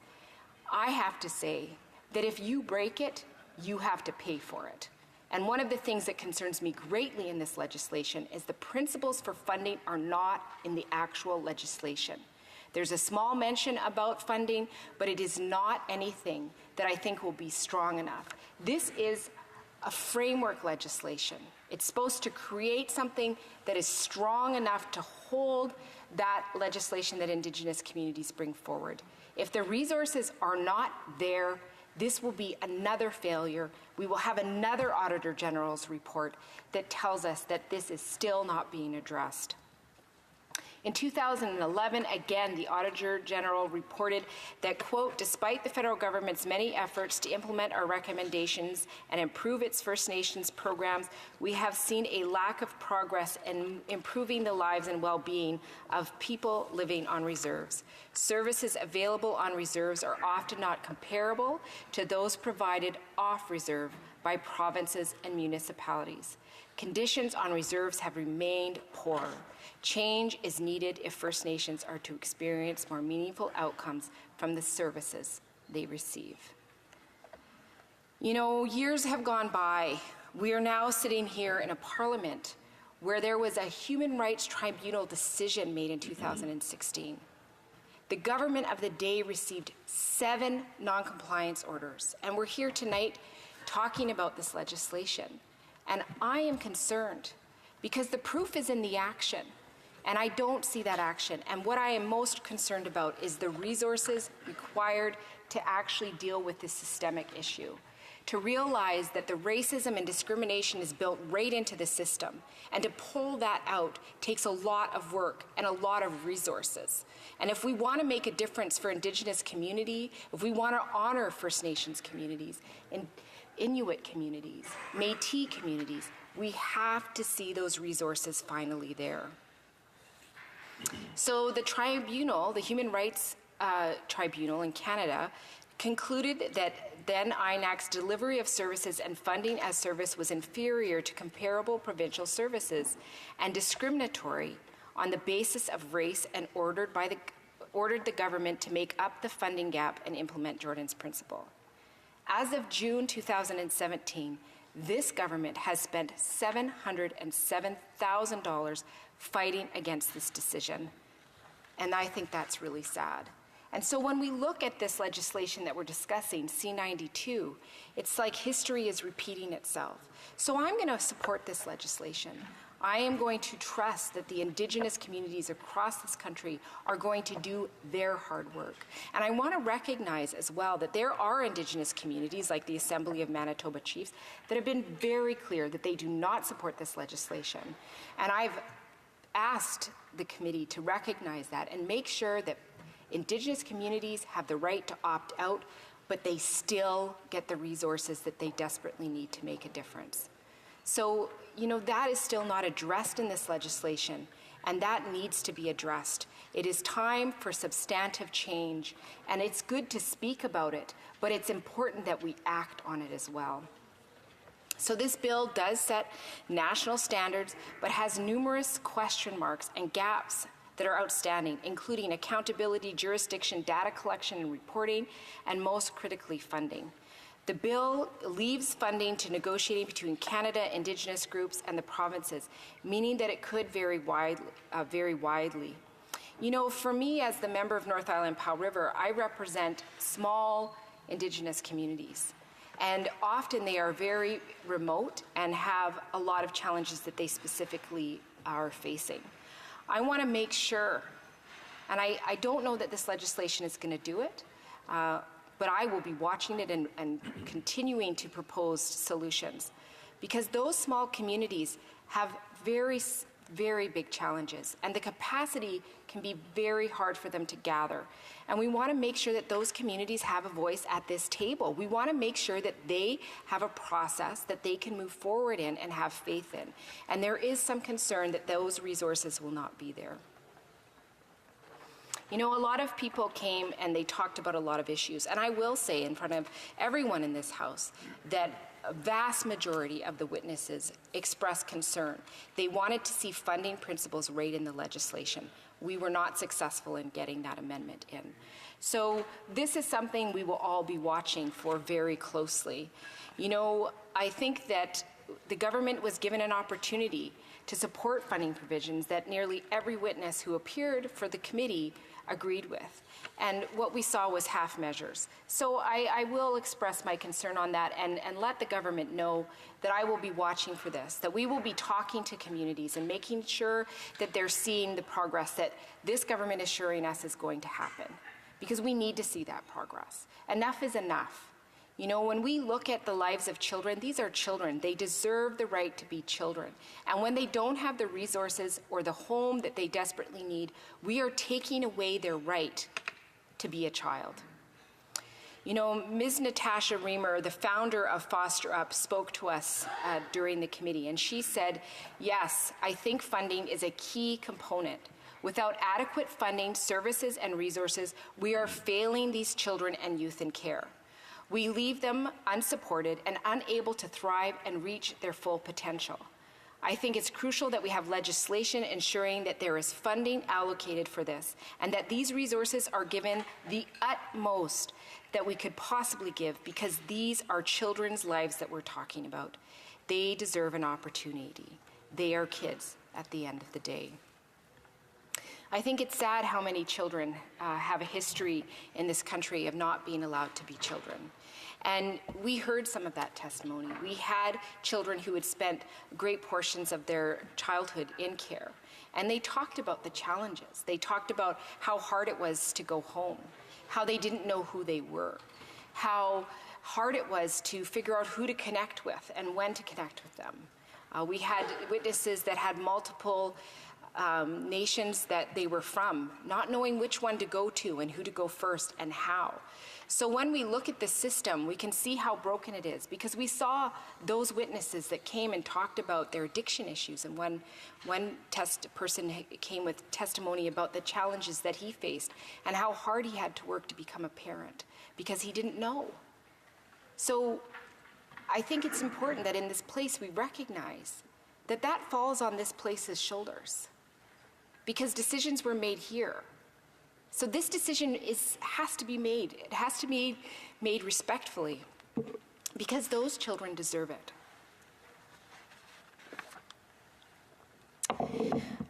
Naomi Metallic from the Yellow Hood Institute said, "This funding is intertwined with jurisdiction because really, if there is no funding and accountability built into this act, the bill will do what this bill will do is merely provide Indigenous people with the jurisdiction to legislate over their own poverty." You know, this was another issue that came up, was how many children are taken away from their community because they don't have the resources, the basic necessities to provide for their child, and that should never happen. But that doesn't mean we should leave children in substandard housing. It means that this place has to take responsibility and look at how they can become an ally. You know, this is still an issue. We still don't know where the Indigenous plan is for housing. I think that's absolutely devastating in this day and age. You know, another thing that really concerned me was the best interest of the child. That has been defined by court systems across Canada, both provincially and federally. You know, in the community I married into, Homalco First Nation, when I had my children with my husband, I was told that the relationship between the parent and the child is deemed completely sacred, that nothing should ever interfere in that loving relationship. So in that community, the historic practice was that aunties and uncles were in charge of disciplining the child, because they didn't want to interfere ever with the parent's ability to just love that kid up. And so there's ways that things are done. And so making sure that that is recognized is important. And I want to thank the National Chief from the Assembly of First Nations, who said the best interest of the child sections should be amended to clarify that First Nations governing bodies that pass laws prescribing the factors for determining the best interest of the child will add to the factors of the bill, creating recognition and support for our ways of caring for our children and families. This is important because of some of our people, we do not remove the child, we remove the person harming the child and keep the family intact. We believe that this is in the best interest of the child. Our laws must be affirmed and our practices supported to preserve family unity. So when we are sitting in this place, we must understand that Indigenous communities do it differently. And I quite frankly think that we have a lot to learn from that.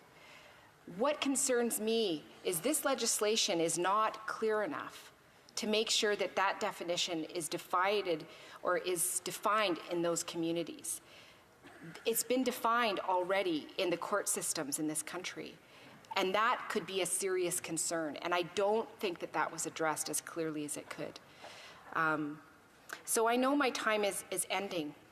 So I just want to take this opportunity again to recognize the First Peoples of this place, to recognize the Indigenous communities, the First Nations, the Inuit and Métis, and say that it is with great sorrow that we are here today debating this, because this should not be what's happening. The history of Canada is a shameful one, and like my granny said, you have to make it right. You have to make it right. So I will support this bill, and I look forward to continuing to work hard in the future to make it right. Thank you. Questions and comments? The Honourable Member for Winnipeg Centre. Thank you very much, Mr. Speaker. This bill, is so important, and there was discussion about the Assembly of Manitoba Chiefs, and when I was reading their bill that they proposed, really actually presents an entirely different worldview. But this bill, C-92, that we have before us is going to allow a lot more leeway for that worldview to shine forth. And in the reading of the bill from the Assembly of Manitoba Chiefs, it talks about ceremony. It is about an interconnected, holistic nature of the Indigenous philosophy, which, perhaps you won't find in federal legislation too much, but which is extremely important in how Indigenous peoples traditionally viewed the world. And I hope, my comment to the House Leader as this bill moves to its final stages through the Senate is that when it does come to royal assent, when the Governor General will give her assent to this bill, that ceremony plays an important role, because I know the bill that was developed by the Assembly of Manitoba Chiefs was developed in ceremony. It was developed through prayer. It was developed through the use of the pipe and a great amount of spirituality and the use of the drum. And this might sound strange in this place in how we do legislation here, but it was extremely important to the people of Manitoba and of the people who developed their bill in their way, and they wanted to go forward. So I hope the government will be able to find an additional accommodation at the royal assent stage to know that this bill is also imbued and full of the spirit of all Canadians in that coming together in the belief that our children really do matter. Island, Powell River. Thank you, Mr. Speaker, and I thank the member for his comment. I didn't hear a question in that. But I will say, in the riding that I represent, like I said, I represent over 20 Indigenous communities with varying cultures and practices. And it's been an honor for me to spend some time with those communities and learn. And I think of Hillemis Henderson, who is an elder of mine in the northern part of Vancouver Island. And he always talks about the children and the care of the children and the importance of the children knowing where they come from, understanding the history of where they come from. I think about my husband, and we go when we're in his territory, and he can point out a mountain and say, that's where we harvested this. That's where all of this family went. And my children know that. They know where they come from, so they're not confused as they go. I think about, ceremony. It is very important. I think of my children who, both of my sons every day went to the river and they bathed in the river for a year when their voices changed. It changes who they are. They know who they are. They become firm in themselves because they've challenged themselves and they've found themselves connected to the planet that they live on and the area that they come from. So I do think it would be beautiful in this place if we started to look at some of those rationales. I think about being in the Namgis Nation and dealing with conflict, where the big house, they don't let you out. You stay in that place. The elders support you, and you work out those conflicts, and you leave together. And I would love to see a place where we left together and talked to each other in a more honorable way. So I look forward to that in this place one day. Questions and comments? Questions et commentaires. The honourable member for Souris Moose Mountain. Thank you, Speaker, and I thank the member for North Island Powell River for her presentation. And in my riding, I have 7 First Nations, and one of those First Nations is Cowess's First Nation. And Chief Cadmus DeLorme, he actually was here just last week, but I've got to know him a number of times, and he's done, plus his predecessors, have done tremendous work with this First Nation. They've built windmills that are producing megawatts to the SAS power system. They've put in great solar panels as well to further to that. But just in the past week, they've actually brought forward a youth transition home for 10 girls between the ages of 14 and 17, and allowing these 10 girls to come back to the First Nation to live and to care for them. And I'm just wondering if the member, through you, Mr. Speaker, she can say to us and tell us how she sees C92 will be a benefit. North Island, Powell River. Well, thank you, Mr. Speaker, and I thank the member for his important question, and I recognize the hard work of that community in his riding that's doing so much work to move forward. And I think that we don't hear those stories enough, to be quite honest. There's a lot of Indigenous communities. I think of the Métis Association in the North Island in my riding, who, is a small but mighty group of people that just keeps working hard to connect their Métis children to their traditions. And, that is really important work. So I look at this legislation and I'm hopeful I'm just cautious, and I think most Indigenous communities in this country are cautious because there is a history that is not very positive. So, I hope that this will provide the supports. I think what is most important is that the resources are there to make sure that the processes can be looked at, and that there is room for that innovation.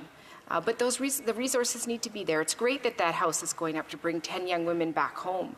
But if you don't have the resources to pay for basic housing needs, it's really hard to take that next step. So this is what needs to be looked at. And again, I will come back to what I said in my speech, which is if you break it, which we all in this place have to understand that Canada broke it. I think about all of the different nations that I've gone and spoke to and their traditions and how they used to do it and how they're working really hard to bring that back, but they're facing monumental challenges because of the trauma that's been passed on generation to generation to generation. So that preventative resource needs to be there too. It would be great to see children not leaving because we're supporting the families, supporting the nations and supporting the families to do a better job in terms of parenting, because it's all there. It is all there. We just need to finally pay for what we broke. Thank you. Before I go to questions and comments, I just want to comment if any of you have a phone, everyone has a phone or a gadget that is electronic, just check it to make sure it mutes. I don't know what it is today, but I've had a few of them while I've been sitting. So I just want to make sure that, and I'm not pointing fingers at anyone, it happens to the best of us. Just check it out, make sure it's muted. Questions and comments, the Honourable Member for Couch and Malahat-Langford. Thank you very much, Mr. Speaker. As I stand in this place, I think of the Layaxin, the Halalt, the Penelakut, the Malahat, the Pachidat, the Dididat, and of course Couch and tribes. And what a great honor it is for me to stand in this place and be their voice, because they too, I represent many communities on Vancouver Island, a bit farther south than my colleague, but they are going through the same kind of pain.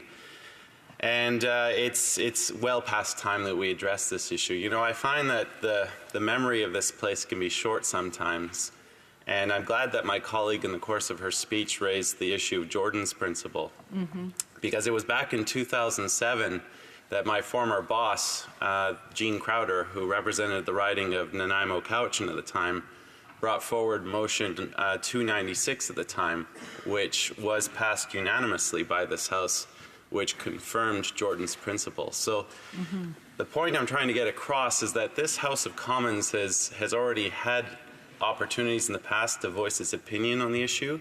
It's not like these are new issues. And I share my colleagues' saying concerns that we are stuck in this place where we want to see this bill move forward, but we do have concerns that it may be rushed. And just looking at the timeline of this government, it's too bad that here we are with 3 weeks left that we're just getting to this stage now. Anyways, it's more of a comment, Mr. Speaker. If my honourable colleague from North Island Powell River can just talk about, how this House in the past has had lots of opportunities, not just in this Parliament, to address these issues. And it's a shame that, with children being our most precious resource, that again we seem to be in this place with all the power that we command, having to ask First Nations communities to just wait a little bit longer for what is certainly a very overdue and long deserved attention to the matters that matter most to them. Thank you. The Honourable Member for North Island Powell River. Well, thank you, Mr. Speaker, and I want to thank the member for that important comment. One of the things I know from the teachings of the family that I've married into is that when you name something, you're giving it power. So the fact that we have Jordan's Principle, it's not just a name to recognize this precious child. It is an obligation. When you name something like that, you're not only giving the name to recognize, you're also giving the name so that when people hear that name, they remember the obligation and the commitment. It's a way of witnessing, of remembering, and always bringing that back. So I want to thank the people who've gone before, who've worked so hard on this, that finally came with Gene Crowder's amazing work to bring that forward. But the history is a painful one, and rebuilding trust. I was listening to a podcast with Brene Brown, and it was talking about trust is built on the small things repetitively done, faithfully, and honestly. And I think about that. You know, if you look at the history in this country, it has not been so. There's not been a government in this place yet where the commitments have been cumulative and they keep going. And the action is taken now, not asking Indigenous communities to wait. So, you know, I look forward to this legislation. I hope it brings the best, because that's what I want to see. I want to see the best for our children. They certainly are worth it. But the concern is, will it happen? Will the funding and resources be there? Will the court system understand that the best interest of the child definition is something that has been redefined, and they actually use that when they're making their decisions? These are the things we will be watching for, and these are the things that must happen for the trust to be built. Thank you. Questions and comments? The Honourable Member for Hastings, Lennox and Addington. Thank you, Mr. Speaker. And I have to state from the get-go what a privilege it is to sit with a member on the Indigenous Committee. I have a deep respect for her passion, and she has a beautiful heart when it comes to Indigenous issues. And I just wanted to state that first, Mr. Speaker. She knows my position on the bill is that I find that the beauty of this bill, the elegance of this bill is that it is a framework. It is a starting place, in that the ending place being that Indigenous communities will finally will establish their own legislation when it comes to child and family services. And what I find the most powerful thing about this bill is that that their own legislation will have precedence, will have paramountcy over federal and provincial governments. And I just wanted to ask the member if she would agree that through you, Mr. Speaker, of course, that she would agree that that this is a very powerful part of the bill itself. The Honourable Member for North Island of Powell River. Thank you, Mr. Speaker, and I thank the member. I also enjoy working with him and the Indigenous and Northern Affairs Committee. I find him attentive, and I appreciate that dedication. I think this is a step in the right direction. I don't know that it goes as far as I would hope it would go. You know, one of the things that I think is important when we're discussing this legislation is the details. So in one of the communities that I represent, you know, they made a decision many years ago, and their decision was that the community would come together, they would raise the funds, and they would build in their community a church and a school. And that meant they had to give up their culture. They had to give up a lot of their practices because they were inviting the church and the school right into their community. And they had the last potlatch right before the church had the nuns and the priests come, and they were also the teachers in the school. They did their last potlatch, and they knew they were giving it away. They were giving away their culture. But the reason they did that was so that their children would stay in their care until grade 6, and then they would go to residential school. It gave that community a few more years with their children. So when you look at that community and their development, figuring out how their culture is going to move forward is a challenge. They're having to go out and relearn their culture because they gave it up for their children. So when you look at building this legislation, that community needs the resources to do that part of the work. Because if they're going to build legislation that is going to really allow them to do that, they need to go back. And that costs money. It's resources. But if we're going to do this right, if we're going to honor that process, if we're going to acknowledge that a decision was made in that community to give up their culture so they could have their children, we need to honor that with the resources to do the work. Questions and comments? Questions et commentaires. The Honourable Member for Sarnia-Lambton. Well, thank you, Mr. Speaker, and I'd like to thank the member for North Island Powell River for, as always, an excellent and thoughtful speech. When I've listened to the debate, it appears to me that there are different First Nations and Indigenous places that are ready to take over the governance of the children, and there are places that are far from that. There appears to be no funding and no plan. And so to introduce this legislation in the dying days of this government is sort of like virtue signaling if you can't really execute it. And so I wonder if the member could comment on whether she believes the legislation as it's written could actually be put in place. The Honourable Member for North Island Powell River. thank you, Mr. Speaker, and I thank the member for that really important question. And I have to say that a lot of Indigenous communities have come forward and are really encouraging all of us in this place to make sure that this is legislation that moves quickly, because they want to see that progress happen. They want to see the discussions happening. And you know, there is some concern, actually, and I will be frank with the member, and I respect her, and I hope she doesn't take this the wrong way, that a lot of concern that I've heard from communities, not only in my riding but across Canada, is if the Conservatives get in, there will be concern about that actually being negotiated. And I think that's sad, and something for all of us to address in this House at some point. So my concern, and I share it with her, is how is this going to happen rapidly enough? You know, we're going into an election. We need to see this happen. Indigenous children deserve the best because they have been given for generations the very least. And so I will be working hard in whatever role that I play in this country to make sure that this is done, it's done well, because the children of this country deserve it. And there is challenges with capacity, and we need to see that acknowledged. And again, it will be in how the implementation of this bill happens if we see it actually addressed meaningfully. Thank you. Resuming debate, reprise du débat, the honourable member for Hastings, Lennox and Addington. Thank you, Mr. Speaker. And I will be splitting my time with the member from Winnipeg Centre, Mr. Speaker. Mr. Speaker, I'm pleased to rise today during third reading debate on Bill C-92, an act respecting First Nations, Inuit, and Métis children, youth, and families.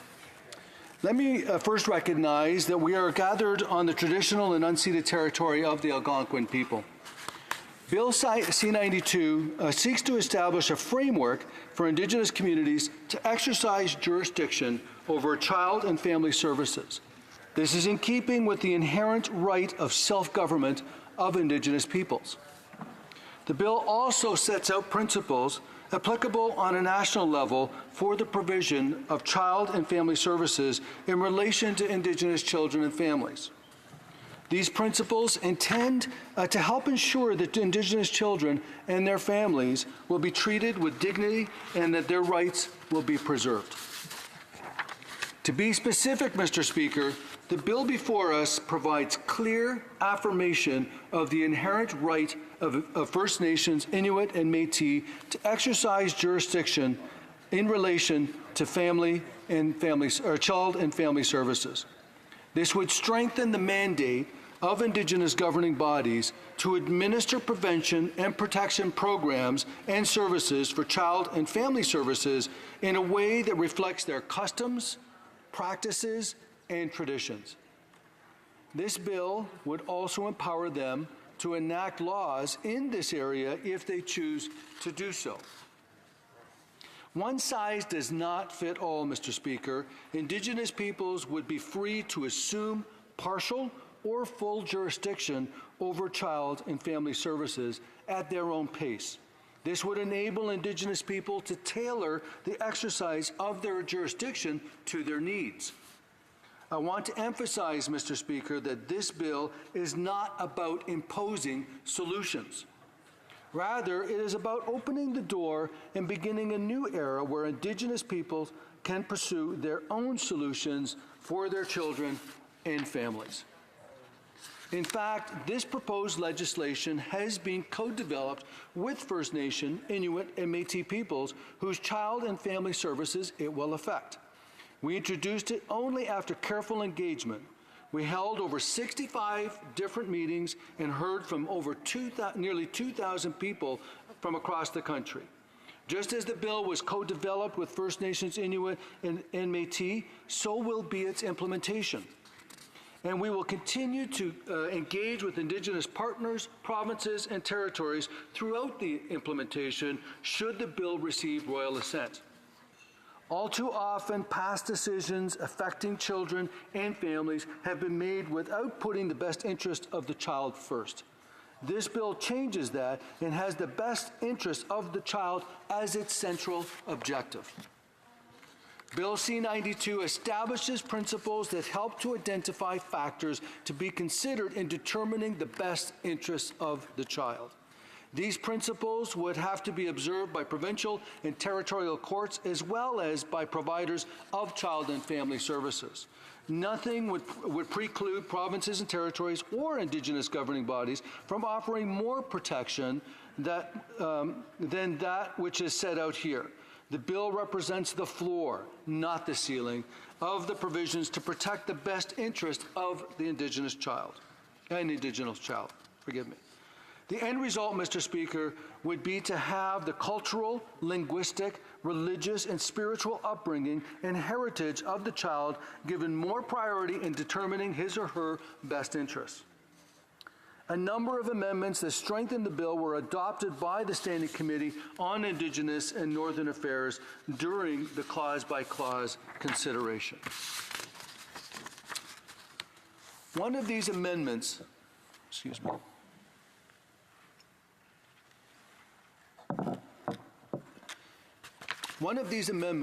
will ensure that when determining the best interests of an Indigenous child, primary consideration is given to the child's physical, emotional, and psychological safety, security, well-being, as well as preserving the child's connection to his or her, their family, community, and culture. Clause 10 was also amended to clarify that the best interests of the child are to be interpreted to the extent it is possible in a manner that is compatible with a provision of an Indigenous law. Another amendment deals with fiscal arrangements. It outlines the importance of fiscal arrangements to help ensure that the Indigenous governing bodies can provide services that are sustainable, needs-based, and consistent with the principle of substantive equality. A third element was added to the bill, stating more clearly that it will align with the United Nations Declaration on the Rights of Indigenous Peoples, to which this government declared unqualified support in 2016. Taken overall, Mr. Speaker, the bill before us seeks to ensure that Indigenous child and family services are aligned with the United Nations Declaration on the Rights of Indigenous Peoples and the United Nations Convention on the Rights of the Child.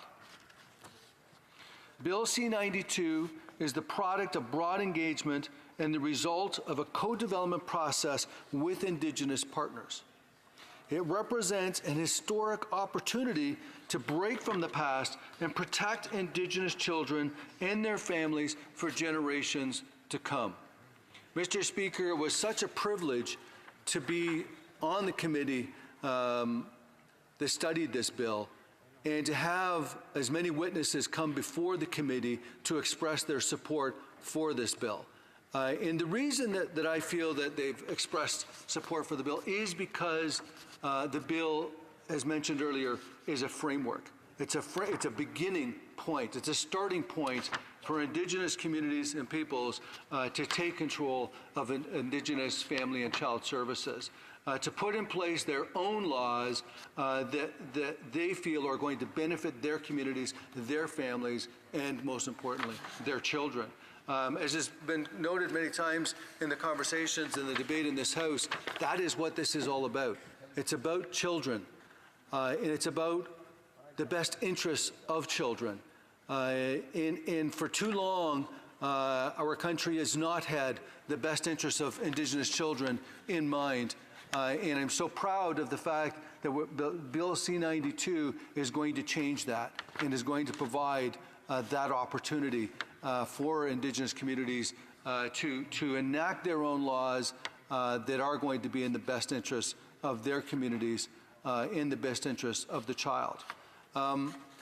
We heard from so many the importance of the paramountcy of Indigenous law over federal and provincial law.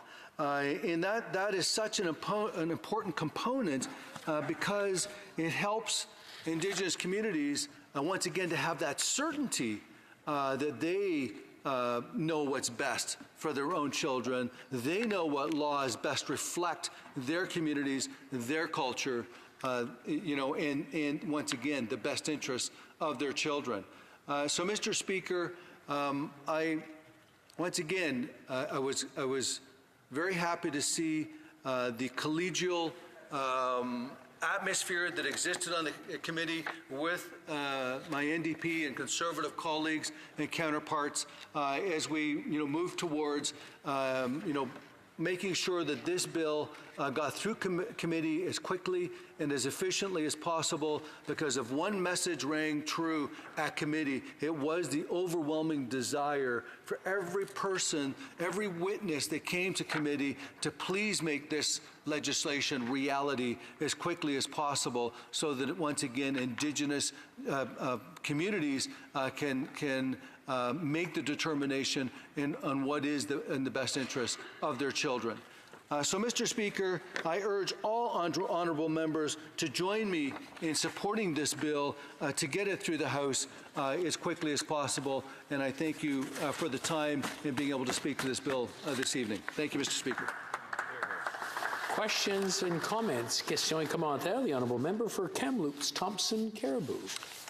Thank you, Mr. Speaker, and I do want to also acknowledge that the member from Hastings, Lennox, and Addington, in terms of that there was goodwill on the committee in terms of moving forward. But there was one thing that actually did disturb me, and perhaps he could sort of articulate a little bit better what he meant. There was motions that were put forward for amendments by the member from North Island, Powell River, Saanich Gulf Islands, Markham Stouffville, and they were really reflecting, testimony. And he took the opportunity to say that he takes exception to the comment that keeps coming back that Cindy Blackstock defines and speaks for all Indigenous communities.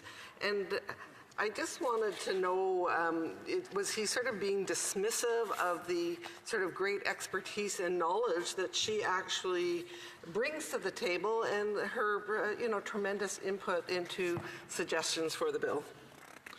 The honourable member for Hastings, Lennox, Addington. Thank you, Mr. Speaker, and thank you to the member for that question. It actually gives me an opportunity to speak to that comment. It was never my intent whatsoever to cast aspersions upon Dr. Blackstock. I think that her representations at committee were invaluable. Her representations towards Indigenous children has been invaluable for an exceptionally long time. So, no, I have tremendous respect for Dr. Blackstock.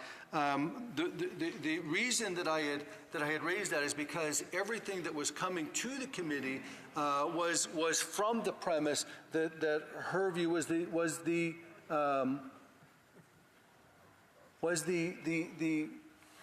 how do I express this? Yeah, no kidding. I just felt that there were a lot of views expressed in the committee in support of this bill, in that put forward, support and support because, to me, once again, the elegance of this bill is that it's a framework that Indigenous communities will then define. And I think that it's for Indigenous communities to define what is in the best interest of the child. And some of the comments that have been made moved away from that. And it's a difference of opinion, and I accept that it's a difference of opinion.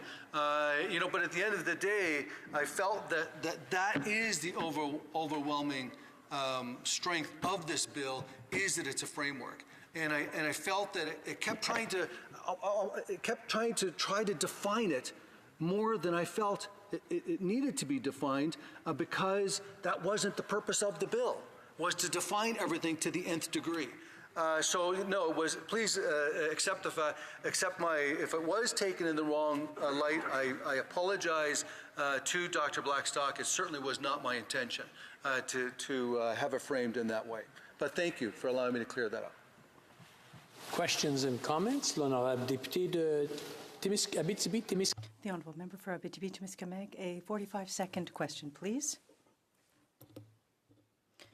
Well, thank you very much, Mr. Speaker. I'd like to know why the member opposite doesn't support the fact that for the bill to be functional, funding is required in order to put in place these measures. if we're talking about child protection services within Indigenous communities, well, people will need to work there. Budgets will be required funding to implement these services. Why, therefore, not accept that the funding associated with these measures be included in the Act? And in his view, how much would be required in order to do what is contained in this bill? Lennox and Addington. Well, and I thank the member for her question. I actually, one of the amendments that was made to the bill was around funding, and that the funding needs to be sustainable and that it needs to be needs-based. And I think that, once again, we don't want to define everything that should be in the bill, because in doing so, then I feel we do an injustice to the intent of the bill to be a framework for Indigenous communities to define. It's for Indigenous communities to define what is sustainable, what is needs-based. And that definition is going to be different depending upon what part of the country the community happens to be in. There is no one-size-fits-all when it comes to what is sustainable and what is needs-based. So I was very happy to find that we're able to bring forward that amendment to make it sustainable, funding sustainable, and needs-based. So thank you once again for the question. Once again, I want to remind everyone to place their questions, thanking someone through the speaker as opposed to directly across. It's nothing in particular. I think it's just it's late at night and we're all tired and we tend to lose and forget the rules. Resuming debate, reprise du débat, the honourable member for Winnipeg Centre. Nimikomakantik Tensei, Nimitani Atawapamtikuk, Nia Robert Ochia, Nia Red Pheasant First Nation. I am from Red Pheasant First Nation, which is a Cree community in Saskatchewan, and very proud of that. I remember when I first rose in this House on December 8th, 2015, for my maiden speech. I talked about child and family services because it was such an important issue to the people of Manitoba and to especially the people of Winnipeg Centre. They were so upset with what was occurring in our province and in our city. Et juste imagine pour un moment. And just imagine for an instant if in Quebec 90,000 children were placed into foster homes, or 130,000 children had been placed in Ontario. There would be people taking to the streets, demonstrating. There would have been riots.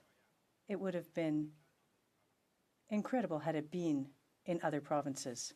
This piece of legislation is perhaps one of the most important legislations I believe that we are going to pass, because this bill is about children and about the best interest of children, but it is also about jurisdiction. It is about giving Indigenous communities control.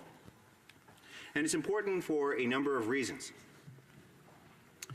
One is repairing our colonial past of residential schools when we took away children and forcibly assimilated them into the Canadian body politic, when we took away languages. And I'm going to quote actually something from my maiden speech. I said, I think of our first Prime Minister, John A. Macdonald, God bless his soul, who imprisoned Indigenous peoples, stole our children, stole our languages. And I was talking about the history of this nation.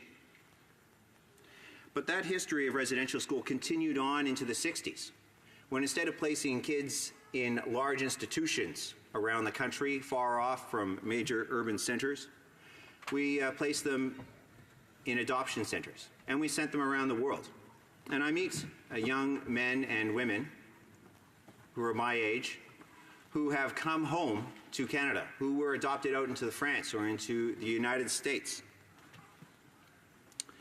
So that was often called the 60s scoop. But we still have foster families today. And in Manitoba, there are 11,000 kids in care.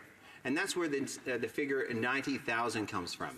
If we had the same per capita number of kids in care today as they do in Manitoba, it would be 90,000 in Quebec and 130,000 in Ontario. And these have significant impacts on people, real people, the child welfare system. Take Dwayne Gladue from my riding and his daughter, Lisa. Now, Dwayne was placed in a foster family as a child. And so was his daughter. But his daughter was placed in a foster family because she or he had a mark in his file that said, well, he was in foster care, so it means he's not going to be a good parent. He's Indigenous and he's going to have problems. Even though Dwayne is a man who follows what we say is the red road, he is a good man who I have met many times on the Powwow Trail, who, while he may be poor, is at nature a very, very good and kind person. Now, his daughter had also a birth alert against her. And when she gave birth only a few years ago, that child was seized immediately without giving her the opportunity of proving that she would be a good parent. She fell into despair. She no longer had access to her child. She had to go to and prove that she would be a good parent, take parenting classes, when no one else had to do that. Yet her only crime was having been in a foster family herself. And in that despair, she became depressed. She fell in with the wrong crowd because she was poor and she was living in downtown Winnipeg. And she started using drugs, and eventually she died from an overdose on the streets of Winnipeg. Now, Dwayne still goes to visit the grandson at every opportunity. Every week he is there with his grandson, enjoying that time together, trying to be a good grandfather, pass along his culture. I think about Lisa because today is also the Murdered and Missing Indigenous Women's National Inquiry in the report, and I'm wearing a jacket which was given to me by the women of Winnipeg Centre. And it has two women. I'm not sure if the cameras can come closer to have a look at this jacket, can do a close-up. But there are two women on the lapel here that have been beaded into this jacket, and it was given to me to remind me of why I was here.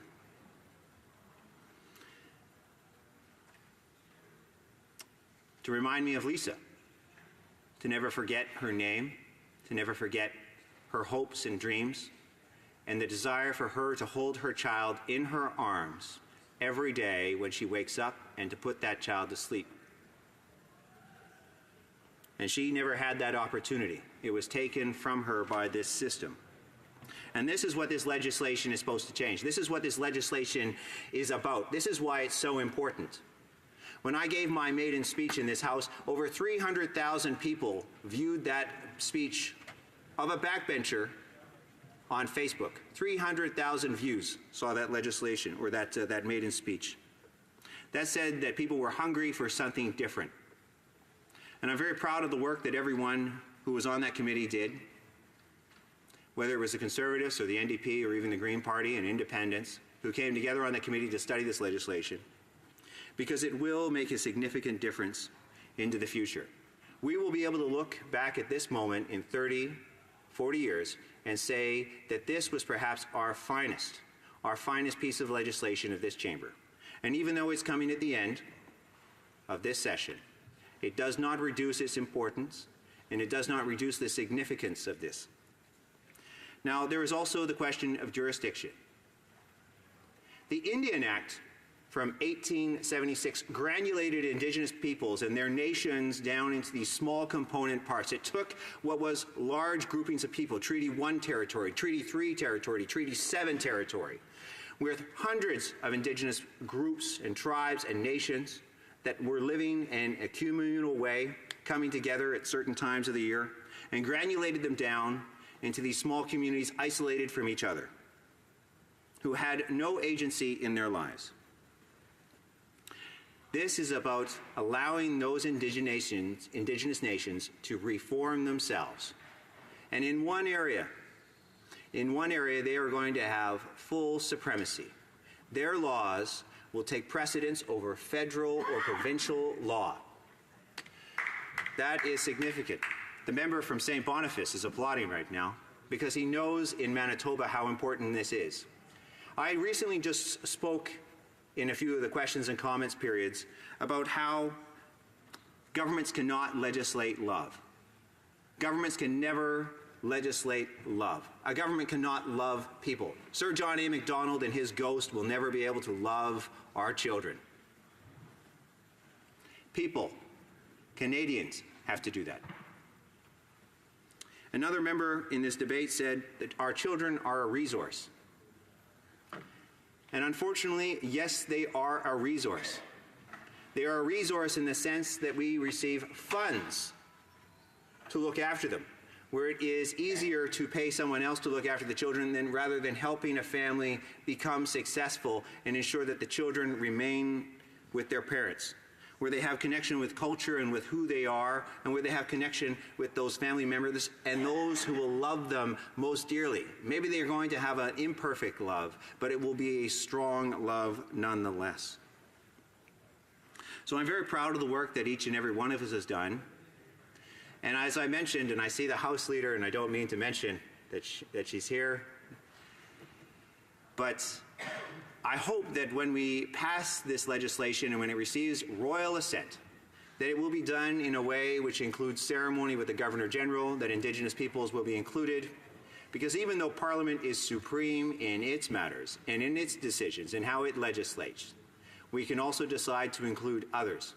And this is very important, to include the Indigenous worldview in this legislation, to make sure that the Indigenous worldview is paramount. So, Mr. Speaker, I am now ready for questions. I'd just like to thank each and every one of you, and I'd just like to say I am so proud of all the work we have done. I will be able to look my children in the eyes. I will be able to look myself in the mirror when I go to bed at night. And no matter the outcome of this election, no matter who will be in power in office, you can be rest assured that I'm certain Indigenous peoples and all Canadians will fight for the proper financing and administration of child welfare and allowing Indigenous peoples to do it on their own without others telling them what to do. Well said. Before I go to questions and comments, I just want to remind the honourable members that we can't do indirectly what we shouldn't do directly, like referring to someone's presence in the chamber. So I just thought I'd point that out, just in case someone forgot the rules. Questions and comments. The honourable member for Perth Wellington. Thank you, Mr. Speaker. And I'd like to thank the member from Winnipeg Centre for his words tonight and his heartfelt comments on this matter. And he made reference today that the final report of the Missing and Murdered Indigenous Women's Commission was tabled today. So it is a historic day. And I wondered if he might agree with the opposition that we could further make history tonight and pass this bill with unanimous consent here tonight, adjourn for the night, and accomplish something today. Would he be willing and agree that we should pass this bill tonight and adjourn the House with that agreement? The honourable member for Winnipeg Centre. Ho, that is an incredible offer. Obviously, I would love to see that happen. It is time to move this forward on to the Senate so that they have time to finish this work, because time is running short. And it's time to give Indigenous peoples the opportunity to make their own decisions.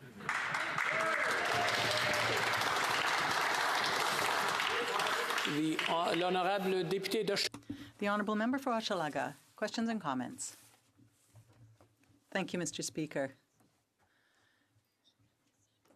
I have another question to put to my colleague. Given that there are going to be individual negotiations amongst communities for obtaining services, then the outcomes will probably also be different. So services then will differ from one community to the other. How then can we make sure that there's equal access? How can we correct unequal access? The honourable member for Winnipeg Centre. So I think equality and equity are actually two very important words. Every Indigenous community will be doing things a little differently. Everyone will have specific needs. People live up north have different needs than those who live near urban centres. And I think equity is a very important ideal. It's one where we ensure that people really have the full potential to be successful in life. Now, how to achieve that? That's a very good question. I think we have a number of cases which have gone before tribunals which have established that Indigenous child welfare should be funded at an equitable and equal level with all Canadians, that they receive equal funding no matter where they are. But how you administer that, that's a different thing, which is based on culture and needs with the local communities. Now, if a government decides not to fund this legislation in the future, well, I suspect it will end up before the courts, and I suspect that government will lose again and again and again. And so I'm sure no government wants to be on the wrong side of history fighting children fighting against children. It's certainly nothing that people on any side in this House, I'm sure, want to be doing. Questions and comments? Questions et commentaires. The Honourable Government House Leader. Thank you, Mr. Speaker. Mr. Speaker, I want to commend the member for Winnipeg Centre for actually standing in this House and rising on a point of privilege to ensure that when it came to Indigenous languages that they would be able to be interpreted and heard in this House. And when it came to that action that this government actually took, he was the first member to be able to state and share a speech. And I was pleased to be able to hear the interpretation and understand what he was saying, and I commend him for being able to know the language of his roots and of his foundation. When it comes to Bill C-91 and today's C-92, this is legislation that I've had to give notice of time allocation on. When it came to this piece of legislation, it's the first time tonight that I will not have to move time allocation because the opposition has finally realized that it is the right thing to do. I would like to hear from the member directly what this legislation actually means to him and his roots and to future generations, and why he's pleased to see that we are moving ahead. Thank you, Mr. Speaker. Before we go to the Honourable Member for Winnipeg Centre, the Honourable Member for Cypress Hills Grasslands has a point of order. Thank you. The House Leader has sat down. I was just going to call attention to the fact that she can discuss her issues with her caucus at any point in time. There's questions and comments some of the rest of us would like to ask the member as well. I believe it's called questions or comments, and it is open, and we are making a rotation, so I'll take that under advisement, but I just thought I'd point out the procedure. The Honourable Member for Winnipeg Centre. Well, thank you very much, Mr. Speaker. Just let's always remain, in good stead with each other as we end, hopefully, this debate very soon. I talked a little bit about love in a previous comments that I made, and love is extremely important. My mother was extremely poor. My father was a residential school survivor, an alcoholic. He was not perhaps one of the most stellar individuals that you could know. I was homeless as a child as well, Mr. Speaker. People often don't realize that. We called it camping, but we used to live on the streets, having a little pop-up tent from Canadian Tire, and my mom would keep her feet against the tent door as we were sleeping at night. And I think about that and about, when most kids are taken, my mother never stopped loving us, me and my brother. And I think that is perhaps the most important thing that, when we just finished Mother's Day and Father's Day is coming up, I think about my mother and the role she played, being both a mother and a father, often in my life. And, and even though she's not here with us, she's in the spirit world, nonetheless, she is in my heart because she always showed me love. And I think that's the most important thing that we have. The one, because if you don't have love, it's very hard to be a successful human being. And so I hope that this legislation will go a long way to allowing our children, all children who are Canadian citizens, whether they're Indigenous or non-Indigenous, to feel that love from someone, no matter who they are. Resuming debate, reprise du débat, the Honourable Member for Kamloops, Thompson Caribou. Thank you, Mr. Speaker. And before I start my comments, I hope that you will find unanimous consent for the following: that notwithstanding any standing order, or special order, or usual practices of the House, at the conclusion of the speeches of the member for Kamloops, Thompson Caribou, and Abitibi-Temiskaming, Bill C-92, an act respecting First Nations, Inuit, and Métis children, youth, and families, be deemed read a third time and pass, and that the House shall proceed to adjournment proceedings. Does the Honourable Member have unanimous consent of the House to move the motion? Yes. D'accord, la Chambre est entendue. The House has heard the terms of the motion. Is it the pleasure of the House to adopt the motion? Adopté. Carried.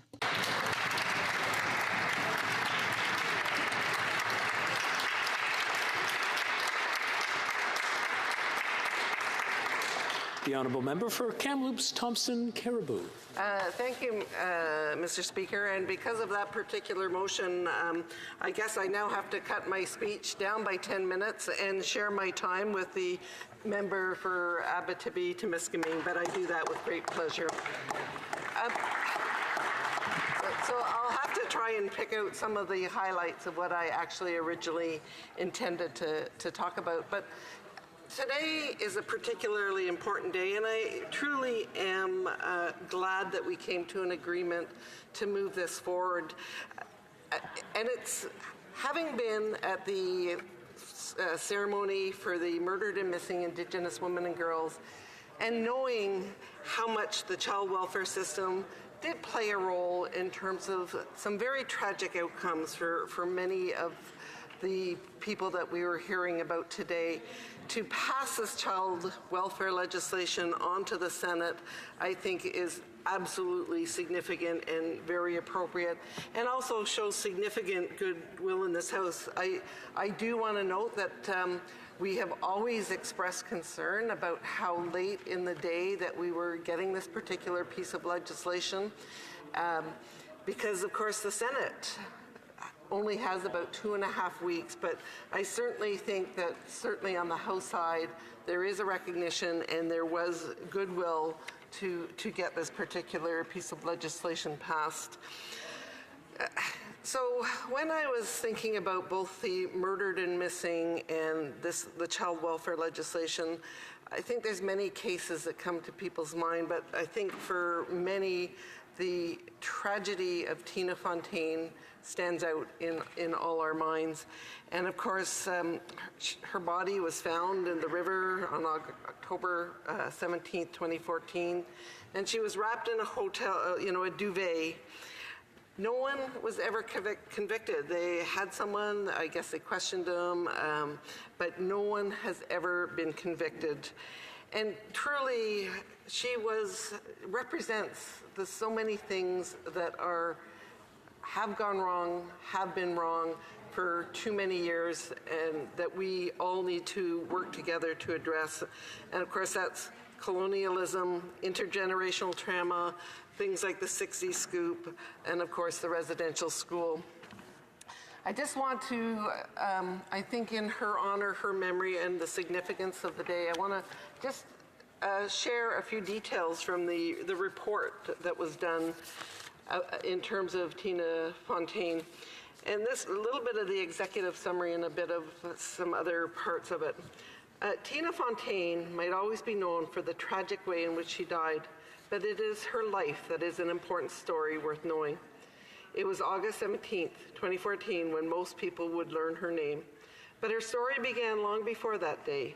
It began even before Tina was born on New Year's Day in 1999. To know Tina's story, to really understand how she came to symbolize a churning anger of a nation in rage, each of us can look as far back as the arrival of European settlers and as close to home as the depth of our own involvement or indifference in the lives and experiences of Indigenous youth. She goes on to say, it's a challenge to conduct a child death investigation, to gather files and evidence, to sort through boxes of information, to speak with an ever-growing list of people who knew the child, and then to create an accurate and thoughtful story about the life of that child. But it is a process of honoring legacy and uncovering truths, to understand the complexity of any child and to truly understand their life within the broader context of a family. And of course, this is from the report. Goes on to say, Tina's story was her own, and yet it mirrors the stories of many others. The losses she experienced, the fracturing of her family, the inability to access necessary support, the promises of services that were never delivered. These are echoes of so many other children and their families. These barriers that are experienced more often and previously by Indigenous families is the story of Tina and the ones that we have the opportunity to change. So one of the things that it talks about is the areas that we really need to reflect on. What were Tina's needs and those of the family? What interventions and supports were offered and when? What is the family perspective on the services they receive? What needs to be improved? What do experts say happened? What do the elders say we need to remember? What do the youth say they need to feel supported? And how can tragedies like Tina's death be prevented in the future? So what we have this morning is we had the release of the Murdered and Missing Indigenous Women and Girls Inquiry. and it's 1,200 pages, and it's 231 recommendations. You know, I don't think anyone has had an opportunity to really digest that report, to digest the different recommendations. Certainly, as I read through them, there's some that jump out right away, and I say, you know, that makes a lot of sense, perhaps around policing and our processes around protocols.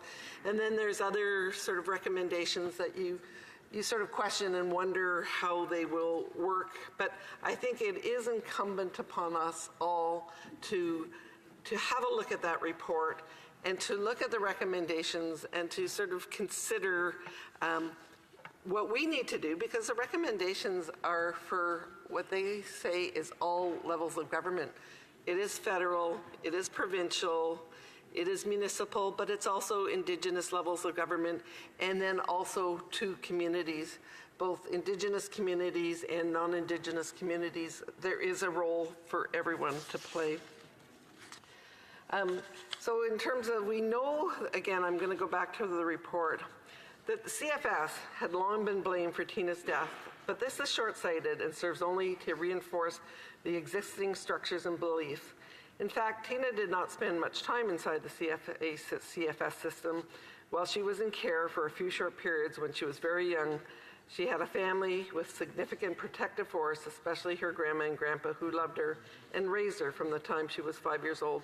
It is a long story, but it is a very compelling and important one to read. And when I did have the opportunity to, one of the legacies was some relatives of Tina's decided that they had to do something, and the Bear Clan, I understand, evolved from the legacy of Tina. Her uncle was part of getting that initiative going, and there is hundreds of people who volunteer, who travel the streets, and really are making a difference in that community. So out of a tragedy, we have a reflection, we have changes in the community, we have the inquiry. So in terms of C92, I have to say we had very interesting testimony from many leaders. The most compelling testimony were from the youth that were in care.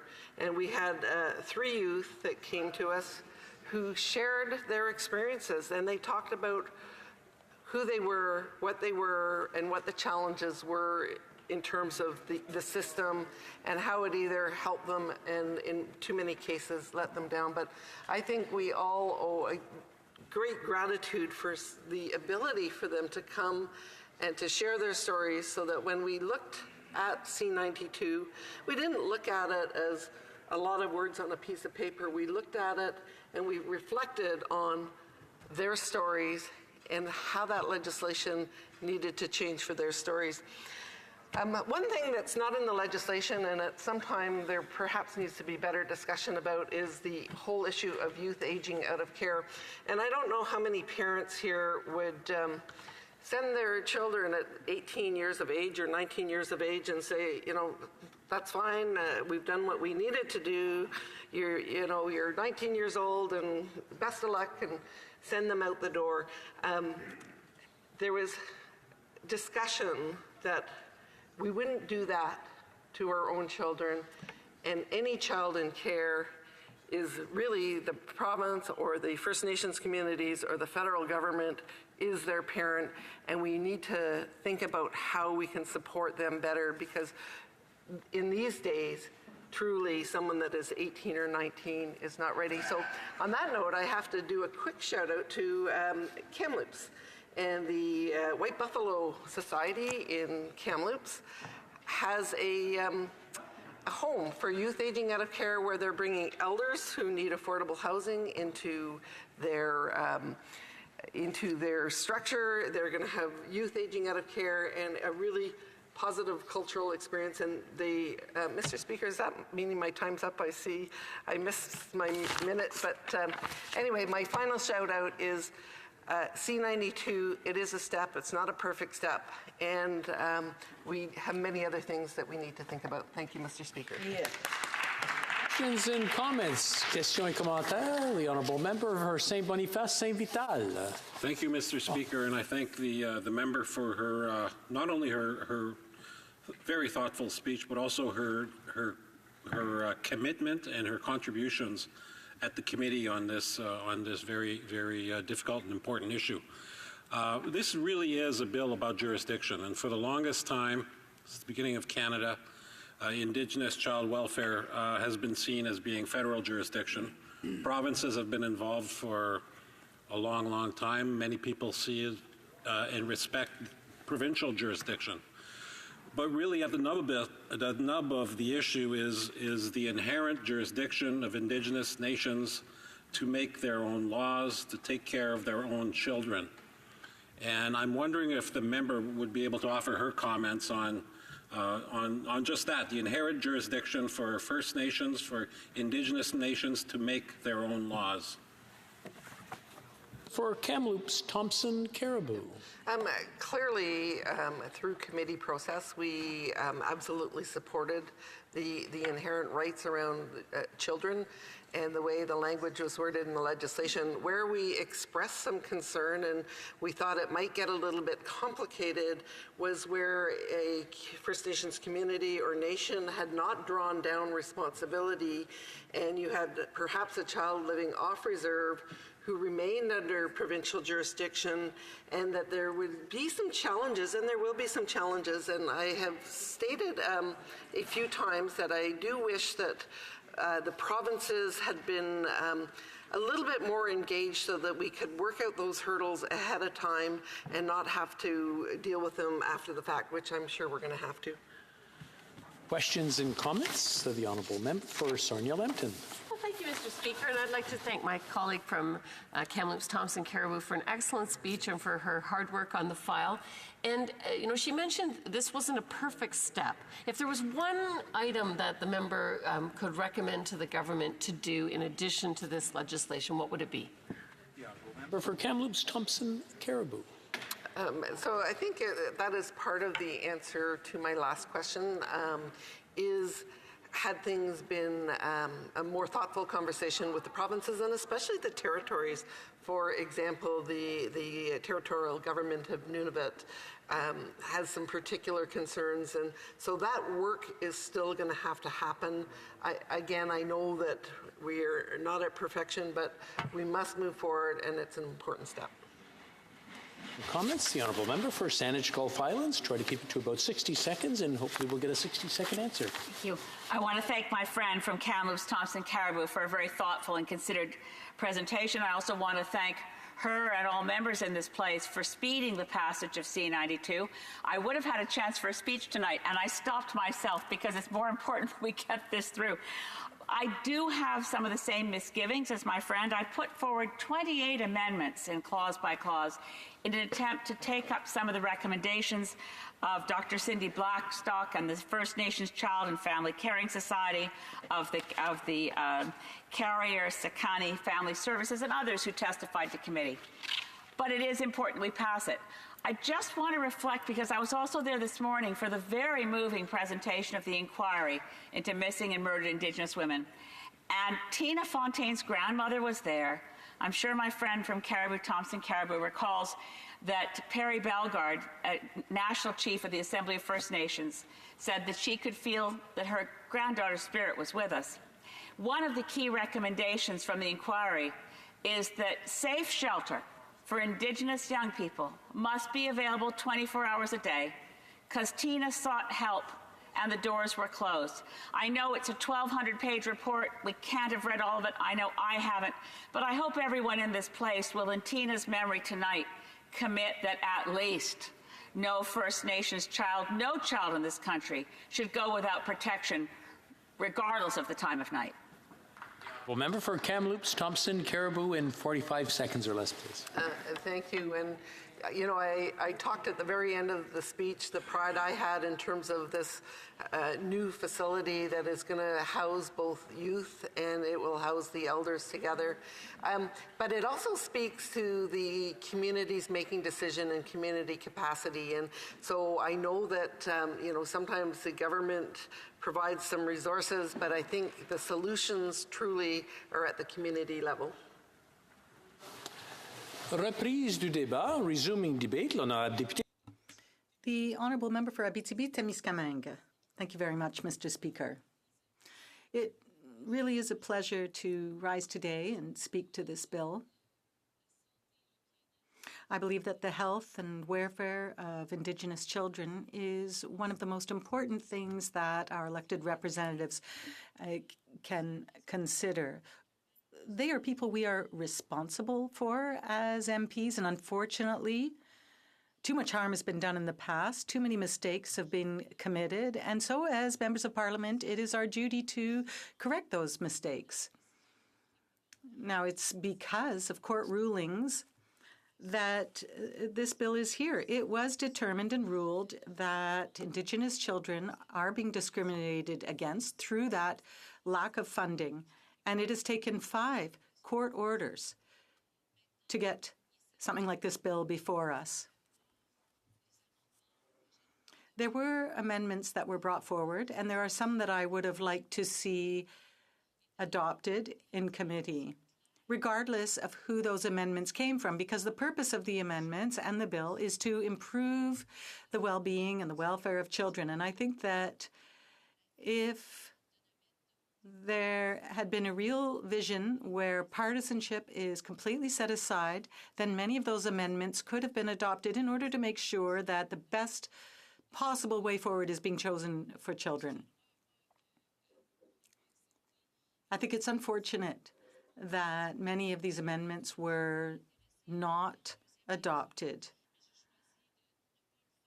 I was interested in speaking at second reading, but I didn't because I did not want this bill to be slowed down. I wanted it to be referred to committee as quickly as possible. Now I'm going to be the last member of parliament speaking to this bill before it goes on to the Senate.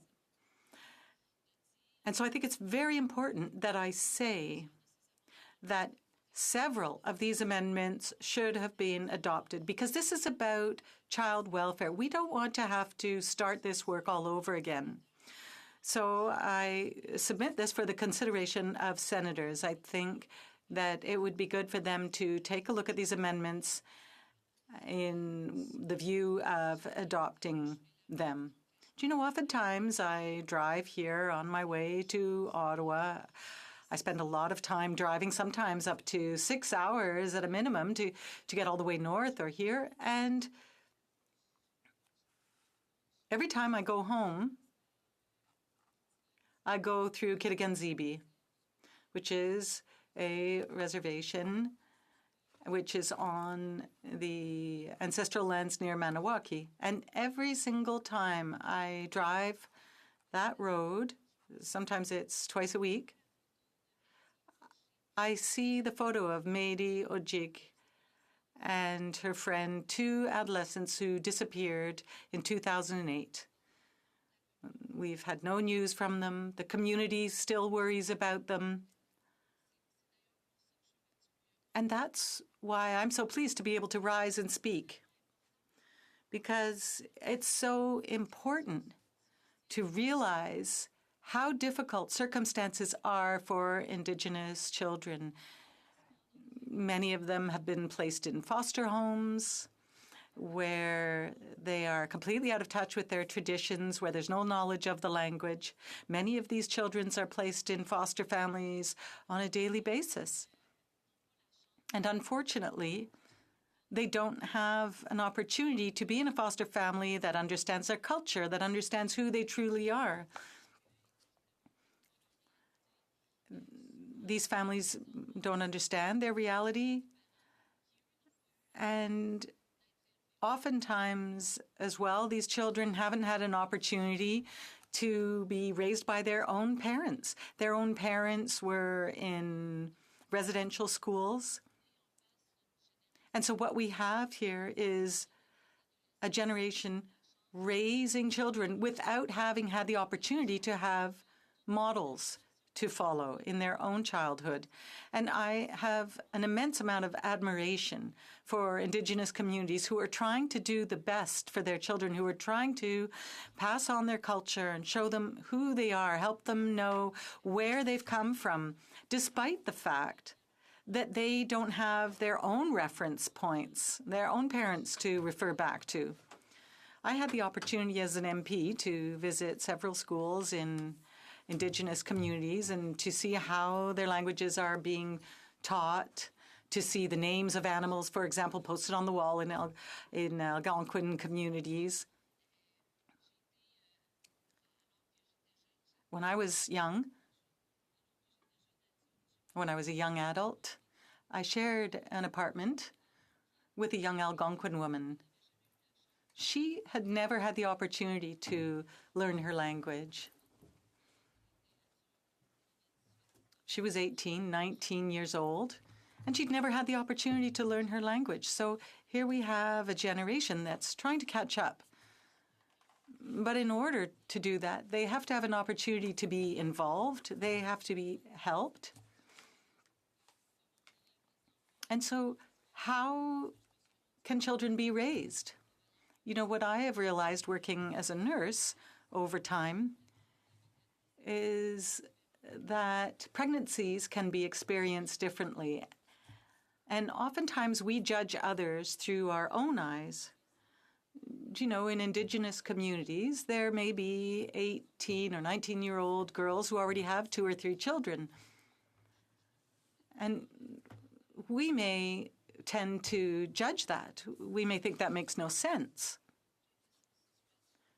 We may feel that they're putting themselves in very precarious circumstances. But when you speak to those young women and these young people, you realize that they don't necessarily have the same perception at whether it's 16 or 17 or 18 years old. And if we continue to judge people from our own perspective, then unfortunately, we may end up putting children in care who shouldn't be in care. And what's also important to understand is that when children are placed in a foster family and when there's a safety risk, we have to consider that. And what we also have to understand is that actually we're responsible for some of those risks. Sometimes there's been no housing built for at least 30 years in a reservation. And sometimes there are schools that are barely standing. And all you've got on these reserves are schools that are moldy. Sometimes children have nowhere to play. Sometimes the infrastructure in these communities is pitiful. And so there's a risk to the development of those children. And so to what extent is it the parent who's responsible? To what extent should the parent be the one paying for the consequences? Because in fact, it's the system that's forcing children to live that way. And it's up to us as elected officials to change that and to give power back to the communities so that they can invest, so they can build housing and ensure that young people can continue to go to school and take care of their children. It's up to us to ensure that schools full of mold are a thing of the past quickly. I had an opportunity to see a wonderful school that was built in my riding at the Long Point First Nation, and it makes all the difference. Prior to that, children went to a school that was moldy. It had been closed by the school board. It was in the neighboring village. They had to take a bus. And the young people went to the community school. They went into the gym. There were no windows because there was mold everywhere else. They were self-harming. It was disastrous. It took years, but they finally got a school that was built and designed differently. It uses wood. They can see the light of day. It's bright. There's a beehive shape. Children are placed in a position so they can all see each other and communicate. So the children who were entitled to that, well, you can see on their faces that they're doing better. And the community knew full well that in order for children to be happy, they needed to have a nice school that the children would be proud of. So what I'm calling for today is for the bill to be adopted, Bill C-92, for it to go to the Senate. And we also have to remember that there is so much more required in these communities for children to be happy. And it's a responsibility of elected officials to ensure that the funding is available so that these children no longer face this type of discrimination. Thank you. Questions and comments? L'honorable député de Winnipeg. The Honourable Member for Winnipeg North. Mr. Speaker, it was years ago, and when I was in opposition, that I personally had raised the issue representing the party, Liberal Party at the time, calling that we have a public inquiry in regards to the missing and murdered Indigenous women and girls. And it was a great deal of frustration that we seemed to be going against a wall. And one of the things that I really do appreciate is within this Prime Minister, he talked about reconciliation and how important it was to have that priority one relationship with Indigenous people. Today is a significant day because we're passing historical legislation that provides, I believe, a great deal of hope for a lot of people. And we also had that public inquiry for the murdered and missing women and girls that was released today. I see this as a part of a commitment that the Prime Minister has made to Canadians and talks and speaks volumes in terms of the how much we want that relationship to continue to grow, Mr. Speaker. And there are other initiatives, the calls for action, and so forth. And my question to the member opposite is, would she not agree, when you take a look at the day in itself, with both the report from the public inquiry and the legislation that we're passing this evening, that it is indeed a very significant day for all Canadians? L'honorable député d'Abitibi. The Honourable Member for Abitibi-Témiscamingue. What is important is that there have been several significant days for Indigenous peoples in recent years. I want to acknowledge that there has been work done by people from all parties who wanted to do better and more for Indigenous people. Some are no longer here as members of Parliament because some of these issues have been ongoing for many years. And I think it's important to not try to appropriate this file. We need to acknowledge that people everywhere have wanted to improve the situation for Indigenous peoples. Perhaps some could have acted more quickly. There have been a number of days marking significant events, and there need to be more in the future. We can't stop today. The work is ongoing, and we must not stop working for Indigenous peoples until we've eliminated the difference. Questions and comments? The Honourable Government House Leader. Merci, Monsieur le Président.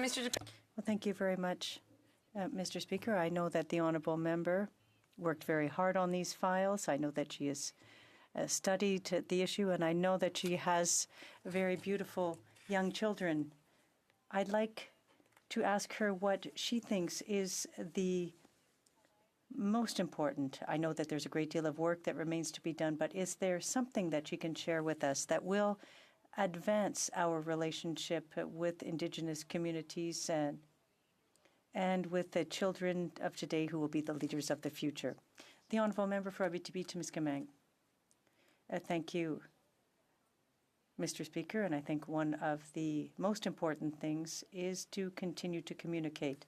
In Abitibi-Témiscamingue, we have done a great deal to bring reserves closer together. Some people thought we couldn't attend powwows. Now, with the assistance of tourism associations, we've publicized powwows. People like me, for example, have decided to attend. People from the Indigenous communities in my riding are very fortunate, and they've been they invited me to a powwow when I was pregnant, and to my daughter was exposed, the baby that wasn't born had two, the sound, the beating, and each time she goes to see a powwow with the traditional clothing, the drums, she loves the colors, the music. And for her, that tradition is something that is part of the territory she lives in. So it's not just something that belongs to others, it's something that belongs to her as well, because she lives on that land of the land of the Abitibi-Wini. She knows that it's part of her history too, as a resident of the territory. So it's not completely separate. So I thank the people of the area for having shared that with me and enabled me to share that with my children. Pursuant to order adopted earlier today, the Bill C-92, an act dealing with children, Indigenous children, First Nations, Inuit and Métis, is now read a third time. Order. In accordance with Standing Order 38, a motion to adjourn the House is deemed to have been made and seconded at this time. Therefore, the question is that this House do now adjourn. The honourable member for Windsor West is not present to raise the matter for which adjournment notice has been given. Accordingly, the notice is deemed withdrawn. The honourable member for Cowichan, Malahat, Langford. Thank you very much, Mr. Speaker. I am very glad to be able to rise in the House and revisit an issue that I brought forward during question period some months ago, and that is with regards to a national pharmacare plan. Now, during the course of that question, I brought up the case of Mr. Lorenzen in my riding, who has paid over $25,000 for prescription medication following a surgery he went through. Now, I'm sure if you canvass the House, Mr. Speaker, you would find that most members could relate exactly the same kind of story. Constituents all across this great land are having to pay out of pocket for prescription medications that in some cases are very much life-saving and alter their quality of life. So, Mr. Speaker, I think that when we're talking about national pharmacare, it's very helpful for us to go back in time a little bit. And I want to take a moment to go back to the year 1997, because it was in 1997 that the Liberal Party of Canada, their election platform document, read the following, and I'll quote. It said, "Our current system provides full coverage for institutional care, including all drugs administered during a hospital stay. Once patients go home, however, they are not guaranteed public coverage for medically necessary drugs." It goes on, Mr. Speaker. This situation is plainly inconsistent with the values upon which Canadian Medicare is based. It is both unfair and illogical to guarantee access to medical diagnosis but not the associated treatment. Neither does it make economic sense. Those who cannot afford to fill their prescriptions tend only to get sicker and require more costly treatment later from the public system. The Liberal government, this is the 1997 version, is committed to maintaining a universal healthcare system in which Canadians are assured equal access to appropriate quality care as needed. Now, Mr. Speaker, the Liberal Party has held majority governments from 1993 to 1997 to the year 2000. In 2004, they were reduced to a minority status. And then, of course, after the Conservative 10 years, they were returned with a majority in the current term. So what that underlines, Mr. Speaker, is that over the last 26 years, the Liberals have had majority government for 17 of them. 17 of those years. And it's only just now that we're getting to the study phase of a panel of experts to revisit this very issue, when we know there are Canadians who are suffering in their quality of life across this country. Now, the Liberals will say that, you know, the NDP, I believe I was given a flippant answer back in the day when I asked this question. They said, well, we don't write our plans on the back of a napkin. Well, Mr. Speaker, I'm just simply asking the Liberals to honor their commitment to address a problem that has existed in this country since we adopted universal Medicare. This was always the unfinished business. It does not make sense that once someone is released from hospital, they are left to their own. Often, they might be lucky to have their own care plan through their employer, but Mr. Speaker, it does not make sense to let them loose like that without any kind of follow-up. So my question again to the Parliamentary Secretary who is handling this question tonight is, when are they going to commit to finally implementing a fully public, national, universal, and comprehensive pharmacare plan that covers every single Canadian? The Honourable Parliamentary Secretary to the Minister of Innovation, Science and Economic Development.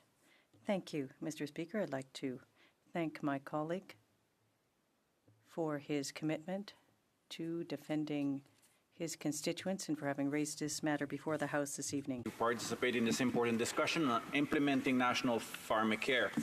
Our government is committed to strengthening health care systems across the country and supporting the health of Canadians.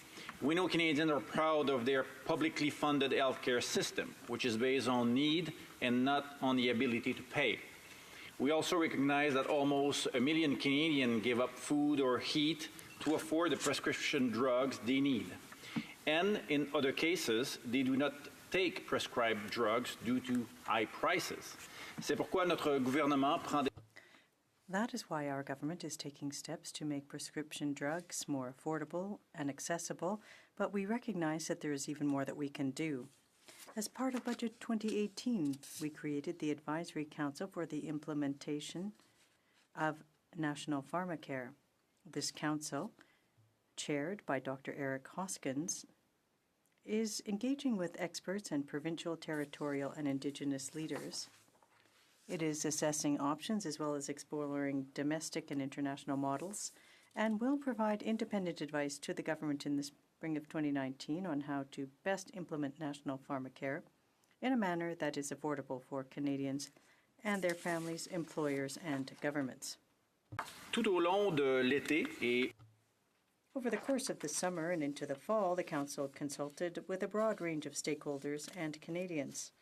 As a result of this engagement, the Advisory Council has received over 150 written submissions and over 15,000 responses to its online questionnaire.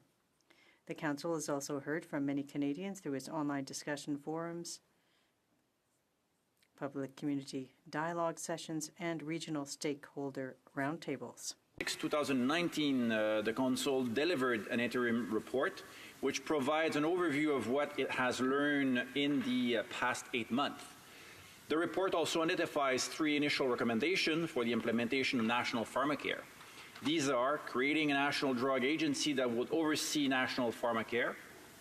The proposed agency could bring together key functions of health technologies assessments of prescription drugs to evaluate their effectiveness and value for money in negotiations. Developing a national formulary that would harmonize drug coverage across Canada. This evidence-based list of prescribed drugs would be accessible to all Canadians. And finally, the Council recommends that the government invest in a robust and coordinated information technology system that would be the technological foundation for national pharmacare.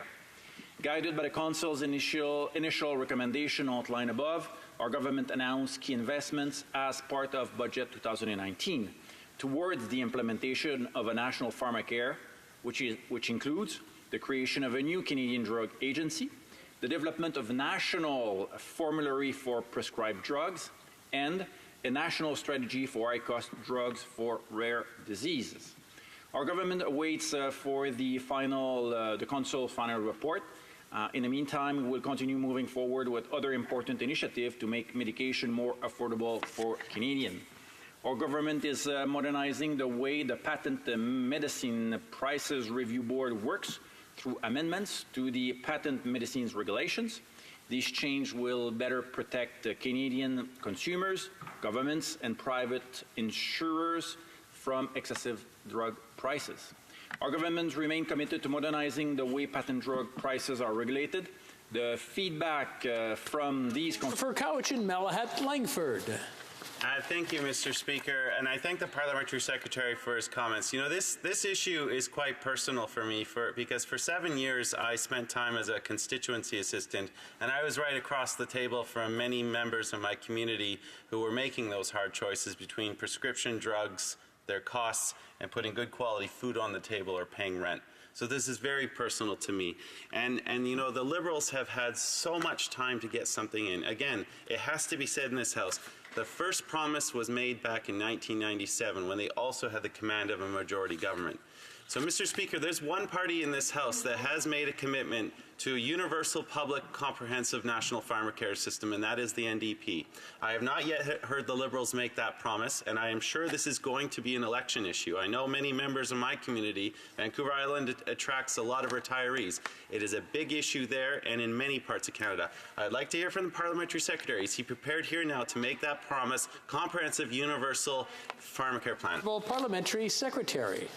Thank you, Mr. Speaker. I wanted to provide a full answer to my colleague. Unfortunately, I didn't realize that I had only 4 minutes. So let me say to my colleague a few elements of our strategy here, because I think it's important. Canada's spending on prescription drugs are unsustainable. As I mentioned, Canadian pays among the highest prices on prescription drugs in the world, and many Canadians cannot afford the drugs that they need and face real barrier to access. So National Pharmacare can help address this, and the Government of Canada is firmly committed to working with its partners to make improvement. As outlined here today, as I said a few minutes ago, our government is taking clearly action. Et je terminerai en disant simplement que toutefois la... And I will wrap up to say that implementing National Pharmacare is not something that can be achieved overnight. It will require working closely with experts from all relevant areas, as well as with provincial, territorial, and Indigenous leaders. Thank you very much, Mr. Speaker. The motion to adjourn the House is deemed adopted.